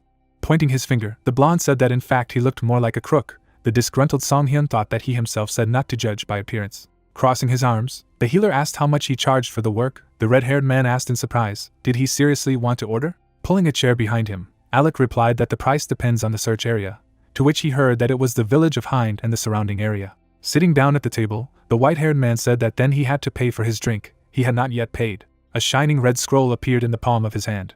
Looking at the object that appeared, the brunette thought that it was a detective with alchemy skills. The system reported that the observational gaze skill was activated. Looking with blue eyes, Song Hyun thought no. With the help of the skill, he watched how the guy held the paper and pen. The system told him that he took the item out of the inventory, and the hero thought that this was his effect. The white-haired guy closed his eyes and said nothing. An arrow touched his neck as he said that he understood the elder. Song Hyun put a crossbow to his neck, and words were heard saying that if he hurried it up, it wouldn't appear faster. The healer threatened with a weapon with a smile, saying that he was offended, and thought to himself that if he used the equipment then it was for sure. Pointing his weapon at the blonde, the guy continued that he had met a fellow countryman, but did not show it, but thought to himself that he was a traveler between dimensions. The hero imagined a couple demonstrating the fashionable clothes of the earth, and thought that travelers between dimensions easily recognize each other. Their style contradicts this world, and an atmosphere that cannot be hidden. He imagined a girl who turned her head and did not understand what the guy who asked for a like and a subscription was saying, and thought that the manner of speech and the way of thinking also betrayed. Pointing the crossbow at the white-haired guy, he thought that he was hiding so perfectly that he did not notice. The brunette stared at him intently, thinking that hiding his identity on the Azul continent was common, but if he was hiding even from a fellow countryman, then he was afraid of something. The guy twisted the pen in his hand and said that the hero is not simple. No one has yet guessed who he really is. Continuing to hold the weapon, the healer asked why he was hiding since he recognized him, and Alec replied that he also had his own reasons. The characters were smiling, but there were sparks of tension between them. The brunette asked, does he want to have a reason to tell? Ziggs looked at them anxiously, asking what they were doing. Jungo approached them, asking in surprise what happened. The white-haired man looked at him in shock, making a surprised sound. He began to rise from his seat, and then he turned around, pointing his finger at Jungo, and shouted that it was him. The guy with glasses didn't recognize him and asked who he was. The heroes looked at his torn shirt in surprise, and the guy exclaimed that he was in the village, he should remember him. The man with glasses pointed his finger, saying that he remembered, he was Julian. The radiant blonde man pointed at himself with a smile, and the hero discouraged his real name. There were dishes of food on the table, and words were heard saying that it turned out to be a former comrade of Jungo. Making notes on the sheet, the white-haired man said that his real name was Julian, or Alec for short. Looking down, the brunette mused that he was certainly a strange person, but at least not a bad person. But he didn't understand how his name could be shortened to Alec. Scooping up the dish with a spoon, Song Hyun thought that since he knew their icon of trust, then he could be trusted, and sweetly said that he would not interrogate again. The blonde replied that he would also forget that he had left a crossbow on him. The guy drew a map of the city on a sheet of paper and asked who he was looking for. Since he was a friend of Jungo, he would help properly. The healer sitting at the table replied that he was looking for someone who could make rain. No matter if it was an item or a skill, he needed to find someone who had such an ability. Suddenly, Alex stuck the tip of the pen in his hand. Cutting his palm until it bled, he exclaimed that it was easy. Drops of blood fell on the drawn map. The heroes saw how it took shape on the diagram. Song Hyun asked, is the blood spreading on the map?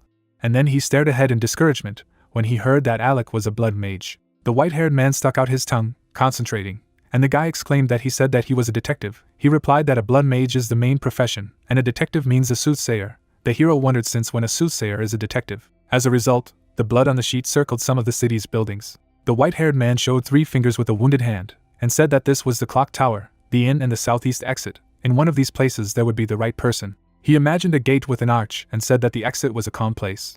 Introducing the white tower, he continued that the clock tower had an unpleasant type. Then he imagined a 3-story building, saying that someone in the inn would definitely die. The heroes squinted at him when they heard this prediction. Jungo arched his eyebrows in alarm and asked again, and Ziggs wondered how dangerous it was. Alec rested his head on his hand with a smile and said that if he were him, he would never go there. The brunette remained silent, not looking at him, when he heard the question of what he would do, and then he confidently crossed his arms, answering that there was nothing to think about. The bright building of the Southern Tavern appeared. The hooded guy was sitting at a round table and looking around. He bit his finger in displeasure, asking why it took so long.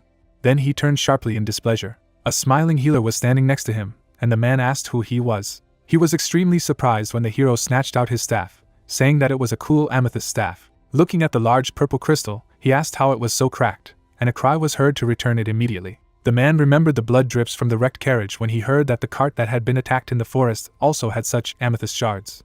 Song-hyun chuckled as he remembered the words of the prophecy that if he went to the inn, someone would definitely die. He looked down at the man, thinking that something was going to happen here anyway, and asked grimly, was it his doing? The mage opened his mouth in horror and screamed. He grabbed the staff that the healer was still holding. Song-hyun watched tensely as the cracked stone began to shine.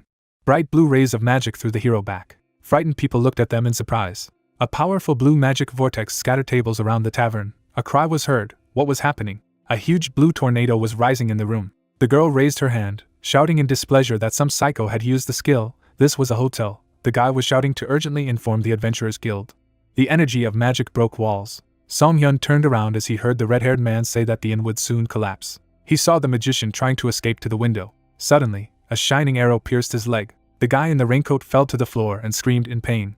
Holding the crossbow with a sneer, Song-hyun asked where he was going. The mage, despite the arrow in his leg, stood up, saying that it was just an arrow. He climbed onto the windowsill to jump out of the window, but in the end, he fell to the ground. The man with the staff ran away from the collapsing building. A question was heard. He was still running away. He was too tenacious for a mage. Song-hyun rubbed his nose indifferently, saying that his endurance was good, and Jung-go was indignant, asking if he was going to catch it at all. Visitors to the tavern fled from the magical tornado, pushing each other away. The girl said that she did not want to die under the rubble. Without looking at them, Song-hyun thought in displeasure at how pathetic these adventurers were. Jung-go and Ziggs turned around when the hero called out to them and asked them to pave the way to the center of the hurricane. They used their skills to protect the running healer from the rubble. Song-hyun rushed forward. He lifted off the ground, caught by a tornado. The friends were shocked to see how the hurricane caught the healer. Song-hyun clutched the crossbow, thinking that in every wind spell there was a core, the eye of a typhoon. His eyes were blue from using the skill, and he thought that this was the source of the wind magic, as well as his weak point. Thanks to his skill, he noticed a red spark in the center of the tornado and thought that he needed to hit directly there. The arrow flew down rapidly, and then the tornado began to decrease sharply. The guy was falling, no longer supported by the energy of the wind. The adventurers turned around in surprise. Song-hyun landed among the wreckage. A cry was heard that the hurricane had disappeared. The red-haired man looked at him and said that as expected, he was incredible. The hero replied that at least the building didn't collapse. The healer lowered his gaze when he heard Ziggs ask what to do now. After all, they have lost a criminal. Jung-go added that if they go in pursuit now, it would be too late. Looking away, Song-hyun slyly asked not to worry, that guy would take care of it. The wounded mage walked in the rain, leaving a trail of blood. He clutched his staff, saying that it hurt him. Who was this bad person? But first he needed to reunite with his comrades. Suddenly someone stopped in front of him. Alex stood in a theatrical pose, saying that he was very nimble for a mage. He looked at him confidently through his fingers, saying that Detective Alec was on stage. The shocked magus opened his mouth, asking who he was. Covering with his hand, he screamed how he had caught up with him. He had wiped away all traces and magic with the rain. Blood rose from the wound on the palm of his hand. Alec formed a large blob out of it, and replied that he was just in pursuit. The man with the shot in the leg froze, realizing that he was a blood mage. He smelled the blood from his unhealed ankle. The enemy thrust his staff forward, shouting that he couldn't get caught so easily. Suddenly the blood at his leg began to rise. The guy froze in fright when a bloody hand appeared behind him. She grabbed him, lifting him into the air. The fingers made of blood clenched tightly and made the mage scream. Veins bulged on his forehead. The bandit thought that the blood magus' dark magic had been absorbed into his body. He could no longer use magic. Alec used his skill to bring his opponent closer to him and asked, didn't he know that magic was easy prey for dark mages? The white-haired guy raised his head, saying that as soon as the hero found out that he was a blood magus, he immediately decided to take advantage of it. A bloody palm tightly gripped the captured guy, and Alex said that he liked him. The guy with glasses anxiously asked, was he dead? The brunette looked at it, and replied that for a detective, capturing alive is a basic rule. Alec replied with a smile that he didn't kill him. Let them look carefully. The frightened magus opened his mouth and screamed when he heard the question that they had killed him. The white-haired man beamed happily, saying that this was what was expected of a magic caster. Standing in front of the bound opponent, the healer said that they had met again. He approached, grabbed the guy's head, and ominously said that he had a lot of questions. If he told the truth, he would spare his life. Frowning, he shouted that he should not talk nonsense. He would rather die from the beatings. But he would not say anything. After that, there were bumps and wounds on the guy's head. He admitted that he caused the rain. He wanted to disguise it as an exit to monsters, and the guild does errands for money. Jung-go held up his finger indignantly when he heard that they had recently taken an order for human trafficking, and shouted that it was just a criminal gang. A group of heroes were walking along a forest path. Jung-go asked if those who were kidnapped today were still alive. The magician replied that yes, they were supposed to meet the customer at the hotel and hand them over. Pointing his finger at the building, he said that this was their base, and the clinic was in the prison in another building. He walked forward, saying that he would bring the keys to the cell now. Let them wait for a while. The brunette hurried him up, saying that Song-hyun had even healed his ankle. The magician entered a small building. Ziggs asked if such a criminal organization could be left alone. Song-hyun replied that of course not. Whether he cooperated or not, he would die in any case. The healer crossed his arms, thinking that he wasn't hunting a magus because of the association, but was just in the wrong place at the wrong time. They were interfering with him, so the entire guild would be completely wiped out, at least one problem solved. Suddenly, a blinding light bursting from the windows of the building interrupted his thoughts, and then a powerful explosion rang out in the base. The surprised heroes looked at the huge fire. Looking at the burning building, Song-hyun cursed. The building in the forest was engulfed in powerful flames. Ziggs looked ahead in surprise, saying that it was an explosion. Junggo asked who did it. Song-hyun turned to Alec, who exclaimed that he understood. He asked if he knew this criminal. The white-haired man touched his chin, saying that the deceased from the prediction is that magus. The disgruntled Junggo exclaimed, "Is it important now?" An archer sat in the tree behind and took out an arrow while the man asked what to do now. They don't even know where the prison is, do they? The guy pulled the bowstring, aiming. Song-hyun noticed a spark among the branches. The archer fired a shining arrow forward. Suddenly, Ziggs abruptly thrust out his palm, creating an earthen shield, and shouted, warning of caution. It was approaching the guy who was forming a shield around him, and then, having pierced him, she crashed into his chest. An injured Ziggs stared at her in shock. The heroes ran up to the fallen guy. The girl folded her fan, saying in displeasure that even the useless have a limit. She, along with armed men, stood under a tree and ordered these weaklings to be brought to the lair. The red-haired girl smiled as she covered herself with her fan, and said that they had come uninvited. That was very impolite. It was Gehen, the leader of the Deadly Devil Guild. Sitting next to his injured comrade, Song-hyun realized that it was them and the traffickers. The girl pointed at him with a fan and said that she had watched him back in the tavern. Brave and good abilities, he was a valuable shot. Opening the accessory, she smiled and said that they just had a vacancy. Would he like to join? Song-hyun looked down. He was standing next to the wounded Ziggs arrow. The girl was startled as a shining arrow swept past her head. Blood flowed from the cut on his cheek. The hero confidently held the weapon and said that it should have been said before everything that had happened. The girl's face twisted with hatred. She said that he dared to touch her face. The gun-wielding bandits rushed forward as she ordered them all to be killed immediately. Clutching a golden shovel, Junggo asked a comrade to take care of Ziggs' wounds, and Alex said that he had turned on combat mode. A man in glasses swung a shovel. It struck the opponents, leaving a bright flash. The system reported that the target was under the protection buff. Junggo stared at this system window in surprise. The hooded man was smiling contentedly. A notification appeared that the damage was halved. Jumping back to his comrade, the human trafficker said that this guy was very weak, but it should be stronger. Suddenly, a flash arose from the rapid movement. Smiling, the guy moved his sword very quickly and said that the attack should be like this. Junggo had cuts on his body, and he closed his eyes in pain. The enemy smiled predatorily and wished him death. Suddenly a hand grabbed his neck. Pushing off his comrade, Alec grabbed the thug and asked him not to touch his brother Junggo. Bright rays spread from the hand clutching his neck. The light was getting brighter, and the blonde man said with a smile that it was going to be hot. Blood began to rise from the cuts on the man's body. It formed into something similar to sharp spikes. These spikes pierced the bodies of the rest of the bandits. Alec kept guild members impaled on sharp branches with the crown of thorns skill. He smiled broadly and happily exclaimed that this was what a chain combo was. He hadn't used it for a long time, and he still hated this skill. Song-hyun turned to look at the stricken opponents, and thought that it looked like he wouldn't have to interfere. He took an arrow from his comrade's chest, and thought that Ziggs' wounds were not as deep as it seemed. He had survived thanks to the earthen shield. Gehen clenched her fists in displeasure, and cursed. She opened her fan with a sudden movement, and said that they forced her to act. Black spears burst out from the magic seals that appeared in the sky. With a wave of the accessory, she used the Spear of Sorrow. The heroes dodged the flying dark rays with a scream. Jumping away from the black blot, Alex shouted that it was low to use a mass attack. His friend exclaimed that he should not say so. Junggo looked back tensely, thinking that her speed wasn't that difficult to dodge. The girl stretched out her hand with a fan, saying that she would see how much longer they would run. Suddenly, the bandit's body was surrounded by the pink glow of her magic, and he screamed. And then the silhouette disappeared in a blinding flash.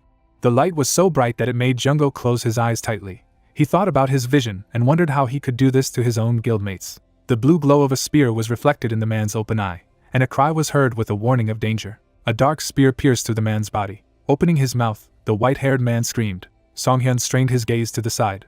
The girl with the fan smiled broadly and laughed loudly. She walked to the lying body, saying that one had been removed. Then she looked at Alec and said that their faces were interesting now. Turning around, Song-hyun was surprised when he heard the question, "Will he treat? Let him try if he can." The glasses flew off the prostrate body of his friend. The words were heard that the dead could only be resurrected. The body of Junggo lay at her feet, and she offered the hero to heal the corpse if she could. Alec gritted his teeth and cursed. The healer lowered his head and said that she had better apologize right now. The woman burst out laughing. She opened the fan and noted that the man seemed to be just furious about the death of his comrade. But would he really forgive him if he apologized? Song Hyun glanced at her. He smiled and said that it was not to him who should apologize, but to the deceased himself. Her opponent looked ahead questioningly. Dark energy emanated from the man's body. The woman lowered her gaze and shuddered. The corpse was disappearing right in front of her. Her allies turned around dumbfounded, staring at the black smoke. A shadow hovered in the place of the deceased. Bright yellow eyes opened in the darkness. Then, a sudden burst of energy rose from the ground. A dark creature appeared in front of them. His eyes were blazing. It turned to the spear sticking out of the ground. The enemies turned to the monster in fright, not understanding where it came from. The creature opened its mouth and growled something. A powerful wave of power emanated from him, and he spoke words. The black monster swung its paw. He swept past the enemies very quickly. The criminal looked down dumbfounded, noticing a cut on his stomach. Blood gushed out of his mouth and his eyes widened. The guy threw his head back, and his chest was torn apart. His comrades turned to look at him in fright. The monster's eyes flashed menacingly. Magic was smoking around his claws. He swung again. Then he pierced another opponent with his paw. One of the enemies desperately gripped the hilt of his sword and demanded that the creature get out. However, his blade was shattered, and a wound appeared on his stomach. Alex stood there in surprise and watched, not understanding what was happening. The monster continued to smash enemies. The main character continued the operation on Ziggs, explaining that it was Jungo, which greatly surprised the companion. The healer narrowed his eyes and thought that his comrade was a rather pathetic person for a traveler between dimensions. He had a weak psyche, he was a coward, and even his fighting instincts were not good. The man introduced his friend, realizing that it would not be surprising if he had long ago become fertilizer for the continent of Azul. The adventurer's eyes sparkled, and somehow he had survived for 3 years. Right now, there was a black beast in front of them. The healer took his wand and began to draw on the ground, explaining that if Jungo died in any way, he could be resurrected in the form of such a monster. He wrote the word lycanthrope and said that the bespectacled man is not just a tank, but an interdimensional hybrid traveler with a second profession. Alec glanced at the healer and asked why there was a question mark in the name of the profession, but he replied that he did not know himself and was just passing on his friend's words. The brunette smirked and added that Jungo doesn't just respawn, but changes race and gains enhanced stats, so it's a damn profession. The beast stood up and used the panic cry skill. Gehen held out her fan in horror and activated the spear of worship. Dark energy swirled around her, but nothing else. The woman was sweating and gritting her teeth as she realized that magic didn't work. This bastard had just cast an anti-magic skill. The beast was right in front of her in an instant. He threw his rival on his back, and she screamed. Gehen turned pale and begged for help. She stared at Songyun and Alec, demanding that the monster be stopped, and the healer asked why he would save her. The woman arched her eyebrows in a panic and exclaimed that she knew who they were looking for. After all, it was a mage from the carriage. Gehen squeezed her eyes shut and promised that she would tell him where he was, if only he would be spared. The monster swung and she screamed. The blade flew in their direction after activating the hero's throwing skill. The weapon threw away the beast's paw, preventing him from attacking. Song-hyun smirked and noted that it should have been done right away. He looked at the monster and asked her to calm down, assuring her that he would deal with her himself. Jungo narrowed his eyes and growled in displeasure. The healer grinned and asked if his comrade wanted to fight him as well. The man stared intently at the interlocutor. The beast silently lowered its muzzle. Then he abruptly ran into the bushes. Alec opened his mouth in surprise and asked if the hero could communicate with monsters, to which he replied that there was one way. Gehen raised herself up on her elbows and thought it was just a shame. She stood up and took out a dagger. Then she ran towards the men. The criminal ran behind the blonde man and put a knife to his throat, demanding not to move. The woman grinned and said that without this monster they were nothing. The brunette raised his head when he heard that she would blow this bastard's brains out if he twitched. Alec theatrically crossed his arms over his chest, and Song-hyun looked at this whole scene and thought how he didn't give a damn. The blonde gritted his teeth and told him not to worry about him, and the healer scratched his ear and thought he didn't care. The culprit smirked and said that blood mages are weak before the divine power, and it would be fun to stick this Bamika messenger. The girl ran the blade over her skin. Black smoke came out of the wound on the man's neck. Gehen grinned and revealed that it was a holy relic filled with the power of a god. The main character rounded his eyes when he heard this. He took a step forward, interrupting the girl. A bluish energy appeared around the healer, and the man asked if she had a holy relic in her hands. The interlocutor frowned warily and answered in the affirmative. The brunette grinned. Song-hyun summoned Freya's crossbow and stated that it would be a payment for treatment. The woman opened her mouth in shock and asked if he didn't care that his comrade died. Alec looked at her and said that he didn't care, but she didn't. The man's body began to disappear into thin air. The mage was behind her, activating the blood bond. At the same moment, an arrow pierced her chest. The dagger flew out of her hands, and the hero caught it, muttering that he didn't think he would get his first holy relic like this. Song-hyun happily looked at the weapon and stated that he would gratefully take it. Their enemies were lying on the ground, and the man thought that the situation was under control, and it was time to heal the woman before she died. He put the plastic bamiku in the holy vessel. A window of characteristics opened in front of the brunette. The man looked at the notification, and the system asked if the shrine should be dismantled, and the hero decided to use the added disassembly system. The healer looked at the screen with interest, reading about the features of the iconoclast, after which he destroyed the holy relic, extracting divine power. A glow appeared around the vessel and a slight noise was heard, reminding the hero of the sound of a washing machine. There was darkness inside the vase, and the system announced that the messenger bamiku had been destroyed. Song-hyun narrowed his eyes and thought that the holy relics were so sturdy, so it should have been more difficult, but the admin wasn't useless after all. A notification popped up in front of the man about spending 1,000 points. The protagonist clenched his fists in fury and cursed, and the first thing Ziggs did when he came to his senses was to see the healer screaming into the void.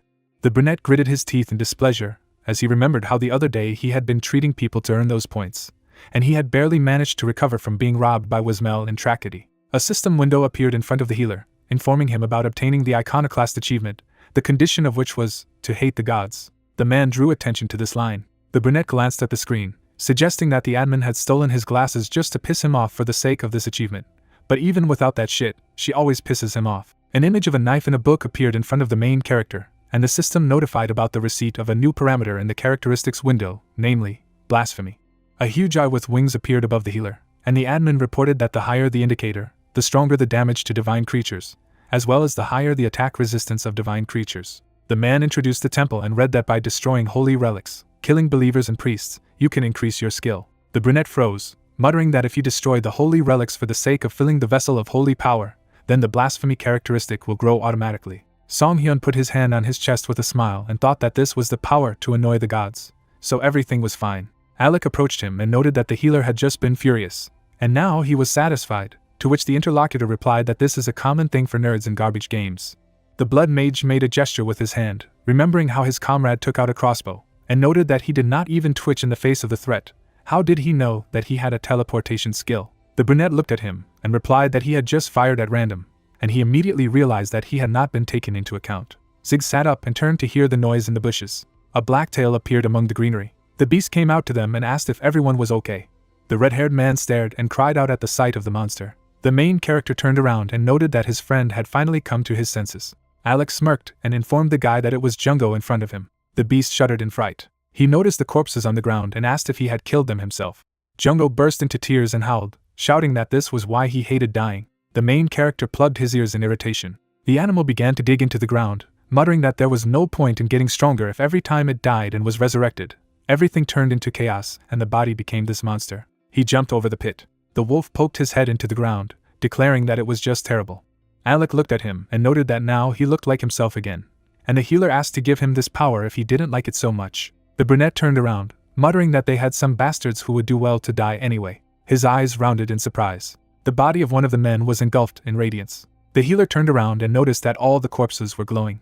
A bone hand, the skill of extraction, reached out to the dead man. Golden balls flew out of his body. The main character took them, noting that it was all inside the criminals. The blonde leaned over and asked if it was urolithiasis, and Ziggs asked him to say something reasonable. The trophy was in the palm of Song-hyun's hand, and he determined that it was something filled with divine power. He looked at them and voiced this fact. The man introduced silhouettes and said that magical or divine power usually spreads formlessly in the human body, but does not crystallize in this way. It does not occur naturally. They turned to the lying woman, and the healer noted that it was already strange that the mage was carrying a holy relic with him, and Alec added that it reeked of a conspiracy. Song-hyun narrowed his eyes and thought that this was also an item with divine power, so it should come up to fill the vessel. He looked at the balls on the ground. Then he began to collect them one by one. Nearby, the fifth point of the beast was still sticking out of the ground. The healer pulled him out by the tail. Jungo roared and begged to be left alone. Ziggs rubbed his chin and asked if the tank couldn't speak in such a state. The wolf twitched and objected that he communicated normally. The hero glanced at Alec and asked him to disable the God of Tongue skill. The blonde touched his neck and noted that the ability was off. He looked snidely at the confused guy, asking if he did not understand him now and was mad. Wolf looked at him and noted that he could hear him now, too. The mage turned to the hero and asked if he hadn't understood him all along, and the healer revealed that Jungo Resurrection Mode had a critical flaw. The brunette knitted his eyebrows and said that in his werewolf state, his comrade couldn't use the God of Tongue skill. He came closer and added that another of the fines is that a friend cannot help falling asleep when night falls, and the interlocutor noted that there is always something to pay for a good ability. Ziggs stared at them, not understanding a word. The guys stared, doubting their adequacy. The Deathline Guild prison building. The blonde man armed himself with screwdrivers and exclaimed that now there would be a secret black sorcery, a ritual for opening the seal. He began to pick the lock. His companions watched him in silence. Ziggs frowned and said that it was just a hack, and the interlocutor replied that such wording sounds illegal. He opened the door and asked the prisoners to leave without fear. The townspeople came out and thanked them. The main character paid attention to the blonde, thinking that she was dressed like a commoner, but there was some kind of nobility. The man smiled and introduced himself. The girl looked at him and flinched when he asked if she was from a magical association, and she remembered that this was the one Lord Gawain was talking about.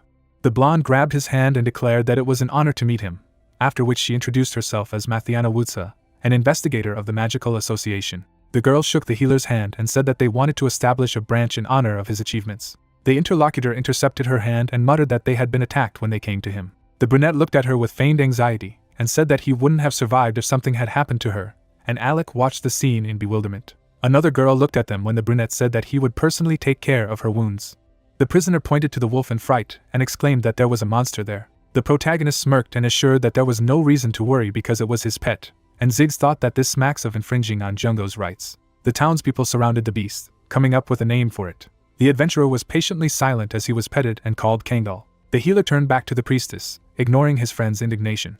The blonde blushed when he asked if he could ask her about one case, and she asked what he was talking about. Song-hyun sneered and stated that it would benefit the Magic Association. The man was sweating and his eyes were rounded. The guild leader of Hind Village sat in his office and didn't understand why he suddenly had goosebumps. He frowned, remembering the main character, and decided that it was all because of him, although it was only necessary to relax for a few days.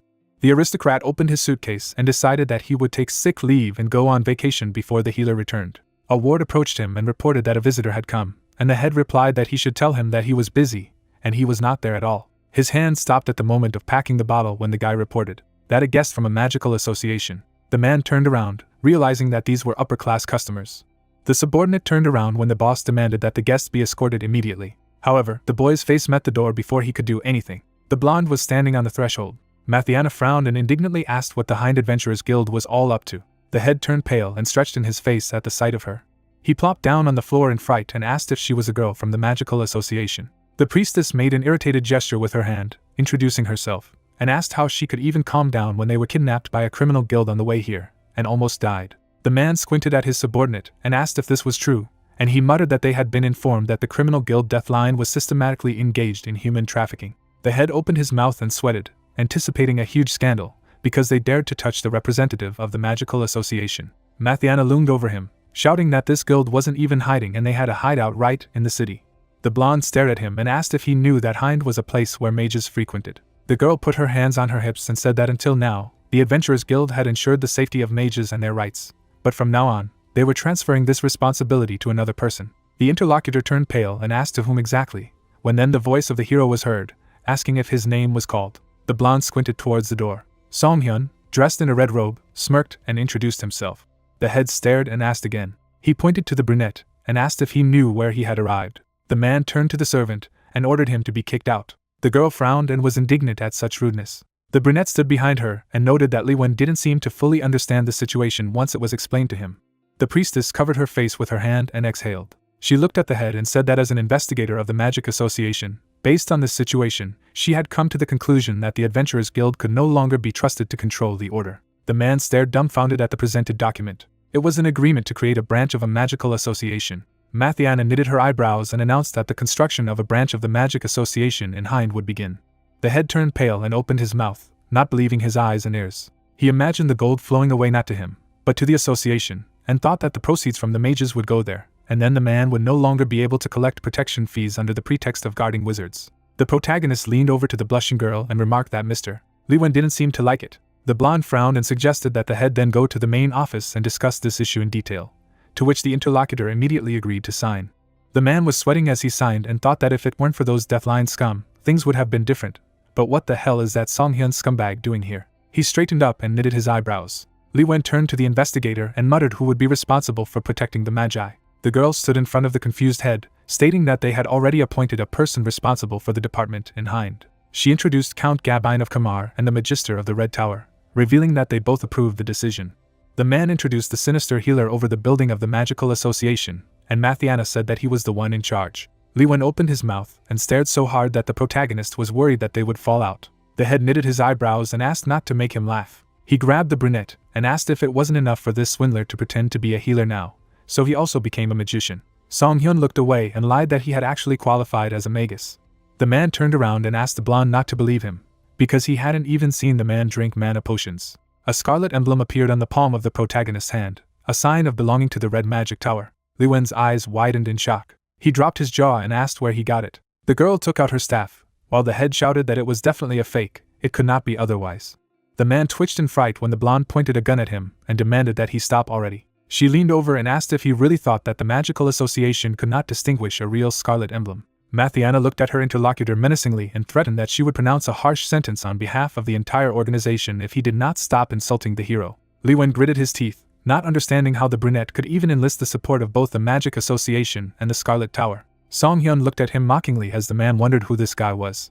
The brunette looked at the girl and asked her to calm down, noting that the head did not behave like this out of malice. The man watched with relief as the staff lowered at the healer's request. The girl coughed and offered to leave this conversation. She looked at the surprised Li Wen and asked if he knew who had rescued her and the kidnapped civilians, as well as eliminated the Deathline Guild. The head smiled nervously and thought that this person must have incredible skills since he was able to save a Magic Association investigator. He presented a graph and decided that if it would increase his reputation in the end, then no superiors would be able to find fault. The man grinned. He looked at the girl resolutely and said that if it was the same adventurer, he would immediately check and give him a generous reward, since the warrior had saved Mrs. Mathiana, then they should do everything in their power. The main character leaned over from his back with a grin, and said that it was his team. The man turned around in complete shock, feeling all his predictions crumble. The girl smiled embarrassedly and stated that if it wasn't for the Songhyun Magus, they would definitely have died, to which the brunette replied that he just did what he had to do. The head frowned and said that they were scammers. The young men shrugged their shoulders questioningly when Li Wen asked how they had arranged everything. The man stamped his foot in annoyance, and stated that they had arranged all this to create a branch of the Magic Association.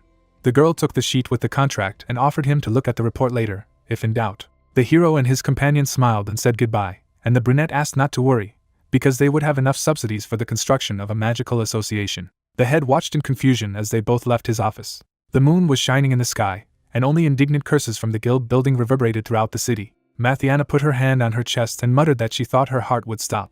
She looked at the healer with embarrassment, and asked how he was doing with her acting. The man turned to her and replied that it was so magnificent that no one suspected anything. He presented the diagram and added that, thanks to the blonde pretending to be angry and dragging the Adventurers Guild in, the construction costs would now be greatly reduced at the expense of Kamar and the Magic Association. They were standing outside, and Song Hyun said that he would rely on her until the construction was completed, and even after, because he was only the nominal responsible here, and the interlocutor assured that she could leave it to her, because she just realized that it was time to gain practical experience. The girl smiled broadly and reminded that the main character is her savior. The brunette looked at her and noted that with her skill level, she could escape. The interlocutor looked carefully at the man when he asked if the enemies were really so strong. She looked down and replied that it was strange. Mathiana remembered the moment of the battle and said that at first they had the advantage, but then these bastards did something, and suddenly all the magical energy in the body was blocked, and the sorceress could not use magic. The brunette looked thoughtfully at his interlocutor, wondering if there were such technologies that allowed him to do this. He frowned and adjusted his cloak, deciding that it was time to visit them. In the prison of the Adventurers Guild, Gehen grabbed the bars and insulted the protagonist. She stared furiously at the man standing across from her, who only muttered that it was a pitiful sight. The woman knitted her eyebrows in confusion and sweated when she heard that if she was taken away, she would never see the light of day again, and maybe even become research material for a magical association. The healer smirked and paused.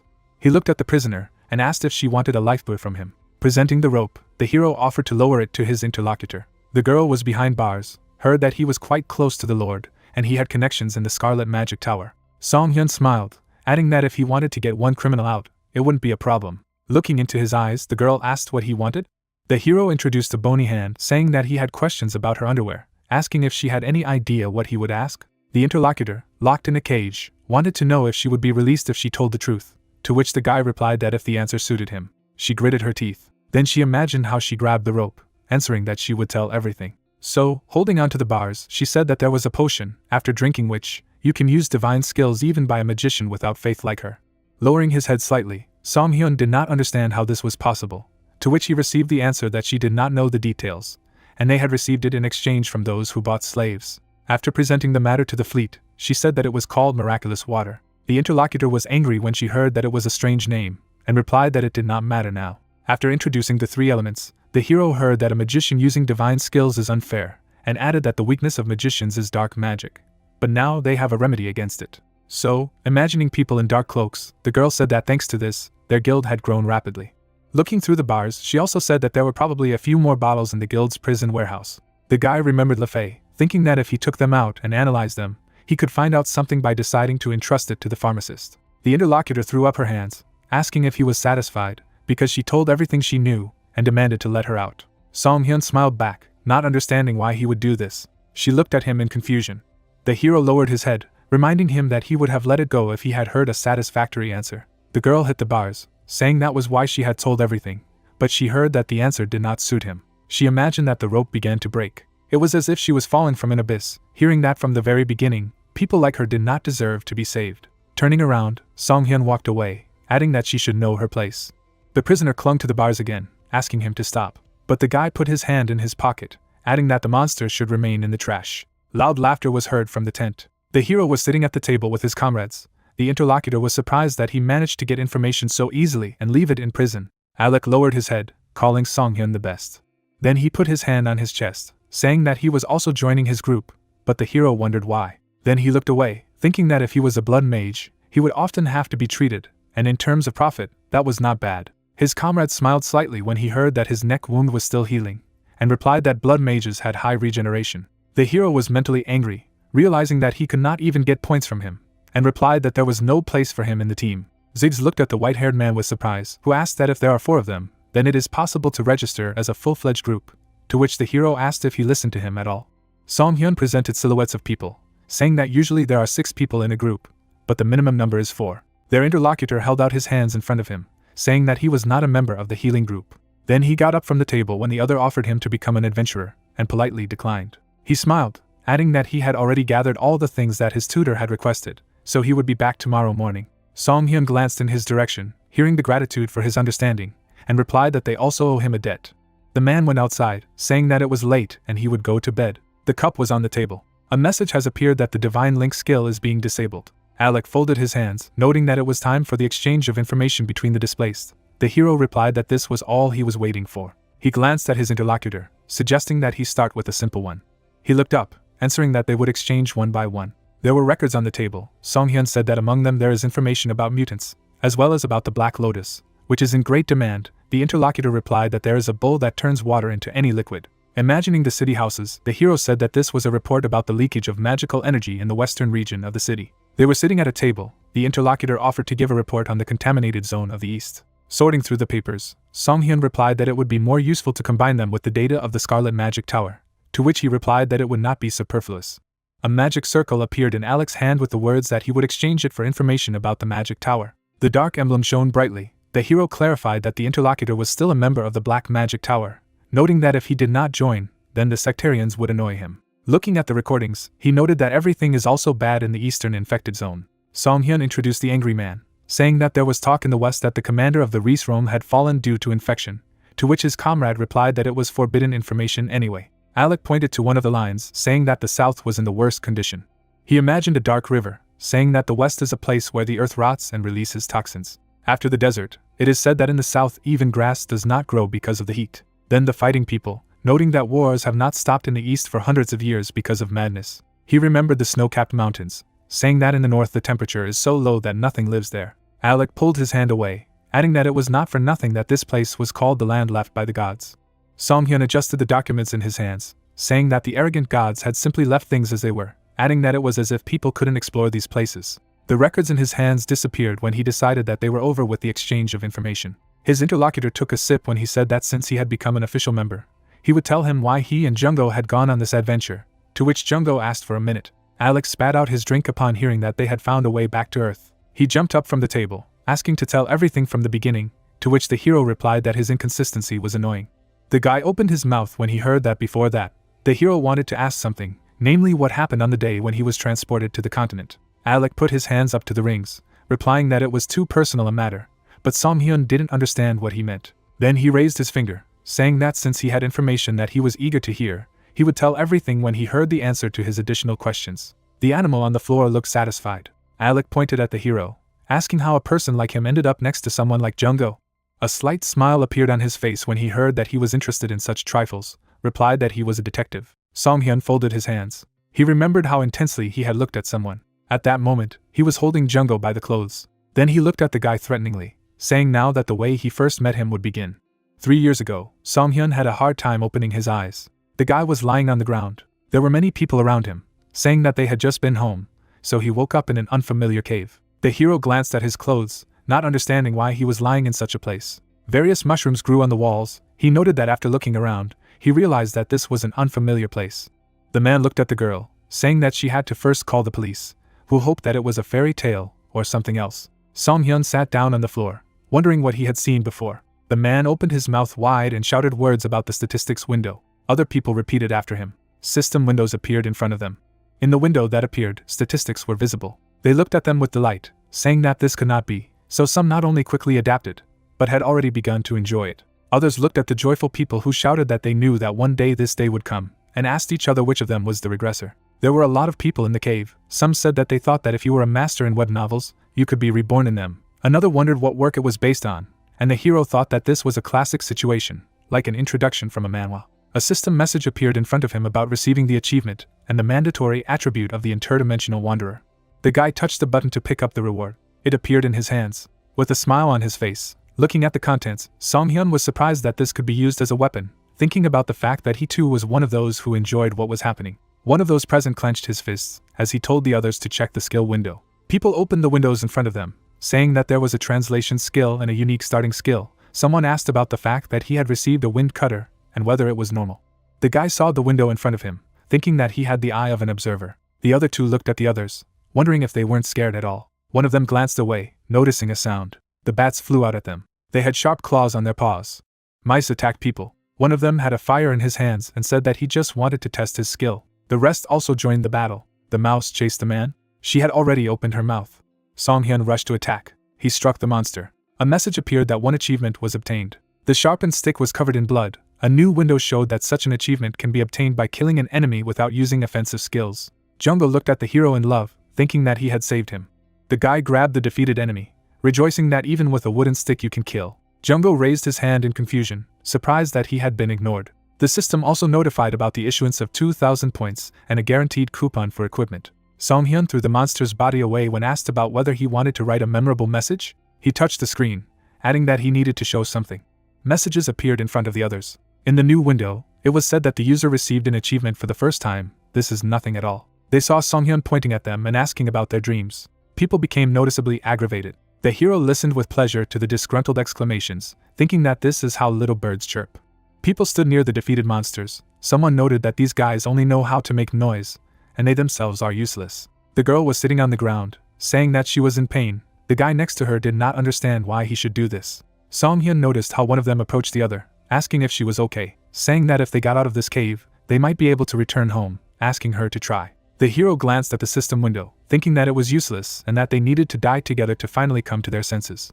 3 windows were open in front of him with professions, skills, and roulette.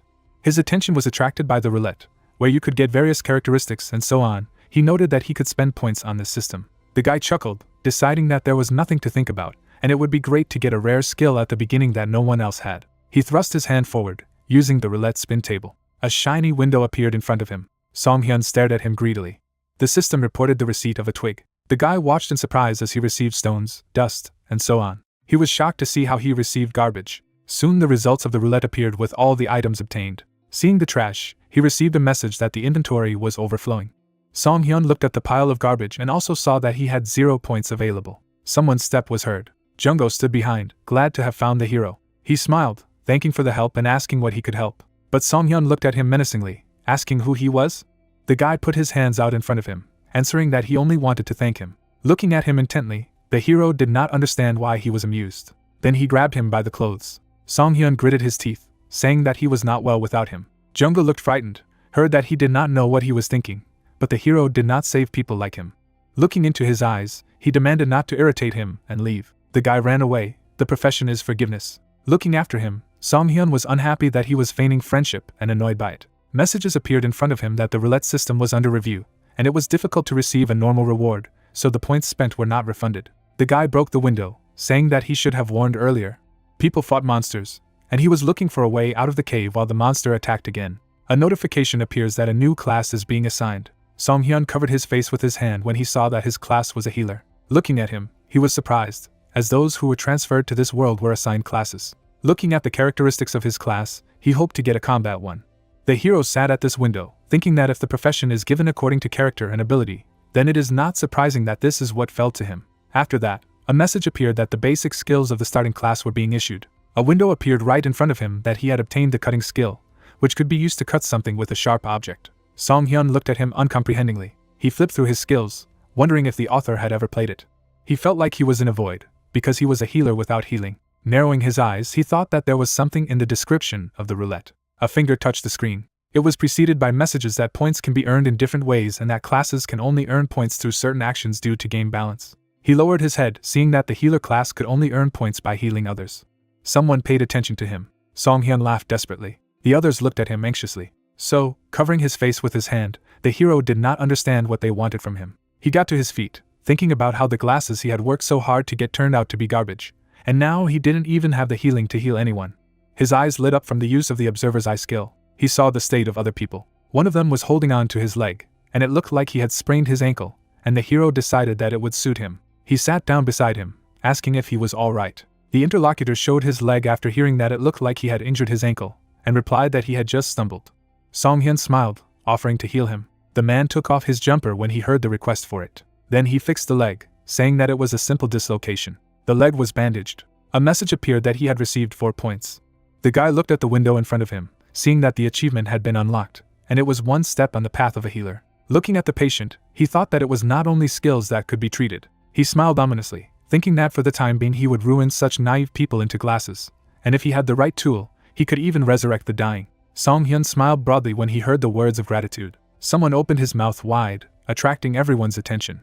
The man threw up his hands, saying that they all suddenly found themselves in another world, and many were scared, but it was at such moments that you need to stick together. He then walked forward and addressed one of them, inviting him to join their group. He adjusted his cap, answering that he was not interested. Then he turned away. The hero looked away. His patient noted that people had already begun to gather in teams, and replied that wherever the shadows went, they inevitably split into groups.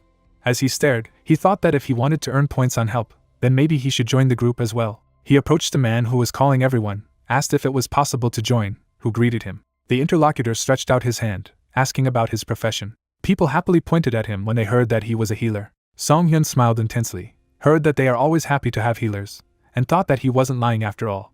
The interlocutor pointed at the girl, saying that they already have one healer in the team that has initial healing, and asked for the hero's skills. Smiling, the guy replied that he did not have the skills yet, but he had medical knowledge, thinking about the fact that he had a license. People looked at him with a smile, heard that it would be difficult to treat others alone, so he could help their healer. But their expressions changed, and they asked if he was joking. Yangdu and his group stood in front of the hero, who clarified that he was a healer who could not heal and had just stated that he wanted to be a freeloader.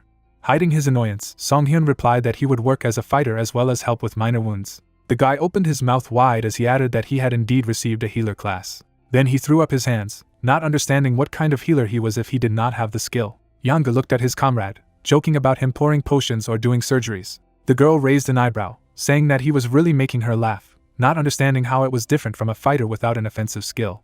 Song-hyun felt like he was on fire, heard that the game was really bad. Once in one day there were dishonest players. Someone opened his mouth wide, saying that the guys had stopped. Jungko stood behind, saying that the hero had just healed someone. Song-hyun looked at him in surprise. Looking at this guy, he thought about the fact that he had just scolded him. Seeing his confused look, he did not understand why he was standing up for him, and who would help at all after such a thing. The hero remained silent. Then he smiled, deciding that although he did not know what he was up to, it was very disgusting. Jungko shyly raised his hands, saying that a person who came to cooperate could not be indiscriminately accused of cheating. Yanga pointed at the hero, surprised that he seriously believed in what he was talking about. The girl was surprised that there were those who fell for this. The guy lowered his head, heard that they called him stupid and offered to move away and sleep, since he was in pajamas. Someone stepped forward. The girl went to the others, saying that they were going too far with words and it was not necessary to say that to a group mate. She frowned, adding that Jungko hadn't said anything wrong. Song-hyun thought it was like a circus, and he didn't understand why they were fighting among themselves. So many people gathered around. Someone asked her who she was, and if she was at the same time with this fake healer. Another advised her to just leave if she didn't like something. The girl sighed, saying that it was impossible to trust people who did not respect others. Glancing at the others, she invited everyone to leave. The guy pointed to himself, trying to find the words. The other noted that the group with the healer is not so easy to find. Then she looked in the other direction, hearing a request not to involve the others and let her go out alone. The crowd smiled, saying that she was all alone now. His friend laughed, adding that if she started begging on her knees now, then maybe she would be forgiven. The girl frowned as she addressed them, someone saying she couldn't listen to it anymore. Song Hyun scratched his ear, saying that he thought the big band was smart, and this was just a dump of empty cans. Jungho and the girl were surprised to hear this. The laughing man turned around, clarifying what he had just said. The hero touched his ear, answering that there was no point in wasting energy on people who already had everything for beauty. Then he pointed to the healer, saying that among all of them she would get it. She wondered why he was not fixated. Song Hyun turned away, adding that the others should not regret it later. Watching the hero leave, they thought that he had gone crazy. Someone offered to kill him right there.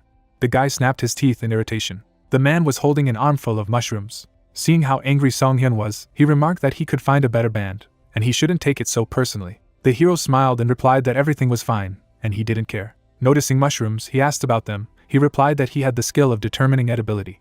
The guy glanced at one of the mushrooms, saying that in this cave they are mostly edible but tasteless, although the ones in his hand are delicious even raw. Song Hyun used his eye of the observer skill. Looking at mushrooms, he saw their name and what they can be used for. Standing opposite, he told the interlocutor that these were healing items. The hero took one of the mushrooms, adding that such things would not just lie here, and it seemed that something serious would soon happen. The friend closed his eyes and, having heard the question that only they knew about these mushrooms, said that most likely it was so. Although the inventory says that they are edible, the rest only look at the notification windows. But what he saw surprised him. Song Hyun greedily took a bite of the mushroom, offering to keep it a secret. Yanga walked at the head of the group, saying that the battle squad was in front and the non-combat squad was following them. Jungho looked at the people in front of him, hearing that following them was like hoping for a pitiful remnant.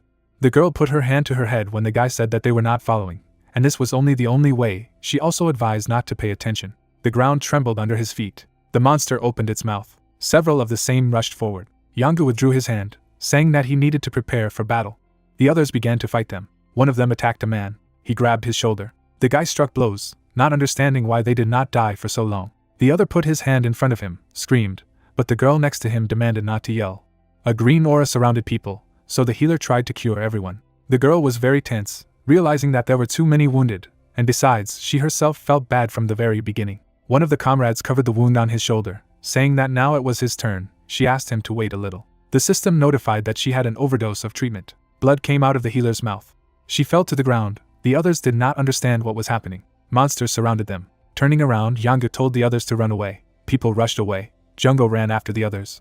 Everyone ran with all his might. Their leader stopped abruptly. The passage in front of them was blocked. The comrade pointed at it, noting that they had just passed here, not understanding why it had suddenly collapsed. Song Hyun smiled, saying that he knew it. The hero was in the net under the ceiling, saying that it was not worth relying only on the healer. Lying in the hammock, the elf said that he did it by tying up the cloth they threw away after opening the rookie kit. The people below looked at them, asking if he had blocked the passage. Smiling, Song Hyun said that it was. People were absolutely lost. Monsters attacked from all sides. Smiling, the hero said that the healer looked unreliable from the very beginning. Monsters gnawed at people when he said that if a healer used the skill too often, he could no longer use it, having received an overdose of healing. People below tried to fight back when he said that if you ignore the words of others, then there is no other outcome. Yanga stabbed the monster. Looking up, the guy demanded that the hero come down, but he did not understand why he needed it. He tiredly closed his eyes, saying that the others were fighting with all their might, and he couldn't help without mana. Besides, the monsters were very scary. The people fighting off the monsters thought that he was the devil. The monster clung to the girl's hand. A guy nearby said that if it continued like this, they would all die. Yanga stabbed him, asking if anyone had potions. The comrade replied that everything was given to the healer. He felt pressure to do something, because he was a leader. Opening his mouth wide, the guy told them to shut up, and didn't understand what they wanted from a newcomer like them. The guy sitting upstairs asked the hero that he was really going to leave everything like this. After warming up, he replied that he had thought of doing so, but it hurts him to look at it, so he can't. Song Hyun took a look at the mushrooms, adding that the profession of a healer is only suitable for good people. The latter looked at him uncomprehendingly. Taking the mushroom, the guy offered to solve everything peacefully. The hero threw a few mushrooms on the ground. Mushrooms lay under his feet. Opening his mouth slightly, Song Hyun said that they were restorative items. Yanga looked up after hearing that the red mushroom restores health and the blue mana. The two looked at each other. The hero smiled, noting that he who was the first to lift the prey. People pounced on mushrooms. They snatched them from their hands and threatened each other. Song Hyun turned to his friend, who thought that he would resolve everything peacefully.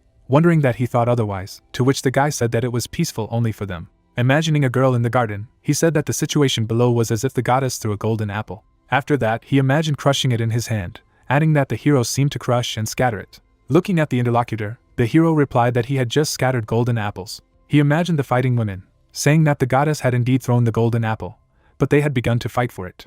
Looking at how people fought for mushrooms, he noted that in the end it was just greed and selfishness. Smiling, Song-hyun remarked that he didn't say to fight. The girl looked at what was happening in confusion, surprised that mushrooms were a restorative object. She turned to Junggo, talking about the bag. The girl remembered how someone called out to them.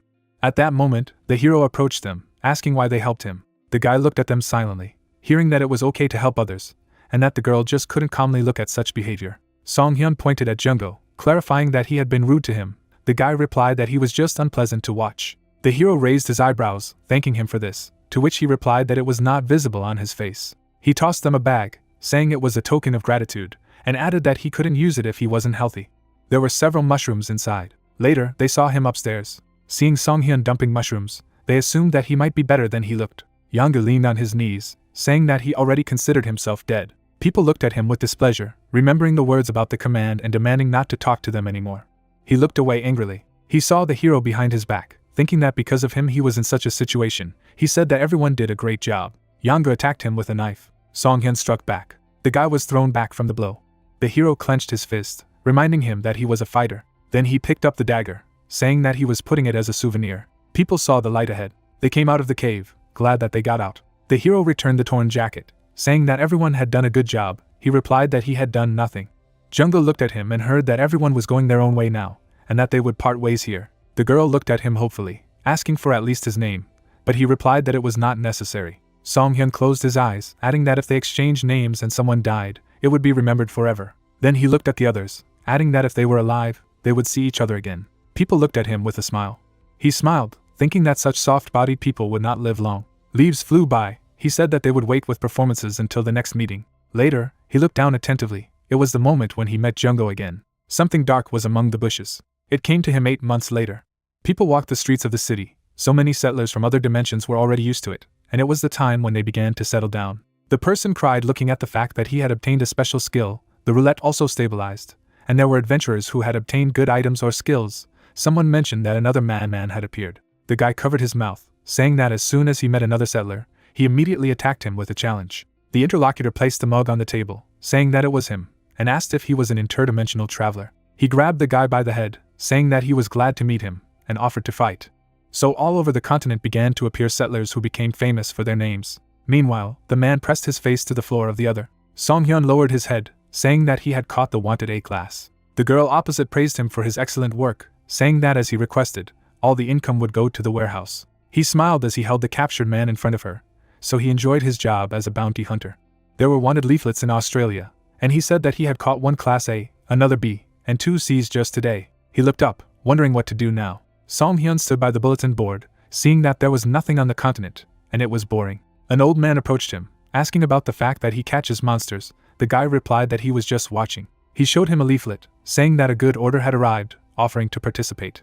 Introducing the dark monster, he said that an incredibly strong report had appeared in the valley. The hero took the leaflet, hearing that the reward for the raid was very solid. Looking at the photo, Song-hyun noted an unpleasant look. A temporary camp was set up in the field. Someone said that he often appears in the valley, so you need to set traps in the area, as well as divide into 3 groups and drive him into a corner. The hero picked up the leaflet again, thinking that the others would figure it out on their own, and the main thing for him was that there were more wounded.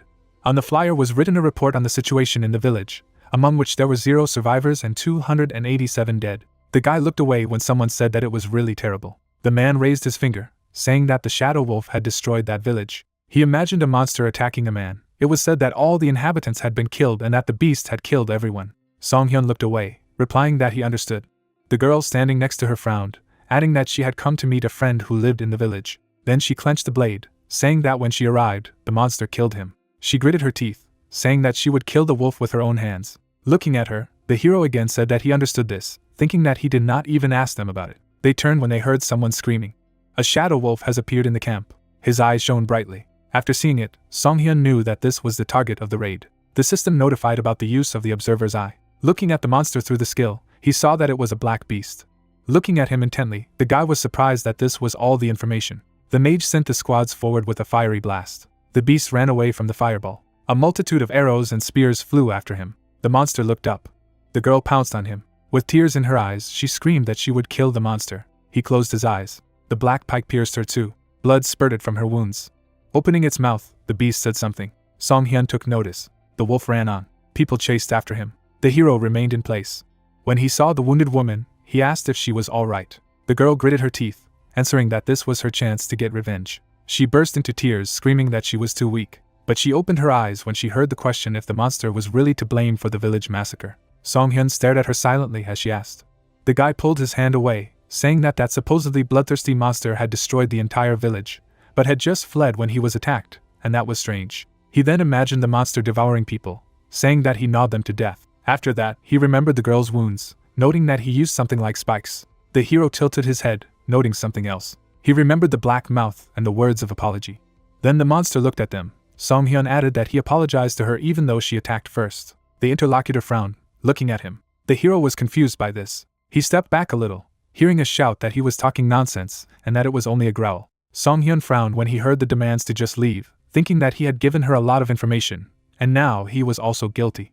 His attention was attracted by the footprints. He thought that only he understood this. He introduced this wolf, assuming that it was Korean. Incomprehensible words were heard from the forest. The two looked up at the mountain, suggesting that they were aliens or that someone had nothing to do. Song Hyun raised his hand to the map, asking if he could hear him.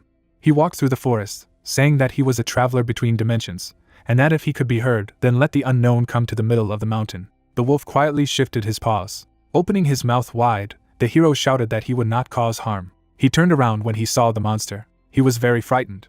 Then he jumped into the bushes and said that he did not do it. Imagining the image of the monster, the guy did not understand why he had become so small. Looking at the frightened beast, Song Hyun begged not to worry, saying that it was only him who wanted to ask a few questions. Wolf glanced at him, asking if it was true. Later, he sat in front of a guy who said that if he understood Korean, it meant that he was also a dimensional traveler, and he was asked if he could use the divine connection now. Wiping away a tear, he replied that it was so, and he could not talk to anyone, fearing that he would soon be caught. The hero pointed at him, asking if he was really guilty of what had happened, and heard the answer that he was not. The interlocutor began to cry, saying that when they arrived in the village, everyone was already dead, asking to believe it. Song Hyun closed his mouth, asking him to explain and not lie. The interlocutor said that he and his comrades went to the lake, and they all wanted to go through this mountain, but it got dark halfway.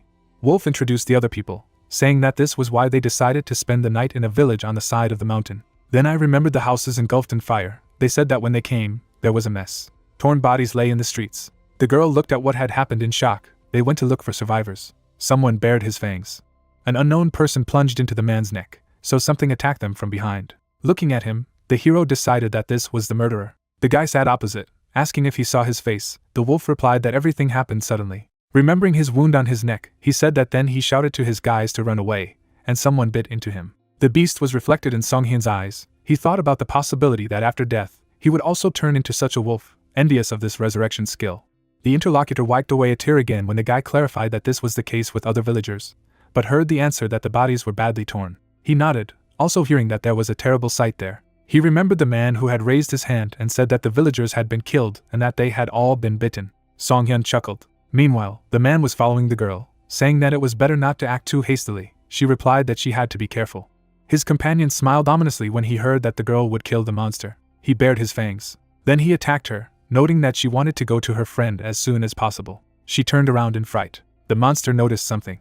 Song Hyun rushed at him. He struck him. The monster grabbed the blade with its teeth. The hero said that he should have immediately understood when he saw the signatures of the inhabitants, who were not even in the report. The guy smiled, adding that he had finally found the culprit behind the incident. Then he jumped back. The enemy said that it was fun, but there was a hindrance.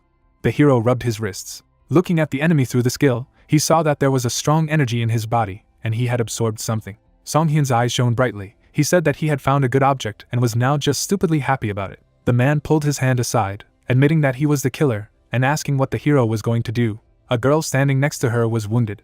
The wolf just stuck out his tongue. Looking at them ominously, the monster asked if they could handle it. Song Hyun put the blade on his shoulder, noting that he couldn't handle it on his own. The opponent looked at him intently, hearing that the healer should not waste his strength, and asked again what he said. Footsteps were heard.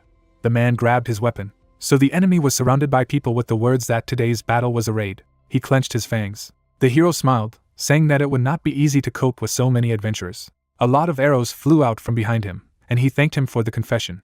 Everyone rushed at the enemy. He only raised his head and cursed. A wolf standing behind asked how he knew who the murderer was. The guy closed his eyes, answering that it was obvious. Jungo has become human again. This shocked Songhyun. The monster had many wounds. Explosions sounded behind him. The girl attacked him with a sword. She pierced the monster. Blood spurted from his mouth. The enemy fell to the ground. Her lips quivered. Then, along with the others, she raised her hand victoriously. The girl cried when she heard that the raid had ended successfully. Looking at the empty path, I wondered where that man had gone. Jungo fell to the ground. Trembling, the guy raised his head, hearing that since he saw an acquaintance, he should say hello. Songhyun looked down on him, adding that he pretended that they were strangers and annoyed him. He looked at him menacingly, asking if Jungo recognized him. Sitting on the ground in front of him, the interlocutor asked how the hero learned his name. The guy remembered the girl's face, saying that she had said it. Jungo furrowed his brows. Then he tilted his head uncomprehendingly. This angered the hero. He did not understand how he could be so stupid as to forget it. Then he turned away, answering that if he did not understand, then it was not necessary. The grass rustled under his feet. Jungo followed. Songhyun looked ahead wearily. He turned around, asking why he was coming after him, since he wasn't even a raider and therefore wouldn't receive a reward.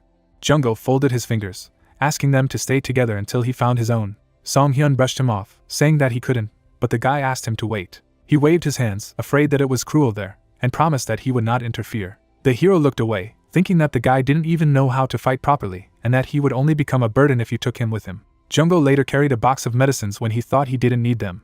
Then the guy brought a bottle of water. The hero was still sure that he did not need it. In the evening, a friend was lighting a fire. Songhyun was resting in a hammock. His eyes grew larger from the realization that it was comfortable. He glanced at his companion, understanding why people walked with their partners.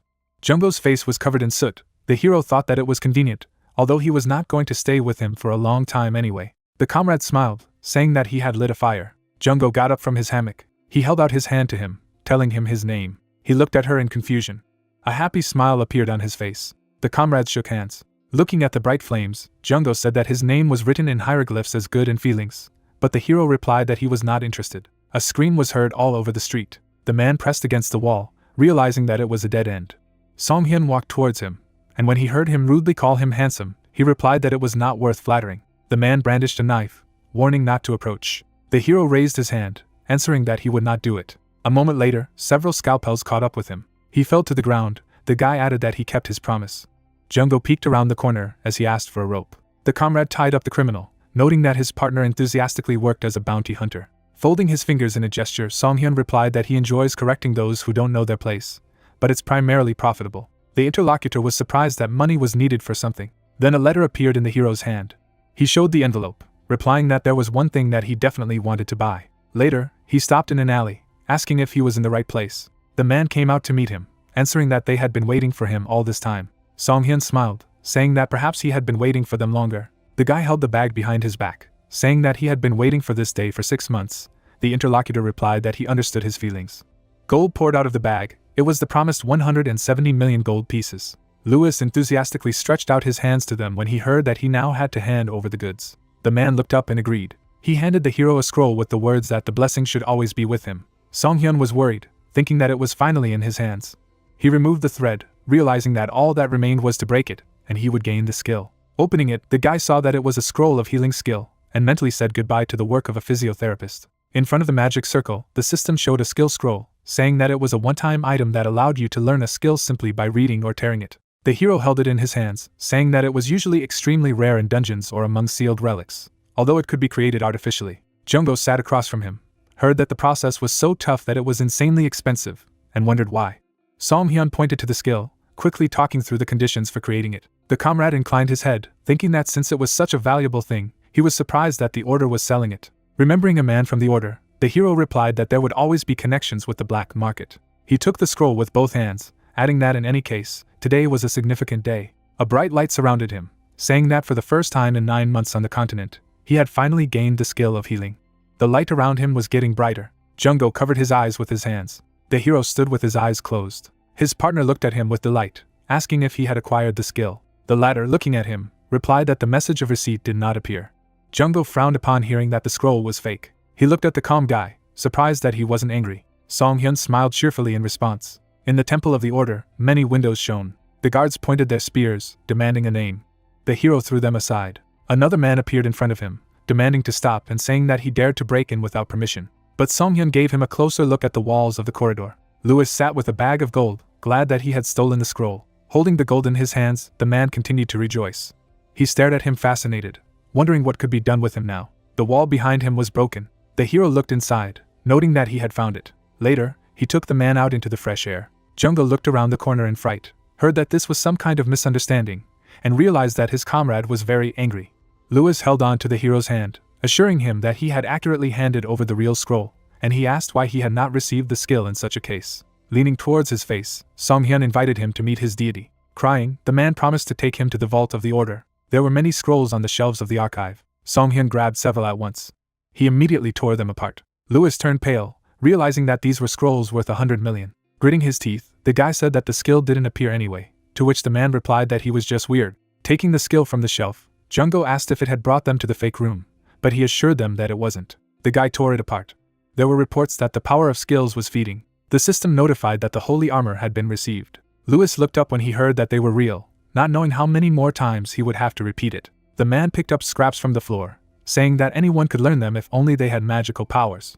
Song-hyun folded his hands, clarifying that it was a magical and not a divine power. He was surprised that he did not know about it. By presenting the silhouette of a person, Louis spoke of how their divine power is magic within the body, mixed with faith in God and the power bestowed by God. Frowning, the hero clarified that if there is no magic, then it is impossible to learn even divine skills, and heard the answer that this is so. Song-hyun smiled irritably. Then he kicked the archive, cursing at the system. The regiments fell one by one. The last one hit the wall. Because of this, a passage was formed. Looking at it, he noticed that there was something inside. Song-hyun went inside. He noticed something large covered with cloth. The hero looked down intently. Under the fabric was a mummified body. Junggo clung to his friend, saying that it was a zombie, but he replied that it was a mummy. Looking at the bedspread, he realized that this fabric was tenebrous. Introducing the man in the cloak, Song-hyun talked about how it is an item that suppresses and hides magical power, and usually dark magicians use it to hide their dark magic. Louis was shocked, not understanding why a necromantic mummy was in such a place. Junggo glanced at the hero, specifying that such a mummy was created with the help of dark magic, and heard that it was. At the end there was a dark corridor. The man noted that such a man had no place in the order. A voice came from the dark corridor. Junggo became nervous when he heard him. The three of them went deeper. The comrades were surprised at what they saw. The child was tied up. The girl looked up, asking to save them. The hero cut the rope from the prisoners. The child wiped away his tears and thanked him. Then he shook his brother, muttering that they could go home if only he woke up. Song-hyun narrowed his eyes and activated the eye of the observer. There were dark spots on the child's hand, and divine and dark powers were also felt. Glasses looked at his friend and asked how he was. The healer grimaced and said that the Zimmer cult was finished by scum who used dark magic and divine power at the same time to torture children. Those around him stared at him in shock, and Junggo tried to torture him. Why would he do such a thing at all? He clenched his fist forcefully. The man gritted his teeth, straining that these were just small children. The main character turned to the priest and asked if he knew anything. The blonde man calmly looked at him and replied that it was through connections, so he didn't know much about it, to which the brunette noted that he was of zero use. The healer coughed. He held up a finger and suggested that Luis would most likely be tried by the cult for the mass destruction of the scrolls, and Luis insisted that the guy had done it himself. The children sat on the cold floor, and the brunette added that the adventurers could help the man change his identity after escaping the cult if he said everything he knew. The interlocutor opened his mouth and paused. The priest was sweating and muttering that he had heard something earlier about the top working on some kind of project, namely the project of harmony and fusion. He presented the symbol of the cult of Zimmer, the 8th ranked order on the continent of Azel and based in Ladaya. The man thought about the image of animals and added that their ideology and slogan are just that, harmony and fusion. The main character looked at the interlocutor, who added that he had heard that this was the topic and goal of the current project. Song-hyun narrowed his eyes and noted that originally divine and dark magic could not mix. He imagined the maelstrom and said that in order to unite these two forces in harmony, it seemed that the Zimmer cult had formed an alliance with the dark mages. Junggo hugged the child, and his companion concluded that these children had been used as test subjects in fusion studies. There were bodies lying around, and the hero added that it was the same with them, and they were not processed corpses, but simply due to the uncontrolled infusion of dark and divine energy. They were distorted and became like mummies. The boy grabbed his hand and cried out. The brunette leaned over to him and thought that the remaining divine and dark energies in his body were colliding, and if left like this, he would die of shock. He took out a mana potion, and the priest asked what he was going to do. The hero opened the jar and explained that dark energy primarily seeks to infect mana, so with the help of a potion, you can cast it and pull it out of the body. The guy poured blue liquid on the child's shoulder. It spread over his arm and neck. Then dark spots began to appear on it. The boy shrank and screamed in pain. Glasses hugged the second child, who was eager to see his brother. Song-hyun knitted his eyebrows and mentally noted that the remaining divine power was reacting to the stretching of the Dark One, so the pain must be terrible. In his hand, the divinity suppression powder appeared. The man poured it on the wound.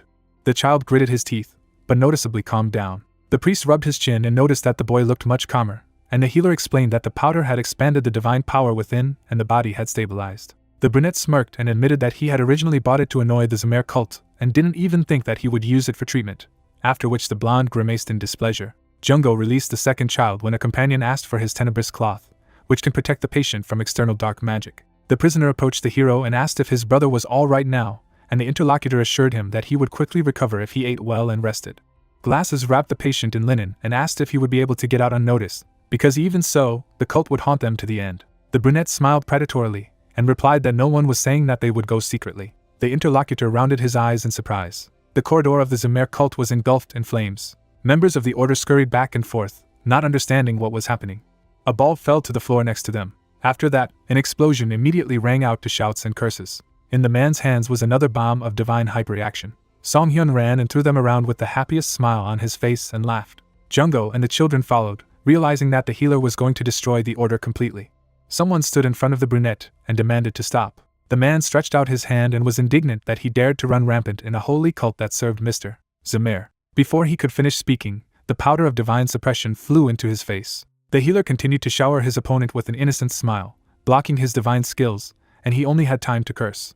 The brunette grabbed his face and noted that he had finally found someone from whom he could find out something. The main character took out a knife and asked where all the senior priests and heads were, who did not stick their heads out, despite all this mess. The interlocutor squinted at the blade in fright when the man added that he would not be able to use healing now in case of injury. The priest broke a sweat and quickly replied that they were all conducting an experiment in harmony in the temple. Song-hyun chuckled contentedly.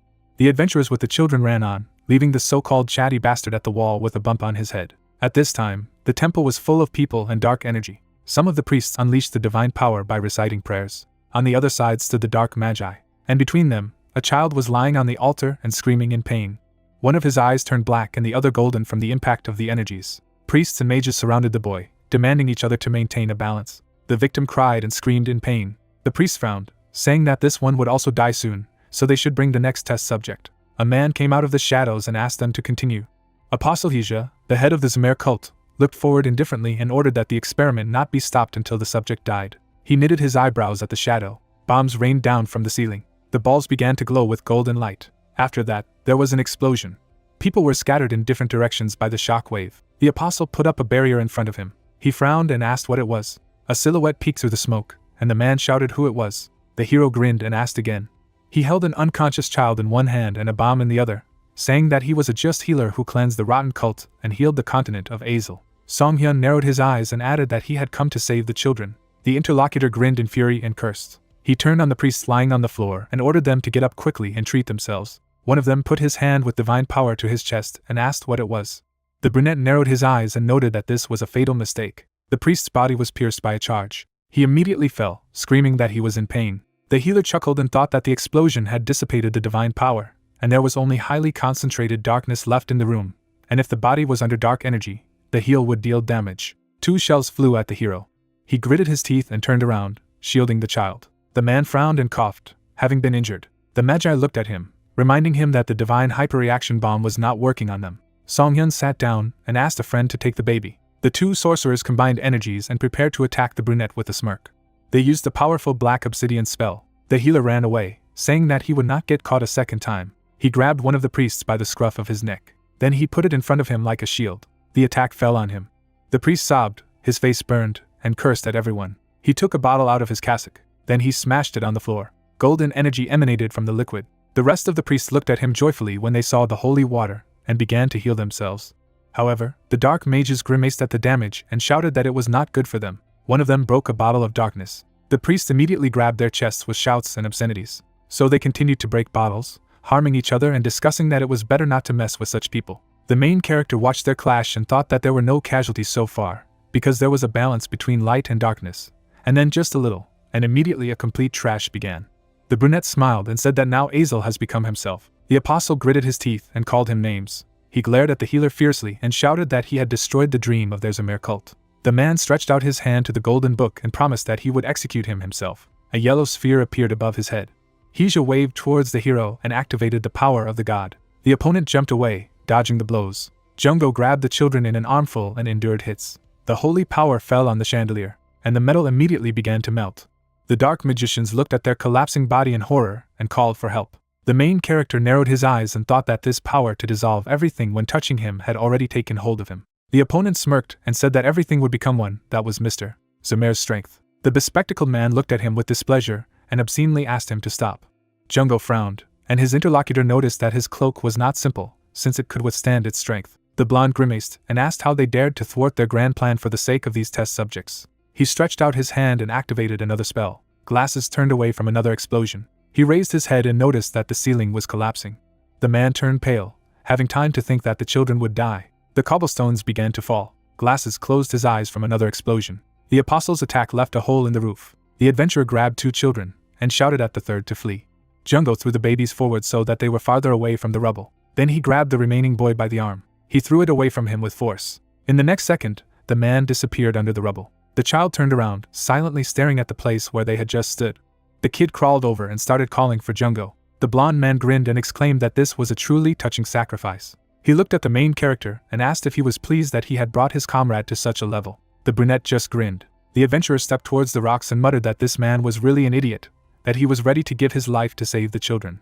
The cobblestones began to move, and then they abruptly scattered to the sides. A black monster burst to the surface, and the healer added that his friend was one of those who were allowed to do so. The apostle rounded his eyes in fright and asked what kind of monster it was. The wolf rushed to attack. A clawed paw was approaching the enemy. Heija was thrown back to the door. The man took out a book and asked for power from Mr. Zamir. He put out his hand and attacked his opponent with divine energy. The wolf's body began to melt. The beast lowered its head, staring at the black smoke. The apostle grinned and shouted that he looked just super, and it was his own fault that he did not know his place. A black substance spread across the floor, and then the blonde's body was pierced by a thorn. Heija turned pale as he bled, and realized that it wasn't the power of the deity, but his ability to change his body. The wolf stabbed the enemy a couple more times. The book slipped from the apostle's hands. The priests looked at the Lord and called to him anxiously. The priests looked at each other, discussing that even if their head could not cope, what could they do? Song-hyun smirked and mentally noticed that his friend was really angry, although he usually can't hit properly. A black monster looms over the enemy. He turned his head in the direction where the boy was sitting. The brunette followed his movement, thinking that even in such a state he was taking care of the babies. However, the monster abruptly rushed forward, baring its claws and shouting something. The main character rounded his eyes in surprise. The healer grabbed the first candlestick he came across and cursed, noticing that his comrade had completely moved his mind. He forcefully threw the object forward. The candlestick pierced the wolf's paw. The monster twisted and roared. His eyes were completely white. The beast turned around and pinned Song-hyun to the wall. The healer smirked and noted that the apostle was only a fake boss, and the real one was right in front of him now. He called for a knife and suggested not to blame each other later. The brunette swung his blade sharply. The wolf also struck in response. The man ducked to dodge the attack. The child sat and watched their fight. He looked anxiously in their direction, and the guinea pig lay behind him. The healer continued to exchange blows with his comrade. With the help of the observant eye, the hero saw that the wolf had a powerful resistance to holy power, black magic, fire, and cold. The brunette narrowed his eyes and thought that it was worth entering the battle directly, and there was information that had not been there before. But the opponent is almost invulnerable to any kind of damage, which is why even the apostle could not defeat him. He reached for the candlestick, deducing that it would take physical damage to defeat the black beast. The man remembered how the wolf howled from the recent attack and guessed that the silver was his weakness. Song-hyun clutched the candlestick in his hand. He turned around and struck. Then he grabbed the handle and gritted his teeth. A bright light appeared above their heads. A powerful charge hit the floor between them. The opponents looked there in bewilderment, asking what it was. Heija lay on the steps, asking why it was so. He looked ahead in despair, not understanding why Monsieur Zamir had chosen not him as an apostle. The test subject stood up, engulfed in lightning. The main character grinned and cursed, noting that there was also a double deception. The child looked at him. He stood between Song-hyun and Jungo. The kid looked at his black hands and muttered that it didn't hurt at all now. He lowered his head and said that Monsieur Zamir had saved him. The priest turned in his direction. The child stretched out his hand, concentrating his energy. The apostle turned pale and asked him to stop. However, at the same second, his body was pierced through. The rest of the priests were also severely punished. The boy smiled and stated that God had asked him to punish the bad adults. The brunette looked at him intently and noted that he was delighted, and the wolf muttered something. The child turned to them. He had a purple sphere in his palm, and he said that according to Zamir, He was sad that those two destroyed his temple. The boy smiled broadly. He began to attack the adventurers, shouting that they had also been asked to punish. Song-hyun and Jung-go frowned. Pulsars exploded in the air. The main character ran, dodging them. The man knitted his eyebrows and thought that the boy was shooting indiscriminately in all directions, and although the accuracy was low, if he hit, it would be the end. The beast also dodged attacks. He turned around and grinned.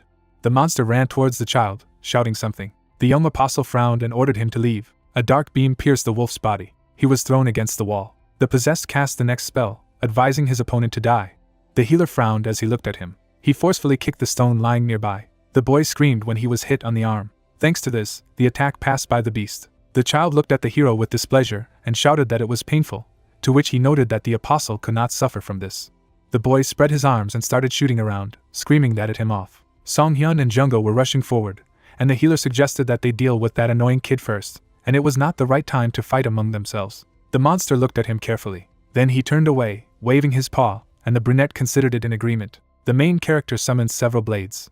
The child turned, noticing the blades approaching. The apostle stretched out his arms, beating them off with a laser. He smiled, shouting that his opponent had never hit, and at that moment a wolf appeared behind him. A black thorn pierced the child's body. The boy flopped face down.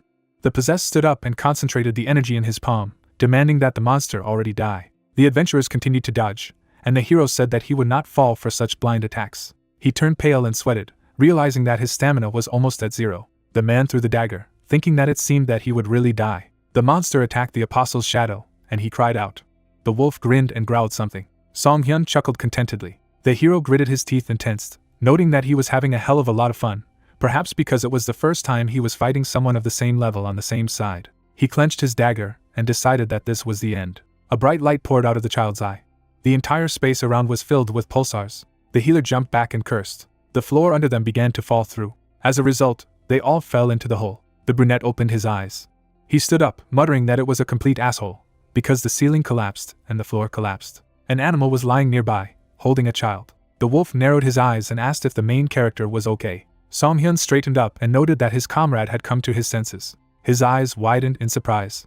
The wolf lay on the wreckage, hugging the possessed boy. Jung-go held the child, saying that he was fine, and asked to take all the children, including this one, upstairs to safety. The healer looked at his friend and thought that if he died in the form of a beast, he would most likely not be resurrected. He looked down and realized that only now did he begin to like his comrade.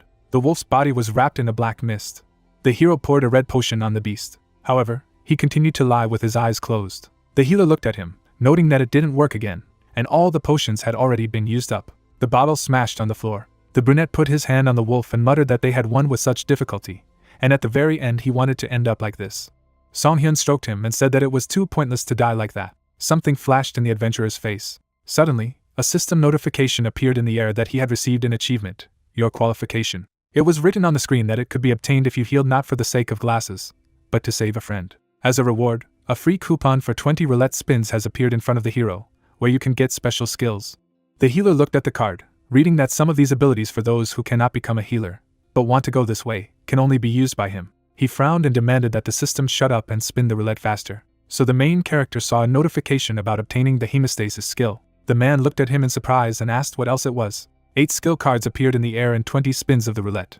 Song-hyun arched an eyebrow in disbelief and muttered that usually, even after 100 spins, hardly a single household skill would fall out. He sat down next to his friend and decided that there was no time to be surprised. Now it was better to check his condition. The brunette narrowed his eyes and used the eye of the observer. There was a fog around the beast, and the system notified that there was only 25% of the black substance left, and if the indicator dropped below 20, then the man would die. The main character looked at him, digesting the information.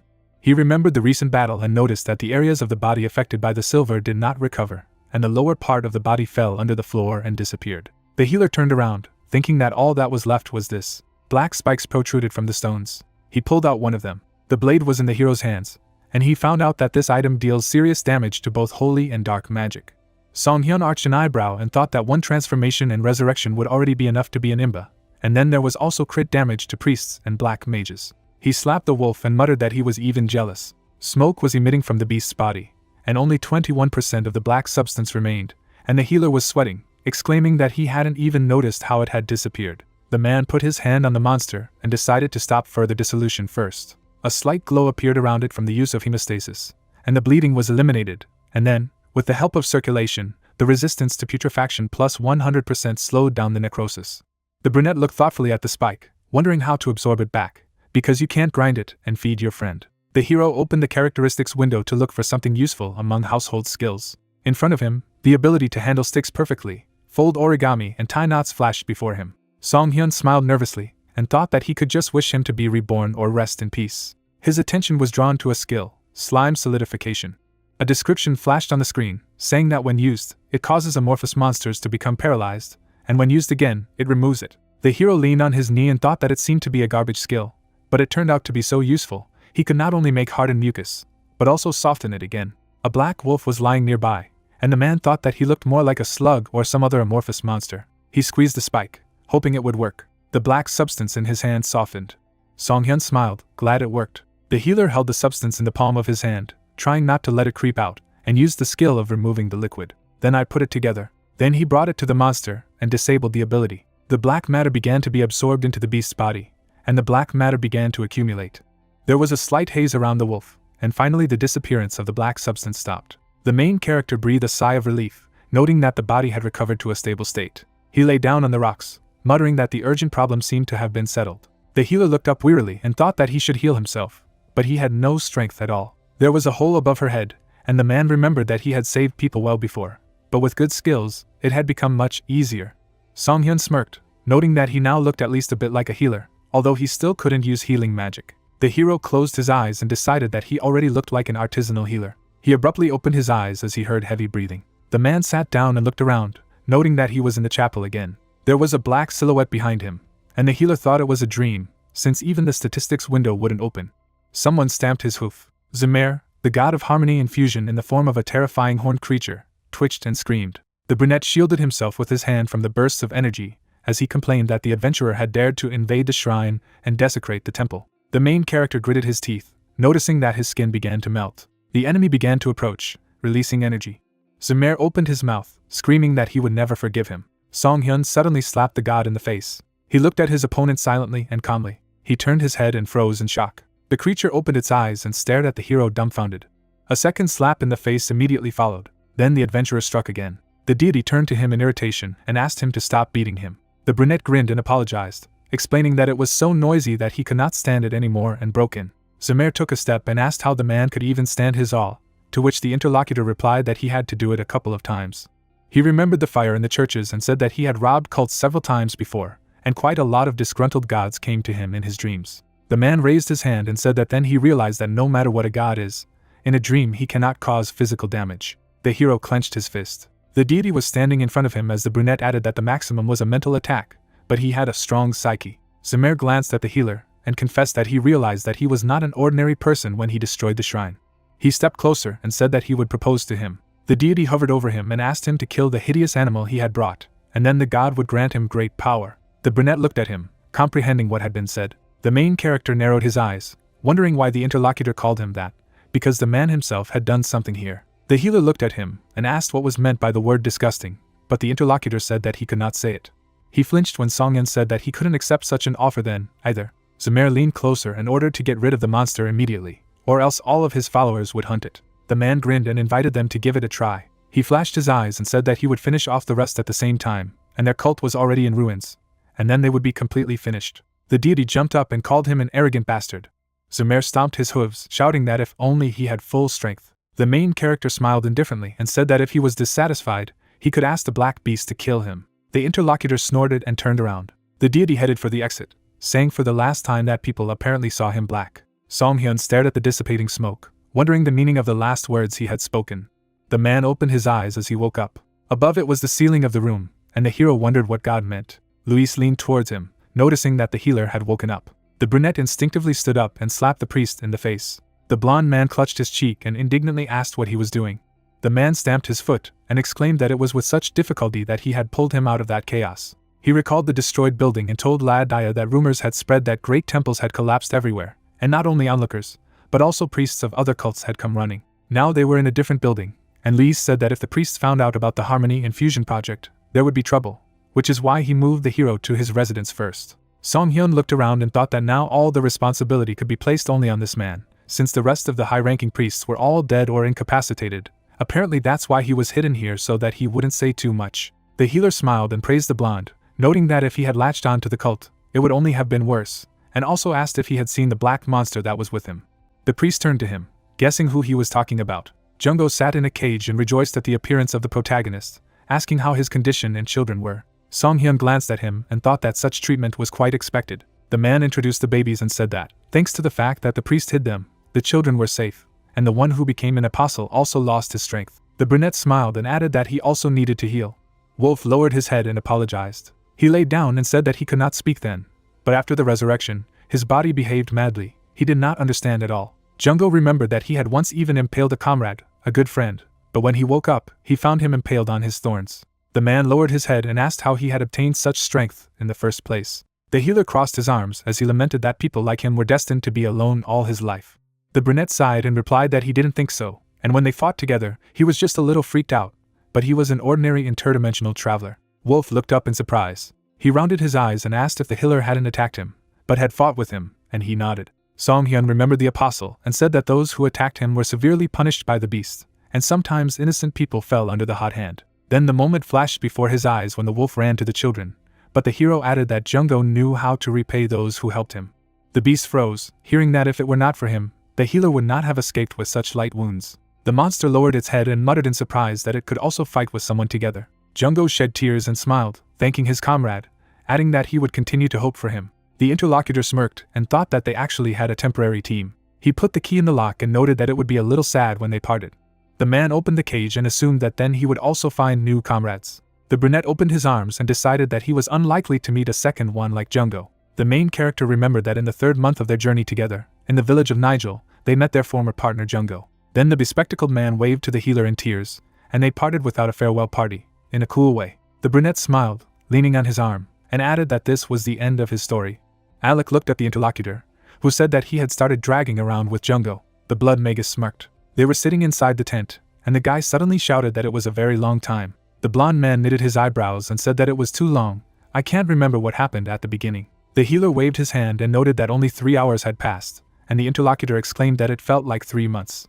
The brunette tilted his head and added that, in any case, Jungo died several more times after that. Then he jumped out of the trap in the form of an evil beast. The healer then gave him a good punch in the face, telling him that each time he had to be subdued by force, and after the third time, the comrade himself began to understand without a word. Song-hyun looked into the empty mug when the interlocutor asked what about the new comrade, but the hero said that it was not related to the bespectacled man, so he would not tell. The mage sank into a chair and muttered that he was being teased on purpose to make it interesting. The brunette put down the mug and now invited Alec to tell something personal. He looked at the other person carefully and asked about the day he was dragged to the continent of Azel. The blonde man smirked, remembering that this was the condition. The healer narrowed his eyes and thought that if he listened to what had happened to the person who had been moved from the ground, then he might be able to find a clue to his lost memories. Alec knocked on the table and said that he had been doing a very personal job that day. The main character knitted his eyebrows when the interlocutor began to say that he was at home alone. The mage folded his hands and dramatically stated that he had bathed naked. The healer looked at him contemptuously. The blonde shook his head with a smirk, muttering that Song-hyun was after all. He was immediately grabbed by the hair, and the guy asked to calm down and listen to the end. The adventurer remembered how he stood in his soul. He gave himself a concert in the bathroom and said that he was supposed to have a meeting, but it was cancelled, so he had to stay at home, and in the end he was dragged in even without his underpants. The guy remembered how a set in the form of a shirt and shorts appeared in front of him. The blonde man showed it off with a smile. The main character looked at them and thought that these were the same starting clothes of the newcomer that he was wearing. The interlocutor smiled and asked if this gave a hint. The healer turned to him and nodded, noting that at first he thought he was talking nonsense. Song-hyun touched his chin and said that for some reason, it was only given to those who needed it. The guy pointed his finger at him. Alec glanced at his companion and guessed that he had also been in the bathroom when he had been dragged away.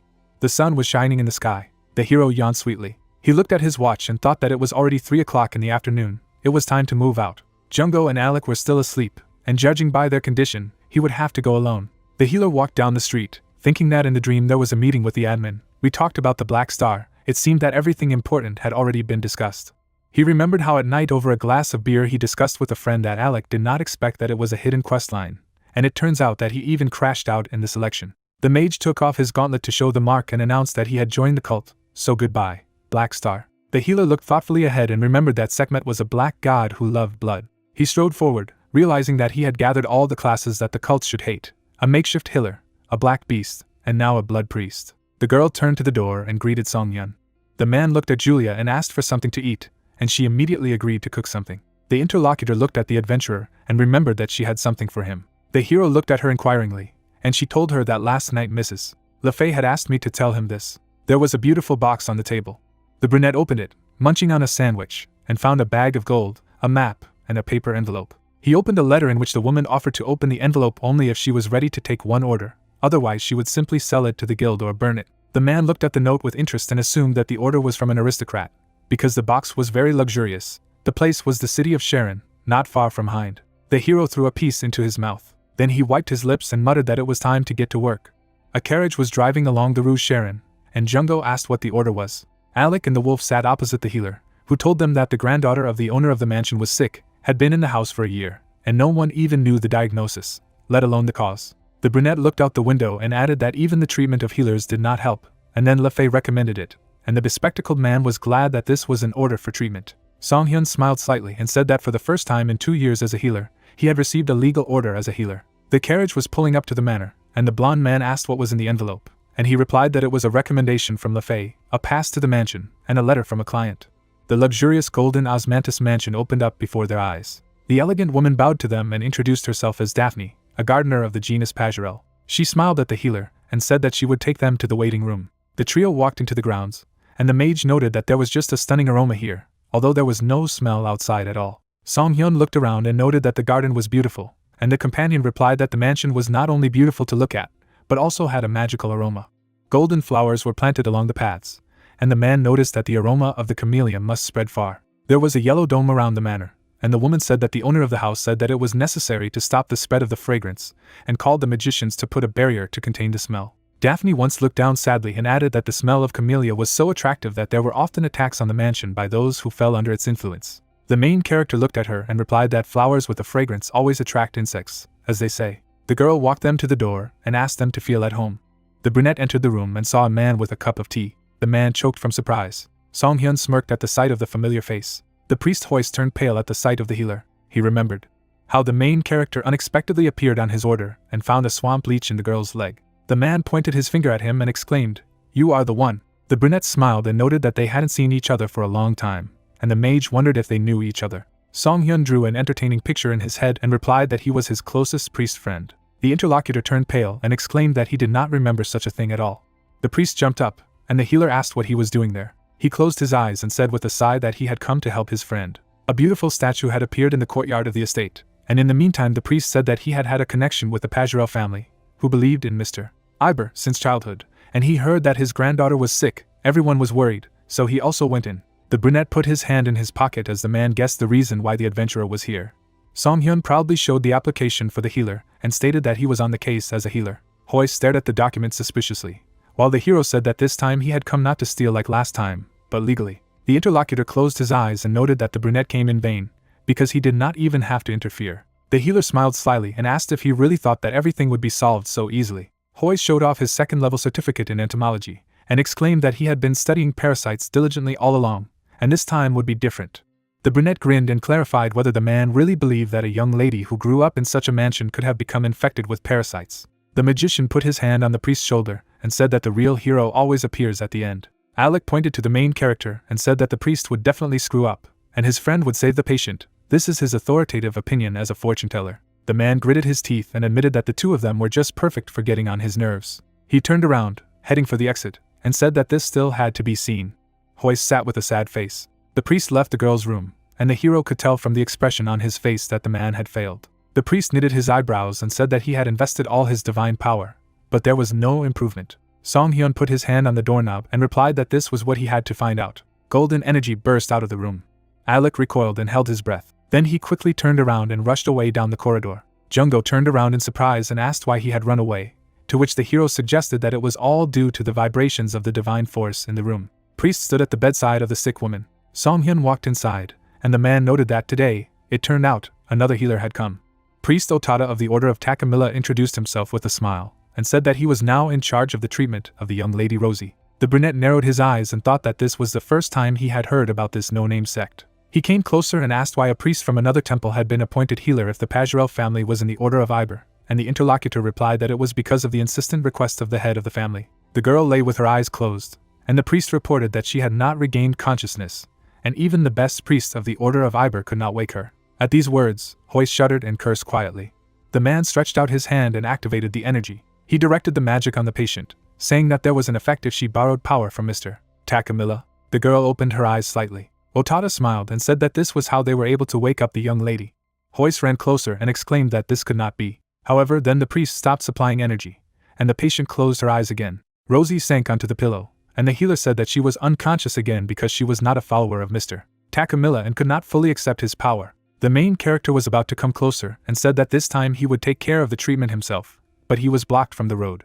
Another priest stood in front of the bed, and Otada said with a smirk that there were too many healers coming today and her condition had worsened, so she needed at least 2 days of good rest and let him go. Song-hyun frowned and stated that he had come at the request of the head of the family. The interlocutor grinned and replied that he was also working on his instructions, and that it would be better to discuss the details with the owner himself. The brunette narrowed his eyes in displeasure, but said nothing. He turned around and said that there was nothing he could do then.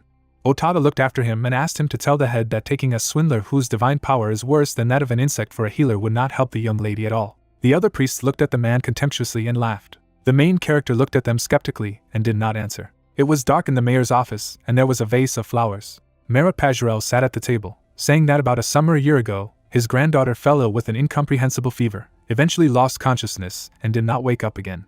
He looked at the guests, and added that he had been looking for many healers, but none had been able to cure her, and only now had Lafay recommended Song-hyun. The brunette knitted his eyebrows and said that he had just met people from the Order of Takamilla who could wake the girl up for a while, so why look for others if they were nearby? The interlocutor folded his hands and held a pause. Merit closed his eyes and replied that they demanded conversion in exchange for Rosie's treatment. Jungo rubbed the protagonist's robe, not understanding the speech, and the head said that if it was only a matter of transitioning, he would disown Mr.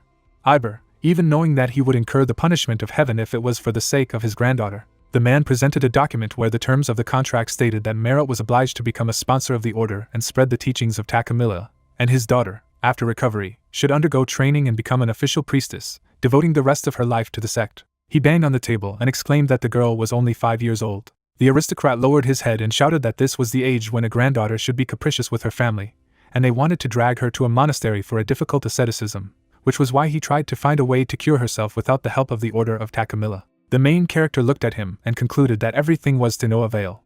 The healer rubbed his chin and said that he could have examined Rosie, but he was kicked out and told to return in 2 days. The man looked at him with regret and apologized, noting that for now he would have to do as they wanted. Song-hyun calmly looked at the customer, who muttered that now he could not even talk to his daughter without the help of priests, so he did not want to take risks. Alec looked at his friend questioningly when he easily agreed to take care of the treatment in a couple of days. They walked out into a hallway, and the mage asked if he was seriously going to sit idly by, and Jungo thought that he would have to pretend to be a dog for 2 days. The blonde snapped his fingers happily when the healer replied that he was not. The main character grinned and noted that the problem was that these guys occupied the girl's room. Alec pointed to himself questioningly when the healer said that he would be useful to them now. The moon was shining in the sky. In front of Rosie's room, 2 priests stood in the hallway. They turned when they heard footsteps. Alec walked toward them with his hands in his pockets. He grinned as usual. The priests looked at him indifferently, wondering why the partner of that pathetic healer had come here. Dark smoke began to appear around the magus body. Black energy stretched towards the priests. The woman covered her face as she sensed a tremendous dark power from this cursed heretic. She held out her hand and asked her to stand still, and the lady was not allowed to visit. The interlocutor grinned and replied that he did not care about the patient. Alec winked and stated that he was only interested in her. The girl blushed, clutching her heart when the guy offered her a drink sometime if she had time. The priestess embarrassedly straightened her hair and asked what kind of nonsense it was. She had nothing else to do but drink with a black magician. The air was filled with his energy, and the blonde man asked if she would agree if he gave up the dark magic, and the interlocutor asked her to remove this terrible darkness first. Alec waved his hand and apologized, lying that sometimes she just got out of hand. The adventurer theatrically averted his gaze and added that this happens when the heart begins to beat wildly, after which the priestess blushes deeply. The girl nervously tugged at the curl, thinking that she was free right now, and except for the fact that the guy was a black magician, then he even had a good style. She looked up embarrassedly and muttered that she was on shift now, so she couldn't, but there would be time in the evening, after which she asked if he knew any decent place. The interlocutor narrowed his eyes and said that he had a great place in mind. Alex spread his arms, introducing the majestic building, and exclaimed that the Temple of the Great Sekhmet was perfect for a cozy evening with drinks. The girl's face immediately hardened. The blonde man smiled innocently and said that the Sekhmet order is a very open religion, in which even non-mages are welcome. The priestess shook with anger as the boy suggested that the priestess give up on her pathetic gods and discuss the goddess of blood and carnage, and then spend a hot night together. The interlocutor frowned and asked if this heretic was mocking her. The priest rushed down the corridor after the adventurer, indignant that he dared to mention the dirty dark gods, and Alec only praised his religion with laughter. So they left their post, chasing bait. The main character and a wolf appeared around the corner. Song-hyun chuckled and muttered that his comrade was perfect at provoking, and that was just his style, although Jung-go didn't understand anything. The door to the sick woman's chamber opened, and the healer decided that it was time to get down to business. He leaned over and noted that, fortunately, there was no one. The brunette's eyes flashed, and used his eye of the observer skill. A little earlier, Hoist looked back when the hero asked what his impressions were after trying to treat Rosie. He looked attentively at the man, and he asked in response, what patient the healer could not cure. Song-hyun narrowed his eyes and replied that someone who was already dead was the business of necromancers. The interlocutor looked seriously at the adventurer, and said that this was a patient who had already been completely cured. The girl was lying in bed, and the man noted that she was unconscious, and a powerful divine power was also felt. The hero tilted his head and thought that now he understood why Hoist said such a thing. The black beast looked at his comrade as the healer muttered that it was not for nothing that the bed was placed exactly in the center. Otada suddenly flew into the room screaming. He glared fiercely at the protagonist and exclaimed that he had invaded the lady's room without permission. The brunette looked around and replied that it was the fault of the priest who had hired useless guards, and he demanded that they leave immediately. Daphne looked anxiously at Song-hyun, who asked her to call the head of the house. The interlocutor smiled and added that the man himself would run as soon as he heard that the healer had found a way to heal. Those present stared at him in surprise. The girl immediately turned around and ran to convey his words. The priest grimaced and asked if someone with no divine power had found a cure, and someone would believe such nonsense. The main character smirked and replied that soon everyone would understand whether it was a lie or not. Merut and Hoist soon ran into the room, and the head asked if it was true. The brunette looked at them with a smirk and claimed to have found out the cause of her coma. The priest stood in front of the man when he said that he would ask Hoist one question first. Did he think that Rosie's body was okay now? The interlocutor turned to Merut and confirmed that there were no wounds, no traces of poisons or curses. The patient was lying on the bed with her eyes closed, and the healer noted that something was clearly wrong with her body. Jung-go looked up in surprise when his friend asked him to remove one spike. The beast created the needle. The main character immediately took it. The brunette looked around and stated that the real reason was that the room was overflowing with divine power. Otada shuddered at these words. The adventurer picked up a spike. The saint energy began to recede from the effects of the black beast's power. Golden spheres became visible in the air. The girl's body was pierced by threads of divine energy. Hoist rounded his eyes dumbfounded and exclaimed that it was contemplation. The baby's bed stood exactly in the center of the magic circle. Merut arched his eyebrows in bewilderment and asked what it was. The priest turned to him and explained that it was a technique that submerged the soul of the target into unconsciousness with the help of holy power, an ascetic skill of a priest. Otada froze and turned pale. There was an inscription on the floor. The protagonist introduced a priest and remembered that an ascetic skill is an ability that uses sacred power to inflict pain. In other words, a sacred version of a curse. Hoist approached the healer and asked if the priest was hiding his contemplation with the help of sacred power. Song-hyun glanced sideways at the patient and said that all the healers who came had used divine magic to heal, and no one would have thought that it could be a trap. Rosie was lying among the golden threads, and the man added that, in addition, the ascetic skill is used for practice, as opposed to a curse. He stepped into print and concluded that everyone had fallen for stereotypes. Merut looked at Hoist and asked if he could wake up his granddaughter then, and Hoist replied that dark magic is usually used for the skill of destruction, but for a little girl it is a dangerous method, so you can ask the church to send a priest who specializes in this. The main character straightened up and said that this was not necessary. The brunette took the black spike and said that it could be used to cancel the skill. Song-hyun squeezed it in his hand and noted that it wasn't dark magic, as it might seem. Hoist's eyes widened in surprise. He took a closer look, but he couldn't feel the dark energy, although the divine power was also dissolving under his influence. The man reached out to feel this material, but the hero pushed it aside and sent him to think about it for himself. The healer stuck out his tongue and thought that he could not allow anyone to interfere with his task. He looked at the girl, looking for a suitable place. There was a lot of interweaving around it, and the adventurer noticed that at first glance it seemed to hold the body, but what was seen from the outside was a deception, and in fact it was the soul that was connected. The main character activated the Horus hand. The skeleton reached for the sphere above the girl. He lifted her from his chest. Otada leaned forward and exclaimed that the soul had been pulled out, and the head was horrified. The main character looked at the ball and decided that now he only needed to remove this annoying thread, but if he touched it without thinking, then the soul would be damaged. The man activated the observer skill by illuminating the ball. Then he gently brought the black spike, realizing that psychotherapy was not his style. Song-hyun began to carefully perform the operation, thinking that the psyche was not visible, so it was impossible to check whether the treatment was going as it should. The sphere began to shine, and he noted that now that it was possible to treat the psyche physically, he would have to take care of the state of mind as well. Hoist opened his mouth in surprise and exclaimed that contemplation had been interrupted and the light had returned to his soul. Otada gritted his teeth and strained that this could not be, it was impossible. The priest looked at the back of the main character, wondering who he was, since he had such an ability. The brunette looked at the sphere, and the system announced that it was the child's soul, pure and transparent, but very weak, connected to the body. Song-hyun smiled, not seeing the words like unconscious or contemplation, and decided to finish. The sphere sank back into the patient's body. Rosie opened her eyes and cleared her throat. Tears came to her relative's eyes. The head of the estate rushed to his granddaughter, calling her by name. He hugged the girl tightly. The man turned to the healer, and exclaimed that he had really managed to save her. The brunette closed his eyes and asked to leave his thanks for later, because there was still something to do. The aristocrat looked at him in bewilderment, and the adventurer nodded at the priest. Song-hyun clenched the thorn and listed that this man had secretly set up a sacred magic circle, cast meditation on a 5-year-old child, tricked him into believing that only they could heal, and threatened to convert the Pajero family. Otada turned pale when the hero stated that it was time to punish the perpetrators of this incident. Song-hyun smiled and corrected himself that the church was Tajamala, deliberately making a mistake. The intruder frowned and exclaimed that they were in the service of Takamilla. Hoist frowned and concluded that they were the culprits behind the incident. Merit looked around and said that their demands were unpleasant, but he thought he would consider them his saviors for life. The interlocutor gritted his teeth and swore.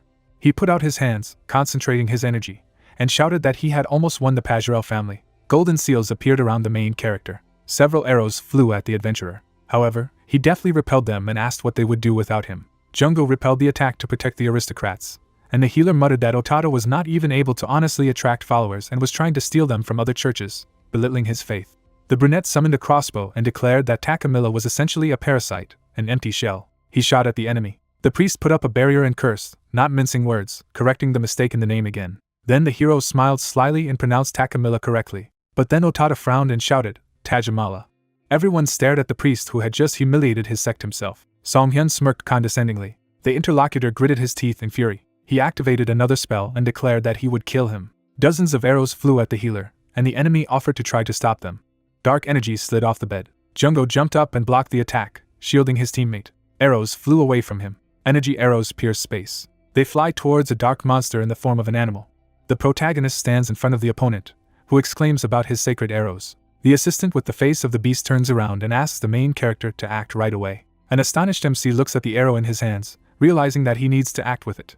It begins to radiate light gradually. Song-hyun is shocked to see the crossbow in his hand. The system windows say that the link bag skill was used. Then there was an inventory check, as well as the use of the black beast spike arrows. Later the red system window notified that there was an error due to the wrong command. The black beast stands next to the healer. The assistant calls him by name. Discouraged, the protagonist thinks that the thorns of the black beast cannot be turned into an arrow through a bag of ties. The villain, gritting his teeth, prepares to attack, as there will be no better moment. The healer, clearly nervous, realizes that things are bad. Suddenly, he takes the black beast by the tail.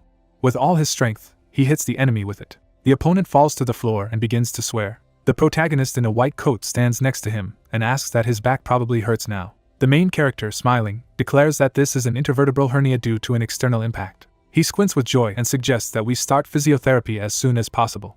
Song-hyun deals another powerful blow to the enemy, from which blood pours out. His spine breaks in two after such an attack. The healer performs a series of powerful blows to the opponent's face. The discouraged man closes the eyes of the young girl, while the dark-haired magician watches calmly. The villain, rolling his eyes, sighs in pain. The protagonist looms over him intimidatingly, claiming that the physical therapy has come to an end. The healer looks at his weapon in amazement, and wonders what it was. The black monster is shown near a crossbow and a bag. The protagonist thinks that this is originally a shrine, and the black beast has a great resistance to it and black magic, so it is clear that the skill of the shrine does not affect it. A dark shard emits smoke in the hand of the protagonist, who wonders that in this case it should be placed in the inventory created by the admin. Tied-up rivals in white cassocks apologize, assuring that they simply did what they were ordered. Alec happily holds on to the dark beast, which exclaims that the guy has caught everyone. The white-haired guy says with a smile that these bastards are full of holy power, and they fight rather mediocrely. At this time, the protagonist watches the hostages, realizing that if we talk only about holy power, then the level of a decent middle-high order. He stares intently and thinks that he does not know their names, which means that they are less than a year old. In a flashback, the enemy conjures in a rage. Song-hyun realizes that it is the Order of Take-Mill, strong in holy power despite little fame. Gehen with a fan is standing next to the henchman. The protagonist is sure that the Deathline Guild is magicians, but at the same time they have received a powerful holy power, and this is an all too familiar scenario. The main character leans over to the defeated opponent and asks Otada if he knows about the miraculous water. The villain does not understand. An agitated priest listens to the fact that it is a potion that gives holy power, who will just drink it. The healer in the white coat looks attentively at the prisoner and asks once again if he is by chance the source of their power. The tied-up Otada guiltily says that this is true, because they really gave out some kind of potion from above that gives holy power, but what exactly it is, he himself does not know. The healer heard this and began to think that it was necessary to beat out such answers from the leader of the sect. Song-hyun smiles broadly and states that in this case, everything has been decided. A beaten opponent with bruises on his face does not understand what it is about. In the next instant, the protagonist extends his hand and uses magic to penetrate the prisoner's body. Otada's shocked henchmen see him fall to the floor. The blue-haired girl, gritting her teeth, tries to find out what is going on. The main character stands in the shadows and declares 1 month. He looks at them attentively and claims that he gives them exactly a month, during which time they must by any means obtain information about the leader of their order. The skeleton's hand holds a blue sphere. The protagonist assures that in this case he will return Otada's soul, while the system says that the connection with the body is broken. The frightened girl tries to find out how this can be done in a month. She is told that if they suddenly return empty-handed, the healer with a stern look says that he will tear out their souls, so they will all go to the grave together. Discouraged ladies silently hear the question of whether they have understood this or not. Beautiful yellow flowers grow near the houses. At the same time, words of gratitude to the main character are heard. A man with red hair stands next to the child and tells the main character that he not only saved his granddaughter, but in addition settled everything else. He assures that he was just fulfilling the order. Barely holding back his emotions, the interlocutor is sure that the protagonist is a wonderful person. The goddess with long hair prays, closing her eyes. The man mentally turns to her and claims that only thanks to him, he did not betray her. Wiping away his tears, he says that Song-hyun is the benefactor of their lineage, so he will get whatever he wants. The joyful protagonist is surprised to hear about this. With an astonished face, he clarifies whether anything is true. The joyful man smiles, stating that even their secret scrolls. MC interrupts him, claiming that he only wants one. The protagonist looks at him with a satisfied face and talks about the shrine owned by the Pajorel family. The discouraged interlocutor is silent when he hears the question that since he is a follower of Yver, then this is her shrine. The guys are standing in the middle of the room. The gentleman replies that this is somehow strange. The protagonist, in turn, resembles the words in which he assured that he would give anything. An enthusiastic man raises his finger and suddenly offers another shrine, because it is difficult now, so at least one day is needed. The protagonist smiles broadly, stating that he wants the shrine of the Order of Yver to be cherished in the mansion with love and trepidation. Shocked, the master opens his mouth. The goddess watches him, at which point MC claims that he doesn't need anything else. The image of a supreme being with wings is shown. It is written about the shrine and the deep sigh of Yver. The main character happily looks at the figurine and sees a color that is a divine power. The drooping gentleman hands him this, and the protagonist remarks that it is indeed a shrine of the order. Through tears, the man remembers Lefay's words that the healer loves endurance items, which in turn is completely different. The cunning protagonist rejoices, realizing that he doesn't really care what the shrine is. It's just fun to take away what others appreciate very much. The healer stands next to the master while Alec plays with the black beast. The healer asks if the priest is still holding on. The dark-haired Hoist claims with a serious look that he was originally going to leave yesterday, but because of his concern for the priest Otada, he will stay for a few more days. The protagonist understands him with a smile. He, in turn, angrily shouts that it was the guy who pushed all the affairs on him. He takes off his gold bracelet and wants to thank him as a friend of the head of the Marat family. He hands the main character a jewel and asks him to take it, who, in turn, tries to find out what it is. The priest holds an attribute in his hand, claiming that it is a shrine that he made himself. Hoist says with a smirk that while it doesn't compare to Yver's deep breath, it's still quite a useful thing worth using wisely. The protagonist takes it in his hands and examines it. He smiles broadly and thanks him, assuring him that he will keep it as a jewel. The events take place in the Green Forest on the outskirts of Karen. Several system windows say that the iconoclast's quest is to destroy a shrine and extract divine power at a cost of 2,000 points. Then it says that Yver's deep breath has been destroyed. The figurine with the bracelet lies in a jug. The pop-up notification says that the heart of the prayer book was also destroyed. Alex, smiling, states that MC will definitely go to hell. The main character is holding a vase in his hands. In the pop-ups it is written that there is an increase in the level of blasphemy. The healer puts the vessel in his inventory, realizing that blasphemy also has a level system, and he wonders how useful the second level is. In the system windows, it says about the holy vessel and that when a certain amount of divine power is filled, it is said about the outfocus skill and 3 coupons for unwavering determination. Song-hyun notices that he was given as many as 2 rewards. He reaches for the reward button, intending to look at the skill first. The pop-up notification states that the outfocus, selection, and concentration skill has been obtained. When used, the state is activated. The protagonist looks at the windows with a serious look about how in the outfocus state the area of force is reduced, but the effectiveness increases, and reuse cancels the state. The healer observes attentively, stating that judging by the description, it is the concentration of power in 1 point. A scheme with partners and points is shown. It is said that if earlier the skill restored 100 health points to 3 people, now, only 1 person restores 300 health. Alec happily plays with the black beast. The protagonist wants to move on to the coupons. Blue armor is depicted. The windows say that the coupon can be exchanged for a weapon, armor, or accessory, and there is also a set of unwavering determination that deals additional damage based on the target's divine power and reduces damage taken. The protagonist looks at this with a serious look and realizes that this is a cult-suppressing weapon. He looks away, realizing that if they gave as many as 3 such coupons. Alec plays with Jungo. The protagonist addresses them, suggesting that they need to share with their comrades. A white-haired fighter holds an envelope with a black beast. He shouts about the damage depending on the divine power. Another wonders if it is really so easy to distribute such a valuable thing. The healer looks at Alec and declares that it's not just like that, because it's a quest reward. He replies that it's still a fat profit. He pokes his finger at the system window with a smirk, intending to take half gloves. It is said that the guy is using the coupon for unwavering determination. Burgundy gloves appear in space. They have a form of strong will. Jungo looks out of his window. While Alec jumps happily with happiness, the beast does not understand what to choose then. Song-hyun stands next to him and offers to choose a shovel. His partner asks uncomprehendingly. The healer with a smirk declares that he is good at waving a shovel. The comrade remarks that this sounds more like an insult.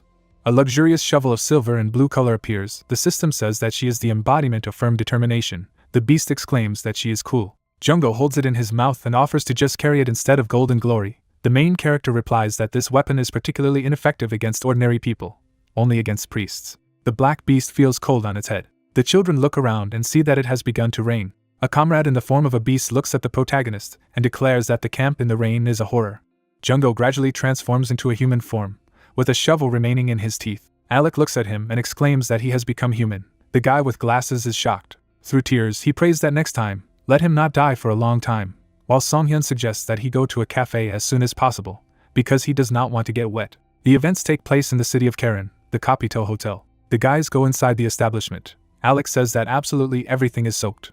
Jungo notices something in amazement. Not far from them sits a fighter with green hair. He has a ferocious appearance. The guy in glasses begins to tremble, realizing that he really has a terrible face. He is horrified to see the healer standing next to the stranger, and declaring that there is an empty space there. A friend grabs him by the hand and leads him to another place, assuring him that it is also free there. They are sitting at the table. Alec is happy to drink a drink. MC asks about the fact that his friend has lived on the continent for so many years and is still afraid of adventurers. The frightened friend turns to the stranger and thinks that he is judging too much by appearances. A man in the tavern calls Izzy. A green-haired fighter gets hit on the head with a bottle. The main character and his partner see this in shock. The hooligans look around with mockery. The villain exclaims that he thought he would not get in. The stranger lowered his head, hearing that he had failed the task again and could not even cope with a couple of wild dogs. Only appearance was wasted. The fighter clenches his big fist. He gritted his teeth, hatred in his eyes. He sits silently, with his head down. The hooligans are standing next to him. One of them wonders that he does not react to what is happening at all. The scoundrel takes the bottle and offers to drink to his health. He pours the drink on the poor soldier's head, declaring that it is a pity for him to have normal wine. Jungo and the protagonist observe the injustice that is taking place. The green-haired warrior remained at the table, while the doctor's comrade says that they are harshly humiliating him. With tears in his eyes, the guy in glasses holds his head and says that now he wants to apologize even more for misunderstanding. Alex suddenly opens the bottle with a smile and says that he didn't even say it out loud, while the main character notes that if he climbs in vain, then only pride will suffer. A sad Jungo looks back at the injured guy, who gets up from his chair. The light is on in the window of the building on a dark night. It is said that this time the legal task is completed, and I really like it. Song-hyun stands with his comrades and declares that there is no need to persuade. It is better just to show what you can do, and that's it. The white-haired fighter looks at him and asks if he wants to open his own hospital. The main character replies that it is quite difficult to attract patients. Crossing his arms, the healer explains that even if he uses the diagnosis of full recovery to speed it up as much as possible, it still takes several hours to fully recover. Jungo sits on the bed in pink pajamas, listening to the fact that the continent is used to quick heal type treatments, so his methods don't work. His friend notices that his methods are actually perfect. An amazed guy in glasses hears some screams outside the window.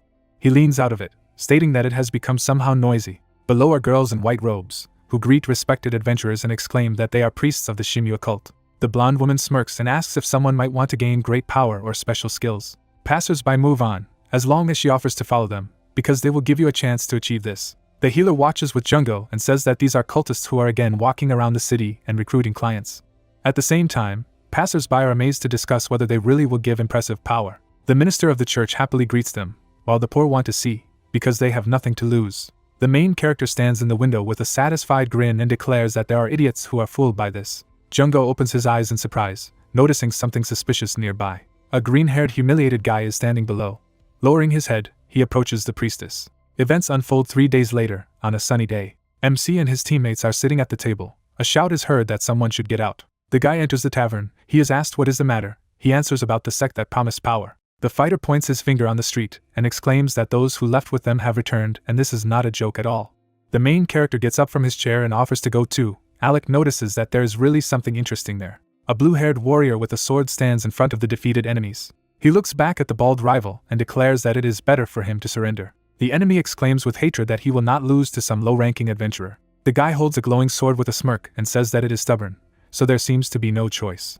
The fighter swings his powerful sword with all his strength, deals a powerful blow to a bald opponent. Blood spurts to the sides, he cries out in pain. His clothes are cut. The enemy lies on the ground unconscious. People on the street see this in shock, noticing that he alone smashed them all. The blue-haired guy looks at the girl, who exclaims in shock that he was recently on the same level as her.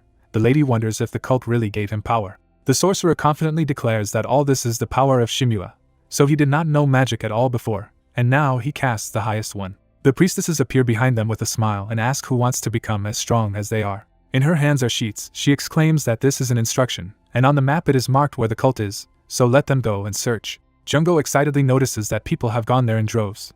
The protagonist and Alec are silent in displeasure. The guy with glasses asks what is wrong with them. The healer replies that he does not like what is happening. The joyful maid shows his abilities. MC declares that when you join the cult, they really give you power, but it is impossible to swing in 3 days. Songhyun menacingly claims that this is an obvious scam, and they also advertise themselves all over the city. The protagonist, frowning, thinks about how they can break everything. Alex smirks that if he just attacks them, the guild will catch him.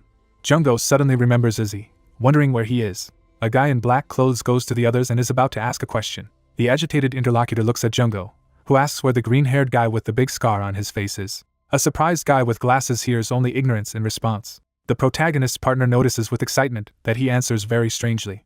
He asks again if he doesn't know Izzy for sure. The interlocutor asks not to interfere, because they are busy. Jungo takes him by the shoulder anxiously, wondering if he can at least ask the priest. The villain elbows him in the face, shouting that he doesn't know about anything. The guy is sitting on the ground. The enemy declares that if he comes again, he will be killed. The surprised hooligan does not understand what is happening.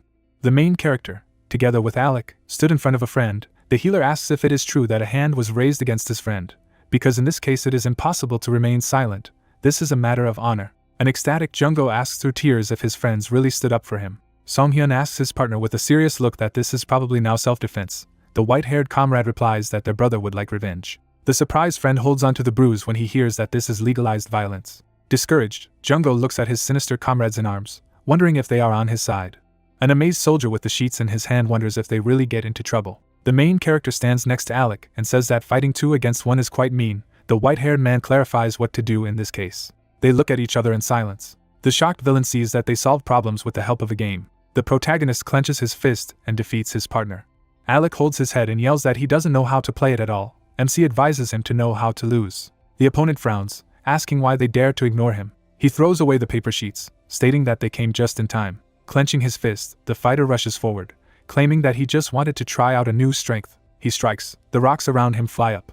The guys close themselves off from powerful energy flows, except for the main character. Jungo rides his face in the wind, wondering what this power is. Songhyun calmly talks about the new abilities. The healer takes a branch from the ground. He directs it at the enemy, stating that apparently they are on the same wavelength. The main character smirks. The system says that the out-focus skill is activated. Stunned onlookers see the branch in his hands and wonder if he will really fight with it. The opponent looks at him in bewilderment and asks if he really thinks that this will stop his fist. The enraged villain holds back his emotions when he hears Songhyun assure that this is enough. He rushes to attack, stating that the protagonist is just a dumb puppy. The healer holds the branch with a smirk and activates the out-of-focus focus. A bright light appears around the stick. The system says that endurance is concentrated in the branch. The opponent unexpectedly grabs it with his hand. A powerful shockwave scatters from the contact. The discouraged enemy does not understand what is going on. Songhyun calmly performs a series of punches. The opponent does not believe that he does it with an ordinary stick without any magic. The villain begins to get angry, straining his muscles. His fist flies into the protagonist's face. He does not understand how this is even possible. This, in turn, is closed with a small branch. Song Hyun smirks that if the opponent doesn't understand, then let him get it. The healer delivers a powerful blow with his branch directly to the opponent's face. There is fear in his eyes, he feels as if he has been stabbed with a club. The protagonist claims that there is nothing to look at here. Song Hyun counterattacks using his slash skill. Blood splatters fly on the face of the discouraged enemy. He falls to his knees, his severed hand lying next to him. The audience open their mouths in shock, not understanding how he did it with the help of a branch. The main character holds a stick with a grin, realizing that his usual attack did not even work, although all the endurance of the body poured into it. Pleasantly surprised partners rejoice. The main character realizes that in this case all other parts of the body become absolutely defenseless. Apparently this is an ultimate skill. People around are watching the healer, wondering who he is. Someone notices that all attention has suddenly switched to him. Song Hyun remarks with a smirk that apparently they accidentally ruined someone's holiday. Junggo is silent with a sad face. They are standing in the middle of bright houses. The guy expresses the hope that the stranger will be fine. Closer to nightfall, there was only one lit window left in the house. The system windows say that the achievement of subversion is unlocked, which is obtained by interfering in a cult case. Alec and Junggo look at the pop-ups in surprise and exclaim that the achievement has appeared, while the protagonist wonders about the fact that they have destroyed more than one cult, but have only appeared now. Song Hyun sees a message that the condition for the achievement is the presence of a holy vessel in the group. The main character assumes that the goddess has come up with this right now. A large clock stands in the middle of the stones. In the system windows it is said that the reward is to equip the hourglass of return. So every time you interfere with the affairs of the cult, a little sand is added inside. If activated at 50% full, you can get karma dust or mind materialization. Junggo looks at Alec, asking what kind of reward he got. He is told about the hourglass, who in turn states that apparently this is a common reward for everyone. Astonished, Song Hyun comes up with an idea. In the system window, it is written about the karma of dust, which cannot be used without pumping the blasphemy stat, and when used, it fills the holy vessel a little. Another report says that the materialization of the mind slightly increases the magical power and specialized characteristics of the class. The protagonist sits on the bed and asks about the fact that the holy vessel can be replenished. Alec also wonders if magic with the characteristics of the class grows in this case. The guys with stern faces began to think. The events take place the next day, and a cry is heard that they are priests from the Shimua cult. Girls in sacred robes with a smile call to follow those who want to gain great power. A passerby asks in surprise if he will really become stronger. The girl with a smile asks to see. At this moment an exclamation is heard that these are scammers. Song Hyun points his finger and shouts that his friend went with them and went missing, so don't believe them. Junggo and Alec are crying. The guy with glasses claims that he only asked how he was, and he was immediately punched in the face. The onlookers look at each other in surprise. One of them suggests that this may be true, the other declares that the aftertaste remains in any case. People disperse because they don't want to go there anymore. The priestess looks at this in shock. The system states that they receive karma dust for interfering with the cult. Junggo yells at the girls in a rage, claiming that they are scammers. The pop-up says that the interference with the cult was successful. The reward is the materialization of the mind. The action takes place a day later. The main character throws up his hands in amazement, stating that even he got hit by them. Events unfold 2 days later. Alec hugs the attendant and confesses his love to her. She does not understand who he is at all. The window says that the materialization of the mind was received for interfering with the cult. Several windows convey information that several items have been obtained, as well as an increased level of blasphemy. A disgruntled girl opens the doors. The events take place many days later. She stands in front of the protagonist and his friends, stating that she has finally found them. The priestess shrugs her hands with a smirk and apologizes to the respected adventurers. The ship is docked in a port near the city. She asks if they can talk. Song Hyun is standing near Alec and watching the ship, asking if it is really a ship going to Bismar Island. The satellite replies that he didn't think things would go this far. The further narration is about the events that took place a few hours ago. The priestess, closing her eyes, sits at the table and says that their friend Azzy is alive and well. An image of a large city by the sea appears. It is explained that he is now on the island of Bismar, where the cult's base is located, undergoing treatment for injuries received during training. The 3 guys sit across from her and listen intently about how this is usually a no-go area. But since they miss each other so much, the cult leader has allowed a special meeting. She hits the table with all her strength and asks for something. With a sinister look he hangs over them and demands that they immediately stop interfering with their preaching. Junggo smirks excitedly, remembering that he was very scared back then. The stranger approached MC and addressed him. The man looks at him with a serious look and asks if he will board that ship. The protagonist smiles slightly, hearing that according to rumors, he turned the Shimua cult upside down for the sake of a friend. The guy replies that the interlocutor is well informed. The girl next to the man exclaims that they have exactly the same story, because her younger brother also left with them, and since then it is unknown where he is. The protagonist in a white coat stands in front of a group of people, asking why they all came to him. They answer that they want MC to find their missing relatives. The man closed his eyes, declaring that they would have gone on their own, but such commoners are no match for them. Song Hyun listened to him carefully and says that he is a healer, and usually takes orders exclusively related to healing. Asking for help, the interlocutor says that he needs to find the missing, and if there are wounded people among them, then it is necessary to treat them. The main character smiles. While he is asked if this order is a case for a healer, he replies that the interlocutor's ingenuity is what is needed. With his hand on his heart, the protagonist claims that they will accept their order. A large ship with light sails plows the ocean. The healer is standing on the deck with Alec, who notices that there are a lot of people here. The healer replies that in other villages, apparently, there were no problems with recruitment. Jungo stands at the edge with a sickly look, hearing that there are about 8 hours left to sail to the island. With tears in his eyes, he says that he is already half motion sick. The protagonist offers to go to the cabin, where he will give him sleeping pills. The guy in glasses is lying on the bed and snoring. At this time it is said that this is a trap. Alex sits across from MC and says that apparently they are not going to attack immediately. MC replies that this is unlikely to happen on the ship. The main character with a serious face says that there is clearly some catch in this, so it is better to inspect the ship. The guy holds a pen in his hand and offers to arrange a simple fortune-telling in this case. Blood splatters fall on a white sheet. The white-haired fighter sees his bloody hand. He runs his finger across the sheet, stating that if the divination is to be believed, a strange energy is emanating from the cargo hold. The healer gets up from the chair and intends to go there, while the partner says that he will look after his friend. Song-hyun goes down the stairs. Soldiers in armor stand below and do not understand who is coming down to them. The healer stands in front of them and says that he wants to look inside. They answer that this area is closed to outsiders. The main character with a sad face hears that without the permission of the cult, they cannot go further. A moment later, the healer strikes a powerful blow with his fist directly on the opponent's helmet. He claims that in this case he will simply break through. Other soldiers see this in shock. They drew their swords and went on the attack. With a smirk, the protagonist pulls out an energy crossbow and aims with it. An arrow pierces the armor of a warrior in armor. One of the enemies runs forward, stating that the healer may slip past the others, but will not succeed. Song-hyun blocks his attack with one move. He says that with such skills, it wouldn't hurt to introduce himself. The protagonist tells his opponent his name with a smirk. The opponent continues to confront him, claiming that his name is Frisia. The main character opens his eyes in shock. Suddenly, he is pierced with lightning speed by the enemy's sword, blood spurting in different directions. The healer waves off with a powerful movement of the blade. Song-hyun holds on to his wound after hearing the taunt about not having to walk alone. Opponents stand in front of him, declaring that in a fight the crowd is the best weapon. MC, frowning, realizes that this is a cloning ability. He forms a mixture in a blue bottle in his hand. The protagonist scatters energy. The system states the use of the absorption skill, as well as spraying an ice potion. The opponent's helmet is covered with ice in a matter of seconds. He screams in horror about his eyesight. Several targets are captured. Pop-ups say that the skill of the all-seeing eye is used, in which a person cannot breathe. Frisia cannot breathe because of the use of the protagonist's ability, who in turn realizes that it was quite easy. Several swift arrows pierce the enemy's body. Blood pours out of his body, the helmet-clad fighter trying to figure out how MC found his main body in the first place. Other projectiles pierce the clones' bodies. The protagonist with the crossbow notices the actions taking place in bewilderment. An enemy in armor lies on the ground in a pool of blood and sighs in pain after being wounded.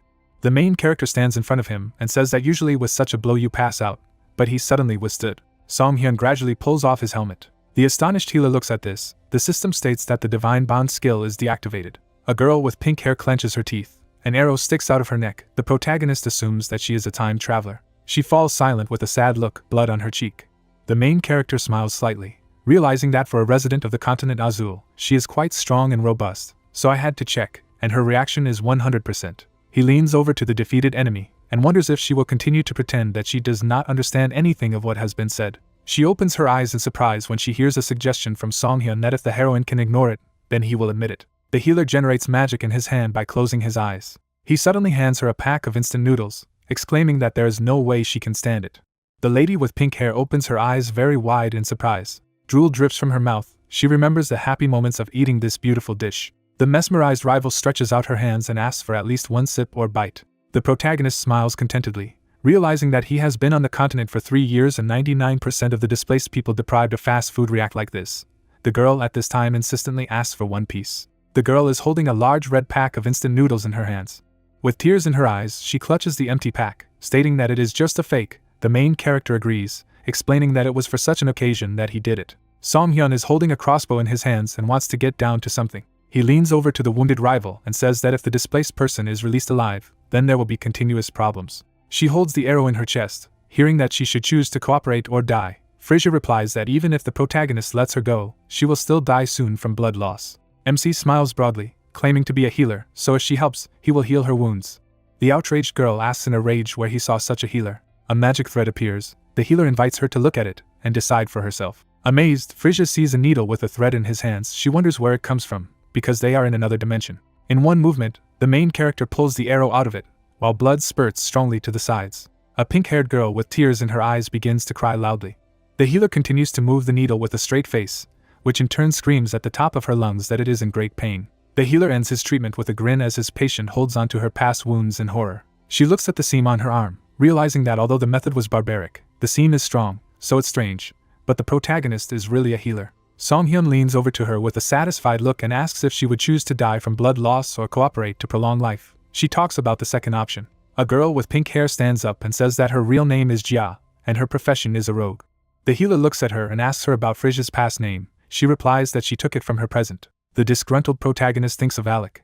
When he hears that the other part of the name is formed from the dish she ate as a child, the healer realizes that she has the same fantasy as her partner. They are standing in the middle of the ship, MC introducing himself by name, stating that he came to investigate the cult on commission because many people disappeared after following him. Jia asks him in amazement about the missing people, who replies that if the girl is from a cult, she must know something. An image of a man appears next to a dead soldier. The lady objects that she is not a member of the cult, because they were hired by a nobleman named Adrai, who sponsors the sect, as well as the whole island of Bismar and his possessions.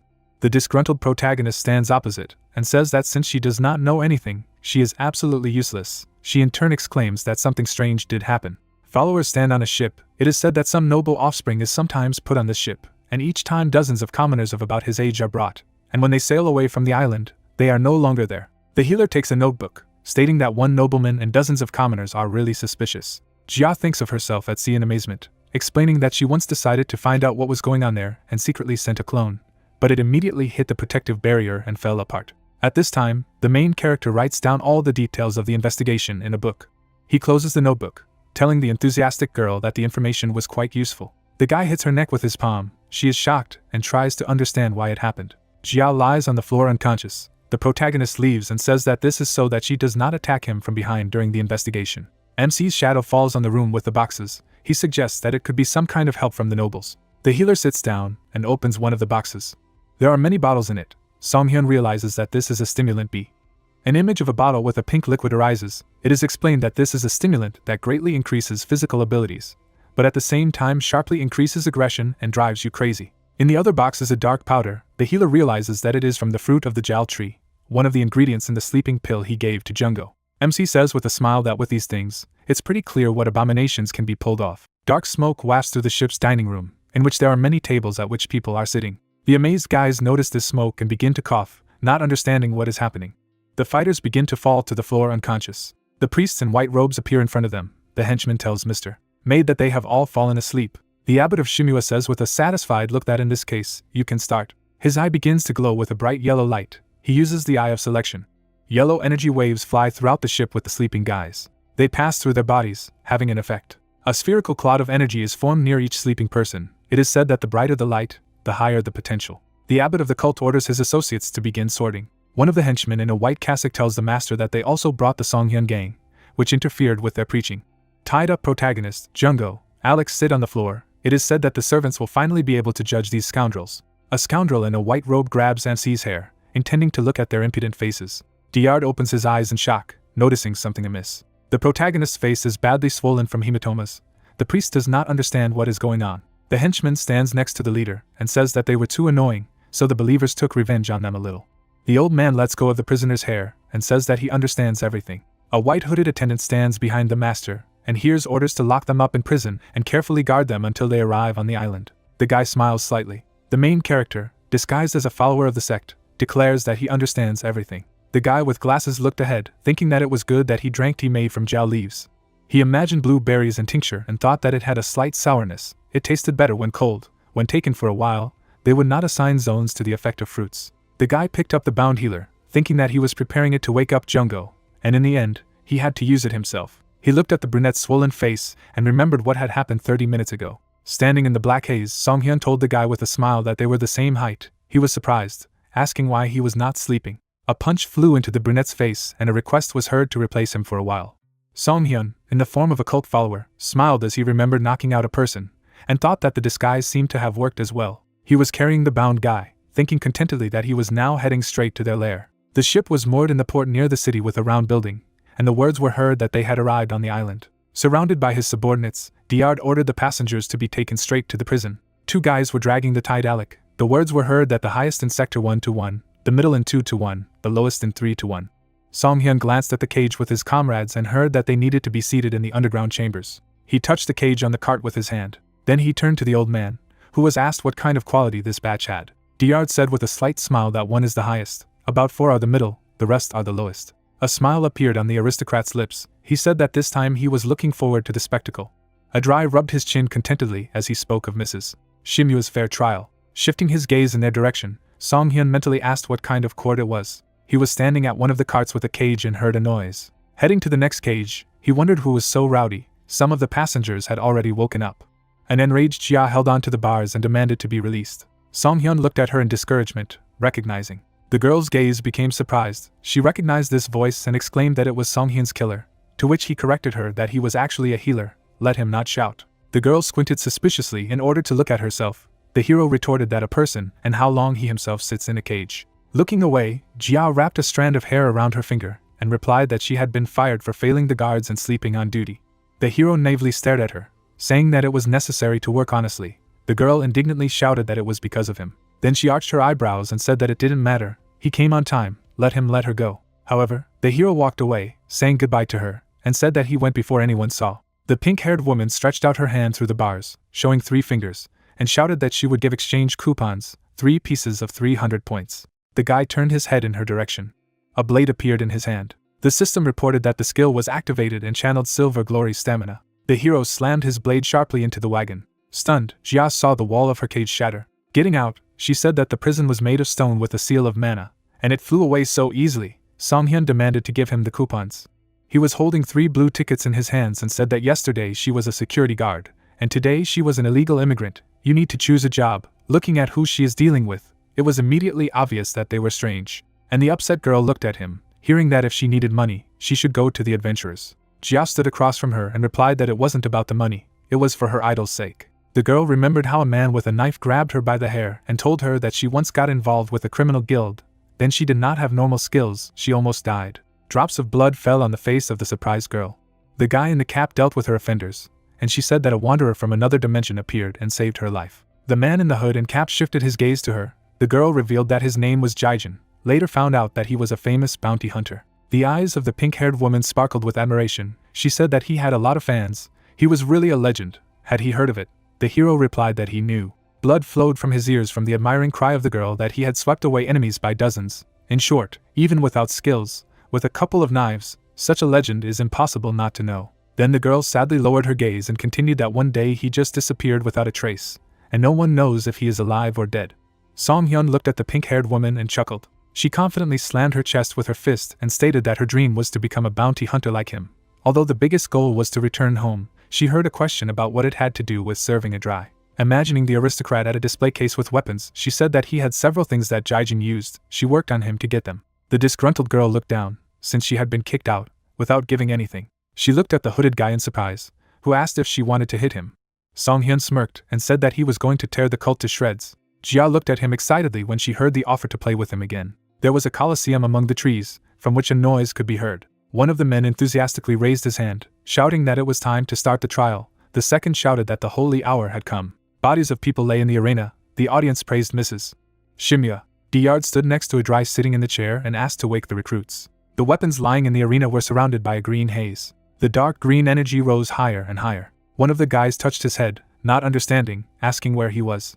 The man on the balcony waved his hands, shouting that from that moment on, the rite of initiation into the cult, they would begin the trial of Mrs. Shimya. There were many different blades on the ground, and there was a cry that whoever endures to the end will gain strength and the status of a true follower. The captives were startled, opening their mouths when they heard that whoever could not become fertilizer and an endless source of power. The mustachioed man smiled slyly. Looking down, Diyard ominously said that from now on, they should kill each other. The stone corridor of the great temple dungeon. Lying on the floor, Jungo opened his eyes and said that he was cold. He was surprised to realize that he was in a cell. Then he raised his head, asking where he was. Opening his mouth, the stunned man screamed. Holding on to the bars, he remembered how the healer had given him sleeping pills, and wondered why he was sleeping in such a place, since Song-hyun and Alec were supposed to protect him. With a smile, he raised his finger, decided that it must be a dream, and summoned a window of state. A blue information window appeared in front of him. The man fell to his knees in tears and shouted that the window of state was opening, so it was not a dream. Then he walked in circles around the cell, thinking that if he wasn't vomiting, then he had definitely stepped off the ship. He would get out of here first. 2 system windows appeared in front of him, which said that the magic energy was sealed and it was impossible to use the inventory, and he wanted to use the golden glow first. The man scratched his chin thoughtfully. Then, in tears, he fell to his knees, shouting that this was a prison with the suppression of magic. What should he do? Raising his head, he arched an eyebrow. As he touched the system window with his finger, he thought that it looked like the status window was available after all. He had a notification in front of him about the available points, 6,085 points, and the price of using tape measures, and thought he would try it. Looking resolutely at the window, he chose to spin the tape measure with junk 5 times in a row. A white lottery window appeared in front of him. The brunette mused that roulette items go into the inventory, but if the inventory is not available, the system reported the results. He received an iron rod, a piece of metal 20 centimeters, a nail, a board, and chopsticks. All these objects fell to the floor next to the system window, as the hero expected. Jungo held the board with a smile, saying that it was excellent. The wooden plank rested on the ground. The resolute man was digging his way out in the floor. He imagined the smiling face of his comrade and shouted that he was already walking towards them. A small bump appeared on the ground. Then the man's hand escaped from there. Tired, Jungo climbed out among the barrels of weapons and said that it turned out that this place was underground. Raising his head, he looked around, asking where he was. Then, his eyes rounded in shock. The surprised man peeked out from behind the box. There was a silver cage in front of him in the arena, and he realized that it was a coliseum. The man struck the bars and shouted not to talk nonsense. The green-haired man clenched his fist, angrily shouting why should they fight? If he wanted to fight, let him fight himself. The man with an eye patch smiled and asked, "They still don't understand?" There were many people sitting in the stands. He continued that not only him, but all the followers here were those who had passed the Shimua trial. The guy in the hat looked ahead in displeasure when he heard the question. Didn't they also come here for strength? Diyard looked down grimly, telling them to show Shimua their resolve. Jungo hid behind the crates and thought what was going on, and there was a request to introduce a special guest. The men in white stepped forward. They threw the bound healer to the ground. A guy in a white coat was lying on the ground. Jungo opened his eyes in shock, thinking that it was Song-hyun. In his imagination there appeared a picture of how the hero, with his arms outstretched, defended his sleeping friend, and thought that this could not be. He got caught trying to protect him. On the dais, the old man said that this person was Song-hyun, the one who had been disrupting their cult all week. The followers sitting in the stands shouted angrily, called him names, and wished him dead. The mustachioed man looked at them, saying that the merciful Shimua had given even such a bad person a chance. The gates near the arena began to open. There was a green-haired man with an axe, surrounded by a pink haze. A shadow hid the man's face, who made a belligerent sound. Jungo looked at him in shock. The opponent with glowing eyes opened his mouth and shouted. The brunette looked at him, crying with horror and screaming in his mind. Standing on the dais, Diyard said that it was not a bad fate to die at the hands of the friend he longed to see. With a satisfied look, he waved his hand and shouted that if he survived, he would become a follower, and if he fell, he would become fertilizer. Let the judgment begin. Lightning flew from the man's glowing eyes. Swinging his axe, he shouted. His shovel appeared in Jungo's hand. He mentally denied what was happening. The axe was approaching the brunette's head. Suddenly, there was a powerful flash of explosion. The man with glowing eyes looked ahead. The ground in front of him was cracked but empty. The man in white landed behind. The hero held a tied double in his arms. Diyard stared dumbfounded, not understanding what was happening. Angrily opening his mouth, he shouted, asking who he was. Without turning, the guy grinned. Then, throwing off his hood, he turned around and said that he was a Song-hyun healer. The man opened his mouth in surprise. The girl looked down, exclaiming that this was that arrogant guy. Song-hyun stood smiling, holding the doppelganger with a smile. A shout was heard that then the one who saved Song-hyun is Song-hyun. Jungo stared, his mouth wide open, and didn't understand what was happening. Adrai looked at the teacher and asked the same question, who replied that he himself did not really understand. The aristocrat looked down, said that if that man is Song-hyun, then who is lying unconscious? The bound brunette collapsed to the ground. Song-hyun stepped on his head and said that he would introduce the one who had become his replacement, an acolyte of the Shimua order. Looking confidently to the side, the guy said that he did not know the name. Diyard gritted his teeth angrily and cursed. Holding his stomach, Adrai laughed loudly, saying that as he had heard, he was not an ordinary person. The sectarian turned to him when he heard that there was just another interesting sacrifice. Let them continue the trial. Calmly looking ahead, Diyard said that he was absolutely right. He waved his hands and ordered the gas to be sprayed with stimulant V.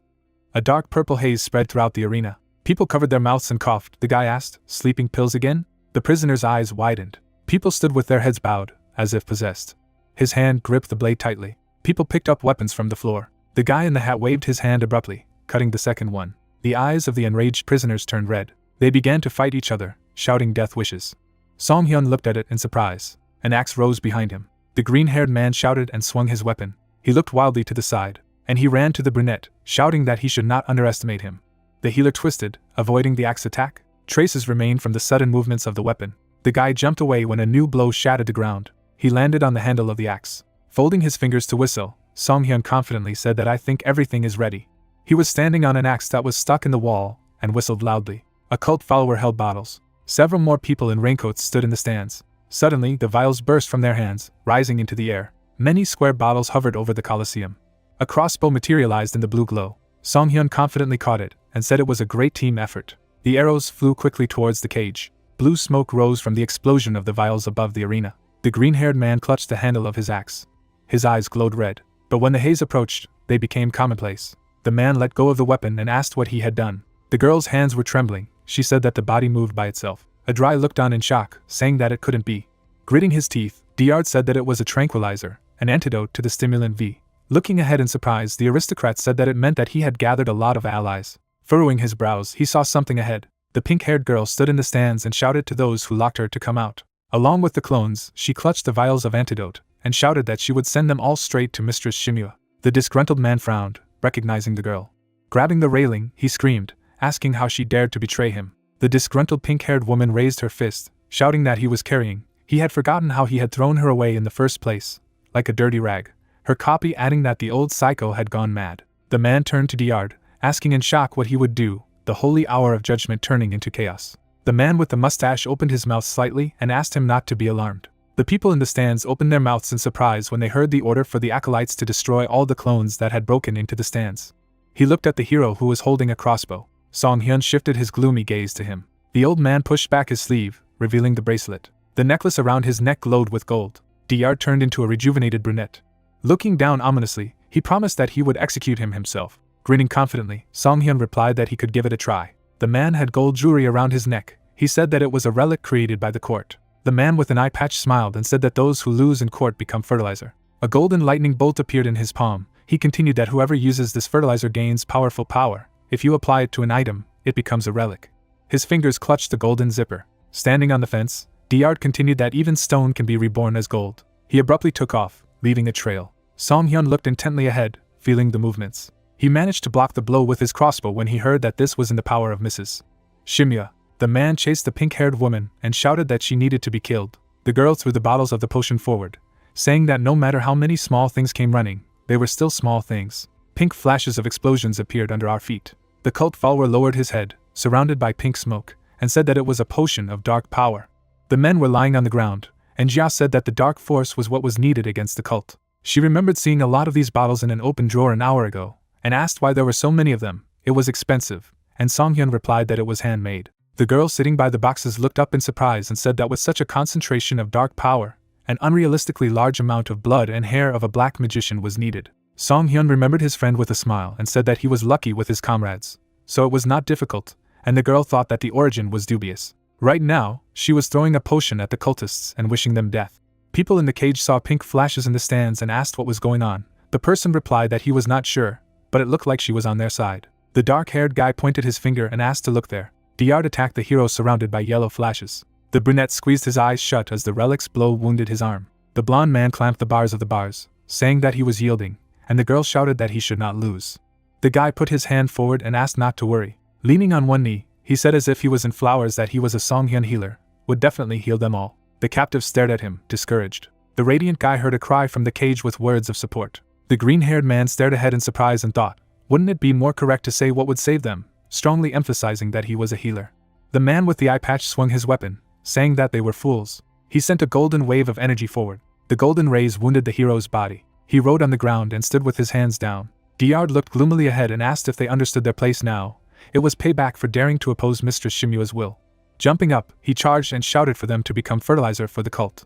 A blade began to appear in the palm of his hand in a blue glow. By exposing it, Song Hyun blocked the lightning strike. The man's gaze became surprised. The hero smiled and asked, aren't those who lose the fertilizer?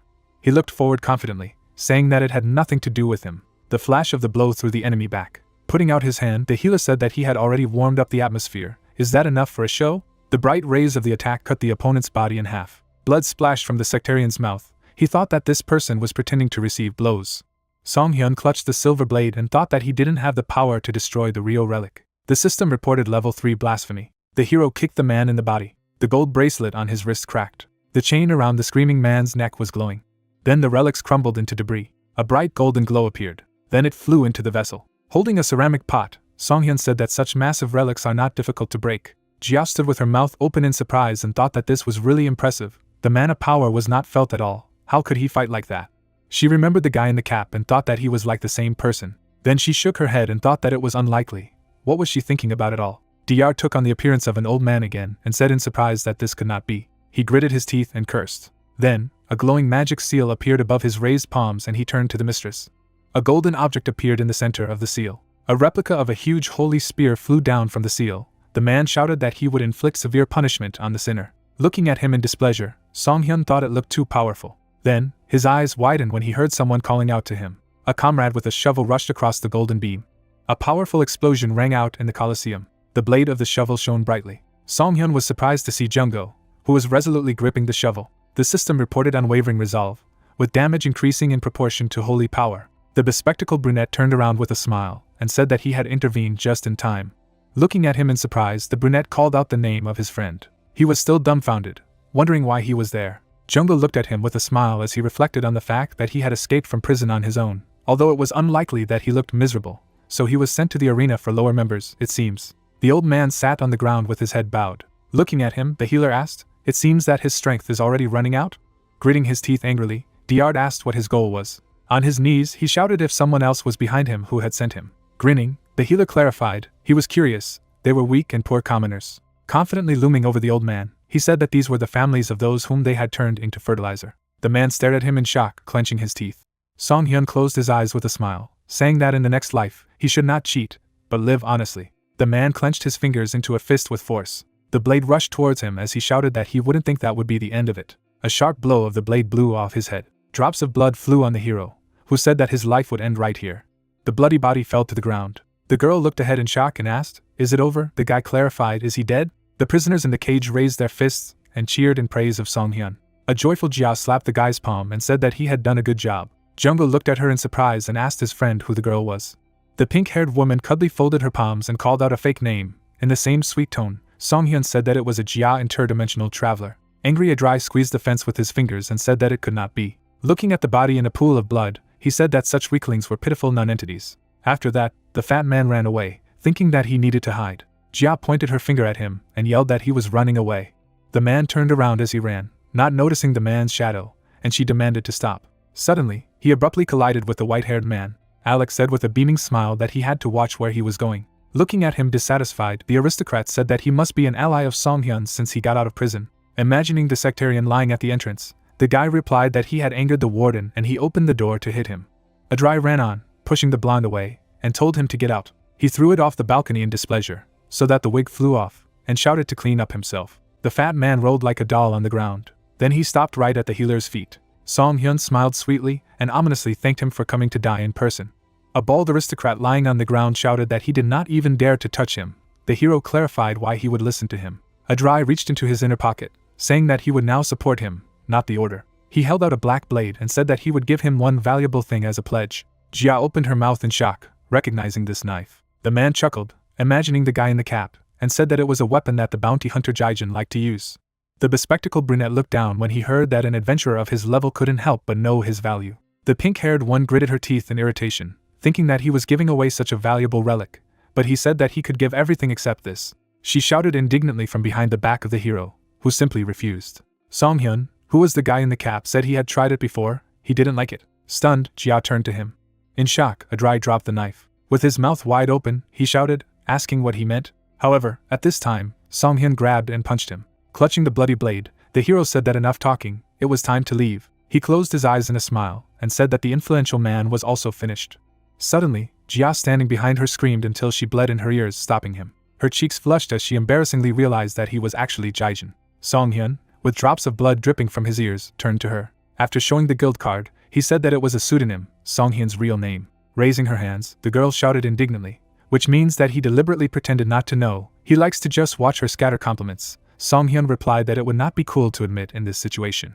Embarrassed, Jia looked away, talking about his character. She remembered the guy who had saved her from the bandits, and she thought that they had finally met. Where to start? Where he had been all along. She was a fan of his and wanted an autograph. She tried so hard to become like him. The girl excitedly squeezed the fabric of her robes. Then she bowed and thanked him for saving her. Calmly looking down, the guy only chuckled.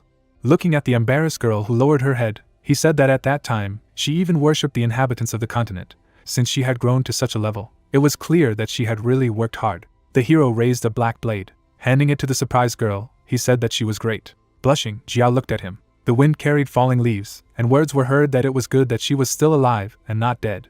The body of the screaming man was enveloped in a golden glow. The bodies of Adrai and Diard rose into the air. The same radiance emanated from the cult followers in the stands. Bright golden flashes appeared in the sky. Jia looked at this in surprise and asked if that light meant fertilizer. Song-hyun replied that even if the audience could see it, then the judgment would befall absolutely everyone in the Colosseum. In the cage I could see the silhouettes of the prisoners. The guys waved their hands, fighting off the bright sparks, asking why he was approaching them. Bright golden sparks bounced off the ground. A cry was heard that he was not going to stop, stronger with this vile power. The man reached for the sparks, thinking, that's it, just this. He remembered the man pouring liquid on his head, and thought that if he had this power, no one would ignore him anymore. The man closed his eyes, avoiding the light. Then he waved his hand sharply, throwing away sparks. Jumping off the floor, they scattered at his feet. Waving his hand, the man said that relying on such a thing would never make him truly strong. Jungo standing nearby was looking at him. There was a slight smile on the brunette's lips. Among the trees stood a tall building of the living quarters of the parishioners of the great temple of Shimua. Song-hyun was sitting at the table, holding the patient's hand. A drop of sweat was running down his cheek. He thought that he had tested it just for the sake of an experiment. With the help of his skill, he saw a suture on the patient's hand. The system reported full healing. The healer held the thread with tweezers and thought that the severed wrist had healed in 3 minutes. The guy in the hat rubbed his hand and said that it was incredible, he really was a healer, and then thanked him. The hero smiled sweetly and objected that this time his task was to cure them. Tears of shock appeared in the eyes of the heroes when they heard that they should meet their families healthy. The guy smiled, hearing how they vied with each other to ask him to cure everyone. An hour later, there were empty cans and thread scraps on the table. The guy threw his legs over his legs and said that it looked like it was time to open a healing agency for orders. Alec walked over, holding out a potion of endurance, and reminded him that he had said that the competition with healers was too great. The hero replied that he had found a way. He presented a diagram with 2 figures of characteristics and said that the total healing skill also causes the regeneration of the entire body. If you apply an out focus to it and reduce the area of effect to the wound, the effectiveness of the treatment increases significantly. He remembered holding the patient's hand and went on to say that small wounds heal in half a minute, even a severed wrist heals in 2 or 3 minutes. The white-haired man clapped his hands in admiration when he heard that he was recognized with such results even by the standards of the Azul continent. Holding a jar of potion in his hand, Song-hyun said that until then, he had been looking for patience himself, and now patience would be looking for him. Behind them was an admiring Jia and Jungo. Alec's question was heard where the sanitarium would be, and the answer was probably in the village of Hind, although there was no exact plan yet. The white-haired man touched the hero's shoulder and said that he should find a good investor. Raising his finger, he remembered the tall building and said that there was also the Tower of Darkness. How about uniting with them? He introduced the crying and satisfied characters and said that in the entire continent, the only place for black magicians is the Eastern Tower of Darkness, so in other regions, it is difficult for black magicians to find treatment or items. Many demand, at least in the north, to build such institutions, but the cultists, in collusion with the Adventurers Guild, constantly interfere and everything is disrupted. A spark appeared next to Song-hyun, and he said that he did not use healing, which meant that there would be an institution where black magicians could be treated. The white-haired man smiled radiantly, saying that the rumors would bring crowds of such customers. The guys shook hands tightly, and the brunette said that it was a mutual benefit. The comrade gave a thumbs up, saying that he knew an influential person in the Tower of Darkness. He should try to negotiate with him. But then he presented a black silhouette of the monster and said that if there were more organizations in Hind, it would be possible to get information about black beasts as well. The healer looked down thoughtfully and said that since the subject was up, he remembered something about them. Tears sprang from Jia's eyes. She screamed that this was just a great story. Song-hyun turned around and asked his comrades what they were doing. Jungo replied that he told her how they met. She was interested in hearing about his adventures. The girl wiped away her tears, imagining how the guy had defeated the monster, and said that he really was an amazing person to start a huge sect for the sake of children. Confidently hitting her chest, the girl said that she had decided. She fell to her knees, burying her forehead in the floor, and said that from now on she would call him a teacher, let him take her as a student. Song-hyun refused. Jia looked up at him with round eyes and plaintively asked why. The guy replied that he didn't take students, it was too much trouble. The girl looked at him in surprise when she heard that he was looking for colleagues who would be like family to him.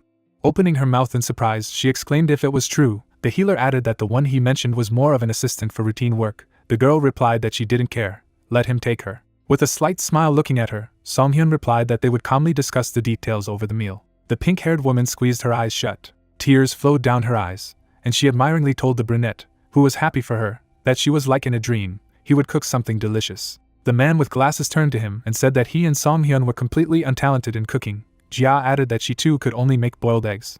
The white-haired man crossed his arms contentedly, and stated that then Chef Alec would show what he was capable of. There were plates with appetizing dishes on the table and he wished everyone bon appetit. As a result, the heroes were lying among the plates, surrounded by a pink haze. Song-hyun stood behind a stunned blonde man who said he had no intention of doing it at all. In the evening, a request was heard in the gray building to stay away from kitchen appliances.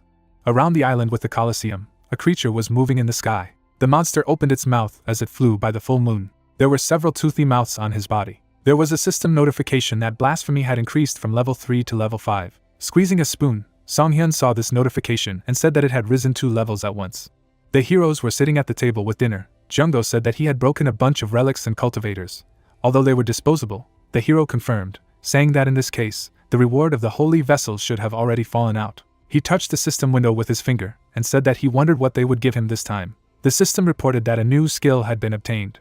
A system window has appeared with information about the pain transfer skill, which allows you to transfer someone's pain to another.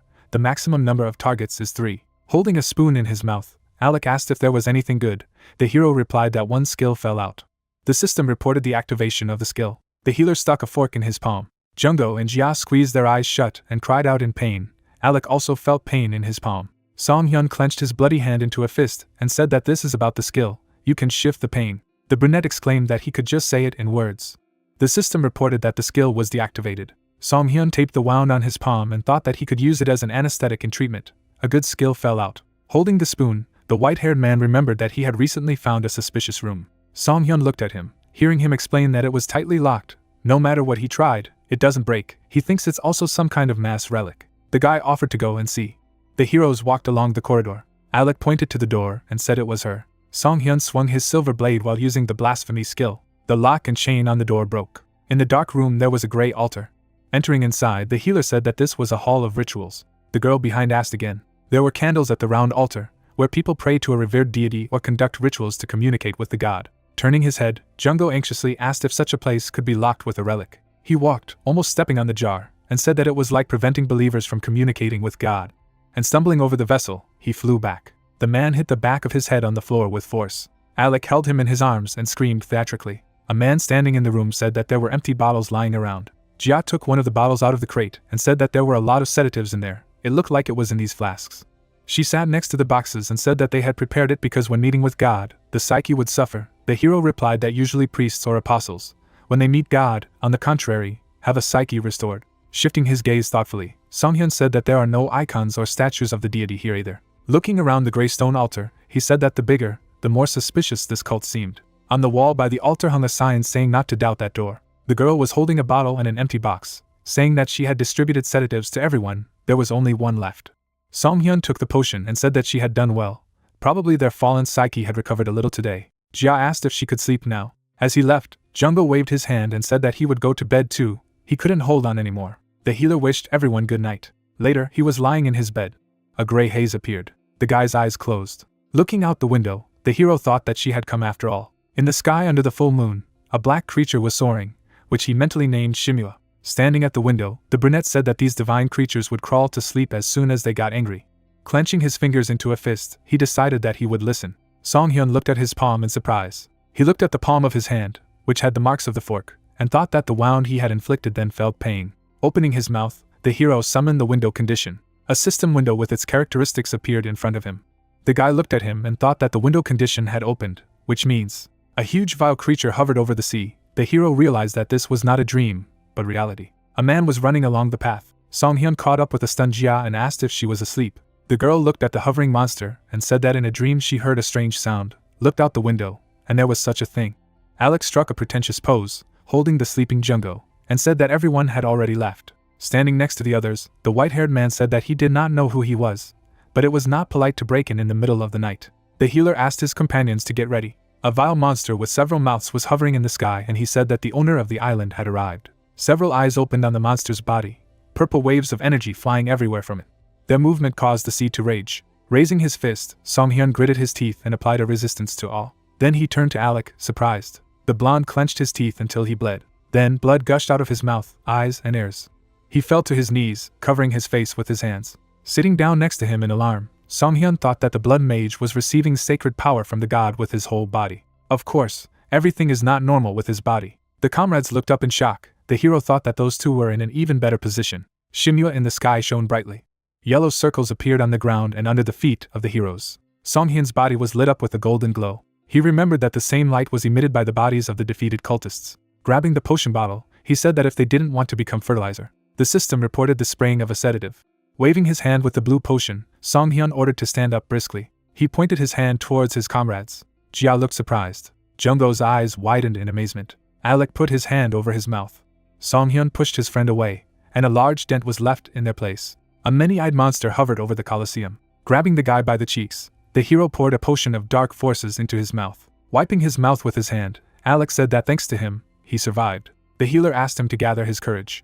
In the palm of his hand there were many black and white capsules, which he drank and said that this would make him feel better. The system reported that it was a dark force amplifier, temporarily increasing the level of dark force, increasing the resistance of divine energy. Song-hyun looked at the monster that was hovering behind the trees and thought that it looked terrible. With such an appearance, it was no wonder that the cult leader was sitting on sedatives, looking just like a teratoma. He imagined a clot with an eye and teeth and thought that it was one of the types of tumors that form inside the body when an ugly tissue is formed that has nothing to do with the surrounding cells. He imagined a stomach with teeth and thought that when the stomach is opened, and teeth or hair stick out of it. Looking closely at the monster, Song-hyun thought that although it looked creepy, at least it did not attack, and this not only looked disgusting, but also came to beat it up. The huge pink monster trembled. From him, clumps of black threads that looked like hair flew down. They fell to the ground, breaking trees. Song-hyun gritted his teeth and grabbed his blade.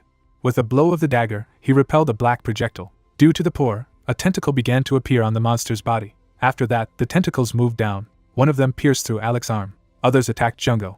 The man with glasses grabbed the tentacles, saying that he was fine. Alec cut off the other with a knife, saying that today was a difficult day. Suddenly, he saw the muscles on his arm become distorted. Then the bones and teeth came out of his hand, and he screamed. Raising his hand, the blond man loudly regretted his beautiful bicep. The healer said that he would make him a new one, let him just cut it off or want to turn into mucus himself. Blood splashed from the trees. Alec was holding a bloody knife in his hand. The system reported that the skill of blade articulation was being used. The white-haired man looked at the red limb that appeared, and Song-hyun heard that this was a temporary solution for now. The words were heard that a cool prosthesis, he must sew a new arm. The blonde replied that, of course, he could not even wash with such a person. Opening his mouth, he said that it seemed that if you touched this creature, you would mutate. The monster attacked them with its tentacles. Jia asked on the run if everything was okay with Jungko. He replied that he was immune to mutations. Song-hyun squinted back and said that it was durable, and with the mutation, it was also disgustingly resistant. Ordinary weapons would not affect it. The bespectacled brunette unclenched his shovel when he heard the request to draw a weapon of unshakable determination. Alec's hand is surrounded by blue pixels. Discouraged, Jia pointed her finger at herself, saying that she didn't have such a thing. Song-hyun threw her a blue coupon and said he would count it for a month's salary. Looking away, the healer said that the real problem was different. A green barrier flickered around the monster, and the hero explained that the shield protecting the divine being was a virtue, even a set of determination would not penetrate it. The heroes ran away from the bright yellow flashes, asking what if they used blasphemy, and they heard the answer that at the current level the effect will be insignificant. Jia caught an anxious look and heard that if there was a breach, he would try to do something. Looking at the round building, the girl noticed that it seemed to be moving towards the Colosseum. The brunette looked in the same direction and wondered. He too rushed to the building and shouted that they must move towards the great temple. The heroes ran up to the stairs. The monster threw black hair at them again. Powerful cannonballs destroyed the walls of the Colosseum. The monster flew inside with bright sparks. Then, opening his mouth, he stuck out his long tongue. The monster caught the sparks with his tongue. The guys watched it in dismay. Jungko said it licks the fertilizer. Alec added that he has not an ounce of dignity. Song-hyun resolutely ran forward, thinking that if this was a real deity, he wouldn't give up for some food. He clutched the blade in his hand, thinking that he had the skill anyway. The system reported that he had concentrated stamina in Silver Glory, used level 5 blasphemy. He also used the skill of dismemberment. Song-hyun attacked the monster, leaving bright footprints, and thought that this was his chance. White lightning appeared around the monster. Surrounded by shrapnel, the hero jumped away, avoiding the attack, and the system reported that his dignity had been destroyed. Opening his mouth, the healer shouted to the others that they should attack now. The comrades rushed to the monster. Jia brandished her blade among the slime. Jungko attacked the monster with a shovel. Alec threw bloody spears. The monster opened its mouth and roared. It scattered clouds of slime around it. The pink-haired girl smiled, exclaiming to make the hit work. Then she was surprised to see the scraps next to her. The pink something increased in size. A face with a hand appeared in it. The monster formed the body of a man, who grabbed the surprised girl's hand, calling her by name. From the touch of the monster, the girl's hand began to bubble. She stared at her mutated palm in horror. Jungho ran up to the girl and hit the monster with a shovel. Songhyun rushed towards the changed hand. The system reported the use of the pain transfer skill. Then, with a sharp movement of his blade, Songhyun chopped off the distorted arm. The guy clenched his fist, feeling the pain instead of the girl. Looking at him in surprise, Jia asked if he had used pain transfer. The guy asked him not to pay attention. Alec pursed his lips sadly, thinking that he hadn't used it on him. The slime on the monster's body was bubbling. The heroes were standing in front of the monster, and Jungho asked what he was up to. The substance on the monster's body began to take on a human face again. A mustachioed man with a bandage shouted that it was for the sake of his mistress. The creature opened its vile mouth, and the image of a man on its body screamed for them to obey. Opening his mouth, the white-haired man realized that they were all absorbed, and Jungho added that it was terrible. A red haze appeared, from which a cry was heard that the man did not want to, and asked to be saved. The faces of the people who were screaming death wishes burst out of the creature. The red haze grew thicker. Jungho stared ahead in shock when he heard the order to obey. Jia put her hands over her ears in horror. A red seal appeared. The system reported that the effect of the sedative was complete. Psychic strength is rapidly declining. The creature's tentacles fell to the ground. Human faces could be seen near the monster's eyes. Then the monster moved swiftly towards the heroes. Jia stared at the monster with a look full of horror. A cry was heard for her to pull herself together. The girl jumped away when the monster hit the ground with its entire carcass. She watched as he slammed into the arena. Then the creature's eyes moved in her direction, and the monster approached the girl again. Jia sent the clone forward, thinking she had to stop the mutation. The system reported that the duplication skill was used. The blue image covered the heroine from a new blow. The shockwave threw the pink-haired woman back. It fell right into Songhyun's hands. His eyes opened in shock. The monster was once again spreading golden orbs. A bright golden glow enveloped the body of the surprised Jungho.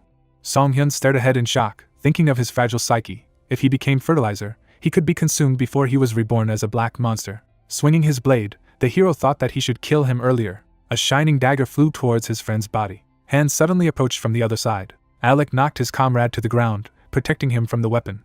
A dazzling golden beam slammed into the ground where he stood. The white-haired man smiled. Turning to the healer, he asked what he would do if he killed him. The black monster attacked them, who replied that the situation was urgent, what he would propose to do. The monster behind him stuck out many tentacles as the blonde man said it was already hard. And then he struck them in front, breaking the stones.